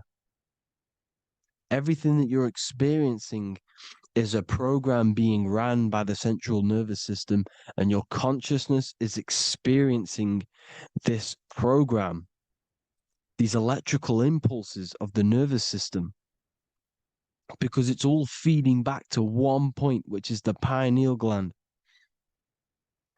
And this is the candle with the light on it.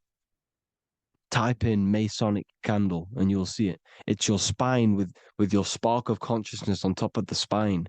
And it's a mushroom because this sends you to alternative states of consciousness, alternative realities. Now, they were all doing this, the Egyptians, the Mayans. Now, there's more symbolism which goes into this. Look at the Christmas trees we use. The Christmas tree with the presents underneath them. Magic mushrooms grow under trees. And these are the presents under the trees that we symbolize today with Christmas. Santa's red and yellow for the red and yellow mushrooms. The same mushrooms Mario has to collect. And when he gets enough mushrooms, he levels up. And then what does he do when he go past the world? When you win that world in Mario, you go to another reality. You go inside of another world. It's truth in plain sight. And it's using mushrooms. It's using mushrooms. Everything, all of the characters in Mario, well, a lot of them are mushrooms. Look at this one. The presents, black, yellow, and red and white. Red and white mushrooms. And the bow on the top is the mushroom head. That's a bit of a reach, but you know, the symbolism never lies, is what you need to understand. And it's as above, so below. Now look at the Sumerians. The Sumerians were also multi-dimensional beings. Okay, look at how they have the double faces. They had 1 foot in this reality and 1 foot in another reality. And look at this one, a double-headed god inside of like a portal. You see? Because and look at these with the wings, the astral travel. Birds, ancient birds symbolize the soul. Because the soul is a bird, it flies to different worlds, it flies around the cosmos. And mushrooms gave you the ability to see these alternative states of consciousness, these alternate realities. Because you exist in infinite realities. You exist in infinite realities. Now look at the 33rd degree Ordo Ab Chao badge. You get this badge when you become a 33rd degree Freemason. And it's a double-headed eagle. A double-headed eagle. And you can see this in Sumeria first. Sumeria have the same symbol. A double-headed, bird. You can see it here. Here as well. And the Masons are still using this symbol today. And when you become a 33rd degree, 33 vertebrae on the back of your spine, above the vertebrae is your consciousness, and it's a double-headed eagle. One reality in one, you become a multi-dimensional being in the 33rd degree. And I've heard many interviews of Masons say it becomes Luciferian. You see, they speak in code. These Masons can't tell you about what they learn about, but they will speak in code. They said it becomes Luciferian. The word Luciferian is lucid. The root word of Luciferian is lucid, and lucid is lucid dreaming. alternative realities, dream worlds. You become a god. Luciferian means you're becoming your own god, pretty much. Because you are becoming a multi-dimensional being living in between the different layers of reality at the 33rd degree of Freemasonry. And look at the double-headed eagle, because the birds symbolize the soul. And they reach high, they fly high, just like the soul wants to fly high to the light, to become one with the light, like the Emerald Tablet says. Now look at Janus. Janus was another god, and he's known as the god of doorways. Janus always depicted with a double head. Janus is why we say janitor or January. And January is entering a new year.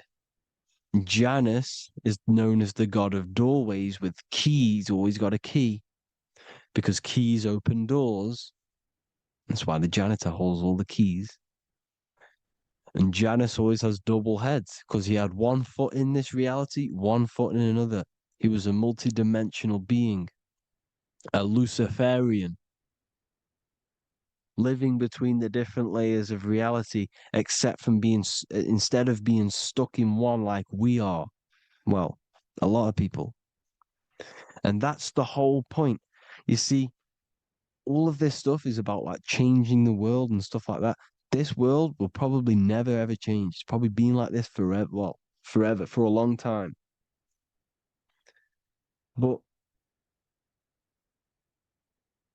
it's about moving out of this reality to the higher states. And the Masons always depict the ladder to the luminaries, the stars, with a key, the same key of Janus. The Vatican is a key, and it's in charge of all the religions. Why is it a key? Because they're holding back the key. They're keeping you stuck within this reality, keeping you stuck as identifying yourself with the body, identifying yourself with this world. You are not in the world is within you. This is a program being ran by your central nervous system, and your consciousness is experiencing this reality. Now, this is going to be a mind-blowing video for some people. You have to have an open mind. You have to let go of all the programs. I'm repeating what the ancients are talking about and the ancient symbolism. Look at Janus with the double-headed god. He was just another god coming down, giving keys to people who had the worthy mind to be pulled up out of this reality, to be pulled up to heaven, just like Jesus was teaching how to reach heaven. But really, it's an encoded scripture. But anyways, hope you all gained some insight on this video. Have an amazing day. Please like, share, comment. All the links are in the bio for the PDF, for the Manifestation Mastery course, and all the other amazing stuff. And if you want to support the channel, I'd greatly appreciate if you became a Patreon member. Hope you'll have an amazing day, people. God.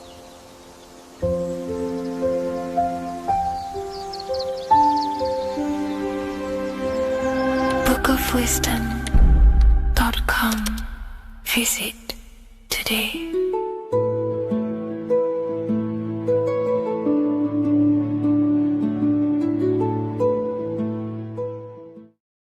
Welcome back everyone to another video.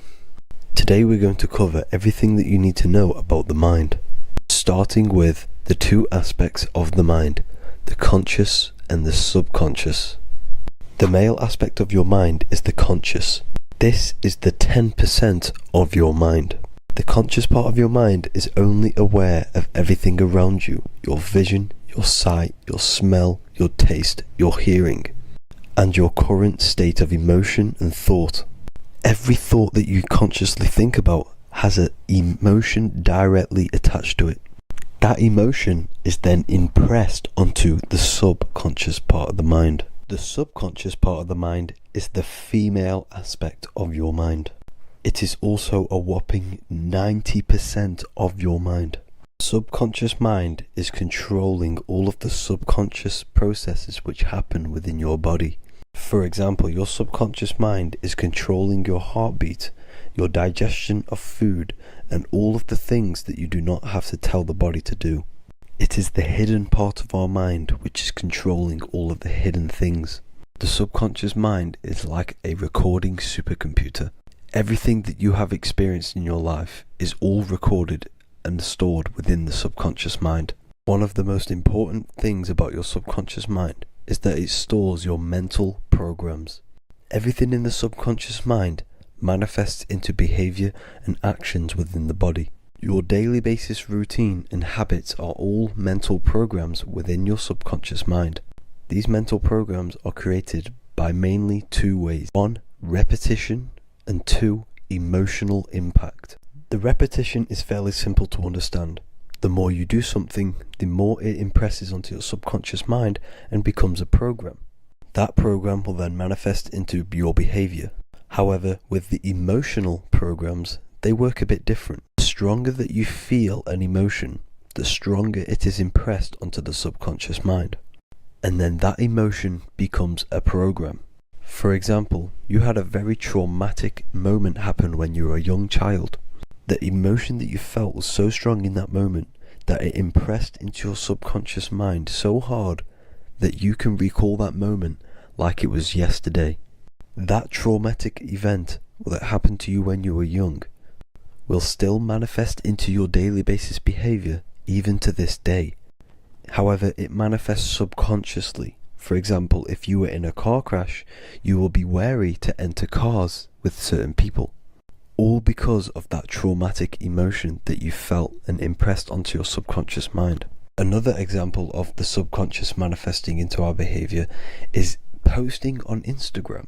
Most of the time, the reason why you post is because your subconscious mind is seeking gratification. So before you actually do something, question yourself and find out the root cause of why you are doing this. Another thing that you need to understand about the subconscious mind is that it takes everything you say and hear literally. So for example, if you go and say, "You are an idiot" to someone, your subconscious mind will only pick up the word idiot. It only knows yourself. It doesn't know anyone else. You are casting a spell on yourself just by saying that to someone else. This is why the golden rule is to treat others like you'd like to be treated. Now, you can rewrite these programs which are already in your subconscious mind. However, it does take consistency. You have to change these programs which have been running for years. And by changing these programs, you change your behavior, because these programs manifest into your behavior. The best way to do this, personally, is to listen to affirmations first thing when you wake up in the morning, and do this for 10 minutes every single morning. Then at night time, you want to think and feel that you are becoming the reality that you desire. The more that you feel this reality, the more it will become a program and impress your subconscious mind. For example, you're trying to gain financial freedom. If you trick your subconscious mind into creating a program saying that you are financially free, this will manifest into your behavior. You will start doing more work. You will start looking for ways to make money. Your mind will be set on the frequency of money and financial freedom. Therefore, you will receive thoughts based around this program. If you take enough action, your life will dramatically change because of this program that you created in the mind. This is why we call it a mindset, because your mind is a frequency tuner which sets its frequency onto different thoughts, because thoughts are frequency. If you fill your mind with a specific frequency, you will gain thoughts and ideas based around that frequency. To create a stable mind, you need to master your emotions. You need to change your mindset. Everything that you experience is neutral. Based upon the mindset that you see it, you either give it a positive or negative charge. By understanding this deeply, you will then control your emotions. I hope you gained some wisdom and enjoyed this video. Please, if you can, leave a comment and a like, and subscribe to the channel if you like this content. Love and light to you all.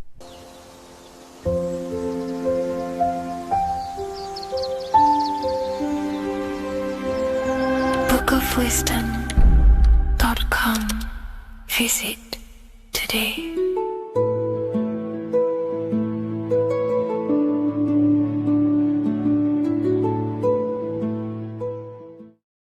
The Freemasonic square and compass is not just a symbol that represents Freemasonry, a lodge, or a secret society. It is a symbol of gaining your own personal power. Now, in this video, I'm going to be breaking down this symbol in the most detail I can possibly go into. Most people live in a state of illusion. They live their life impulsively, acting based on their five senses, tasting. They want to feel a certain thing like an orgasm, or they're basically just slaves to external things and their five senses, which leads to a very dark path where you'll never actually become a conscious creator and you'll never actually be internally happy. The Freemasonic square and compass reveals some deep wisdom about this. Now let me break this down. If you want to gain your personal power, listen up. The Freemasonic square and compass is a compass which is used to create circles. Now, if you notice something about the circle, they have no beginning, no end. You can't tell where it begins and ends. It's eternal, which means this represents consciousness. Now, if you don't know what consciousness is, if you close your eyes, you have an internal world. You have thoughts, emotion, visualization. This is all consciousness, spiritual. Then we have the square. The square creates squares or lines, which represents matter. It has a beginning and an end. You can quite see where the beginning of the end is, right? So we can even link this to Leonardo da Vinci, the Vitruvian Man. We see the man in the square with the circle. The circle is the eternal consciousness, and the man is the square, limited to the physical world. But consciousness is not limited. That's why it's outside the square. This is eternal, the body is mortal. The body will die, consciousness will never die. If we look even closer at the symbol, we notice in this particular symbol, we have the compass overlapping the square.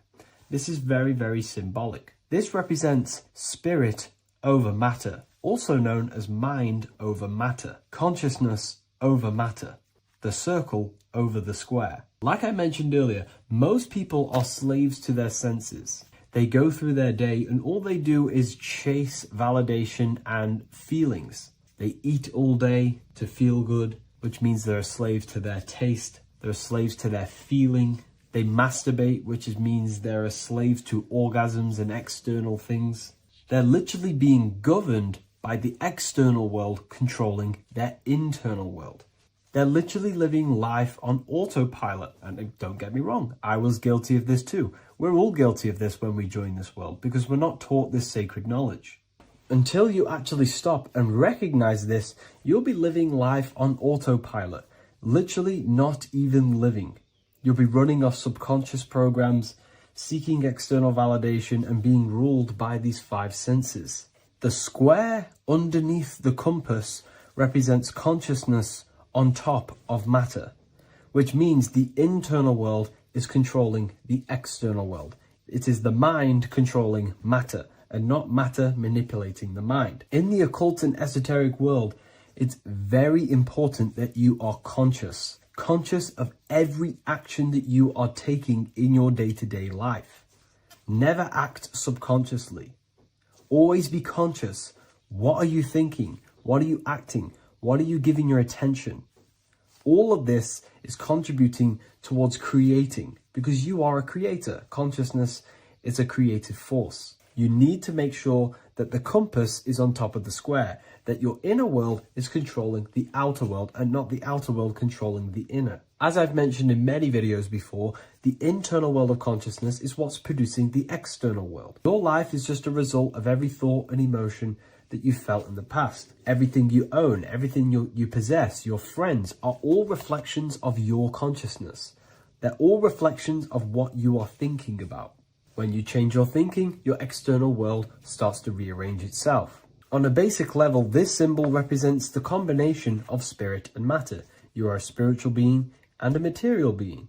You are heaven, the sky, and earth, the ground. You are heaven and earth, spirit and matter infused into one. You are a bridge between the divine and the earthly worlds. And you can bring down these higher realms of consciousness, thought, imagination, and emotions into a physical, tangible reality. To do this consciously, we need to make sure the external world is not manipulating the inner world. Because if your internal world is being controlled by external circumstances, for example, you have a circumstance happen in your reality, an emotion triggers inside of you, and that emotion is a command to create more of that. And the thoughts that you think are creating more of that negativity. So it's a constant cycle of negative manifestation if you let the external world control your internal world of consciousness. So we need to make sure the compass is on top of the square, that the internal world are commands and not reactions to create your external reality. And not only just to create, but to actually enjoy life. If we let the external world bother our internal world, this means that we have some sort of mental or emotional attachment to the external world. We need to detach from the external world. Why do I say that? Because it's temporary. It's an illusion. We are going to die one day, and none of this will matter. You need to understand that everything in this world is temporary. You have to be okay with losing things, losing family, losing things in this world, because it's guaranteed to be temporary. We need to make sure the internal world is order and not chaos, commands and not reactions. Now, at the back of the Book of Wisdom, Volume 2, the book that I've wrote here, I go over the different meanings of the different arrangements of the square and compass. Sometimes we see the square overlapping the compass, which is the opposite of what we've just broken down. Or sometimes we see one leg of the compass on top of the square and one leg of the square on top of the compass. These are all highly symbolic. When we see the square overlapping the compass, this pretty much represents the beginning of the Freemasons' journey, when their internal world is being controlled by the external. They have a lot of spiritual growth and a lot of learning and inner work to do. Now, when we see half and half, one leg of the square on top and one leg of the compass on top, this represents the Masons' gradual emergence from the material realm into the spiritual. This interplay of symbols reflects the process of gaining greater light and knowledge as the Masons ascend from material concerns towards spiritual enlightenment. And of course, we've just broken down what this means. This represents spirit over matter. They're not chasing external physical things anymore. They're actually chasing and gaining validation and happiness from spiritual growth, more knowledge and deeper understanding of consciousness and themselves. Most people chase external material things, which actually don't make you happy in the long run. You could be given £1 million today. In a week's time, you would be back to the same original state of consciousness and actually chasing more and more millions of pounds. It's because nothing physical in this tangible world will ever satisfy your internal world of consciousness. So through spiritual growth, we can actually become happy and seek higher understanding, higher consciousness, which actually satisfies us eternally. So when we see the compass on top of the square, it symbolizes the triumph of spirit over matter. This arrangement not only signifies the mastery of spirit over the material realm, but also represents the resurrection, ascent, and dominion of spiritual principles over all earthly conditions. It's all about gaining personal power and spiritual growth. It's all about spiritual evolution, going from matter to spirit. The external world controlling the internal world, to the internal world ruling over the external world, where the mind becomes a powerful tool to actually create and command reality. The mind cannot create and command reality if it's being governed and tossed all over the place by external circumstances and thoughts. Here's a quick tip on how to know if your mind is controlling you. If your phone notification goes off and you're working on something and you instantly go to reach and pick up the phone as soon as the notification goes off, that is an indication that your mind is controlling you and you are not controlling it. The mind is the direction of consciousness. The direction, it directs the flow of your attention, your energy, your consciousness. So to practice to gain mind over matter is simply just meditation, allowing the mind to sit still and focus on one thing for long periods of time. And over time, this will gain mastery over your attention and your mind. If you are on your spiritual path, this should be your goal, your internal world becoming the master. The mind becoming a vessel for you and not a vessel controlling you. It needs to become a command center and not a reaction. Please like, share this with a friend, and subscribe to the channel if you're new. Leave a link in the description for the Book of Wisdom Volume 2.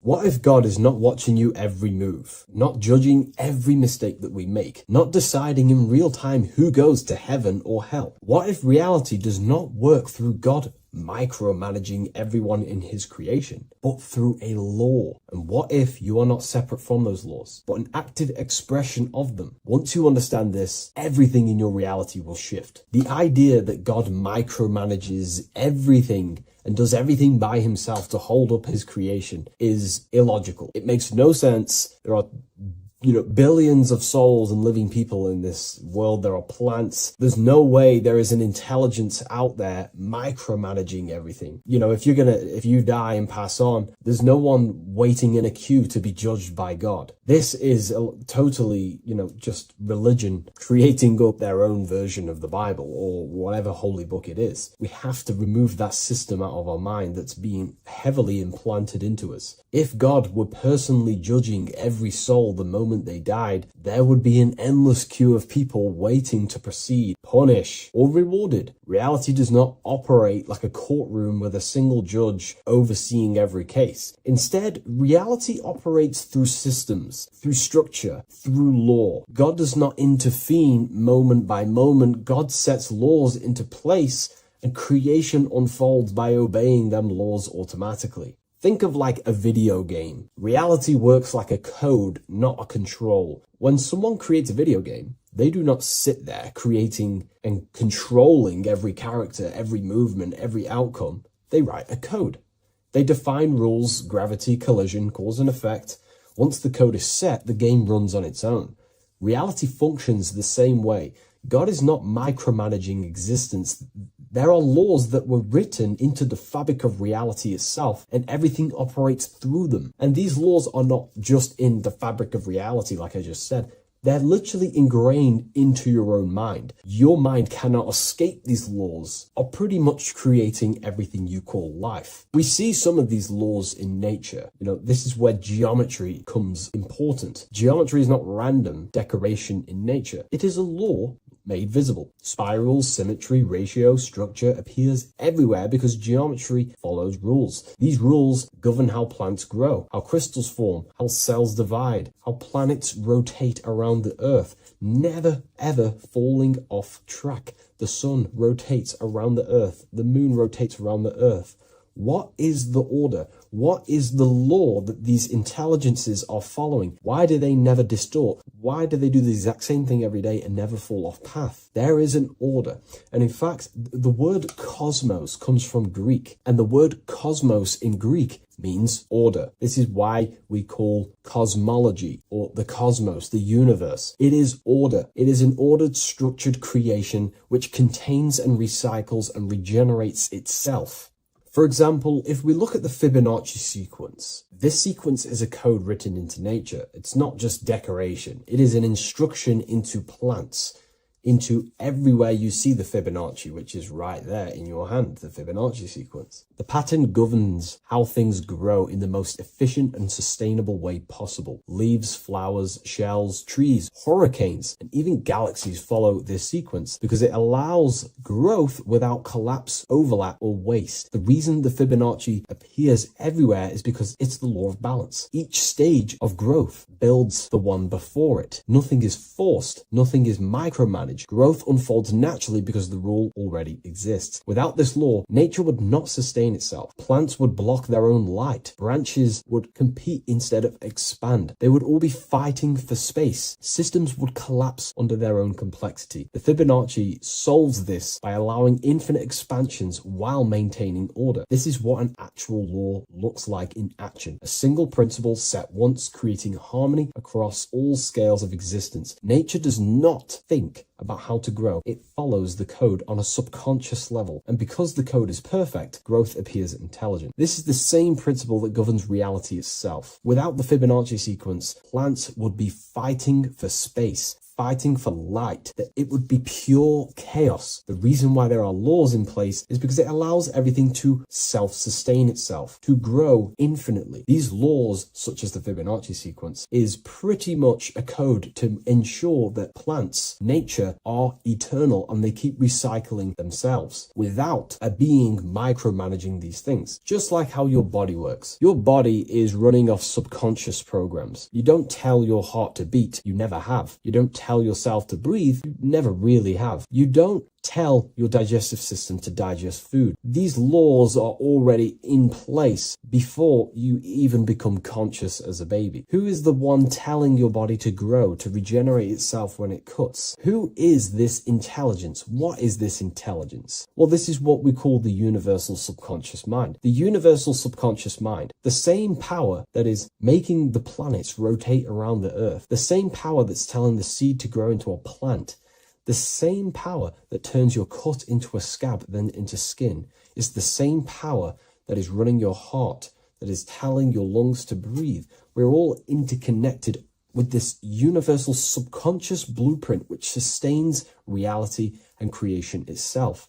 It's a self-containing system. Now that we've gone over some of the basic stuff, but you see where I'm trying to come from now. There are laws you cannot escape, and one of them laws would be cause and effect. It's impossible to escape this law. It is too powerful for your consciousness to actually escape cause and effect. Every cause will produce an effect, and every effect will produce a cause. It is an endless, infinite circle or cycle. It creates everything in your reality. The way I like to use cause and effect is before I make a decision, I know I'm trying to push my life towards who I want to be, towards my higher mind, but towards my goal. So every decision I make, let's say my friends contact me and say, do you want to come out? Let's do this. Let's say it's, something that's just going to waste my time and it's not very important. Of course, it's good to have time with friends, but let's say it wasn't important, for example. Before I make any decision in life, I say, well, what is this cause going to affect? Is that effect that this cause I'm about to decide on going to push me towards who I want to be, where I want to go in life, or what I want to achieve? Is it pushing me towards who I want to be?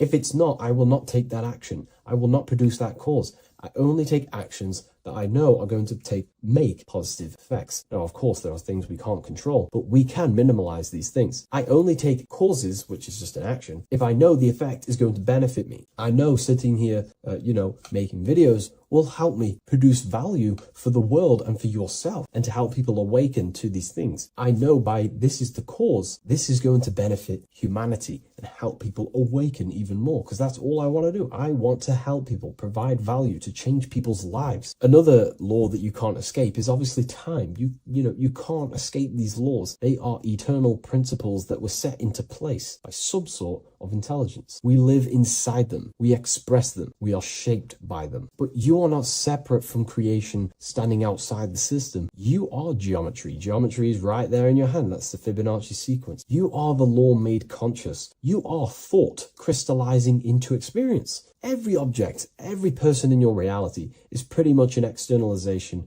of your mind. The friends that you have a similar thought process to you, or they maybe have similar thoughts to you, or similar things that you both like.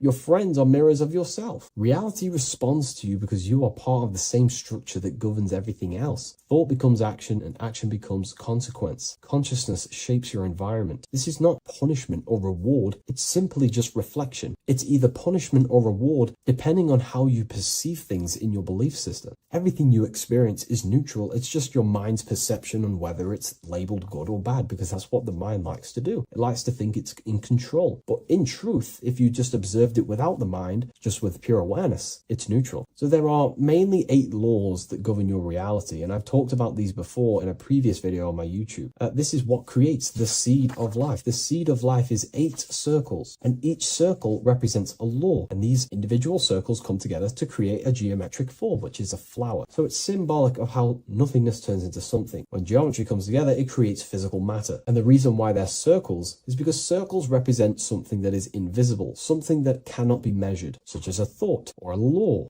Anything that is considered spiritual or unseen by the human eyes is symbolized as a circle inside the occult traditions.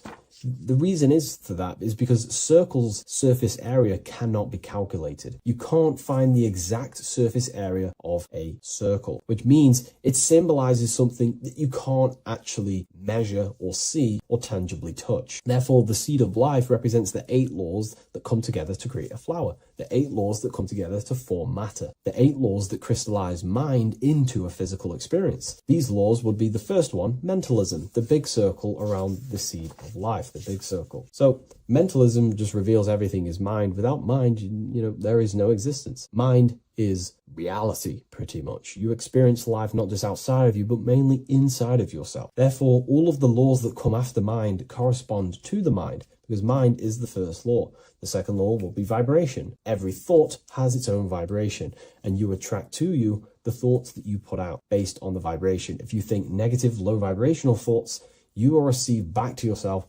more negative thoughts. If you think positive, you will receive more thoughts. If you think about football, you will receive more thoughts based on that vibration that you put out into the mental field. The third law would be correspondence. Everything corresponds, which means everything is just a reflection of something. Your reality is an externalization and a reflection of your mind. The things that you possess, the things that you've achieved, all comes from the internal mind. Everything corresponds to everything. As above, so below. Your reality is just an externalization of the thought loop that you live in every day, because thoughts work in cycles. 90% of the thoughts we thought yesterday, we will think again today. It's the thought loop that manifests our reality. To change our reality, we have to change our thought loop. And once we change the internal, this will be mirrored in the external, which is the law of correspondence. Fourth law would be gender. Everything is masculine and feminine, conscious and subconscious. These two work together to create your reality. You have masculine and feminine forces of consciousness. Masculine forces of consciousness would be physical actions, willpower, thinking. Feminine forces of consciousness would be intuition and imagination and emotion. These are all aspects of the mind, the first law. The next law would be cause and effect. Very simple. We went over that earlier. Every cause produces an effect, and every effect will produce a new cause. It's an endless cycle. The next law would be rhythm. Rhythm is everything is in cycles, like I just said, day and night, winter, summer. The universe works in cycles. And just like I said, the law of correspondence, as above, so below, as within, so without, because the physical world has cycles, so does your mind have cycles. Thought loops. We think 90% of the thoughts that we thought yesterday. The subconscious mind responds to rhythm. The more you say something, the more you believe it, the more it becomes a program and more suggestible to your conscious mind. And the last law is care. It's impossible to escape care. You cannot not care. It is important. It is impossible to escape. If you hurt someone, you know deep down that that was wrong. And care also corresponds to creation. You only act on what you care about. You care about paying the bills, right? So we take the physical actions to go generate money to pay the bills for our house or whatnot. Or if you love someone, you care for them. You take the actions to message them, to contact them, to see them. Human action is driven by love or care. This is how all reality is created. So once we understand these things, it's life-changing. Once you work with the law, that's what I mean. Most people are unconscious of the law. The laws are there, but they're just not aware of them. Now that you're aware of these laws, you can consciously work with these laws so they're not working against you so you can actually make these things and work them in your favor. So let's go into heaven and hell, because there's a massive debate. Now that you understand that you are the laws, you are crystallizing reality, not just in the physical, but in the spiritual dimension, in the astral plane. It's the exact same laws. The law of correspondence reveals, as above, so below. Your reality is a reflection of your mind. Everything is a reflection of you. That doesn't mean that other people don't exist. I mean, the way you view other people is through the lens of your mind. You perceive what you have in your mind, your beliefs, your traumas, your memories. This is where heaven and hell are misunderstood. No one is sent anywhere by force. There is no external authority dragging souls into destinations. Consciousness determines the environment that you are in. Environment, it's mental. As above, so below. When the body dies, consciousness withdraws from the physical technology of the body. The simulation of the physical world is no longer being ran by your brain. I mean, your consciousness will go into the astral plane, which is the realm that just sits above the physical plane, which is the realm of imagination and desire. The environment that you go to in the astral plane directly corresponds to your state of thought and your emotion and your desires. If you desire hurting people your whole life, then you're going to go to an astral realm, as above so below. You're going to be in an environment where that goes on, but in a non-physical sense. Wherever them thoughts, whatever the strongest thoughts you thought throughout your life, that is the environment that you go to. If you were so caring and loving to your family, all you wanted to do is provide for your family or whoever, and you pass on, you will go to a place where people care. Souls are manifesting them thoughts and them energies. It's vibration. Whatever vibration you're vibrating at, you will reflect and correspond in your reality when you die. Therefore, you create your own suffering by desiring such low vibrational things, or you create your own heaven if you are truly operating from a place of love in your heart. You see, your mind can lie, but your heart cannot. Your heart reveals your true desires, your deepest wants and needs, and it reveals your true self, and that will be projected and responded in the astral plane, because astral matter is very respondable to consciousness. The physical plane is not really. It takes a longer time for things to be manifested in the physical plane. But in the astral plane, whatever you think, whatever you desire, it instantly corresponds to your reality there. So God does not micromanage everything. The law does not judge, it simply reflects. The universe is made of laws. The Emerald Tablet of Thoth even mentions this. He says, the search for the laws that governs man's life are an eternal mystery. Man is always forever searching for the laws that govern his existence. This understanding now changes everything in your reality. It removes fear-based control, it removes blind obedience, and it returns responsibility to where it belongs, to you, your consciousness, yourself. You are not being watched, you are not being mirrored. Reality is not punishing you, it is responding to you. Once you understand that God works through law, not micromanagement, you stop waiting to be saved, judged, or condemned. You realize something far more powerful. You are not separate from creation. You are participating in it. You are the universe experiencing itself. What a fabulous video, and I really enjoyed this today. Please leave a like, comment, and share on the video, and I'll see you all in the next one. And if you wish to get this book, there is a link in the description. Have an amazing day, everyone. Take care. Religions were made to hide the truth about yourself, God, and the universe. You see, religion teaches there is a God separate from you. He created the universe separate from himself. They did this to truly disconnect you from consciousness, from God, and from yourself. Now let me explain. It's going to be very difficult to understand this from a left hemisphere dominated perception. The left hemisphere sees everything individual. The right hemisphere sees the whole. For example, if you're walking through a woods, the left hemisphere sees individual trees, leaves, twigs, and branches. The right hemisphere sees the interconnectedness of the whole woods. We've been trained our whole life to be trapped in the left hemisphere, to think logically, scientifically, with evidence. This way of thinking traps you in illusion, division, and separateness from everything. Plus, in science, they teach you the universe exists outside of you. You exist in a universe, and the universe exists whether you exist or not. This is completely false. You are the universe experiencing itself. There is only one person in the universe. There is only one awareness in the universe, and that is God. That is your consciousness, not your name, your job, your reputation, your thoughts, your beliefs. That is not God. God is the infinite awareness that you are, the alertness, the essence of life. You are an individual. You have a dual nature, an inner world, consciousness, and an outer world, this physical body. The inner world is the immortal, consciousness, awareness. This physical reality is for the immortal within us to experience and enjoy. And the immortal consciousness, the immortal self, the individualized expression of the only thing that is truly real, which is God, consciousness, is seeking a way to understand itself through infinite vantage points. The same consciousness inside of you inside of the dog, the squirrel, the plants, the stars. The same awareness is in absolutely everything. Only the right hemisphere can see this connection. The universe is one mind separated into the infinite bodies and life forms. This is why scientists tell you that the universe is forever expanding. It's truth in plain sight, because the universe is the mind, and the mind is always seeking more vantage points to understand itself.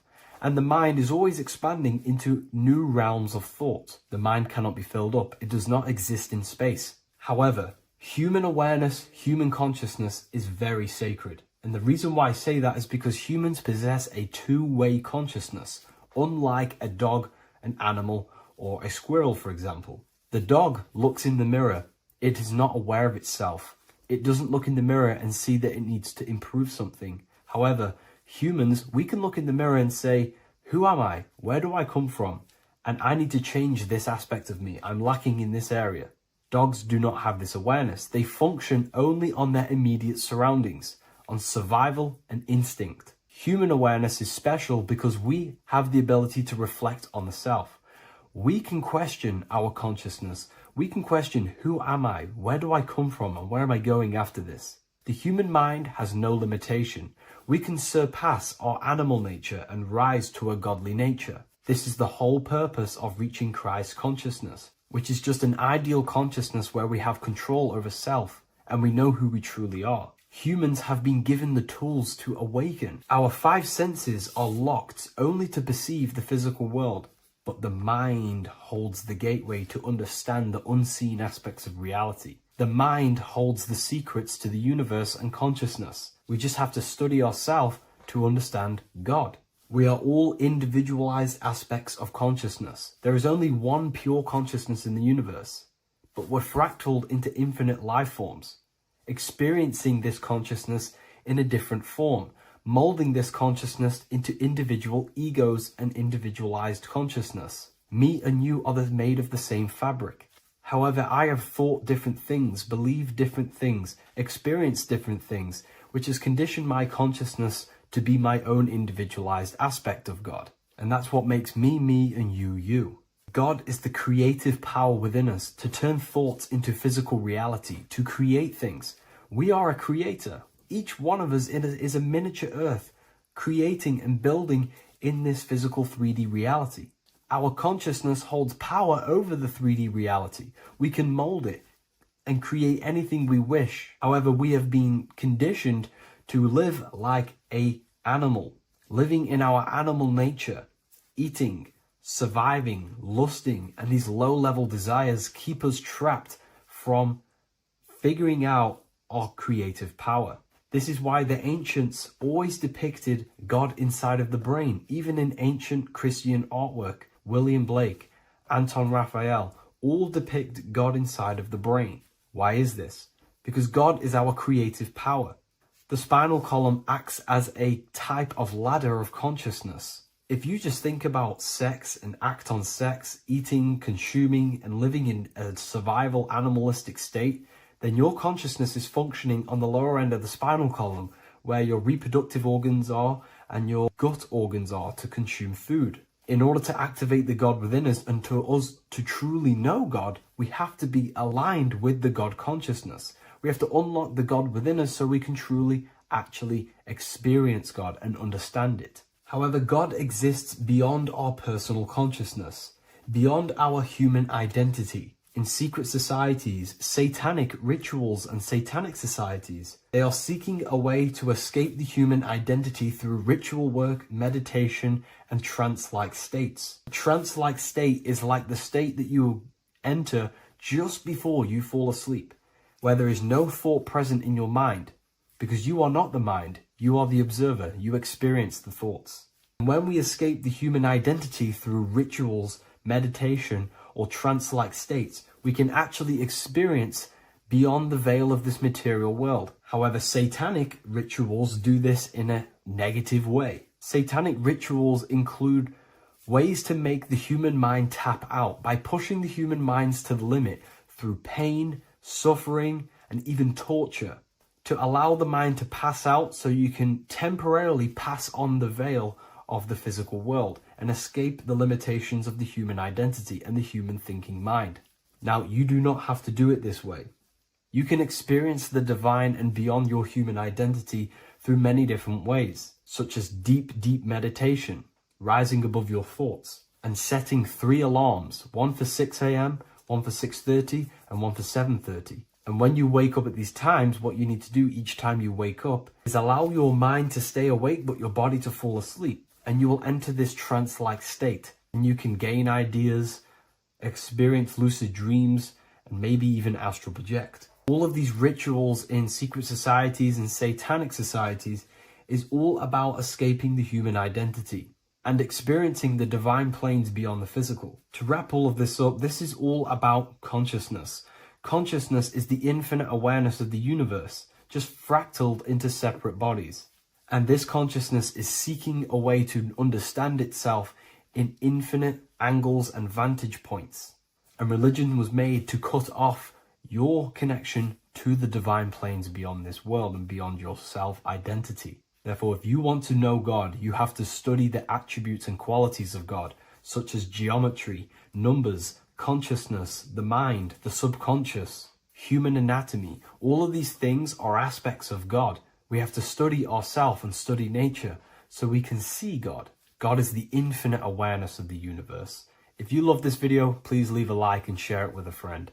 I'll leave a link in the description for the Book of Wisdom, Volume 2.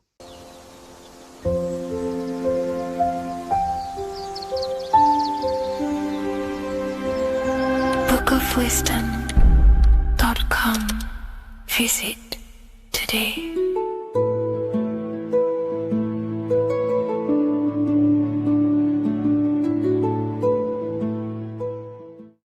Your ultimate goal is to be famous, then you're gonna do a lot to get there, like sign your name in blood in a contract with the devil. That's how I got introduced to the music industry. I swear I wanted to be like the Amy Grant of music. Yeah. But it didn't work out, and so I sold my soul to the devil. Well, needless to say, sold my soul. Alright, y'all. I'm finna sell my soul. I'ma hit y'all when I'm through. I'm gonna be rich as hell, alright?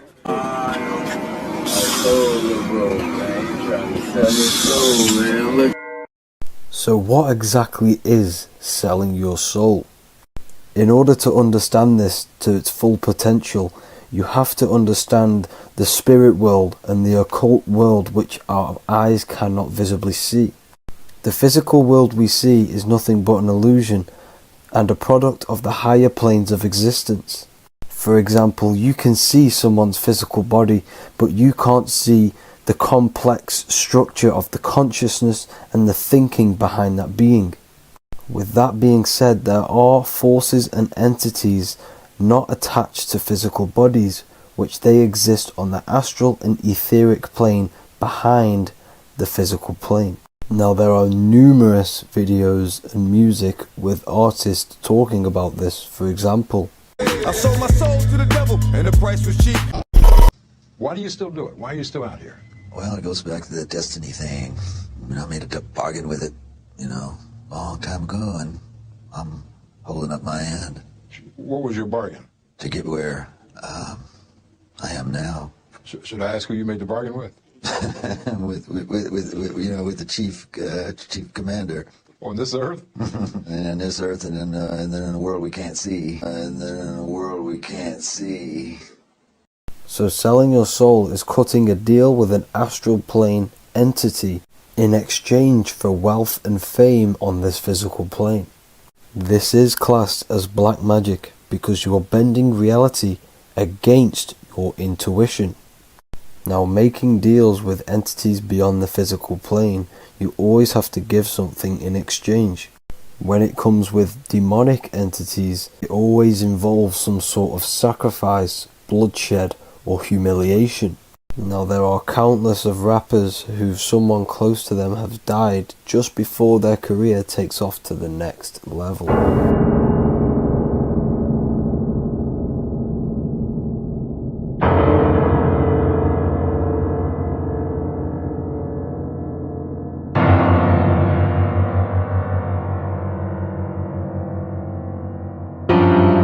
My mama was sacrificed. Me too. You understand? Yeah, I'm Christian. Michael Jordan, what about him? His daddy, right? Bill Cosby, his son, right? Dr. Dre, his son. You know, out in Hollywood, a lot of people come up missing. So these rappers and celebrities do have to do sacrifice rituals in order to take their career to the next level. Tough flight, I've been growing up, it's a ritual. So the occult side of this reality is heavily connected with the music industry and the elites. This is why they are all connected to Freemasonry.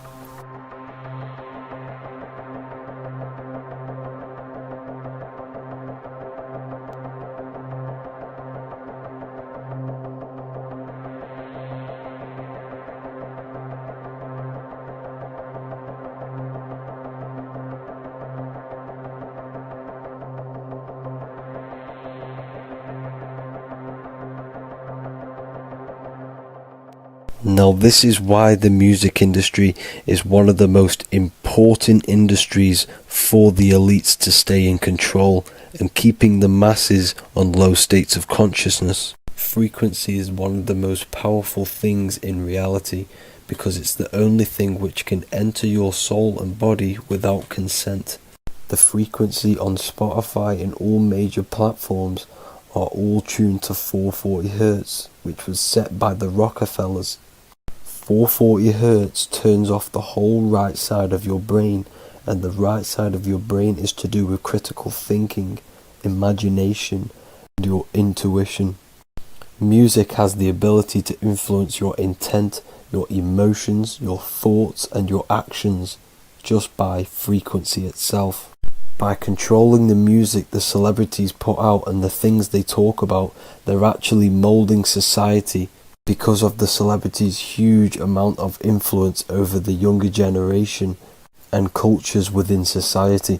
This is why the music industry is mainly talking about sex, guns, violence, and hating other people. These are all very low vibrational acts and things to do which destroys humanity and societies, keeping us all conquered and divided in order for them to stay in power. Music can actually reprogram your subconscious mind, and it is a form of MK Ultra, which is mind control. It's in my brain. Do you know that? It's living rent free. I can't get it out. You did that. Yeah, it's hypnosis. Yeah, it's hypnosis. You're so awesome and dope. You do need to be very careful with what you're listening to and what frequency it's playing at, because all of this has an effect on your electromagnetic field and your state of consciousness. Now let's go back to selling your soul. When these rappers and celebrities sell their soul, they now gain eternal life on this physical plane.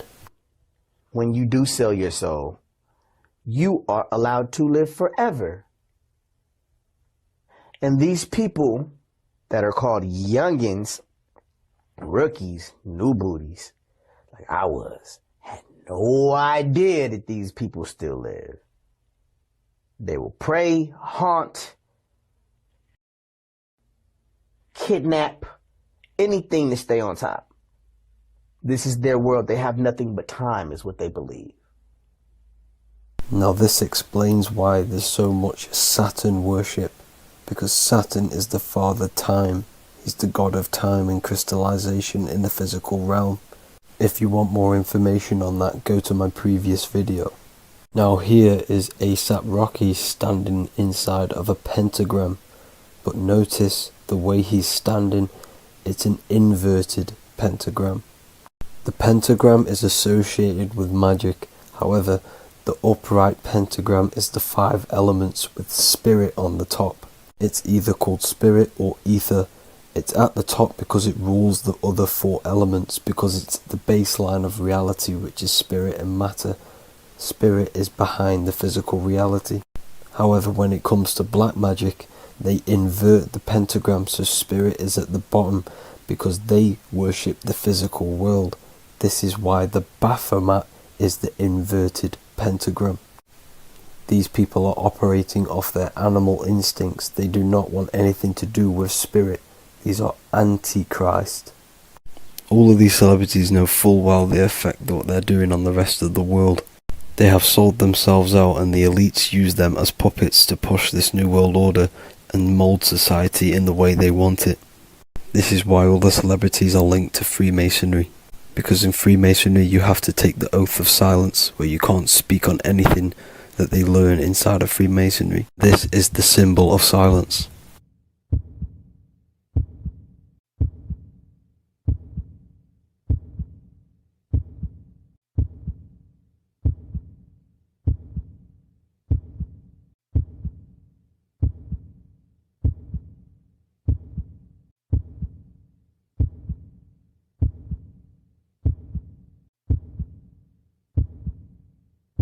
The elites need them under this oath, so they do not talk about certain topics and certain things to the public because of the amount of influence they have on society.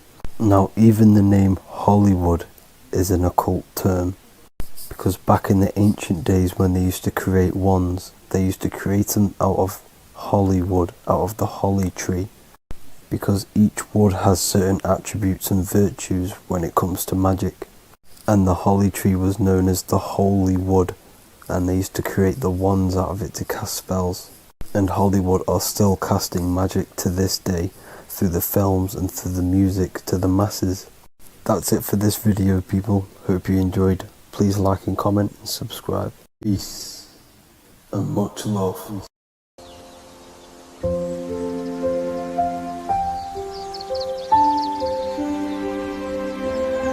bookofwisdom.com. Visit today.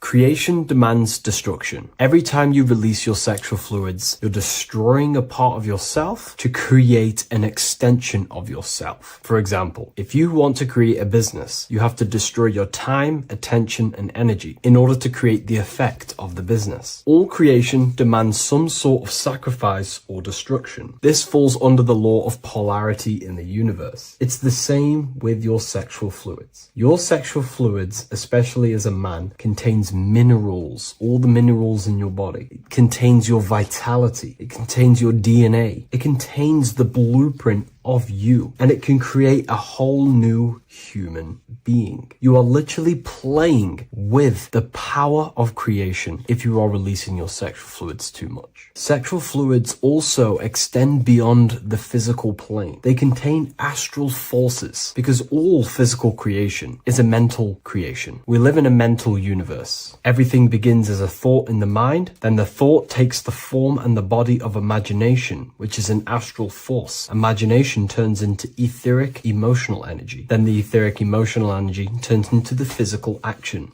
and the physical manifestation. We live in a mental universe. Therefore, these dimensions do not exist separately. They are permeating and mixing in with all. Your physical body has an astral body. Everything physical has astral forces behind it. Semen is known as the astral fluid of the soul. It feeds nerves, the channels of life force and consciousness within the body. And every time you release it, you're destroying a part of your vitality, your brain, your nerves, your energy levels, your creativity, and your DNA to create an extension of you. Therefore, it is a sacred fluid within your body and not something to be played with and to be released too much. Think about it. This is a very creative energy, your sexual fluids. It can create a whole new human being. This is how powerful it actually is. It is the power of creation, and the misuse of this power can destroy your own vitality and your life of your body, because that life you are giving in order to create an extension or a child is the same life you could keep inside of you and not waste to recycle and regenerate the body. Sexual energy has been for thousands of years associated with regenerating the body, longevity of life, and maintaining youth. Not only that, every time you release your sexual energy, it floods the brain with dopamine. Dopamine is the brain's reward system. Created within the middle of the brain, it releases every time you've achieved something. However, sex or an orgasm is the most powerful feeling you can feel. It's the most amazing, intense feeling and release of dopamine you can possibly feel as a human. Therefore, if you flood your brain with this high amount of dopamine every single day, you are getting the epitome of human feelings every single day. Therefore, you will become numb to everything else in reality. You won't be able to enjoy the small things in life. And I know this firsthand because I experienced this myself. As soon as I stopped, this is when I started to enjoy the little things in life, seeing family, and I actually gained more energy, more ideas. We'll get into this a bit later. It is a creative energy. It creates a whole new human being. Therefore, if we maintain this energy, we can maintain our creative power within us because that's what we are. We are all creative beings, moving energy from higher dimensions of consciousness, the mind, into lower dimensions of consciousness, the physical world. You hold the power to create. You are not in a world. The world is working through you. You do not possess a life. Life is working through you. You are not in a universe. You are the universe. It's moving through you. There is no past, present, and future. The present moment is you. When we release every single day or frequently throughout the week, like I said, we're triggering the brain's reward system, dopamine, which makes you feel as if you have already achieved something. And if your brain is telling you you have already achieved something by overusing your sexual fluids, then you will not have the motivation to achieve other things in your life. I know this firsthand. I became very lazy. I didn't want to work. I didn't want to do anything because subconsciously my brain felt as if I've already achieved. If we look at the symbol of the Baphomet, we notice the Baphomet has horns and a goat head. Now we look at the word horny. When you become sexually aroused, it's known as horny, which is the horns, representing the lower mind. The lower mind is the mind we use for our animal instincts. We have two parts of our mind. A higher mind, which is contained of higher thought, which chases spiritual things such as love, wisdom, knowledge, and God. Then we have a lower mind, which chases the things of the material world closely associated with the ego, chases validation, material gain, status, and physical sensation, physical pleasures. It is these physical pleasures that can keep you in an endless loop, making you feeling empty inside, because nothing material can ever satisfy our internal world. Nothing. You can achieve millions of dollars. You can achieve your dream house, your dream car, your dream watch. And if that is the only thing you are chasing, you will feel empty inside when you achieve it, because nothing of this material plane can satisfy you. Nothing of the lower mind can ever satisfy you. This is why we must sacrifice the lower mind and overcome the lower mind and the lower instincts. One thing I found amazing when I mastered my sexual urges and my lust is that my mind became a lot more clear. The thoughts and the time and the attention that I used in my mind to go towards lust, sex, and chasing these things was taking up a lot of mental space, time, and energy. But as soon as I removed it and mastered it, my mind became an open vessel for higher thoughts to be received from the higher mind. The mind is like a radio antenna. Whatever we attune it with, that's what we receive. If we're constantly thinking about lust and low-level pleasures, we're going to just receive low-level thoughts. But once we remove all of the lower mind and we conquer our physical body and physical urges, our mind becomes an open channel for divine thoughts and spiritual thoughts. This is what most people call today as downloads. You receive wisdom from your higher self. Not only do you receive more wisdom, you just receive more power to create. The male and the female come together to create a child. That's how you were created. Now, the law of correspondence teaches as above, so below. It refers to everything in the universe. Therefore, in order for you to create a reality, to give birth to something, you have to bring together the masculine and the feminine. Your masculine forces are willpower and actions. Your feminine forces are emotions and imagination. When you combine the willpower, action, emotions, and imagination and combine them together, you can give birth to reality. But it's important to only give birth to things that are spiritual, that are good,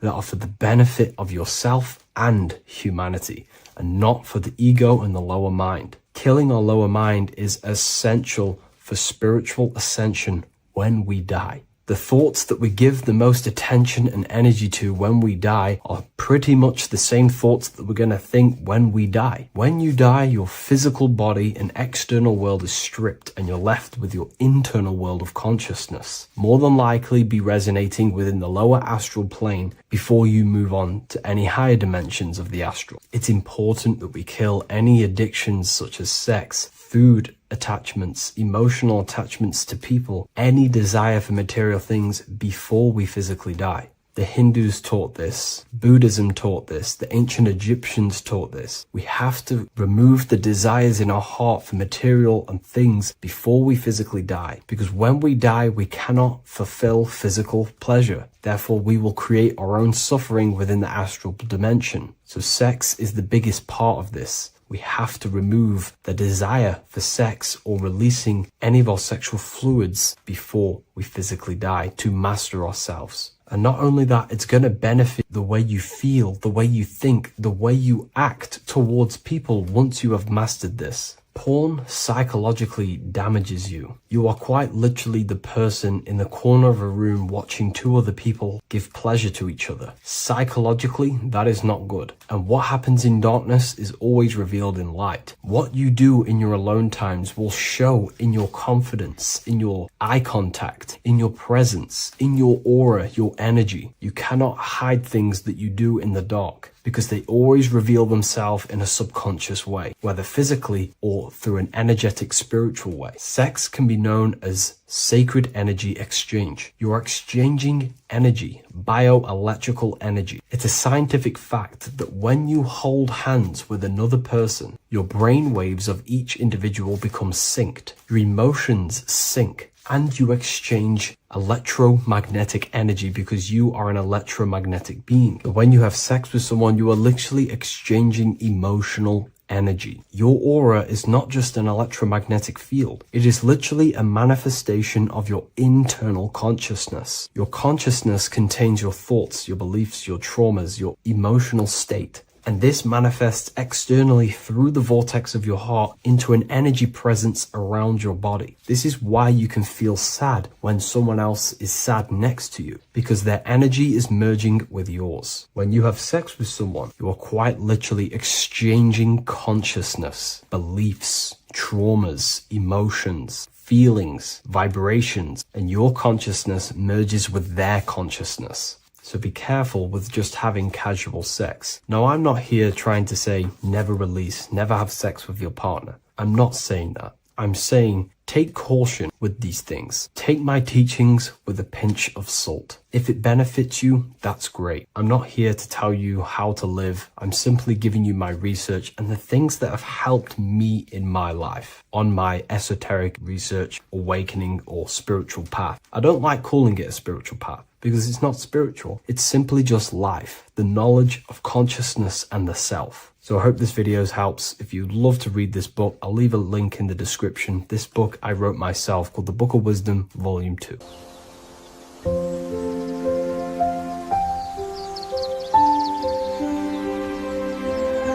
bookofwisdom.com.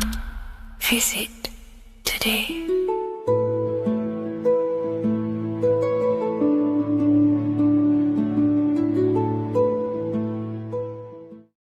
Do the elites actually worship Saturn? In this video, we're going to be discussing the occult and esoteric meaning of the 7 planets and the abuse of the Saturnic energy within today's world. This will help you gain a deeper understanding of reality, yourself, how you create reality, and what these 7 planetary energies actually truly are. In order to understand anything within the universe, we have to understand the law of correspondence, the law of as above, so below. There is one constant consciousness expressed in infinite forms. Me, you, the squirrel, everyone who possesses consciousness within this universe is an expression of the one divine consciousness, what we like to call Source, God, or the grand architect of the universe. We have to understand there is a large scale, but the large scale is mirrored in the small scale. If we look at lightning, this is a large scale. This is the macrocosm. Then we go a bit smaller to the trees. We see the same pattern. Then we look a little bit smaller into the human body. We see the same pattern of the nervous system. Then if we zoomed into the microcosm, brain cells, we still see the same pattern. This reveals the universe is a fractal universe. The large is reflected in the small. And this is the symbol of the Fibonacci sequence, which represents this as above, so below principle. The big spiral represents the macrocosm, but then this spirals into the tiny spiral. This symbol goes for eternity, never touching, never finishing. The large is mirrored in the small. With understanding this, we can realize that we are a microcosm of God. We are our own universe. We are our own world. Your body is the earth. Your mind is the mind of God, just in a smaller version. You are a drop in the ocean of the vast collective consciousness. With that being said, everything you see outside of you is inside of you. As above, so below. The 7 planetary energies on a macrocosmic scale are the 7 energies that form the physical world. The physical dimension is crystallized thought. Everything you see around you was thought made manifest. Thought imagined, then created in the physical reality.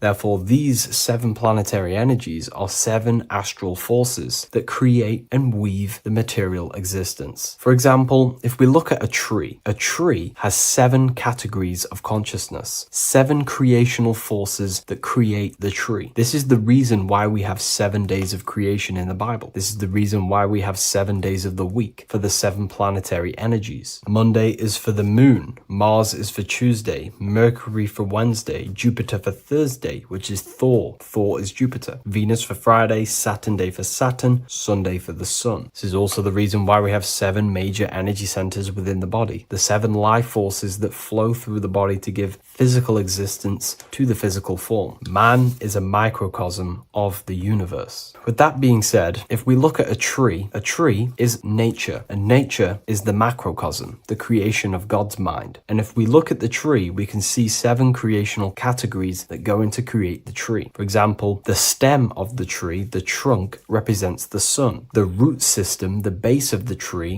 where the tree grows out of, is Saturn. If we look at the fruit of the tree, that represents Jupiter. The smell, the look, the colors of the tree, that's Venus. How the tree communicates with other trees through the root system is Mercury, the intellect, the intelligence, the communication. The leaves of the tree is the moon. The defense mechanism of the tree, how it defends itself from infections and other territories, is Mars. So we can see all physical matter, all physical creation demands these 7 categories of consciousness, these 7 planetary forces. But again, that is the macrocosmic scale. The macrocosm is reflected in the microcosm, which means you have access to these forces, these 7 planetary energies, and you use them to create anything in reality. You've been using them maybe unconsciously your whole life. For example, this book that I've created, the Book of Wisdom Volume 2, you can find it in the bio if you're interested in reading it. It has the 7 planetary forces that go into this tree, into this book. I used the sun, which is my passion and my drive to take actions. I used Mercury, which is my intellect, my thinking, my communication. I used Venus, the layout, the look of the book. I use Mars, my defense of my work, my trademark, my copyright. I use Saturn. Saturn is my time, my discipline, my attention. I use Jupiter, which is the why, the reason why I created it. I used the moon, which is my care. My care is the generative force. Whatever you create in your reality is because you care. You care about keeping a house above your head. Therefore, you go to work and earn money. Care is the driving force to create anything in reality. What you see right right now watching this video is because you care about watching this video. If you lose care about watching the video, you will turn it off and continue to do something else. All creation demands these 7 forces, hence why we have here a midsection. Sometimes we see the symbol of the earth, which is a circle and a cross in the middle, because these 7 forces create earth. But again, this video is specifically aimed to Saturn. We're going to be discussing Saturn's Saturnic energy because there is a lot of misunderstanding in today's world. And I'm going to give my perspective and my research on the energy of Saturn and how we use it and how it's being abused in today's world. Saturn externally, because remember, we have an external world, an internal world, a macro and a micro. Saturn externally in the material plane governs the foundational and enduring aspects of existence, such as the roots of plants, the bones of our body, even the insects that dwell beneath the ground. It represents the dull, hard, unyielding forces of life, symbolizing structure, limitation, and conditioning. Under Saturn's influence, things become rigid, bound by the god of time, bound by restriction and boundaries. In Roman mythology, Saturn is revered as the god of time, ruling over the cycles, beginnings, and endings. This connection with this emphasizes Saturn's role in marking the passages of life, aging,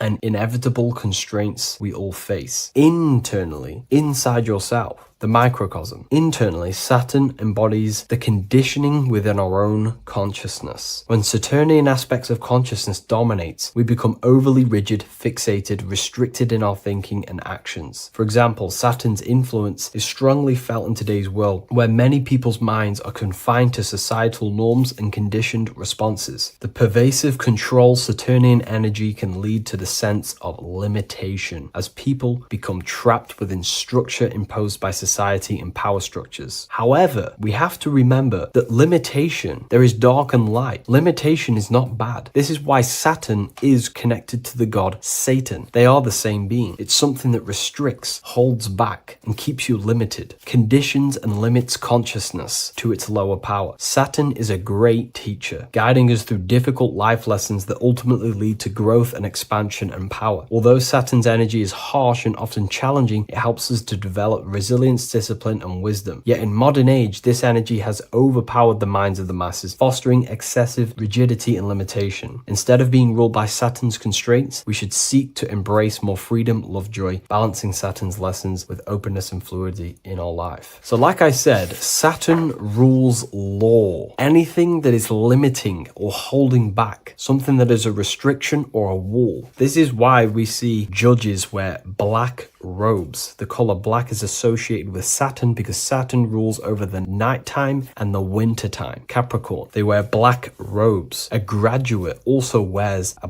black robe with a black square cap on its head because black is associated with Saturn, restriction, limitation. University graduates wear this. Personally, not to offend anyone, these educational systems that we have in today's world are not here to give you power, to find you the power of consciousness or yourself. They are simply to restrict you, to keep the mind limited in a certain belief system. That's not to say the things in university are completely useless, but what I'm saying is it is a conditioning by the educational system. And if we actually look at the top of the hat, it's a square over a circle. And in Freemasonry, we see the compass on top of the square. In Freemasonry, we see the square underneath the compass on top of the square. The square creates squares and the compass creates circles. So this is symbolizing the square, which is matter, the circle, which is spirit, matter over spirit when it needs to be spirit over matter. This is a symbol of conditioning, limiting the mind into being locked in the 5 senses and base consciousness. Saturn's energy is keeping people restricted. This is why there is so much Saturn symbolism in today's world, because Saturn is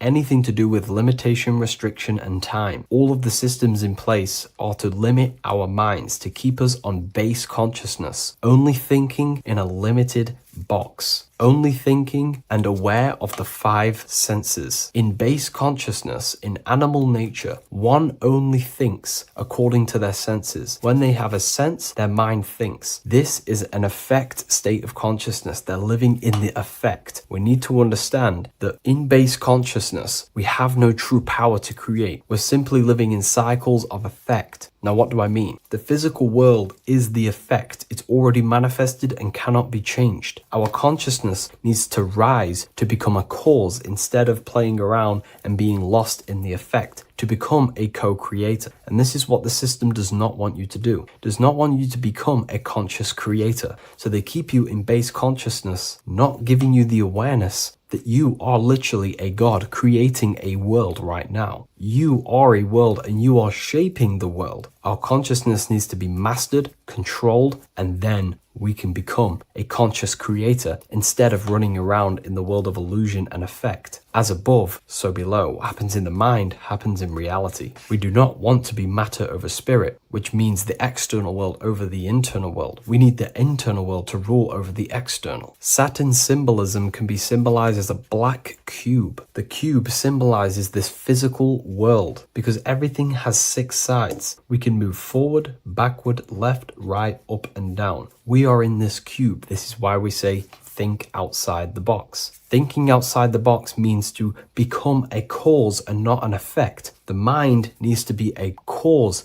an instruction center, and not just thoughts that are reinforcing the effect and lost in the effects of the material world. Instead of reacting, we need to become a commander. This is a symbol of conditioning and the physical plane. Black is dull, lifeless. The physical world is lifeless. It has no power to create. It has no power to do anything. It is simply a projection and an effect. You, the mind, consciousness, are the cause. You can create the effect. In today's system, Saturn's energy is heavily relied on, which is just simply man-made laws, restrictions, time wasting, and keeping people in base consciousness, only aware of the physical 5 senses. Let's get something straight about the elites. They do not worship Saturn. There is nothing to worship. They simply use the energy of Saturn to keep people limited. They're not using the planet Saturn, but they're limiting people in their belief systems and physically where they can go, restricting boundaries, countries, restricting people's minds through mass media, which is all symbolism of limitation and restriction of Saturn. They're not worshipping it, they're using it and abusing it. Saturn could be anything in your mind that keeps you limited.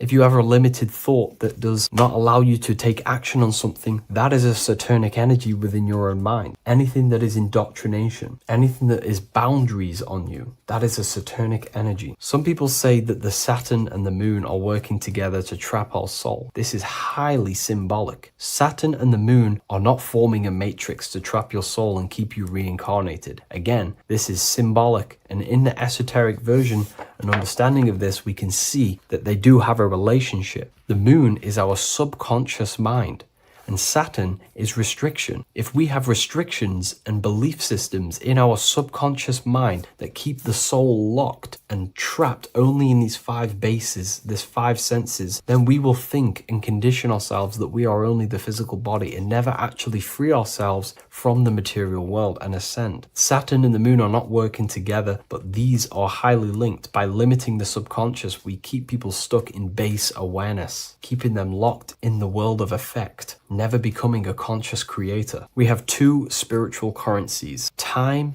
and attention. These are the 2 currencies that we spend. We spend time or pay attention. These are the 2 spiritual currencies that pretty much create our reality. And the system aims to hijack these 2 currencies from you, to limit you, to dominate you, so you do not become a conscious creator. So again, no one worships Saturn. It's simply just a symbol of limitation and restriction. Limitation has good and bad. Limitation can make us learn, overcome, become strong, disciplined, but when it's abused, it can keep people locked in base consciousness and stuck in their lower nature, never figuring out how powerful they are. You hold the power to shape a world. That's how powerful you are, to turn thoughts into physical existence. I'll see you in the next video. Please leave a like, comment, and a subscribe. Hello, Seeker. Welcome to Revival of Symbolism, a channel devoted to the language of esoteric symbolism, helping you discover yourself and expand your consciousness into new realms of thought. I'm Harry B. Joseph, also known as Revival of Wisdom, and in this video, we're going to be discussing the symbol of the double-headed eagle, also known as the emblem to represent the 33rd degree Freemason. So let's jump straight into this. We have a piece of Masonic artwork here which is what we call a complex symbol. A complex symbol is not just one symbol, but many different symbols in one piece of artwork coming together, forming a greater meaning. So we have many different symbols to break down here. And we're going to start off with a little bit of context so we can understand this symbol. This symbol represents the 33rd degree Freemason. Once you reach the 33rd degree of the York Scottish Rite Mason system. So once you reach this level, this symbolism corresponds to that individual. So therefore, this piece of artwork is representing the consciousness, the mindset, the ways of thinking, the ways of viewing the world of the 33rd degree Mason. It represents the consciousness of the 33rd degree Mason. And this is what esoteric symbolism is about. Esoteric symbolism is symbols and emblems representing states of consciousness and teachings within the forces of consciousness. So let's jump straight into this. The first thing that I see when I look at this piece of symbolism is the double-headed eagle, okay? The double-headed eagle. What is this eagle doing? So the thing with symbolism is that symbolism trains the mind to think in a subconscious way. Now, what do I mean? You know, to the person who thinks in linear thought, straight line thought, A to B thought, they see an eagle. They see a piece of artwork. They just see a piece of artwork with no meaning. But to the person who is trained in the occult, these symbols are representing thought vibrations. One example would be in occult symbolism, what we're meant to do. These symbols represent thought forms in the mental plane, within the mind of the individual. Instead of me just giving you the answers, in the occult, they give you symbols. And what you're meant to do is look at these symbols, stare at these symbols, and see what kind of thought arises in your mind, and follow the chain of thought. This is how you unlock deeper levels of symbolism. This is what we call the chain of thought. Now, what do I mean by the chain of thought? If I look at the eagle, I see an eagle on a basic level thought. But then that thought leads to another connection, because this is how thought works. Whatever the character of the thought we think is, or whatever the vibration of that thought, for example, the character of the thought right now would be an eagle, then that leads to another thought. For example, flying. Then flying is connected like a chain to another thought, higher perspective. So we follow the chain of thoughts until we unlock the deeper levels of the meaning of the symbol. And this is what the occult seeks to do. Symbols make and force the individual to go inward. You look at the symbol, it's not a direct meaning, but you have to go inward and start to think and follow the chain of thought that this symbol is connected to until you find its deeper meaning that relates to the individual, to you, to a teaching or a force of consciousness or a state of consciousness. Okay? It's very difficult to explain in words because symbols transcend the barrier of words. Okay? So what we're looking at here is a eagle. And what does the eagle do? Well, the eagle has the ability to fly above the earth. It looks down upon the earth. In allegory and metaphor, this represents a higher perspective of reality, a higher perspective of the world, of the self. So this is representing the consciousness of the 33rd degree Mason. They have a higher perspective of themselves. Why? Because they studied the mysteries. They studied the Kabbalah. They understand consciousness. They understand the human psyche. They understand the origins of consciousness, the forces of consciousness. They understand how the material world is created through the forces of consciousness. So the eagle represents higher perspective because it can fly above the earth. And here you have the earth, this circle here, this sphere. So it's flying above, symbolizing a higher perspective of reality, a higher perspective of the physical world, the physical body, and the self. Because ultimately this is what it's about. Freemasonry is about, of course, self-mastery, building a better self. That's what the craft is, but it's ultimately trying to figure out the mysteries of consciousness itself and the origins of reality. We gain this insight through Kabbalah, the study of the Kabbalah tree. So let's not get off track here. So the eagle ultimately represents a higher perspective of reality because it can fly. On a deeper level, it also represents the astral body, because the astral body can fly above the material plane. It has no connection, no limitation to the physical plane. It does have a connection to the physical plane because all of the dimensions, the mental, the astral, the etheric, the physical, are all interwoven to each other. However, it also represents the activation of the light body, hence why we see this light rays around it. But that's a bit too deep for now. Let's go a little bit deeper into about the basics of this symbol. If you look at this eagle here, this eagle's looking backwards, and this eagle's looking forward. So this is forward and backwards. This is symbolizing time. So we have an eagle looking into the past and an eagle looking into the future. This is called the mastery of time. This is how you master time. You have a crown in the middle of these two heads. A crown. A crown is something worn by royalty, and royalty has a lot of power. So this is symbolizing personal power and mastery. How do you gain your personal power and mastery over time, over the past and future? Well, it's very simple.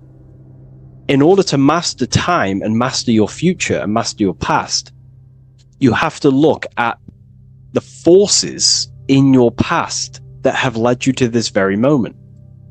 Here we have a triangle which represents the number 3.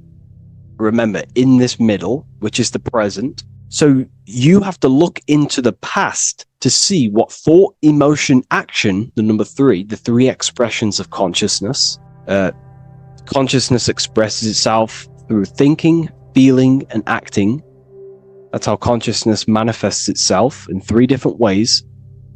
You have to look into your past to see what thought, emotion, and action has led you to this very point in your life in the present moment.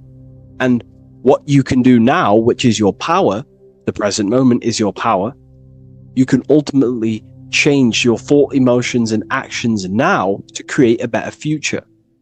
You observe the past to see what thought, emotions, and actions created your present moment. You notice the mistakes and you change the now through thought, emotion, and action to generate a better future. This is how you master time. Now, keep in mind, this is always in the mind of a 33rd degree Mason. Someone who is highly, mastered, they keep this in mind. Just like they keep in mind what thoughts they are paying attention to. 33rd degree Mason has a lot of self-mastery power, and they hold conscious thought. Most people think unconsciously and without power. A 33rd degree Mason is trained, their mind is trained. Therefore, their mind thinks powerfully. They do not think randomly because they understand thoughts are the seeds to physical creation. All physical creation is a crystallization of thought.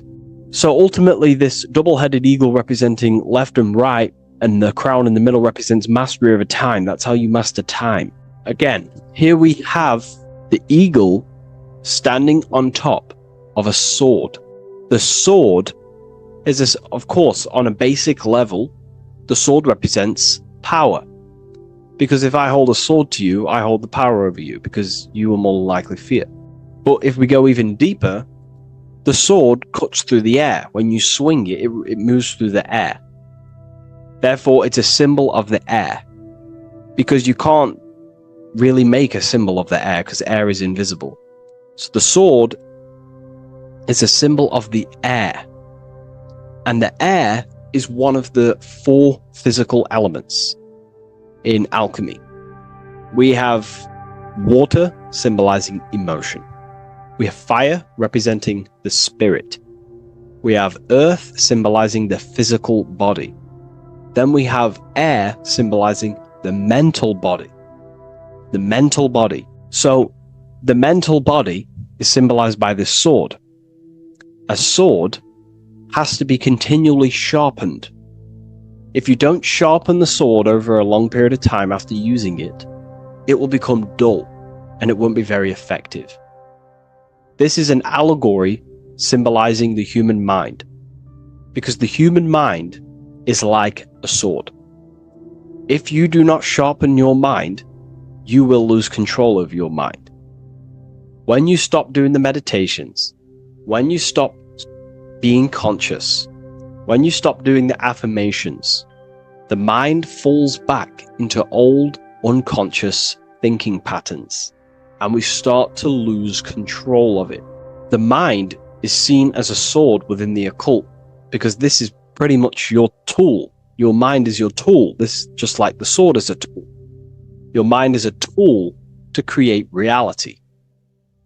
So we need to make sure this tool is always sharpened, that we stay on top of the mind, hence why the eagle is on top of the sword, symbolizing control over the sword, mastery over thought. This also goes into thought forms. In the occult, there's something called thought forms. Thought forms are basically taught to the individual and understood by the individual, who understands that the mind is not just in the brain. The mind is a part of a mental field. All around you, there is not just a field of energy. There's also a field of mind surrounding you. It's a mental universe. And this field of mind is what we call the mental plane. The field of mind is where all of the possible thoughts in the universe infinitely express itself. So each area has different thought forms. Each postcode, each place you go has different thought forms. This is why if you walk into a cathedral, for example, an ancient, amazing structure, your mind instantly becomes, you're amazed. You feel different when you walk into these areas, because all around you is a mental field. And there's something called thought forms. Thought forms are basically what religion call spirit guides or angels, helpers. This is what thought forms are. Thought forms are basically, if you dwell on the thought that you are going to lose your girlfriend, for example, let's use a negative example here, because a lot of people can relate to this, or your boyfriend. Let's keep it simple. Everyone can relate to this at some point in their life, hopefully, or if not, it's okay, no worries. It's just an example that most people can relate to. If you constantly dwell on the thought that you are going to lose your partner, what we have to understand is that the mental plane, what we have to understand is that the forces within consciousness, within what we call the universe, is always trying to give you what you want to create. That's your right. The universe or mind or consciousness, whatever you want to call it, is always trying to unfold what you want to create. It doesn't know the difference between something you don't want to create or do want to create. Whatever you think about is ultimately what this power of consciousness or the universe will try and manifest. This is why we have to gain mastery over our thought, because thought are basically the seeds that we impress into the dimensions. So we have a mental dimension, we have a higher, middle, lower subplanes of the mental dimension or the mental plane. Then that's just thought. The mental plane is just thought. Below the mental plane, thought takes the body of imagination, which is what we call the astral plane. And the astral plane also has higher, middle, and lower subplanes. Then we have the etheric plane.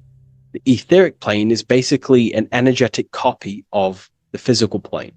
So you have an etheric brain, you have an etheric body, It's just basically an energetic exact copy of everything that is physical. So if we think something within our mental body and we dwell on that thought, the more attention you give, the more you feel that anxiety about losing your partner, you're literally forcing energy and direction and attention into this thought idea, which manifests itself within your own aura. Your aura is basically, it's not just your electromagnetic field. Your aura has many different levels. It has a physical level, it has an etheric level, an astral level, and a mental level, layer. So it has a layer for each one of these bodies. If you dwell on this thought and you keep giving attention, power, you start to imagine this because you're worrying about it. You literally create a elemental or energetic substance that clouds your aura. And this is what people have been called demons, people call spirit guides, whatever you want to call it. This is what it is. It's a thought form. But this is not something that's come after you. This is something that the individual has created. And wherever they go, this cloud of thought forms that they've manifested literally clouds their aura. You can see it within the astral plane and the mental plane. You can see how it's affecting them. Wherever you go, you start to randomly think about it. You keep thinking about it. You know, it's infecting you. It's like a demon. It's tormenting you. But it's simply just a force, an astral force, and a mental cloud that they've manifested within their aura. Thought forms. The 33rd degree Mason has very powerful thought forms. And this is, you know, if you're a Mason yourself, and you're not aware of this, this is why it's great to be around a 33rd degree Mason within your lodge, because they have very powerful thought forms, and you being in the present of them, you're also taking on his thought forms, and they can assist you. We're all affecting each other through thought transference through the mental field or the mental plane. Okay. Now I'm not going to go too deep into that because, you know, people can use that knowledge for really bad. But ultimately it represents thought forms also, symbolized by these clouds. Clouds are a symbol of thought forms, because they manifest themselves as basically like a cloud form energy within the aura of an individual. So this represents the mastery over the intellectual side of consciousness, of thought, sharpening the mind, gaining mastery. Then we have 33 in a triangle. A triangle in alchemy symbolizes, well, the upwards triangle, the upright facing triangle symbolizes the element of fire. The downright facing triangle represents the element of water. So an upright triangle represents fire. Fire is very transformative. If you place, I don't know, a pencil into fire, the fire will burn it down into its raw material. And this is ultimately what this triangle represents. It represents the consciousness of the 33rd degree Mason, who has basically transformed themselves from ego consciousness, only dwelling within the limits of their ego, their old belief systems of thinking they were the body, only reacting to five sense thinking, linear thinking, low base consciousness, not knowing right from wrong. It's basically transforming themselves. They have burnt themselves down to their raw soul form, and they understand that they are a soul, and they've experienced this, by casting off all the attachments to consciousness. This is why there is the number 33 within this triangle, because 33 is the age that Jesus dies. It's also the number of the Kabbalah tree, because the Kabbalah tree has 10 Sephiroths, 22 pathways, and one hidden sphere called Dart, which all adds up to 33. And the Kabbalistic tree of life, just to give you a bit of context, basically is a blueprint of how God manifested the world, and you are an expression of God. So it's also representing how your soul fell into matter, how consciousness creates matter. And it's also a diagram of how reality is not fixed, but it's ever unfolding creation through these forces of consciousness. So the Kabbalah teaches a way back to source consciousness if you go from the bottom of the tree to the top. And in order to go to source consciousness, you have to die symbolically. It's the death of the self, the death of the ego, the death of the old self, the old belief systems that you had. That has to die. The old person has to die to give room to be spiritually reborn, so you can actually figure out who you actually are. Your ego has to die. Now, that's not saying ego death, but you have to basically give away all of your old belief systems to then be spiritually reborn. That's why Jesus dies at 33 and is resurrected. Ice melts from ice into water at 33rd degree. So it's symbolic of transforming. And again, the upright triangle is the fire element, symbolizing burning things to its base raw material. 33, which is again death and resurrection. So it's all about burning the old self and being spiritually reborn again. This is the teachings of Hermeticism, Christianity. It's in everything. You'll see this symbolism or this story of death and resurrection absolutely everywhere in the ancient myths, because it's all talking about the same thing. You have to symbolically die. You have to kill off the old self to be spiritually reborn, to be initiated into a mystery school. So the 33rd degree Masons basically saying, well, they have resurrected. They have resurrected the connection to their soul, because as we grow older in this life, we lose connection with our true authentic self as the ego develops as we get older. And if we don't stop developing the ego, we never actually connect with who we truly are, which is a divine, immortal, formless being who has the infinite power of creation. This is what you actually are. Okay, so it's also symbolizing the union of opposites, hence why we have a double-headed eagle here. It has opposites. Obviously, this is massive within the occult. You see this everywhere, union of opposites. Okay, so union of opposites goes from, basic teachings to the most advanced teachings that most minds are not ready for. Union of opposites is on a basic level, is union of the mind and the heart, going from mind consciousness, which is basically ego, the lower self. That's not to say the mind isn't powerful, but that is the house of the lower self. The ego. It's the house of the ego. So we have to learn how to use the mind for what its proper use. The mind's proper use is for the soul to create. However, we're not taught this in school, so we've basically developed a false personality within our minds, and our minds have become a vessel for a false identity. So what we need to do is integrate the heart, which is the soul self, the true self, with the true powers of the mind. And the mind is basically a powerhouse of creation, infinite possibility. And that's the mind's true usage is for creation, not a false identity. So it's about integrating the mind and heart. It's also symbolizing a balanced mind, and we do this by aligning the left and right hemispheres of the brain, which help you perceive reality for what it truly is. Because the two double-headed eagles, they're joined together, so it's union of opposites. So it's about reintegrating the female and male aspects of self, such as the left and right hemispheres of the brain, the mind and the heart, all working as one system. When we align the left and right brain, we see reality for what it truly is. Now, what do I mean? Most 90% of people, I'm not putting anyone down. If you relate with this, it's fine. We're all here to work on ourselves. I'm not putting anyone down.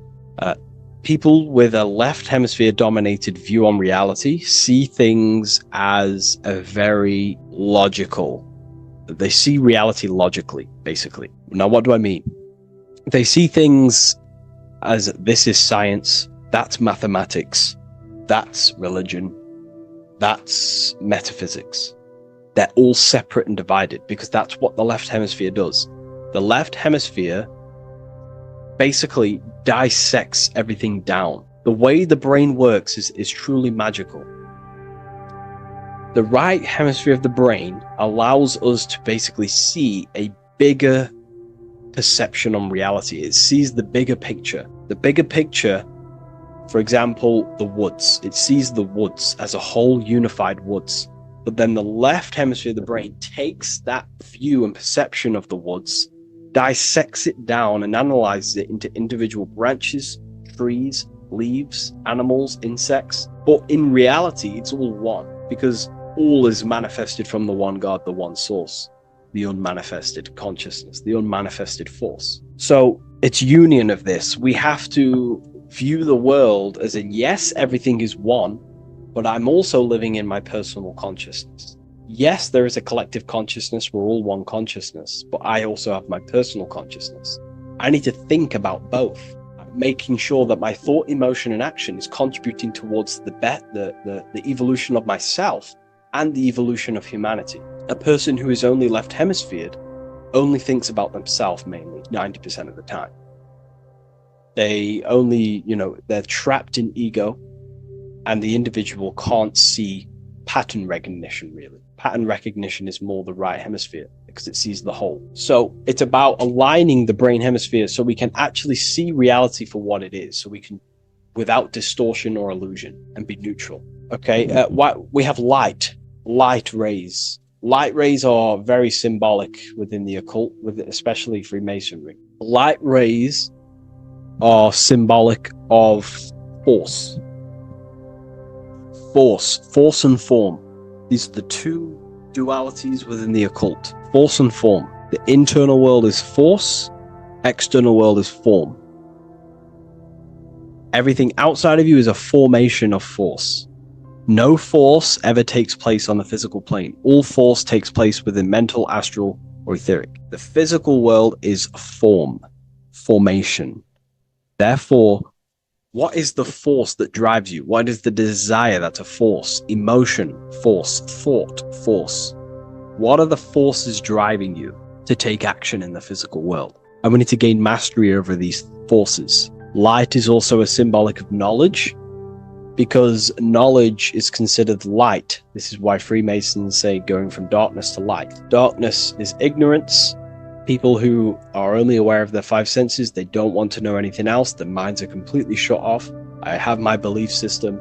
That's it. I'm happy. I don't care. That's their ego limiting themselves and building their own prison. Light, on the other hand, is about going from a state of unconsciousness, of not being aware, into a state of light. Light makes things reveal itself. If I shine light on you when it's dark, I reveal truth. You're there, you're manifested. If you're in a dark room and I shine a torch on you, you're revealed. The veil is lifted. The darkness is gone. So this is symbolic of light revealing higher truths to yourself as you walk the path of self-realization and gnosis. So light is symbolic of this also. They have high amounts of intelligence, a 33rd degree Mason. They have a lot of light. They have a lot of knowledge. They've researched a lot of things. They're intelligent in many different areas of life, within speech, within grammar, the way they portray thought, their mastery, their level of mastery, their understanding of themselves is very advanced. They also know a lot about physiology, about the brain, about the body, life, consciousness, astrology. They know a lot. They have a lot of light. 33rd degree Mason. Me, myself, I'm not a part of Freemasonry, and if I ever do become a part of Freemasonry or any order, I will openly share it to all of you.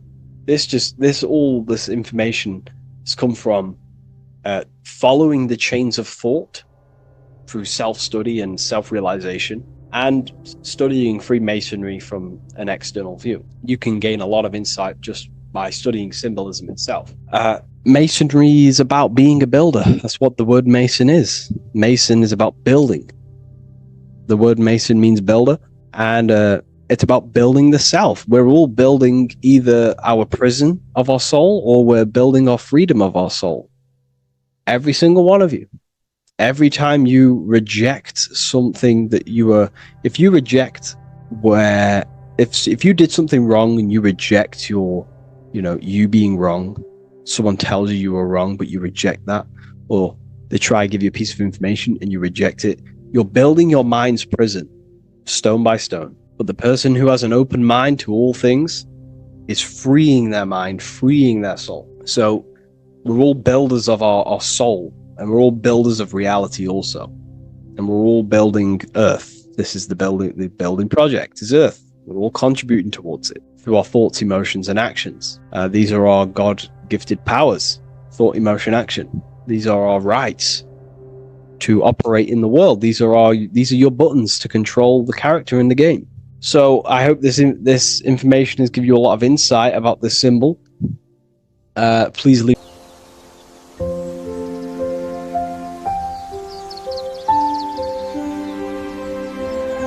bookofwisdom.com. Visit today.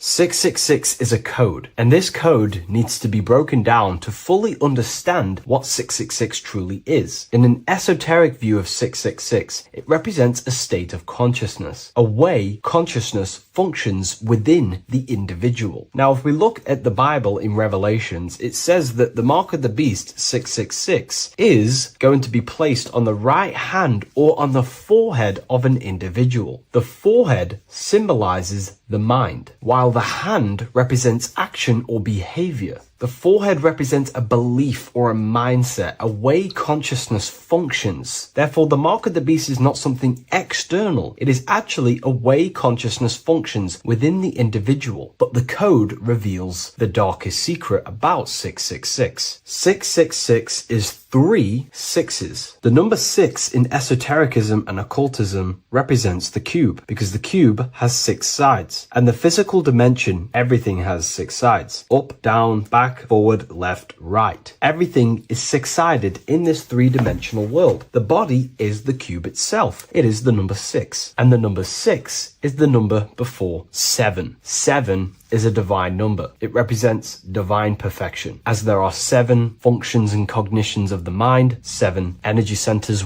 along the spinal column, 7 major planets for the 7 days of the week, 7 days of creation, 7 visible light spectrums, colors. The number 6, therefore, is often understood as imperfection, as the body is imperfect. The physical form is imperfect compared to our divine spiritual nature. But let's decode the 666 code properly so you can understand this. Now you understand that the number 6 represents the material 3-dimensional world, or the physical body of consciousness. We can then look at the number 3, because there are 3 sixes. The number 3 represents the 3 ways consciousness functions. Consciousness thinks, consciousness feels, consciousness acts. We have a mental body, an emotional body, and a physical body. Most people confuse these things to be all one. They think their mind is their emotions and their mind is their brain, and they interlock all of these. But these are actually 3 different bodies of consciousness. Consciousness has many vehicles or bodies it expresses itself in. So the 3 ways that we ultimately create our life, the 3 ways that shift our reality, and the 3 full things that we have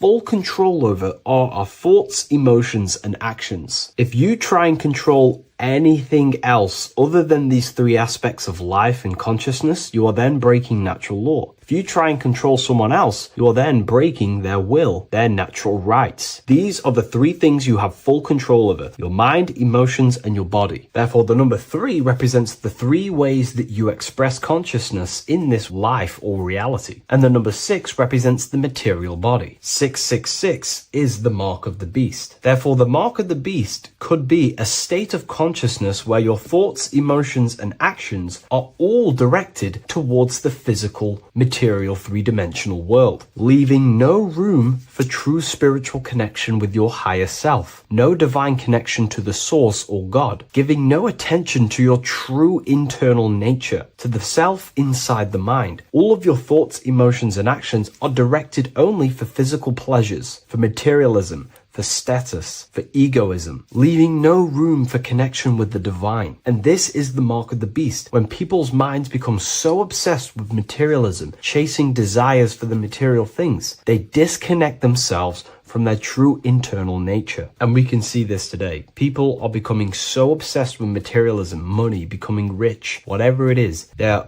gradually losing connection with their internal self. They think that they are the body. They think that they are these five senses. But ask yourself, if I remove my thoughts, if I turn off my mind, who am I then? Because who most people think they are is a bunch of beliefs in their subconscious mind. Their name, their job, their reputation, their friends. If you remove the mind and no longer think, who are you then? The observer, the pure awareness, beyond the mind, the body, the emotions. That is your true nature. You are the internal thinker. And when that internal thinker becomes so attached to the external physical body and does everything in its power to think, feel, and act only towards the material things, you become disconnected to your true powers, to your divine nature, to literally God. If you don't want to become the mark of the beast, then have balance. Now, I'm not saying materialism is evil.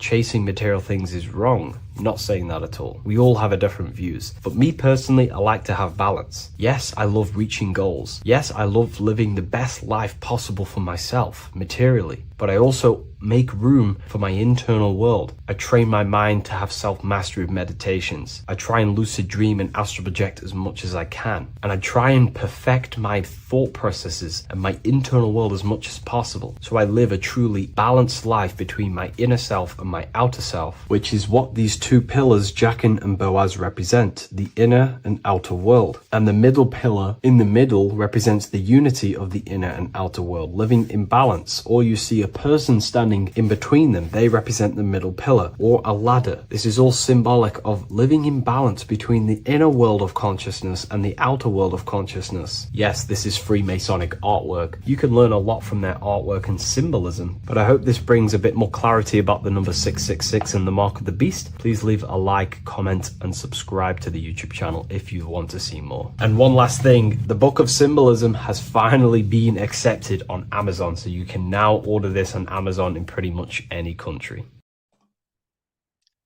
So this is known as the Bag of the Gods.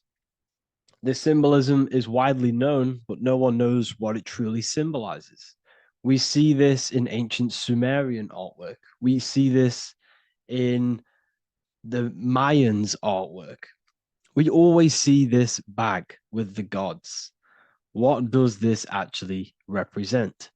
Okay, so the bag itself represents carrying. Carrying what? It represents information, represents knowledge. Your mind is the carrier of the information. So this is why in his left hand, he carries the bag, and the right hand has the pine cone. This represents carrying of information. Why is it a bag? A bag can be passed on to someone else. The information can be taught to someone else. This is the information of activation of the pineal gland or higher consciousness of humans. Because as humans, we all possess an animal nature, the nature that tells us to eat, to steal, to gain material wealth, to survive, to hate. This is our animal self. This is our animal behavior. But we also have a divine nature of consciousness, which we have access to, the higher planes of consciousness, the planes that manipulate this material world and create all things in this material world. The human mind has access to. The animal does not. The animal has no idea he exists. The animal has no inner dialogue, but humans have the inner dialogue. Humans can create infinitely. We can expand our minds infinitely into new realms of thought. So we have this higher divine nature and a lower nature. This bag of the gods is basically just representing the knowledge they possess of higher consciousness, of the higher aspect of life, okay, which is the activation of the pineal. The pine cone. The pine cone is in his right hand. The right represents wisdom. The left represents intellect, knowledge. Knowledge and wisdom are two separate things. Wisdom is applied knowledge. It's a feminine aspect. Knowledge is just gained information that you know, which is masculine. So in his right hand, he holds the pine cone. The pine cone can be opened and shut. The shut pine cone represents the asleep human being, the human being that exists in his lower nature, that just basically survives, lives on eating, consumption, material lust, living in chaos with his emotions, living in a place of hell. This is the animal nature. Then we have the awakened human, the one who has consciousness of himself, the one who looks within himself, the one who knows there is more to him when he looks in the mirror. He is far more than just the physical body. He is a divine spiritual being, a divine being who has limitless potential of creation into the material plane. So this represents the awakened. This represents the asleep. This is why he carries the pine cone in his right hand. It represents applied knowledge. This is the information. This is the intellect he possesses.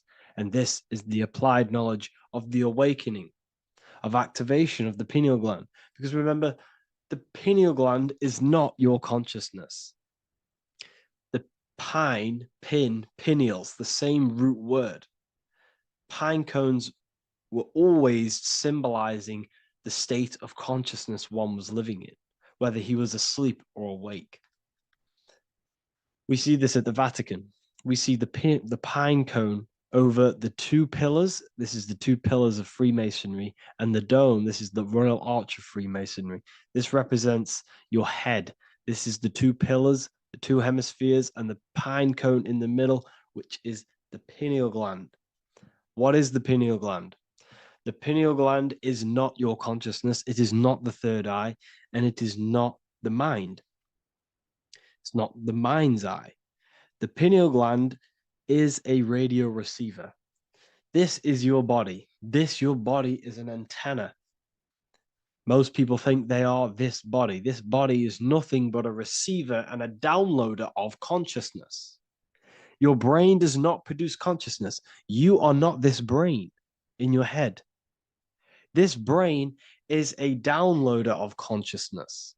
Consciousness comes from a way higher divine plane, which is what this image is showing here with the clouds. The mind is light. Consciousness is light. And this light is coming down into the material plane, and your body is basically a crystal antenna which is receiving and downloading this consciousness. So you can experience a three-dimensional reality. So God can experience himself in a divided, separate state. This is what this represents. Now, the pineal gland can be activated, okay, and stimulated, because the pineal gland has phytoluminescent crystalline jagged shaped cells on it. And obviously these are crystals. Crystals are on your pineal gland. And what do crystals do? Radios use crystals. Your phone uses crystals. They tell you that crystals are woo-woo and pseudoscience because they don't want you to know the power of crystals. Your body is basically a giant crystal. Your pineal gland is a radio receiver for your consciousness. So if they can ruin your pineal gland and damage it, this will damage your connection to the divine, to your true self, to consciousness, to God, whatever you want to call it, the source. There is all one source consciousness, and we're all collectively connected to it. And this is our connection. This is our antenna. So what a radio does, a radio has an antenna, and the frequencies are all around us because all the radios are playing in your ear right now. But what the antenna of a radio does is tune into a specific frequency to pick up that frequency and play that frequency. It's the same with your consciousness. You're all a fraction of God's consciousness. So that is essentially what we are looking at here. We're seeing knowledge, intellect in the left hand, and applied knowledge, activation of waking up to higher consciousness, to the higher human form. Because we can reach beyond our physical form. We can turn our animal self into a divine being, into one of these so-called gods. These gods are nothing but human beings. The Anunnaki were not gods. They didn't come from the sky. These are normal, regular human beings who activated their higher consciousness. This is what we have here. This represents spirit. Birds represent spirit. So do we have any questions? I'll take some questions now. That was just a short lecture on what that symbol truly means. Okay.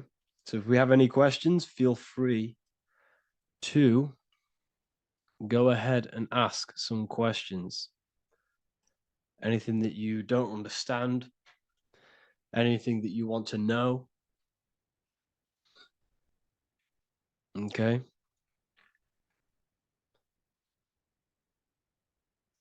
So base reality would be where source resides. Yes, the base reality is your consciousness. Are these lectures available in the university? There's a whole section, basically inside the university, there's a whole section with like over 30 long form lectures like this. So the base reality is where the source resides. Yes, the base reality is your inner world, your consciousness. That is the only thing that exists. Your outer world is just an effect of your consciousness.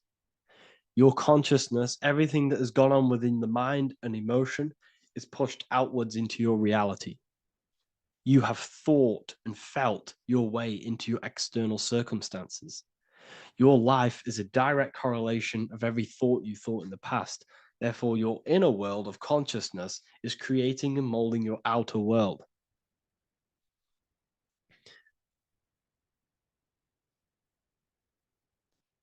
The best way to keep connection consistent, the best way to keep your connection to the divine or the higher planes of consciousness is through meditation and through imagination. Imagination is the fourth dimension. It is the astral plane. That screen that you have in your mind is not a physical screen. That is the divine plane of the astral. And this is essentially where all objects of this material world comes from. The phone that you are holding, the laptop you're watching this on, whatever you're doing, every single object you see in your room that you are in right now began inside of the plane of imagination. This is not a physical plane. This is a metaphysical plane that you have access to. And you have the ability to bring down this plane into physical form. That's what we call manifestation. That's what the ancients called magic. This is what we now call in science metaphysics. It's all the same thing. So yes, you all have access to the divine planes. Unlike animals, this is why humans are so advanced.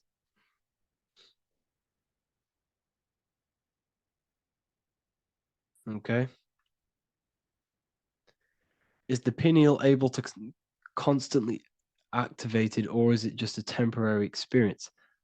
I don't fully understand that question, unfortunately. Maybe you could word it in a different way.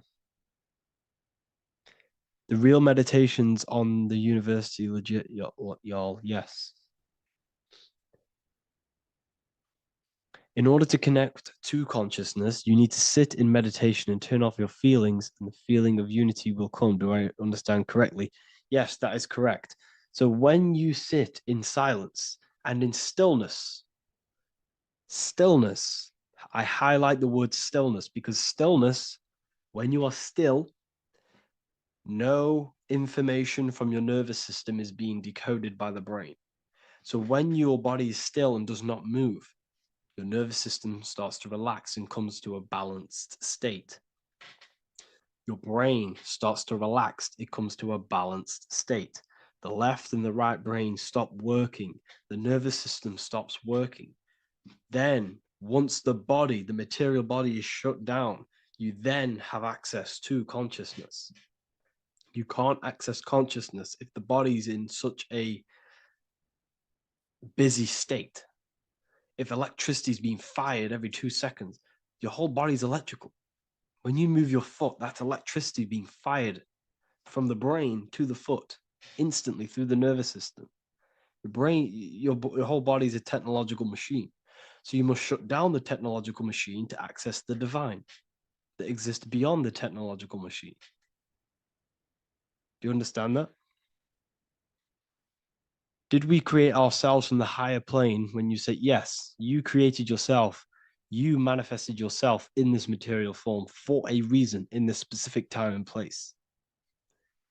Wisdom books, are these available inside the university? Yes, they are. So anyone who joins the university, they all gain 50% off the store. So you can get anything you want inside the store for 50% off.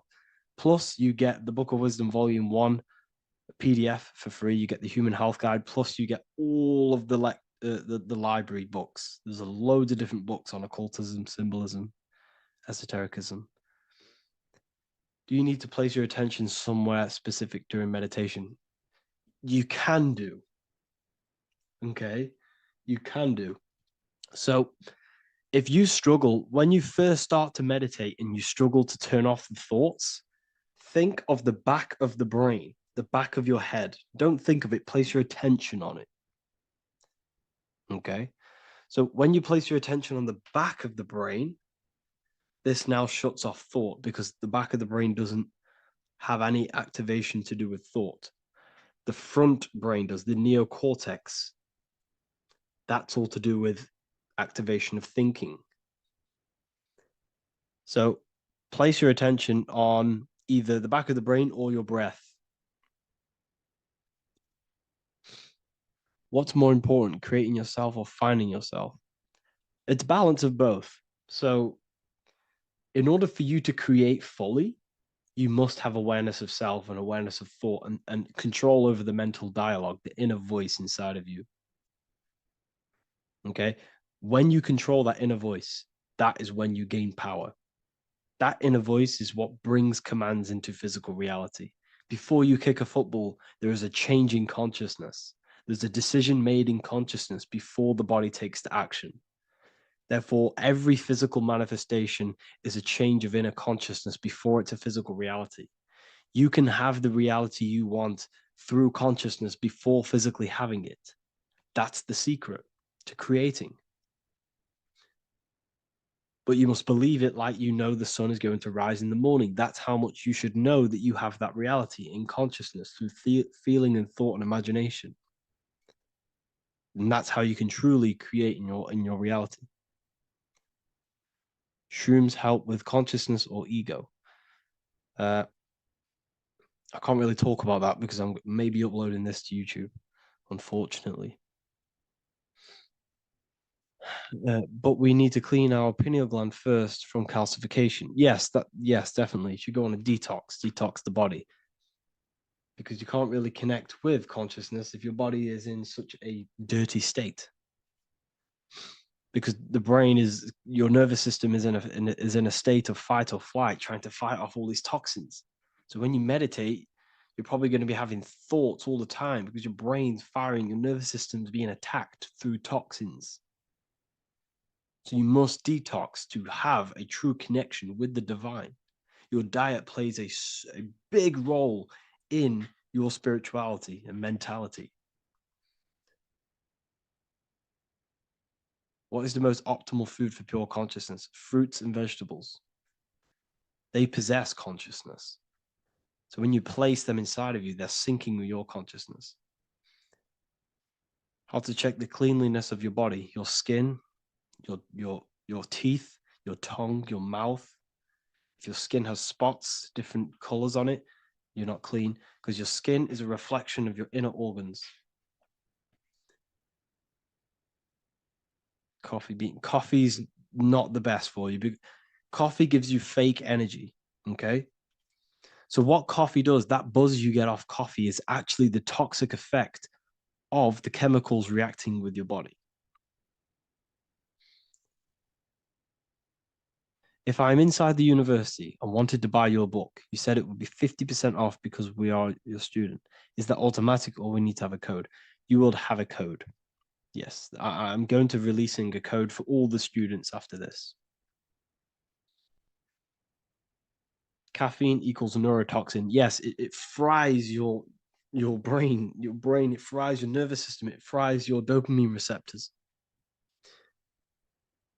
Will the Q&A last week about money symbolism be posted? Oh, I didn't post that.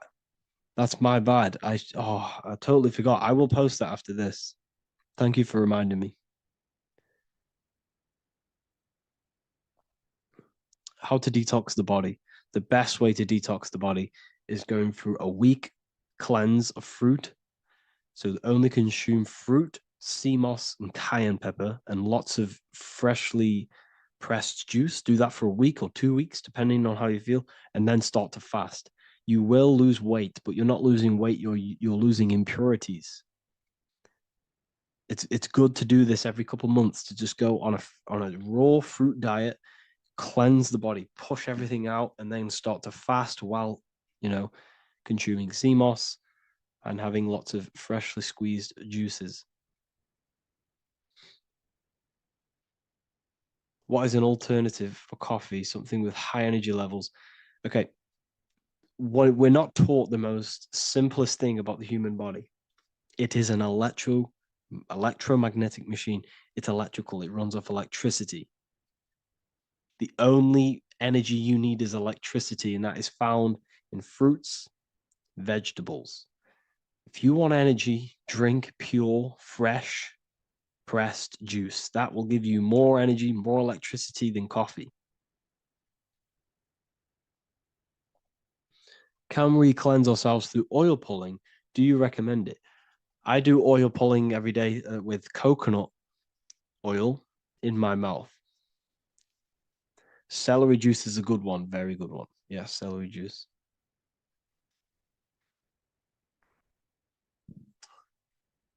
Any more questions? What kind of music do you listen to when lifting? For me, rap, hip hop, push me, work harder, but I know it's terrible for my subconscious. Yes, very. At least you're aware of it. You should be definitely try and stay away from the hip hop music. Try and stay away from anything that's talking about anything negative, because it's all programming your subconscious. And your belief system is your reality, people. Your belief system is your reality. Okay? So look after your subconscious. That's what's controlling your actions. 90% of your actions on a daily basis are controlled through your subconscious beliefs. Okay? I listen to a lot of Pastel Ghost. I listen to a lot of... Let me get my playlist up. It's all like background music for TikTok. Do you know what I mean? Like Pastel Ghost. That's mainly what I listen to. That sort of music. I don't know what it's kind of called. I don't know what that genre is called. Does anyone know what that genre is actually called? Because there's not much words in it. The reason I listen to it is because there's not much words in it. And, it helps the subconscious. And I just love that music.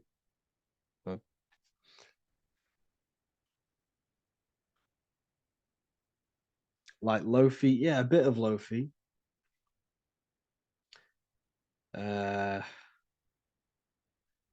Most people won't even know this type of music.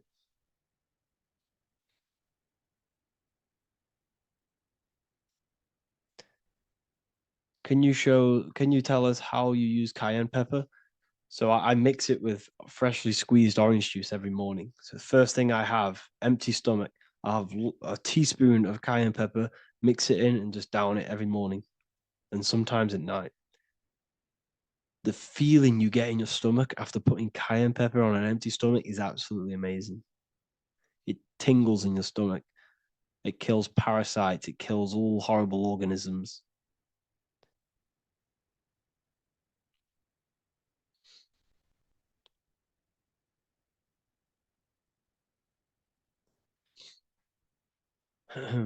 Mix it with hot water. Yes, hot water and key lime water. I bet that's powerful. If you mixed warm water with key lime with cayenne pepper in first thing in the morning, I can imagine how powerful that is. I've never done that, but I'm going to try that. Do you use sea salt? I don't know what to think about sea salt, to be honest. I try and stay away from it. I don't know whether it's good, don't know whether it's bad. I'm kind of mixed on it. Mixed information. I've heard people have benefits. I've heard other people say stay away from it. So I don't know. I just stay away from it. I'm not too sure on it.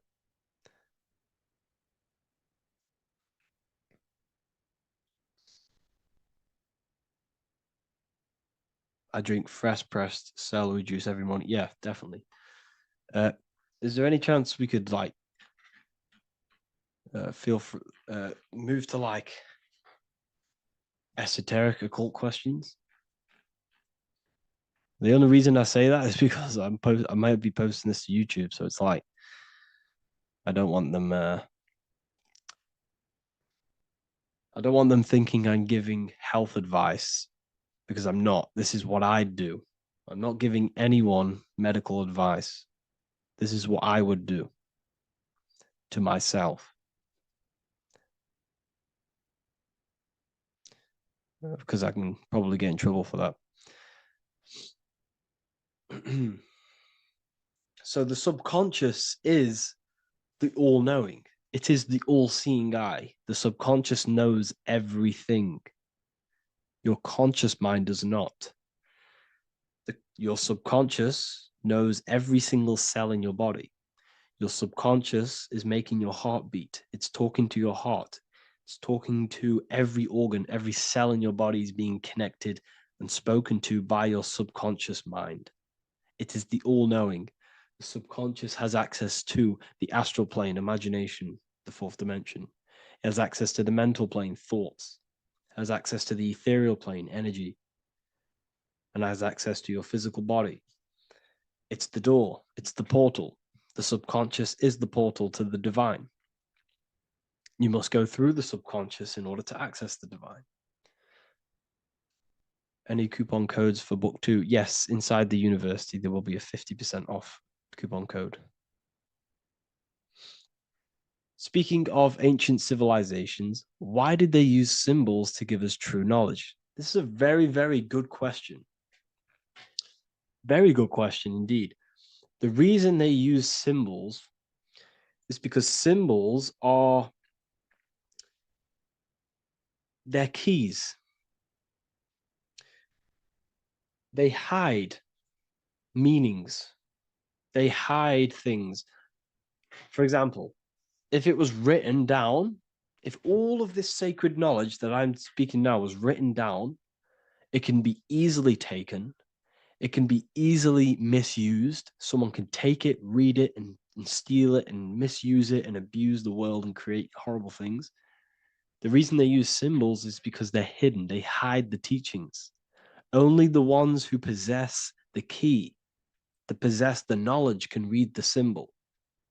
So the symbols act as a guard towards this higher wisdom, this higher knowledge, which gives you power. All of the knowledge I teach you gives you power. And you can misuse it. You can misuse your imagination. You have no clue, unless you've put this into action, how powerful your inner consciousness is.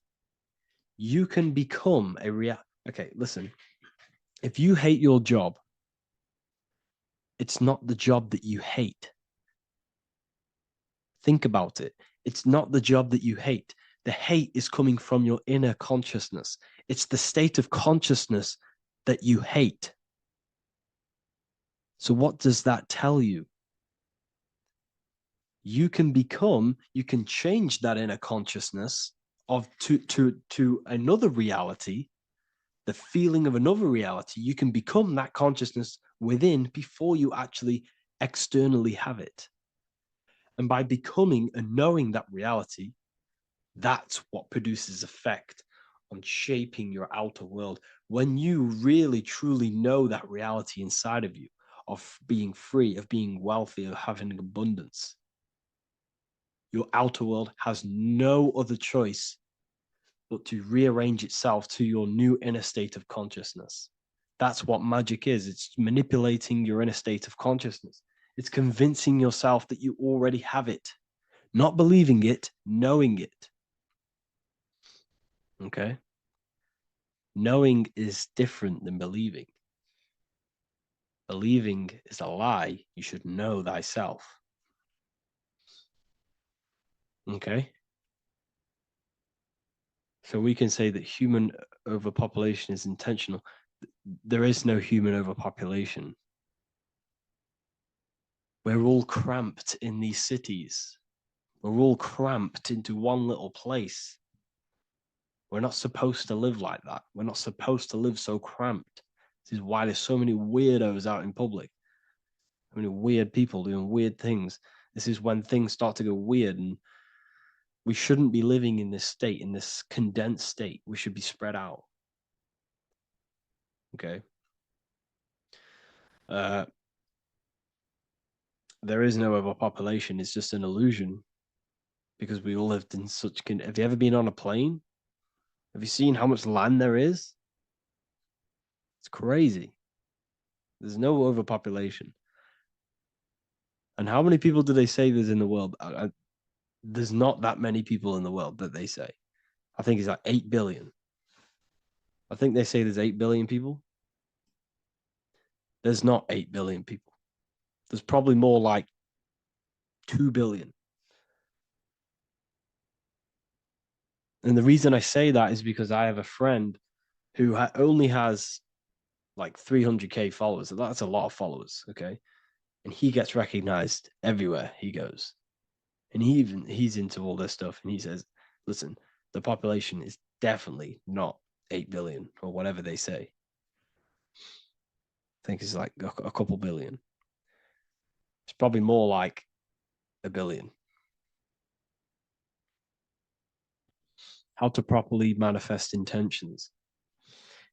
Thought, emotion, and imagination are the key. You must know that you have that reality. Don't believe it. Become that reality within your consciousness.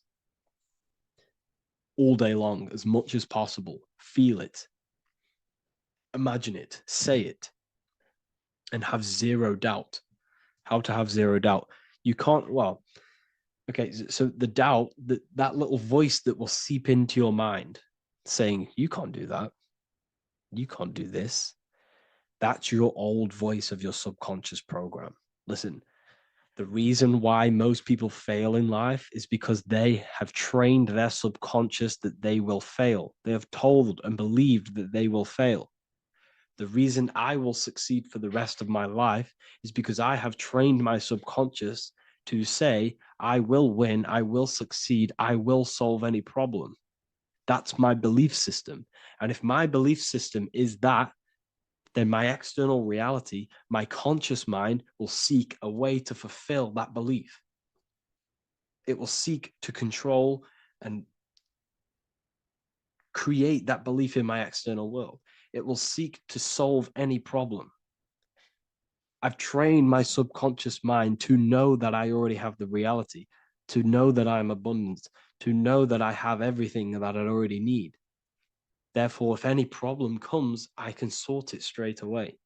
But most people have a different belief. It's not your fault. We've been kind of manipulated and told this, that they will fail, that they can't do anything, that it's too hard. And that basically casts a spell on the conscious mind, where your conscious mind is just like, no, I can't do that, because of this subconscious belief that you hold. So you must reprogram your subconscious that you can do it, that you will solve any problem, and that you are abundant. That's the reason why successful people succeed. It's because they have a complete different mind state, a complete different belief system in their subconscious.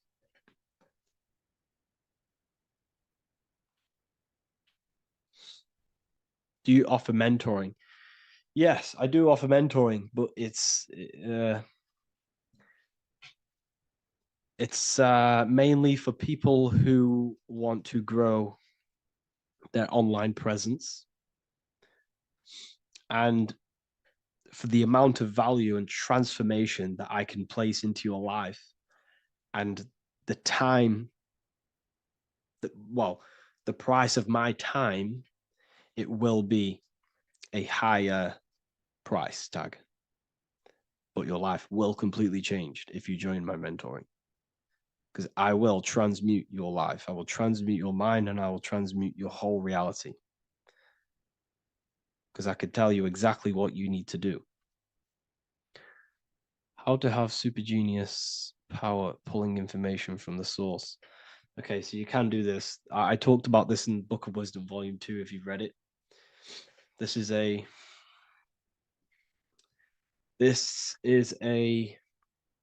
technique that Albert Einstein used. This is a technique that Thomas Edison used.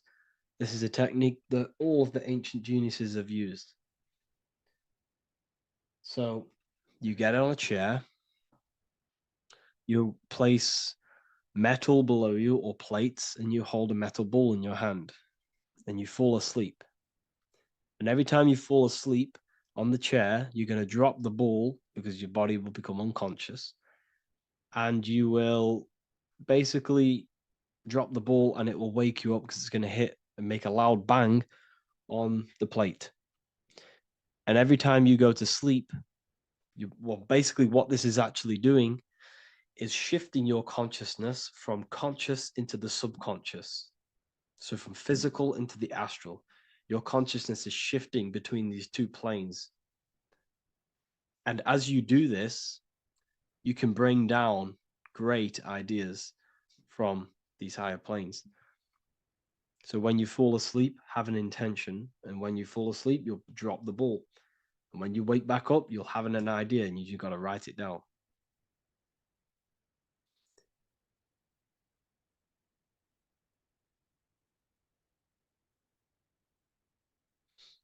How to balance chakras. Don't focus on balancing your chakras. Focus on the mind. The mind is the cause of the chakras being blocked. If you have a blocked throat chakra, this is a problem in your mind, not the chakra. You see, the chakras are a result of the mind. You transmute the mind, you can transmute the chakras and cleanse them.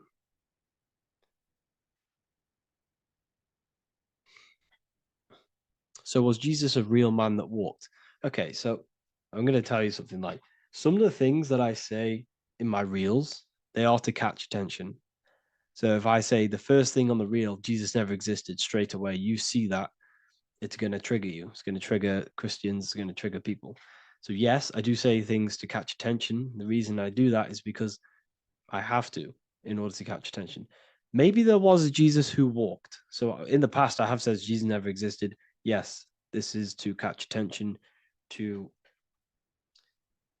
boost the reels, views, and comments and stuff like that. Maybe there was a man who was called Jesus and walked the earth.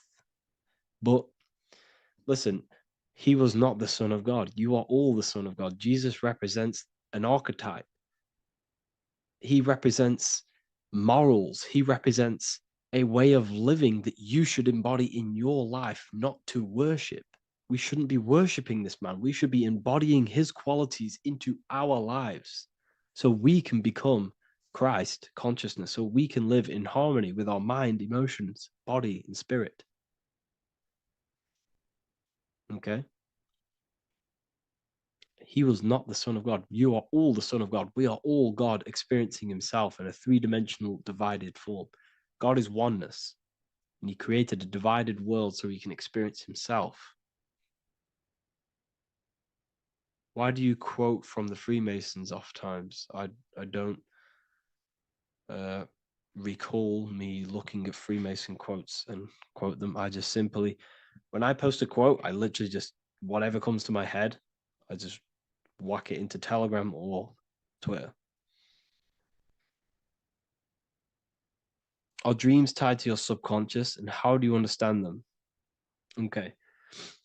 Dreams and astral projection are two different things. Astral projection is your soul leaving this plane into the collective consciousness, into the collective mind, the collective astral plane. But dreams are basically the astral plane, but it's your personal astral plane in your personal subconscious. So when you dream, you're entering your own consciousness, you're entering your own subconscious. Every character, every event that happens to you, everything that is said to you, everything that happens to you in your dream is yourself pushed outwards, and you're basically experiencing your own mind. If something scary comes up in your dream, this is your belief, this is something in the back of your mind materializing and coming to you and showing itself to you. So in order to understand your dreams, it's basically suppressed emotions, suppressed thoughts, all lingering in your subconscious materialized. Okay. A few months ago, I'd have concurrent dreams of getting in a car crash that lasted for months. Then one day out of nowhere, I got into a really bad accident, and that low-key bugged me out. I didn't know if my mind was trying to warn me or what. You can explain that. Okay. If you are having dreams about having a car crash, this is a belief. Okay, so let me tell you something. Let's say you're a drug dealer, okay? And you live in fear every single day of the police coming to you. This dealer every day is worried, he's scared, and he lives in fear of the police getting him. He was believing it. This fear, this emotion he was feeling on a regular basis, repetition, and the emotion is basically impressing your subconscious. It's impressed his subconscious that deeply that he now believes it. It's now become a belief. So one day the dealer gets caught and he goes to prison. Let me tell you something. He placed himself there because he created a program, a belief in his subconscious of the police. And his external reality is now in a prison cell. But that prison cell is just an external manifestation of the prison cell of fear he installed in his subconscious mind. The four walls he's now trapped in is just basically an externalization of his own belief system that he created through consciousness, through the subconscious. If you embedded your belief that you will be in a car crash, you will be in a car crash. He placed himself there. He materialized that reality through the thought, through the emotion, through the belief. He put himself there. You see? So if you were having dreams, this was maybe, it could have been anything. You could have watched a program when you were a child about a car crash, and that maybe scared you. Or you saw a car crash when you were very young and that scared you and that impressed your subconscious. Then you had a dream about it. Then you started to believe it. And then one day, bang, it happens. That's the power of the subconscious mind. It holds control over you. It holds control over every aspect of your reality, of your being. So, I hope you all enjoyed this live. I'll see you all inside Ethereal University. I'll be posting another lecture this week. And yeah, let me hold on.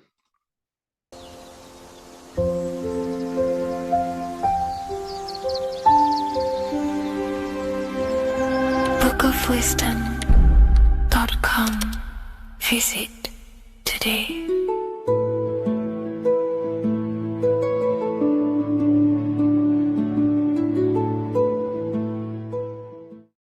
What is good, people? We're back with another video, and this is going to be talking about the connection between the micro and the macro.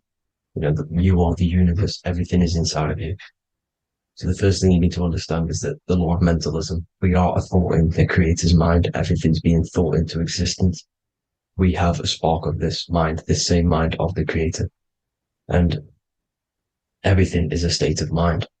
Particles or atoms, whatever you want to call them, are a mental thing. They're a product of the mind. Everything's thought into existence.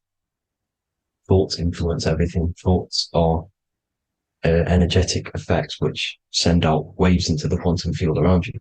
And your consciousness is actually the universe experiencing itself, expressing itself, and viewing itself. So we are the creator, but viewing itself in separate bodies. And this is why they call the material world the world of illusions, because everything's separate here, but we all forget that we are all one. We've all been brainwashed to think we're all separate, but we're all one. We're all the same mind, the same consciousness, everything. So everything's created out of toroidal fields. God created the toroidal field. That's the only thing that exists because the atoms are toroidal fields. And it's the basis behind all creation. As you can see it in the owl's eyes. It creates the infinity symbol. And this was the apple. That apple is a toroidal field. And the toroidal field is made out of dielectricity, which is ether. Ether is black light, and this is counter space. This is another realm. This is what creates God to be omnipresent, to be everywhere at one place at all times. He is everywhere because ether is everywhere. And ether is infinite potential. It connects everything together, and that's what energy moves through. It moves through the ether, and that's black light. Everything is light, as it says in John 4:2. God is light. Everything's a vibrational state of light. So the torus field is made out of dielectricity, ether, black light, magnetism, which is white light, which is the center of the toroidal field. And magnetism radiates, it has no vibration. And then when white light splits, it turns into electricity, which is physical material, and that has a vibration. This is the Holy Trinity, the sun, the moon, Saturn. Saturn, the god of materialism. If you've watched my videos on Saturn, you know that Saturn is crystallizing everything into physical matter. And that's why his old name was El. The ancients called him El. And this is why we get L electricity. This is where L electricity comes from. Because L electricity is only a product of the physical world, which is redshift, blueshift, Adam and Eve. And this is what creates the redshift, blueshift is what is a product of magnetism. When magnetism, white light splits. And this gives us vibration. And this what creates the toroidal field, which is the basis of all physical creation. The sine wave is created out of the magnetic wave and the electric wave. The electric wave is the blue wave, and the magnetic wave is the straight wave, which is radiation. This is vibration frequency. So the magnetic wave is straight, and then you have longitude and amplitude, which is depth, which is dimension. You see how the electric wave has depth and a dimension. This is why you get the cross. This is the cross of Earth. This is the symbol of Earth, of bondage, of physical matter, because it consists of magnetic wave and depth, which is electric wave. And this is where you get the sun cross or the Earth cross, whatever you want to call it. It's the cross of physical matter, and the ancients knew this. This is why they used that symbol. Redshift, blueshift, which is the toroidal field, is the basis of all creation, physical creation. And this is why you have the police siren is red and blue. The Matrix movie, red pill, blue pill. You have red blood and blue blood in your body. The Democrat and Republic, the two parties, red and blue. Like your taps on your taps, you have a red and blue tap. One's generative, one's destruction. Fire, destruction, water, generative. So this is the basis of all things. And electric wave has dimension, like I've already said, depth, material, and it's measured in hertz. It's measured in hertz because it hurts you. It decays because the electric wave has a vibration, and vibration always has to go back to a standstill point. This wave cannot go forever, but the magnetic wave will go forever. It's radiation. Magnetic is radiation. It radiates forever. It pulses. But the electric wave will at some point come back to a standstill point, and that's why it hurts. It decays. That's why our physical body decays, because we contain of electricity. This body is an electric body, and it will return back to stillness like a guitar string. If you vibrate a guitar string, you pull it, it will vibrate, make a sound, and then go back to a standstill point. It's the exact same with every single toroidal field within the body. It will decay, and this is why our bodies decay, and everything in creation decays. So we're born into sin. The sin of Eve. The sin of Eve is us biting into the tree of knowledge of good and evil. which is the systems in the body. And the sin of Eve is biting into the sine wave. We bit into the sine wave. The sun moves in a sine wave. Our DNA is a sine wave. Time is a sine wave. Everything in this creation is a sine wave. This is why the dollar bill is a sine wave. Magnetism and electricity and electric waves in one. And this is the sun doing its sine wave, which creates, when you go bowling, it kind of creates that pin that you hit over. That's the pin of the sun.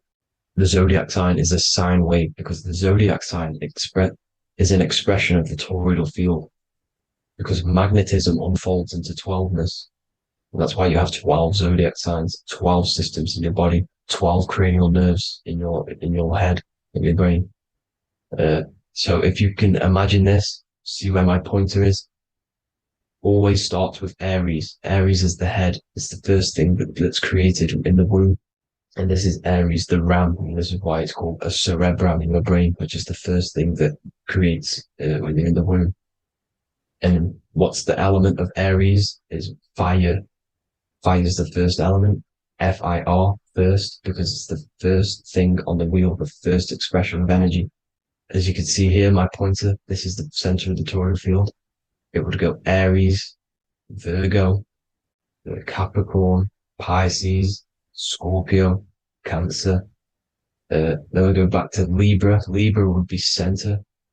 But you see how the toroidal field is the expression of the 12 energies. That's what the constellations are, the energy expressions of the toroidal field. So it would go outward, starting from Aries here, all the way back to Pisces, which is beyond the bottom half. But Libra would be the center. That's why Libra is the equinox. It's the equinox. Libra is when it goes from summer over to autumn. It's the equal. It starts to transition into the winter side. Equinox, equal, which is Libra. And that's why Libra has the two scales. It's symbolized with the two scales. That's because of, the sun moving over. It's being judged. It's equal now, but then it's going to tip over into the winter. That's why Libra is here, the center of the sine wave. Like I said before, magnetic energy unfolds into 12ness. Magnesium is number 12 on the periodic table. It's the sacred number. And this is why the scientists are NASA is trying to bring in another constellation to destroy the holy science of astrology. So Aries rules the head, which is Mars. Taurus rules the neck, the lower head. Gemini, the two twins, which is your lungs, your two twins, your arms, two twins. Cancer, the breasts, the chest area. Leo, the heart, which is the sun, which is fire, the center of the toroidal field. Virgo, the belly, which is the intestines. Libra, the kidneys, the two scales, the kidneys, balancing out everything. Scorpio, the sex organs. Sagittarius, hips and thighs. Capricorn, I've missed that out, which is the kneecaps. Capricorn, kneecap. Aries, which is the ram, which is the cerebrum in your brain. And then Aquarius, the calves and the ankles. And the Pisces, the two fish, the 2 feet. So everything corresponds, as you can see here. This is an ancient way of depicting it, of the folded human. And this is everything. Each constellation rules that part of the body, gives energy to that part of the body, makes you do certain things. So magnetic energy unfolds into 12ness, electricity unfolds into 7s. That's why when you get electric, the light spectrum that we see, it consists of 7 colors. Why we have 7 planets. The 7 planets give us our 7 metals and the 7 solfeggio scale frequencies. So the rotor, this is the rotor. And rotor is an anagram for Torah, the Torah, which is I think it's the Hebrew Bible. Don't quote me on that, but it's one of the holy books, which is the Torah, the Taurus. Everything goes back to the Taurus field because it's the basis of all creation. So the chief cornerstone, it says in the Bible that the builders rejected the chief cornerstone. The chief cornerstone, you are the builder. You decided to incarnate into the physical world, into the electric world, El, the world of El, Saturn. When you are created in the womb, it takes you 9 months for you to be created. So, for example, if you went into the womb here, it'd take you 9 months. So let's say you're born in Scorpio. So you'd go back 9 months, 1, 2, 3, 4, 5, 6, 7, 8, 9. You consist of all of these 9 energies because it takes 9 months or however long you took to be born. Some people are born earlier. You'd have to find out how many months you were in the womb for. But you consist of these 9 energies, and each constellation has a cell salt associated with it. And these cell salts are vital for your health, and your cells are the optimal health of your body. So the chief cornerstone that you rejected is these 3 cell salts, these 3 constellations. So you're mineral deficient in these 3 constellations. For example, fluoride, magnesium, phosphate, and potassium sulfate. So that's the chief cornerstone. And a cornerstone, people always get it rejected with the cornerstone. The cornerstone is not, it doesn't say the cornerstone in the Bible. It says the chief cornerstone. The cornerstone is a cornerstone of a building, but a chief cornerstone is the top of the pyramid. This is where we get the pyramid of the wheel. So you're mineral deficient in whatever 3 zodiac signs you're not. You were not in the womb for. This is the chief cornerstone you rejected. So the human body is the micro. It is the universe in a physical form. It consists of everything in the universe. Just like your consciousness is the universe watching itself, experiencing itself. Your body is the whole universe. 12 systems in the body, 12 zodiac signs, 7 chakras are the 7 planets. The Holy Trinity of you is your Temple of Solomon, the soul and the mind, the sun and the moon. You know, everything is in you. You consist of everything, all the energies, everything. Heaven and hell. Heaven and hell is a mind state. It's a state of the mind. Head, H-E-A, which is heaven, and the heel, the bottom of your foot, is hell. And the bottom of your foot is the soul. So they're basically saying, well, it's wordplay. They're saying that your soul is in hell because, you know, with the elites being in control. So they call the bottom of your foot the soul, trying to say that you're in hell. The Christ is in you. And this Christ is Greek for what? Christos. And Christos is Greek for the oil. And this oil is produced in the cerebrum, the Aries, the ram, the cerebrum. It goes down the pineal. Well, the pineal and the pituitary are underneath the cerebrum.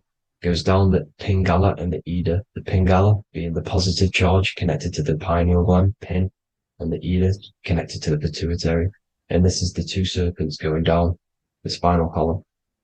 And this is why Jesus goes from Nazareth to Bethlehem, and then Joseph and Mary are waiting for Jesus in Nazareth.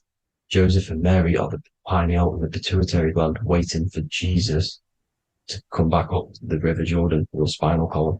So this is the oil. This is the story of Santa as well. Santa comes from the North Pole. Why?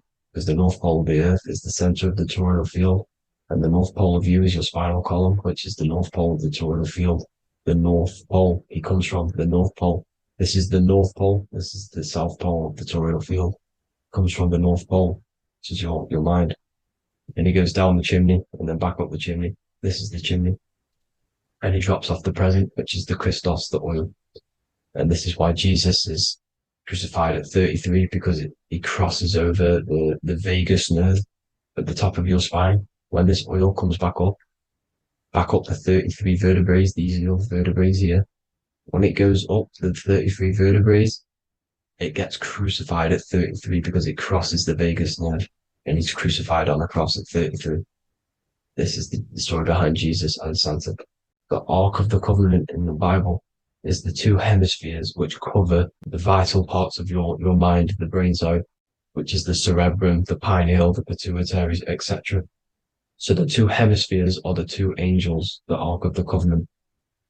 This is the Ark of the Covenant covering the 2 vital parts of your brain. So these are the optic thalamus is another part, and it protects the Christ oil, which is inside at the center of the brain. See, the Bible is all a massive metaphor about yourself because you are the universe. You are a microcosm of the universe. Your consciousness has experienced itself, and the universe experiencing, and your body is the whole universe. Your head's heaven. So Moses crosses the Red Sea. These are the 2 hemispheres of your brain. This is the corpus callosum, the Red Sea. So he's pretty much saying that he's uniting the 2 hemispheres of your brain, because most people in this generation are stuck in the left brain, which is just logic, reasoning, science and maths, writing. This is what school teaches you to do. It keeps you stuck in your left brain. And you want to cross over to you want to cross the Red Sea, which is the corpus callosum, to the right brain, which is awareness, art awareness, creativity, imagination, intuition, insight, using the higher mind, creativity, imagination. If you don't have intuition, then you can't read energy, you can't pick up on bad things. This is what Moses is symbolizing by crossing the Red Sea. And it's also the upper room where Jesus met the 12 disciples. 12 disciples are the 12 cranial nerves in your brain. It doesn't just represent the 12 zodiac signs, the 12 disciples. It symbolizes many different things. It's like I said, energy the universe consists of 12ness. So you have 12 cranial nerves in your brain. And that's the 12 disciples as well. And they want you stuck in your left brain, which is the five senses, materialism. So they say in the Bible that Satan blinds the mind. Satan is Saturn. If you've watched my videos, Satan is Saturn.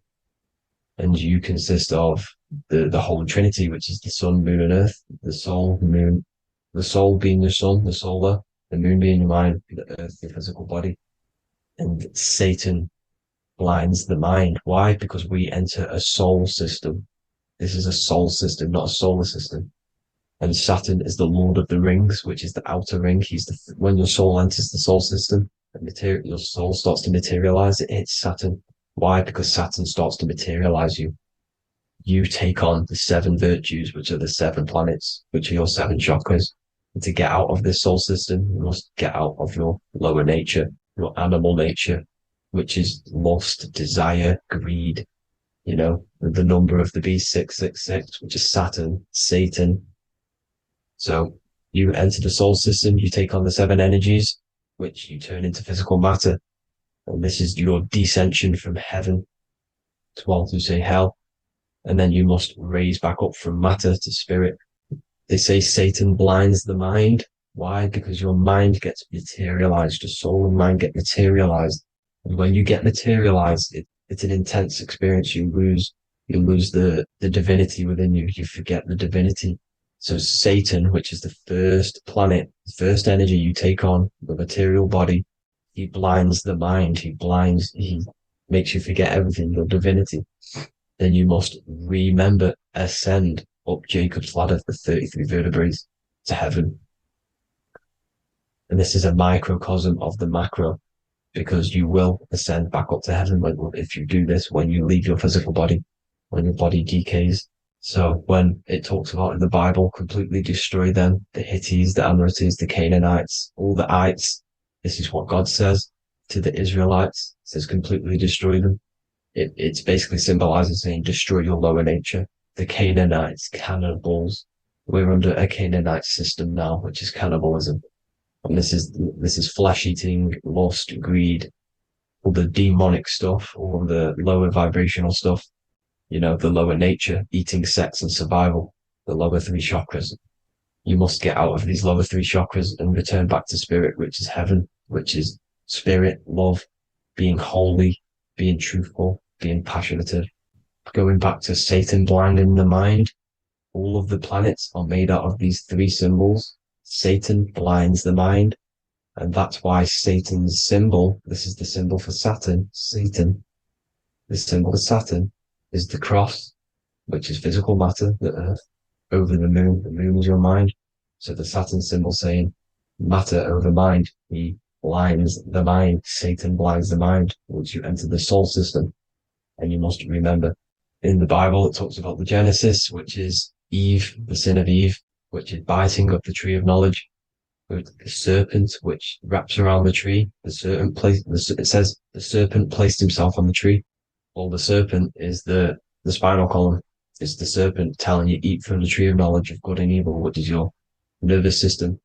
And eating from the tree of knowledge of good and evil is doing bad things. For example, over-sexualized, overeating, eating the wrong food. That's eating from your nervous system. It's decaying you, and it's preventing you from achieving the God self, the God consciousness. This is the symbolism of the treat on the serpent, telling you to eat from the left brain, with the left brain being the sinister. Sinister is Latin for left.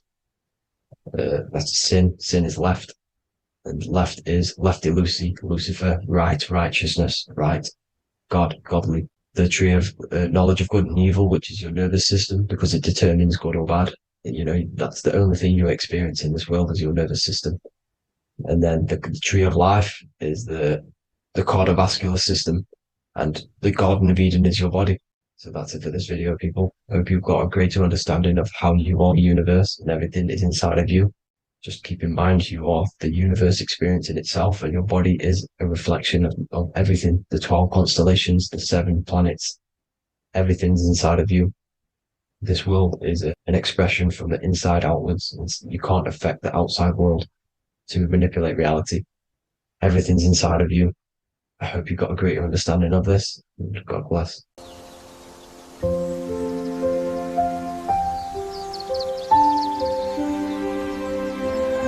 bookofwisdom.com. Visit today.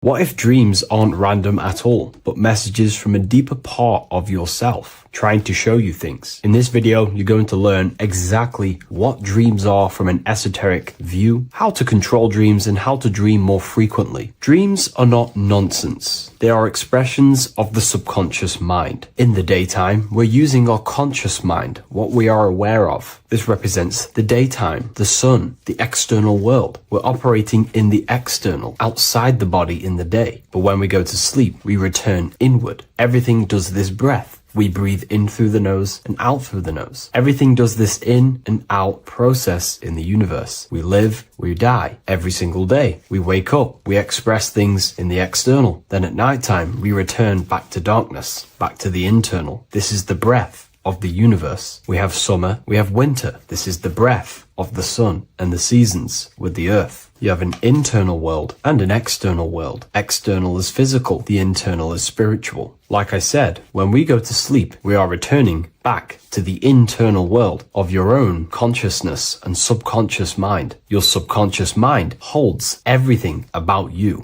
your memories, your traumas, everything you've ever learnt, your language, your name, your job, everything you identify with is stored within this vast network of the subconscious mind. It is your own personal consciousness. Therefore, when we dream, we return back to the subconscious mind, and we are in fact thinking, but in a subconscious way. The subconscious does not speak the same language as the conscious mind. The conscious mind uses language, thoughts, and all things that are very logical and very easy to understand. The subconscious is the complete opposite. It is very indirect, metaphorical, and symbolic. The subconscious communicates and works in symbols. Ultimately, symbolism is the language of consciousness. This is why in occultism and esotericism, it is filled with occult symbols, because symbols are used to communicate directly with the consciousness within the subconscious mind, and the subconscious mind is ultimately connected to the collective consciousness. We are all connected and tapping into the mental plane, where we receive thoughts, ideas, depending on what we attune our mind to. That's why we call it a mindset. But getting back on topic, the subconscious mind is your own personal network. It is like a net, an interconnected web of your thoughts, memories, traumas, emotional blockages, and all the things you identify with and have experienced in your life is stored within this network. It can be seen as a web. One example of the subconscious mind using symbolism is this next story I can tell you. Let's say I was in a very traumatic car crash as a young child. I experienced a lot of emotional trauma in that car, and that deeply impressed my subconscious mind with that trauma of emotion that I felt. Therefore, every time I see a car in my external world, that car is now a symbol that represents the state of consciousness I was feeling in that particular time of the traumatic car crash. The car is a symbol for a state of consciousness within my subconscious mind. Just like when you see a word, that word triggers what you believe that word to be in your subconscious mind. Symbols are the language of the subconsciousness. Therefore, when we dream, we are basically seeing symbols of our own personal subconscious mind. Our higher mind, which is basically our subconscious, the higher version of you that exists beyond your human thinking mind, communicates using symbolism. The higher mind does not speak human thoughts, human language. It speaks the language of symbolism. Therefore, when we dream, every event, every person, everything that happens, and everything you see is your own personal subconscious mind materializing within the plane of the astral plane. This is a dimension that sits just above the physical world that everything is pulled out of. For example, look around you. Everything you see around you was thought, then imagined. Imagination is the astral plane, and this astral plane sits above the physical world. As above, so below.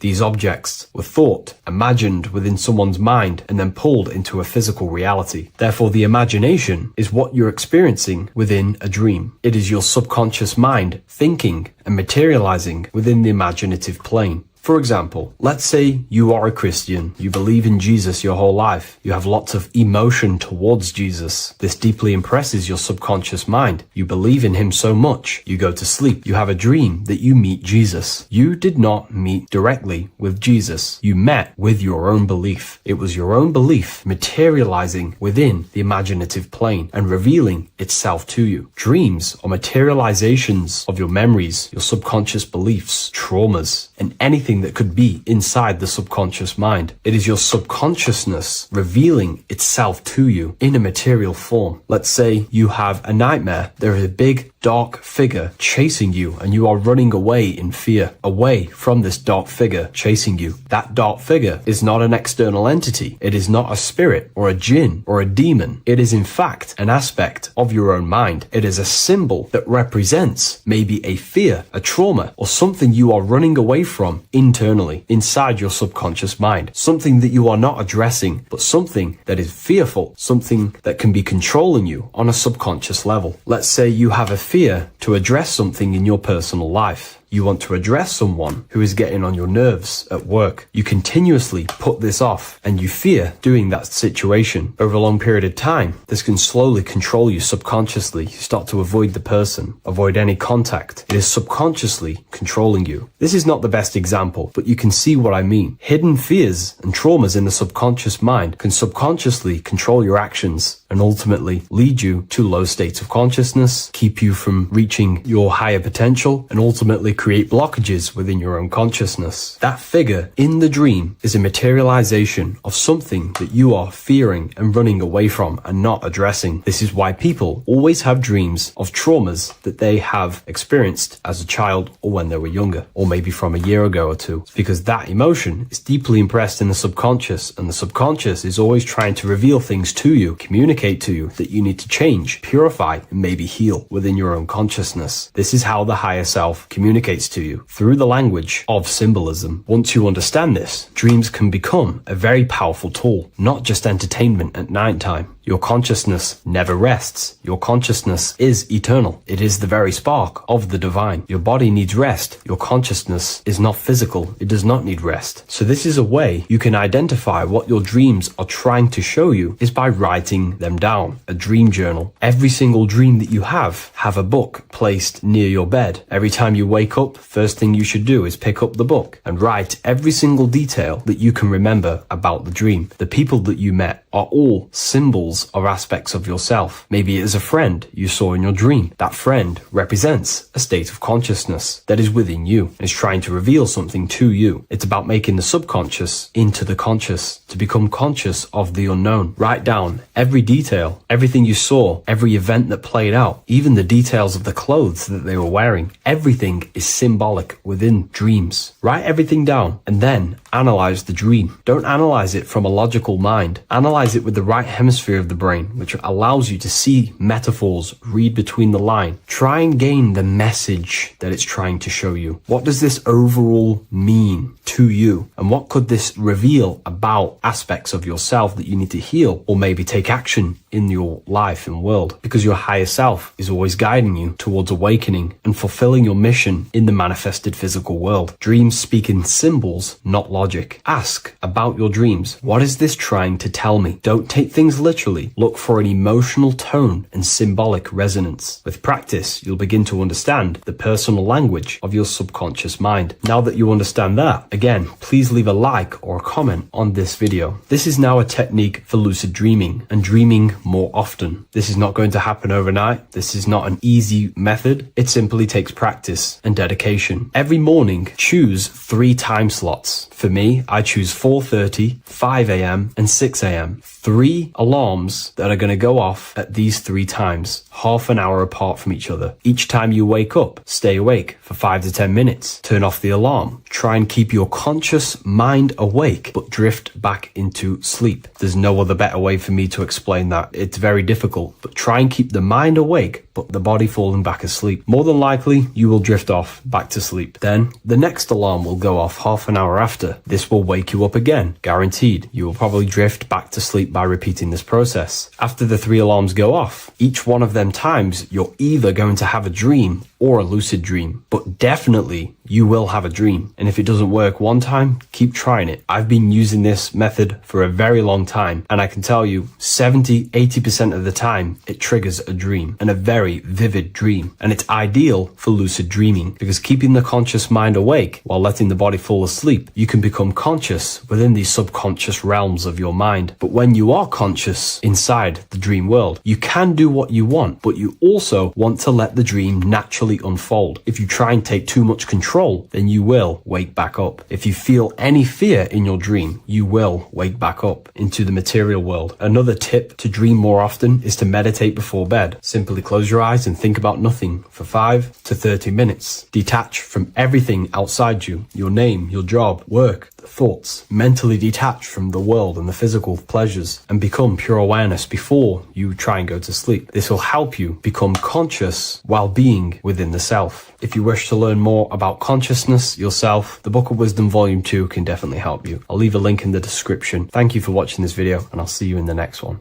Hello, Seeker.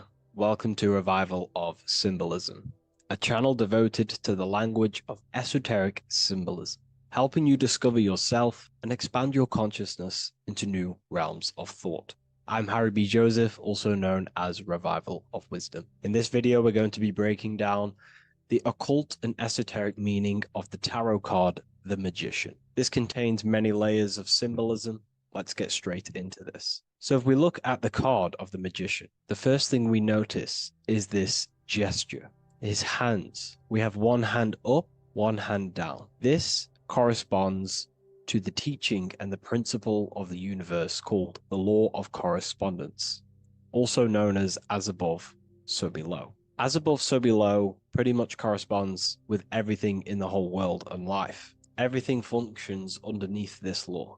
It teaches that everything below in the material plane does not exist on its own. Physical life does not create itself. It is not independent.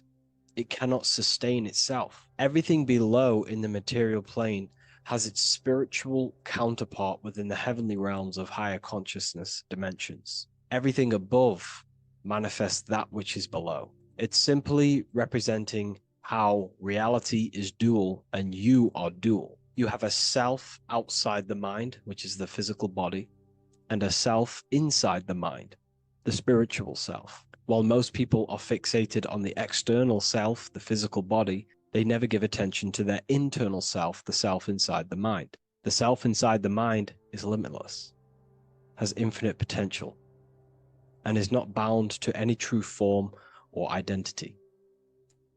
The internal self is the immortal self, the higher self. It is the self that can turn anything, any thought, into a form within the realm of imagination. This is what we call the astral plane. The astral plane being a plane or a dimension that sits just above the physical plane, and it's the realm of imagination, emotion, and desire. Because in order for us to imagine something, we have some sort of emotion or desire to create it. Therefore, it is the astral energy, the desire and the imagination of something above in the higher realms and dimensions of consciousness that make it possible and physically created within the material realm. It is the astral forces of desire manifesting the actions of the physical body, because the physical body only moves to what we care about or we have a passion or desire. These forces, what we call passion and desire, are not just chemical reactions in your body. They are astral forces directly coming from your astral body. We think with thought. This is the beginning of all creation. We think, we imagine, we desire, then we act. It is the higher realms first, then the external realm, the material. Higher dimensions over the lower dimensions. This fits in perfect with the magician, because a magician is not someone, like Harry Potter shows you with wands casting spells. This is fantasy. The real magic is about changing consciousness at will, because consciousness above creates that which is below, the material, as within, so without. Reality is created from the inside out. So the magician understands that by changing consciousness, we change our external circumstances. You see this reflected in your life, and I've seen this reflected in my life. When you change your consciousness, for example, you start to spiritually awaken. You start to think differently, see the world differently. What happens to your external reality? Notice your friends start to say you've changed. You may not fit in with your current friendship circle. Your friends will change and you will outgrow them, and you'll have to seek to find new friends that fit with your new internal state of consciousness. This is teaching that the internal world rearranges the external world. While most people stay in a cycle of trying to change the external world, not realizing that they must first change the internal. This is what magic is about. Magic is about changing consciousness at will. Because when a magician holds the ability to direct all forces of their consciousness to a specific reality within them, to create that form and reality within the internal self, they can actually start to produce change in the external reality. We have masculine forces of consciousness, feminine forces of consciousness. The feminine forces of consciousness are imagination, intuition, emotion. The active masculine forces of consciousness are willpower, actions, and intellect, thinking. When we combine the imagination, seeing the reality within our mind, forming the reality within our spiritual vision, the internal vision of the soul, because imagination is the expression of the soul. It is creating with astral light, astral vision. Freemasons, occultists call imagination spirit vision. When we see that reality with our spiritual vision, this is why we have to increase our ability to vividly see within our imagination or the astral plane. If we do not develop these faculties of consciousness, we will struggle. This is what the esoteric is about. We have to increase and develop every part of our consciousness to develop spiritually, to try and reconnect with the internal world, while our whole past life we've been focusing on the external. When we combine the soul's vision of imagination with a feeling and a desire of creating that reality, that's then the internal world pretty much sorted.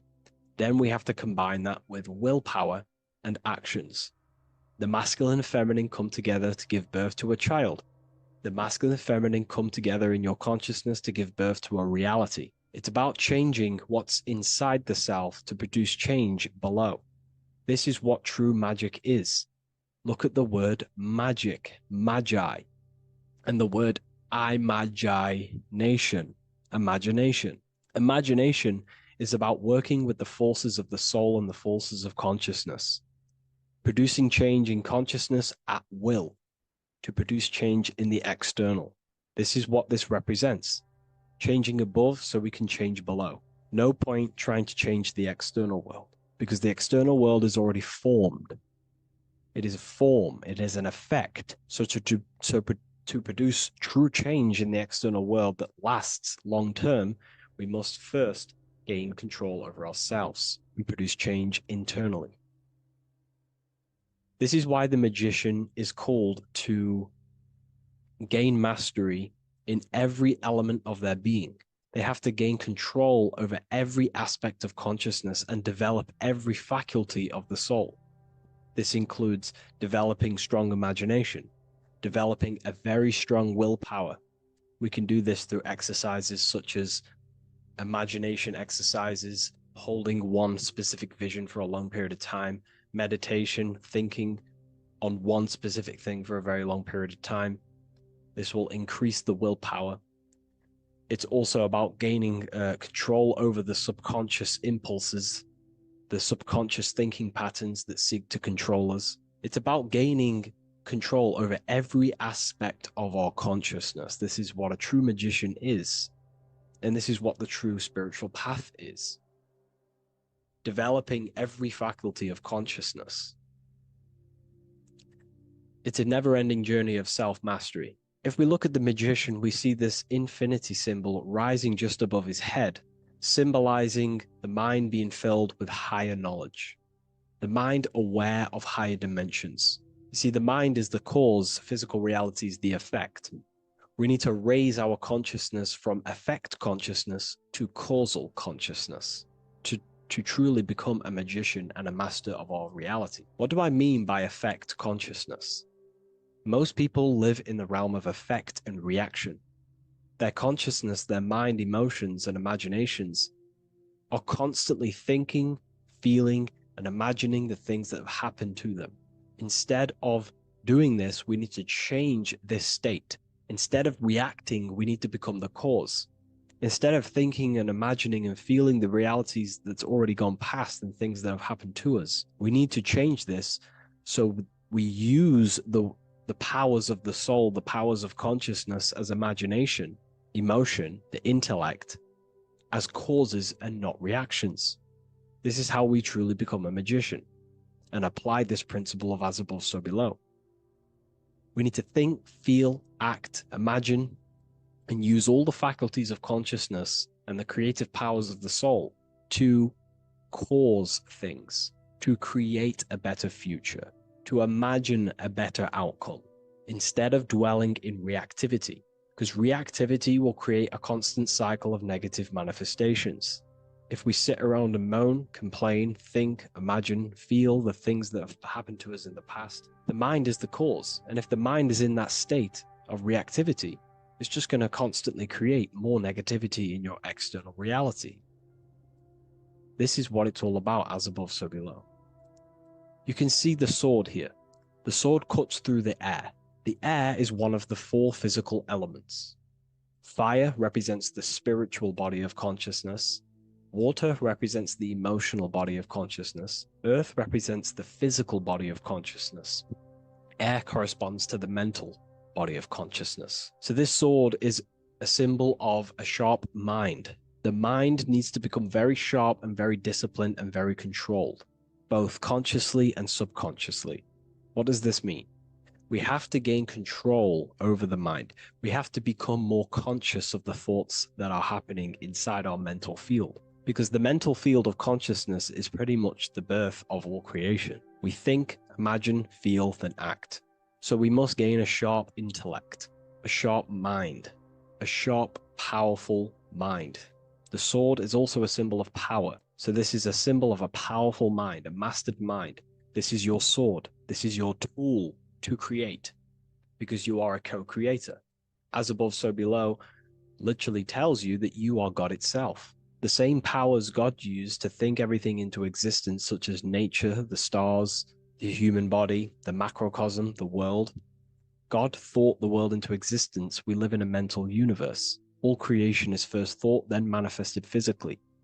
The same powers of thought God used to create the world is the same power that you use to create your world. You are cut of the same fabric of God. You are a microcosm, as above, so below. God is the macro, you are the micro. What is the wand?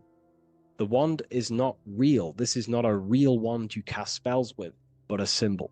The symbol of the wand represents direction of consciousness, willpower, and attention. We have two spiritual currencies which pretty much create our experience and reality: time and attention. That's why we say we spend time and I pay attention. These are your currencies. These are how you create and generate reality. Moving on to Jesus and Satan, we see there's an exact same symbolism within the ancient paintings.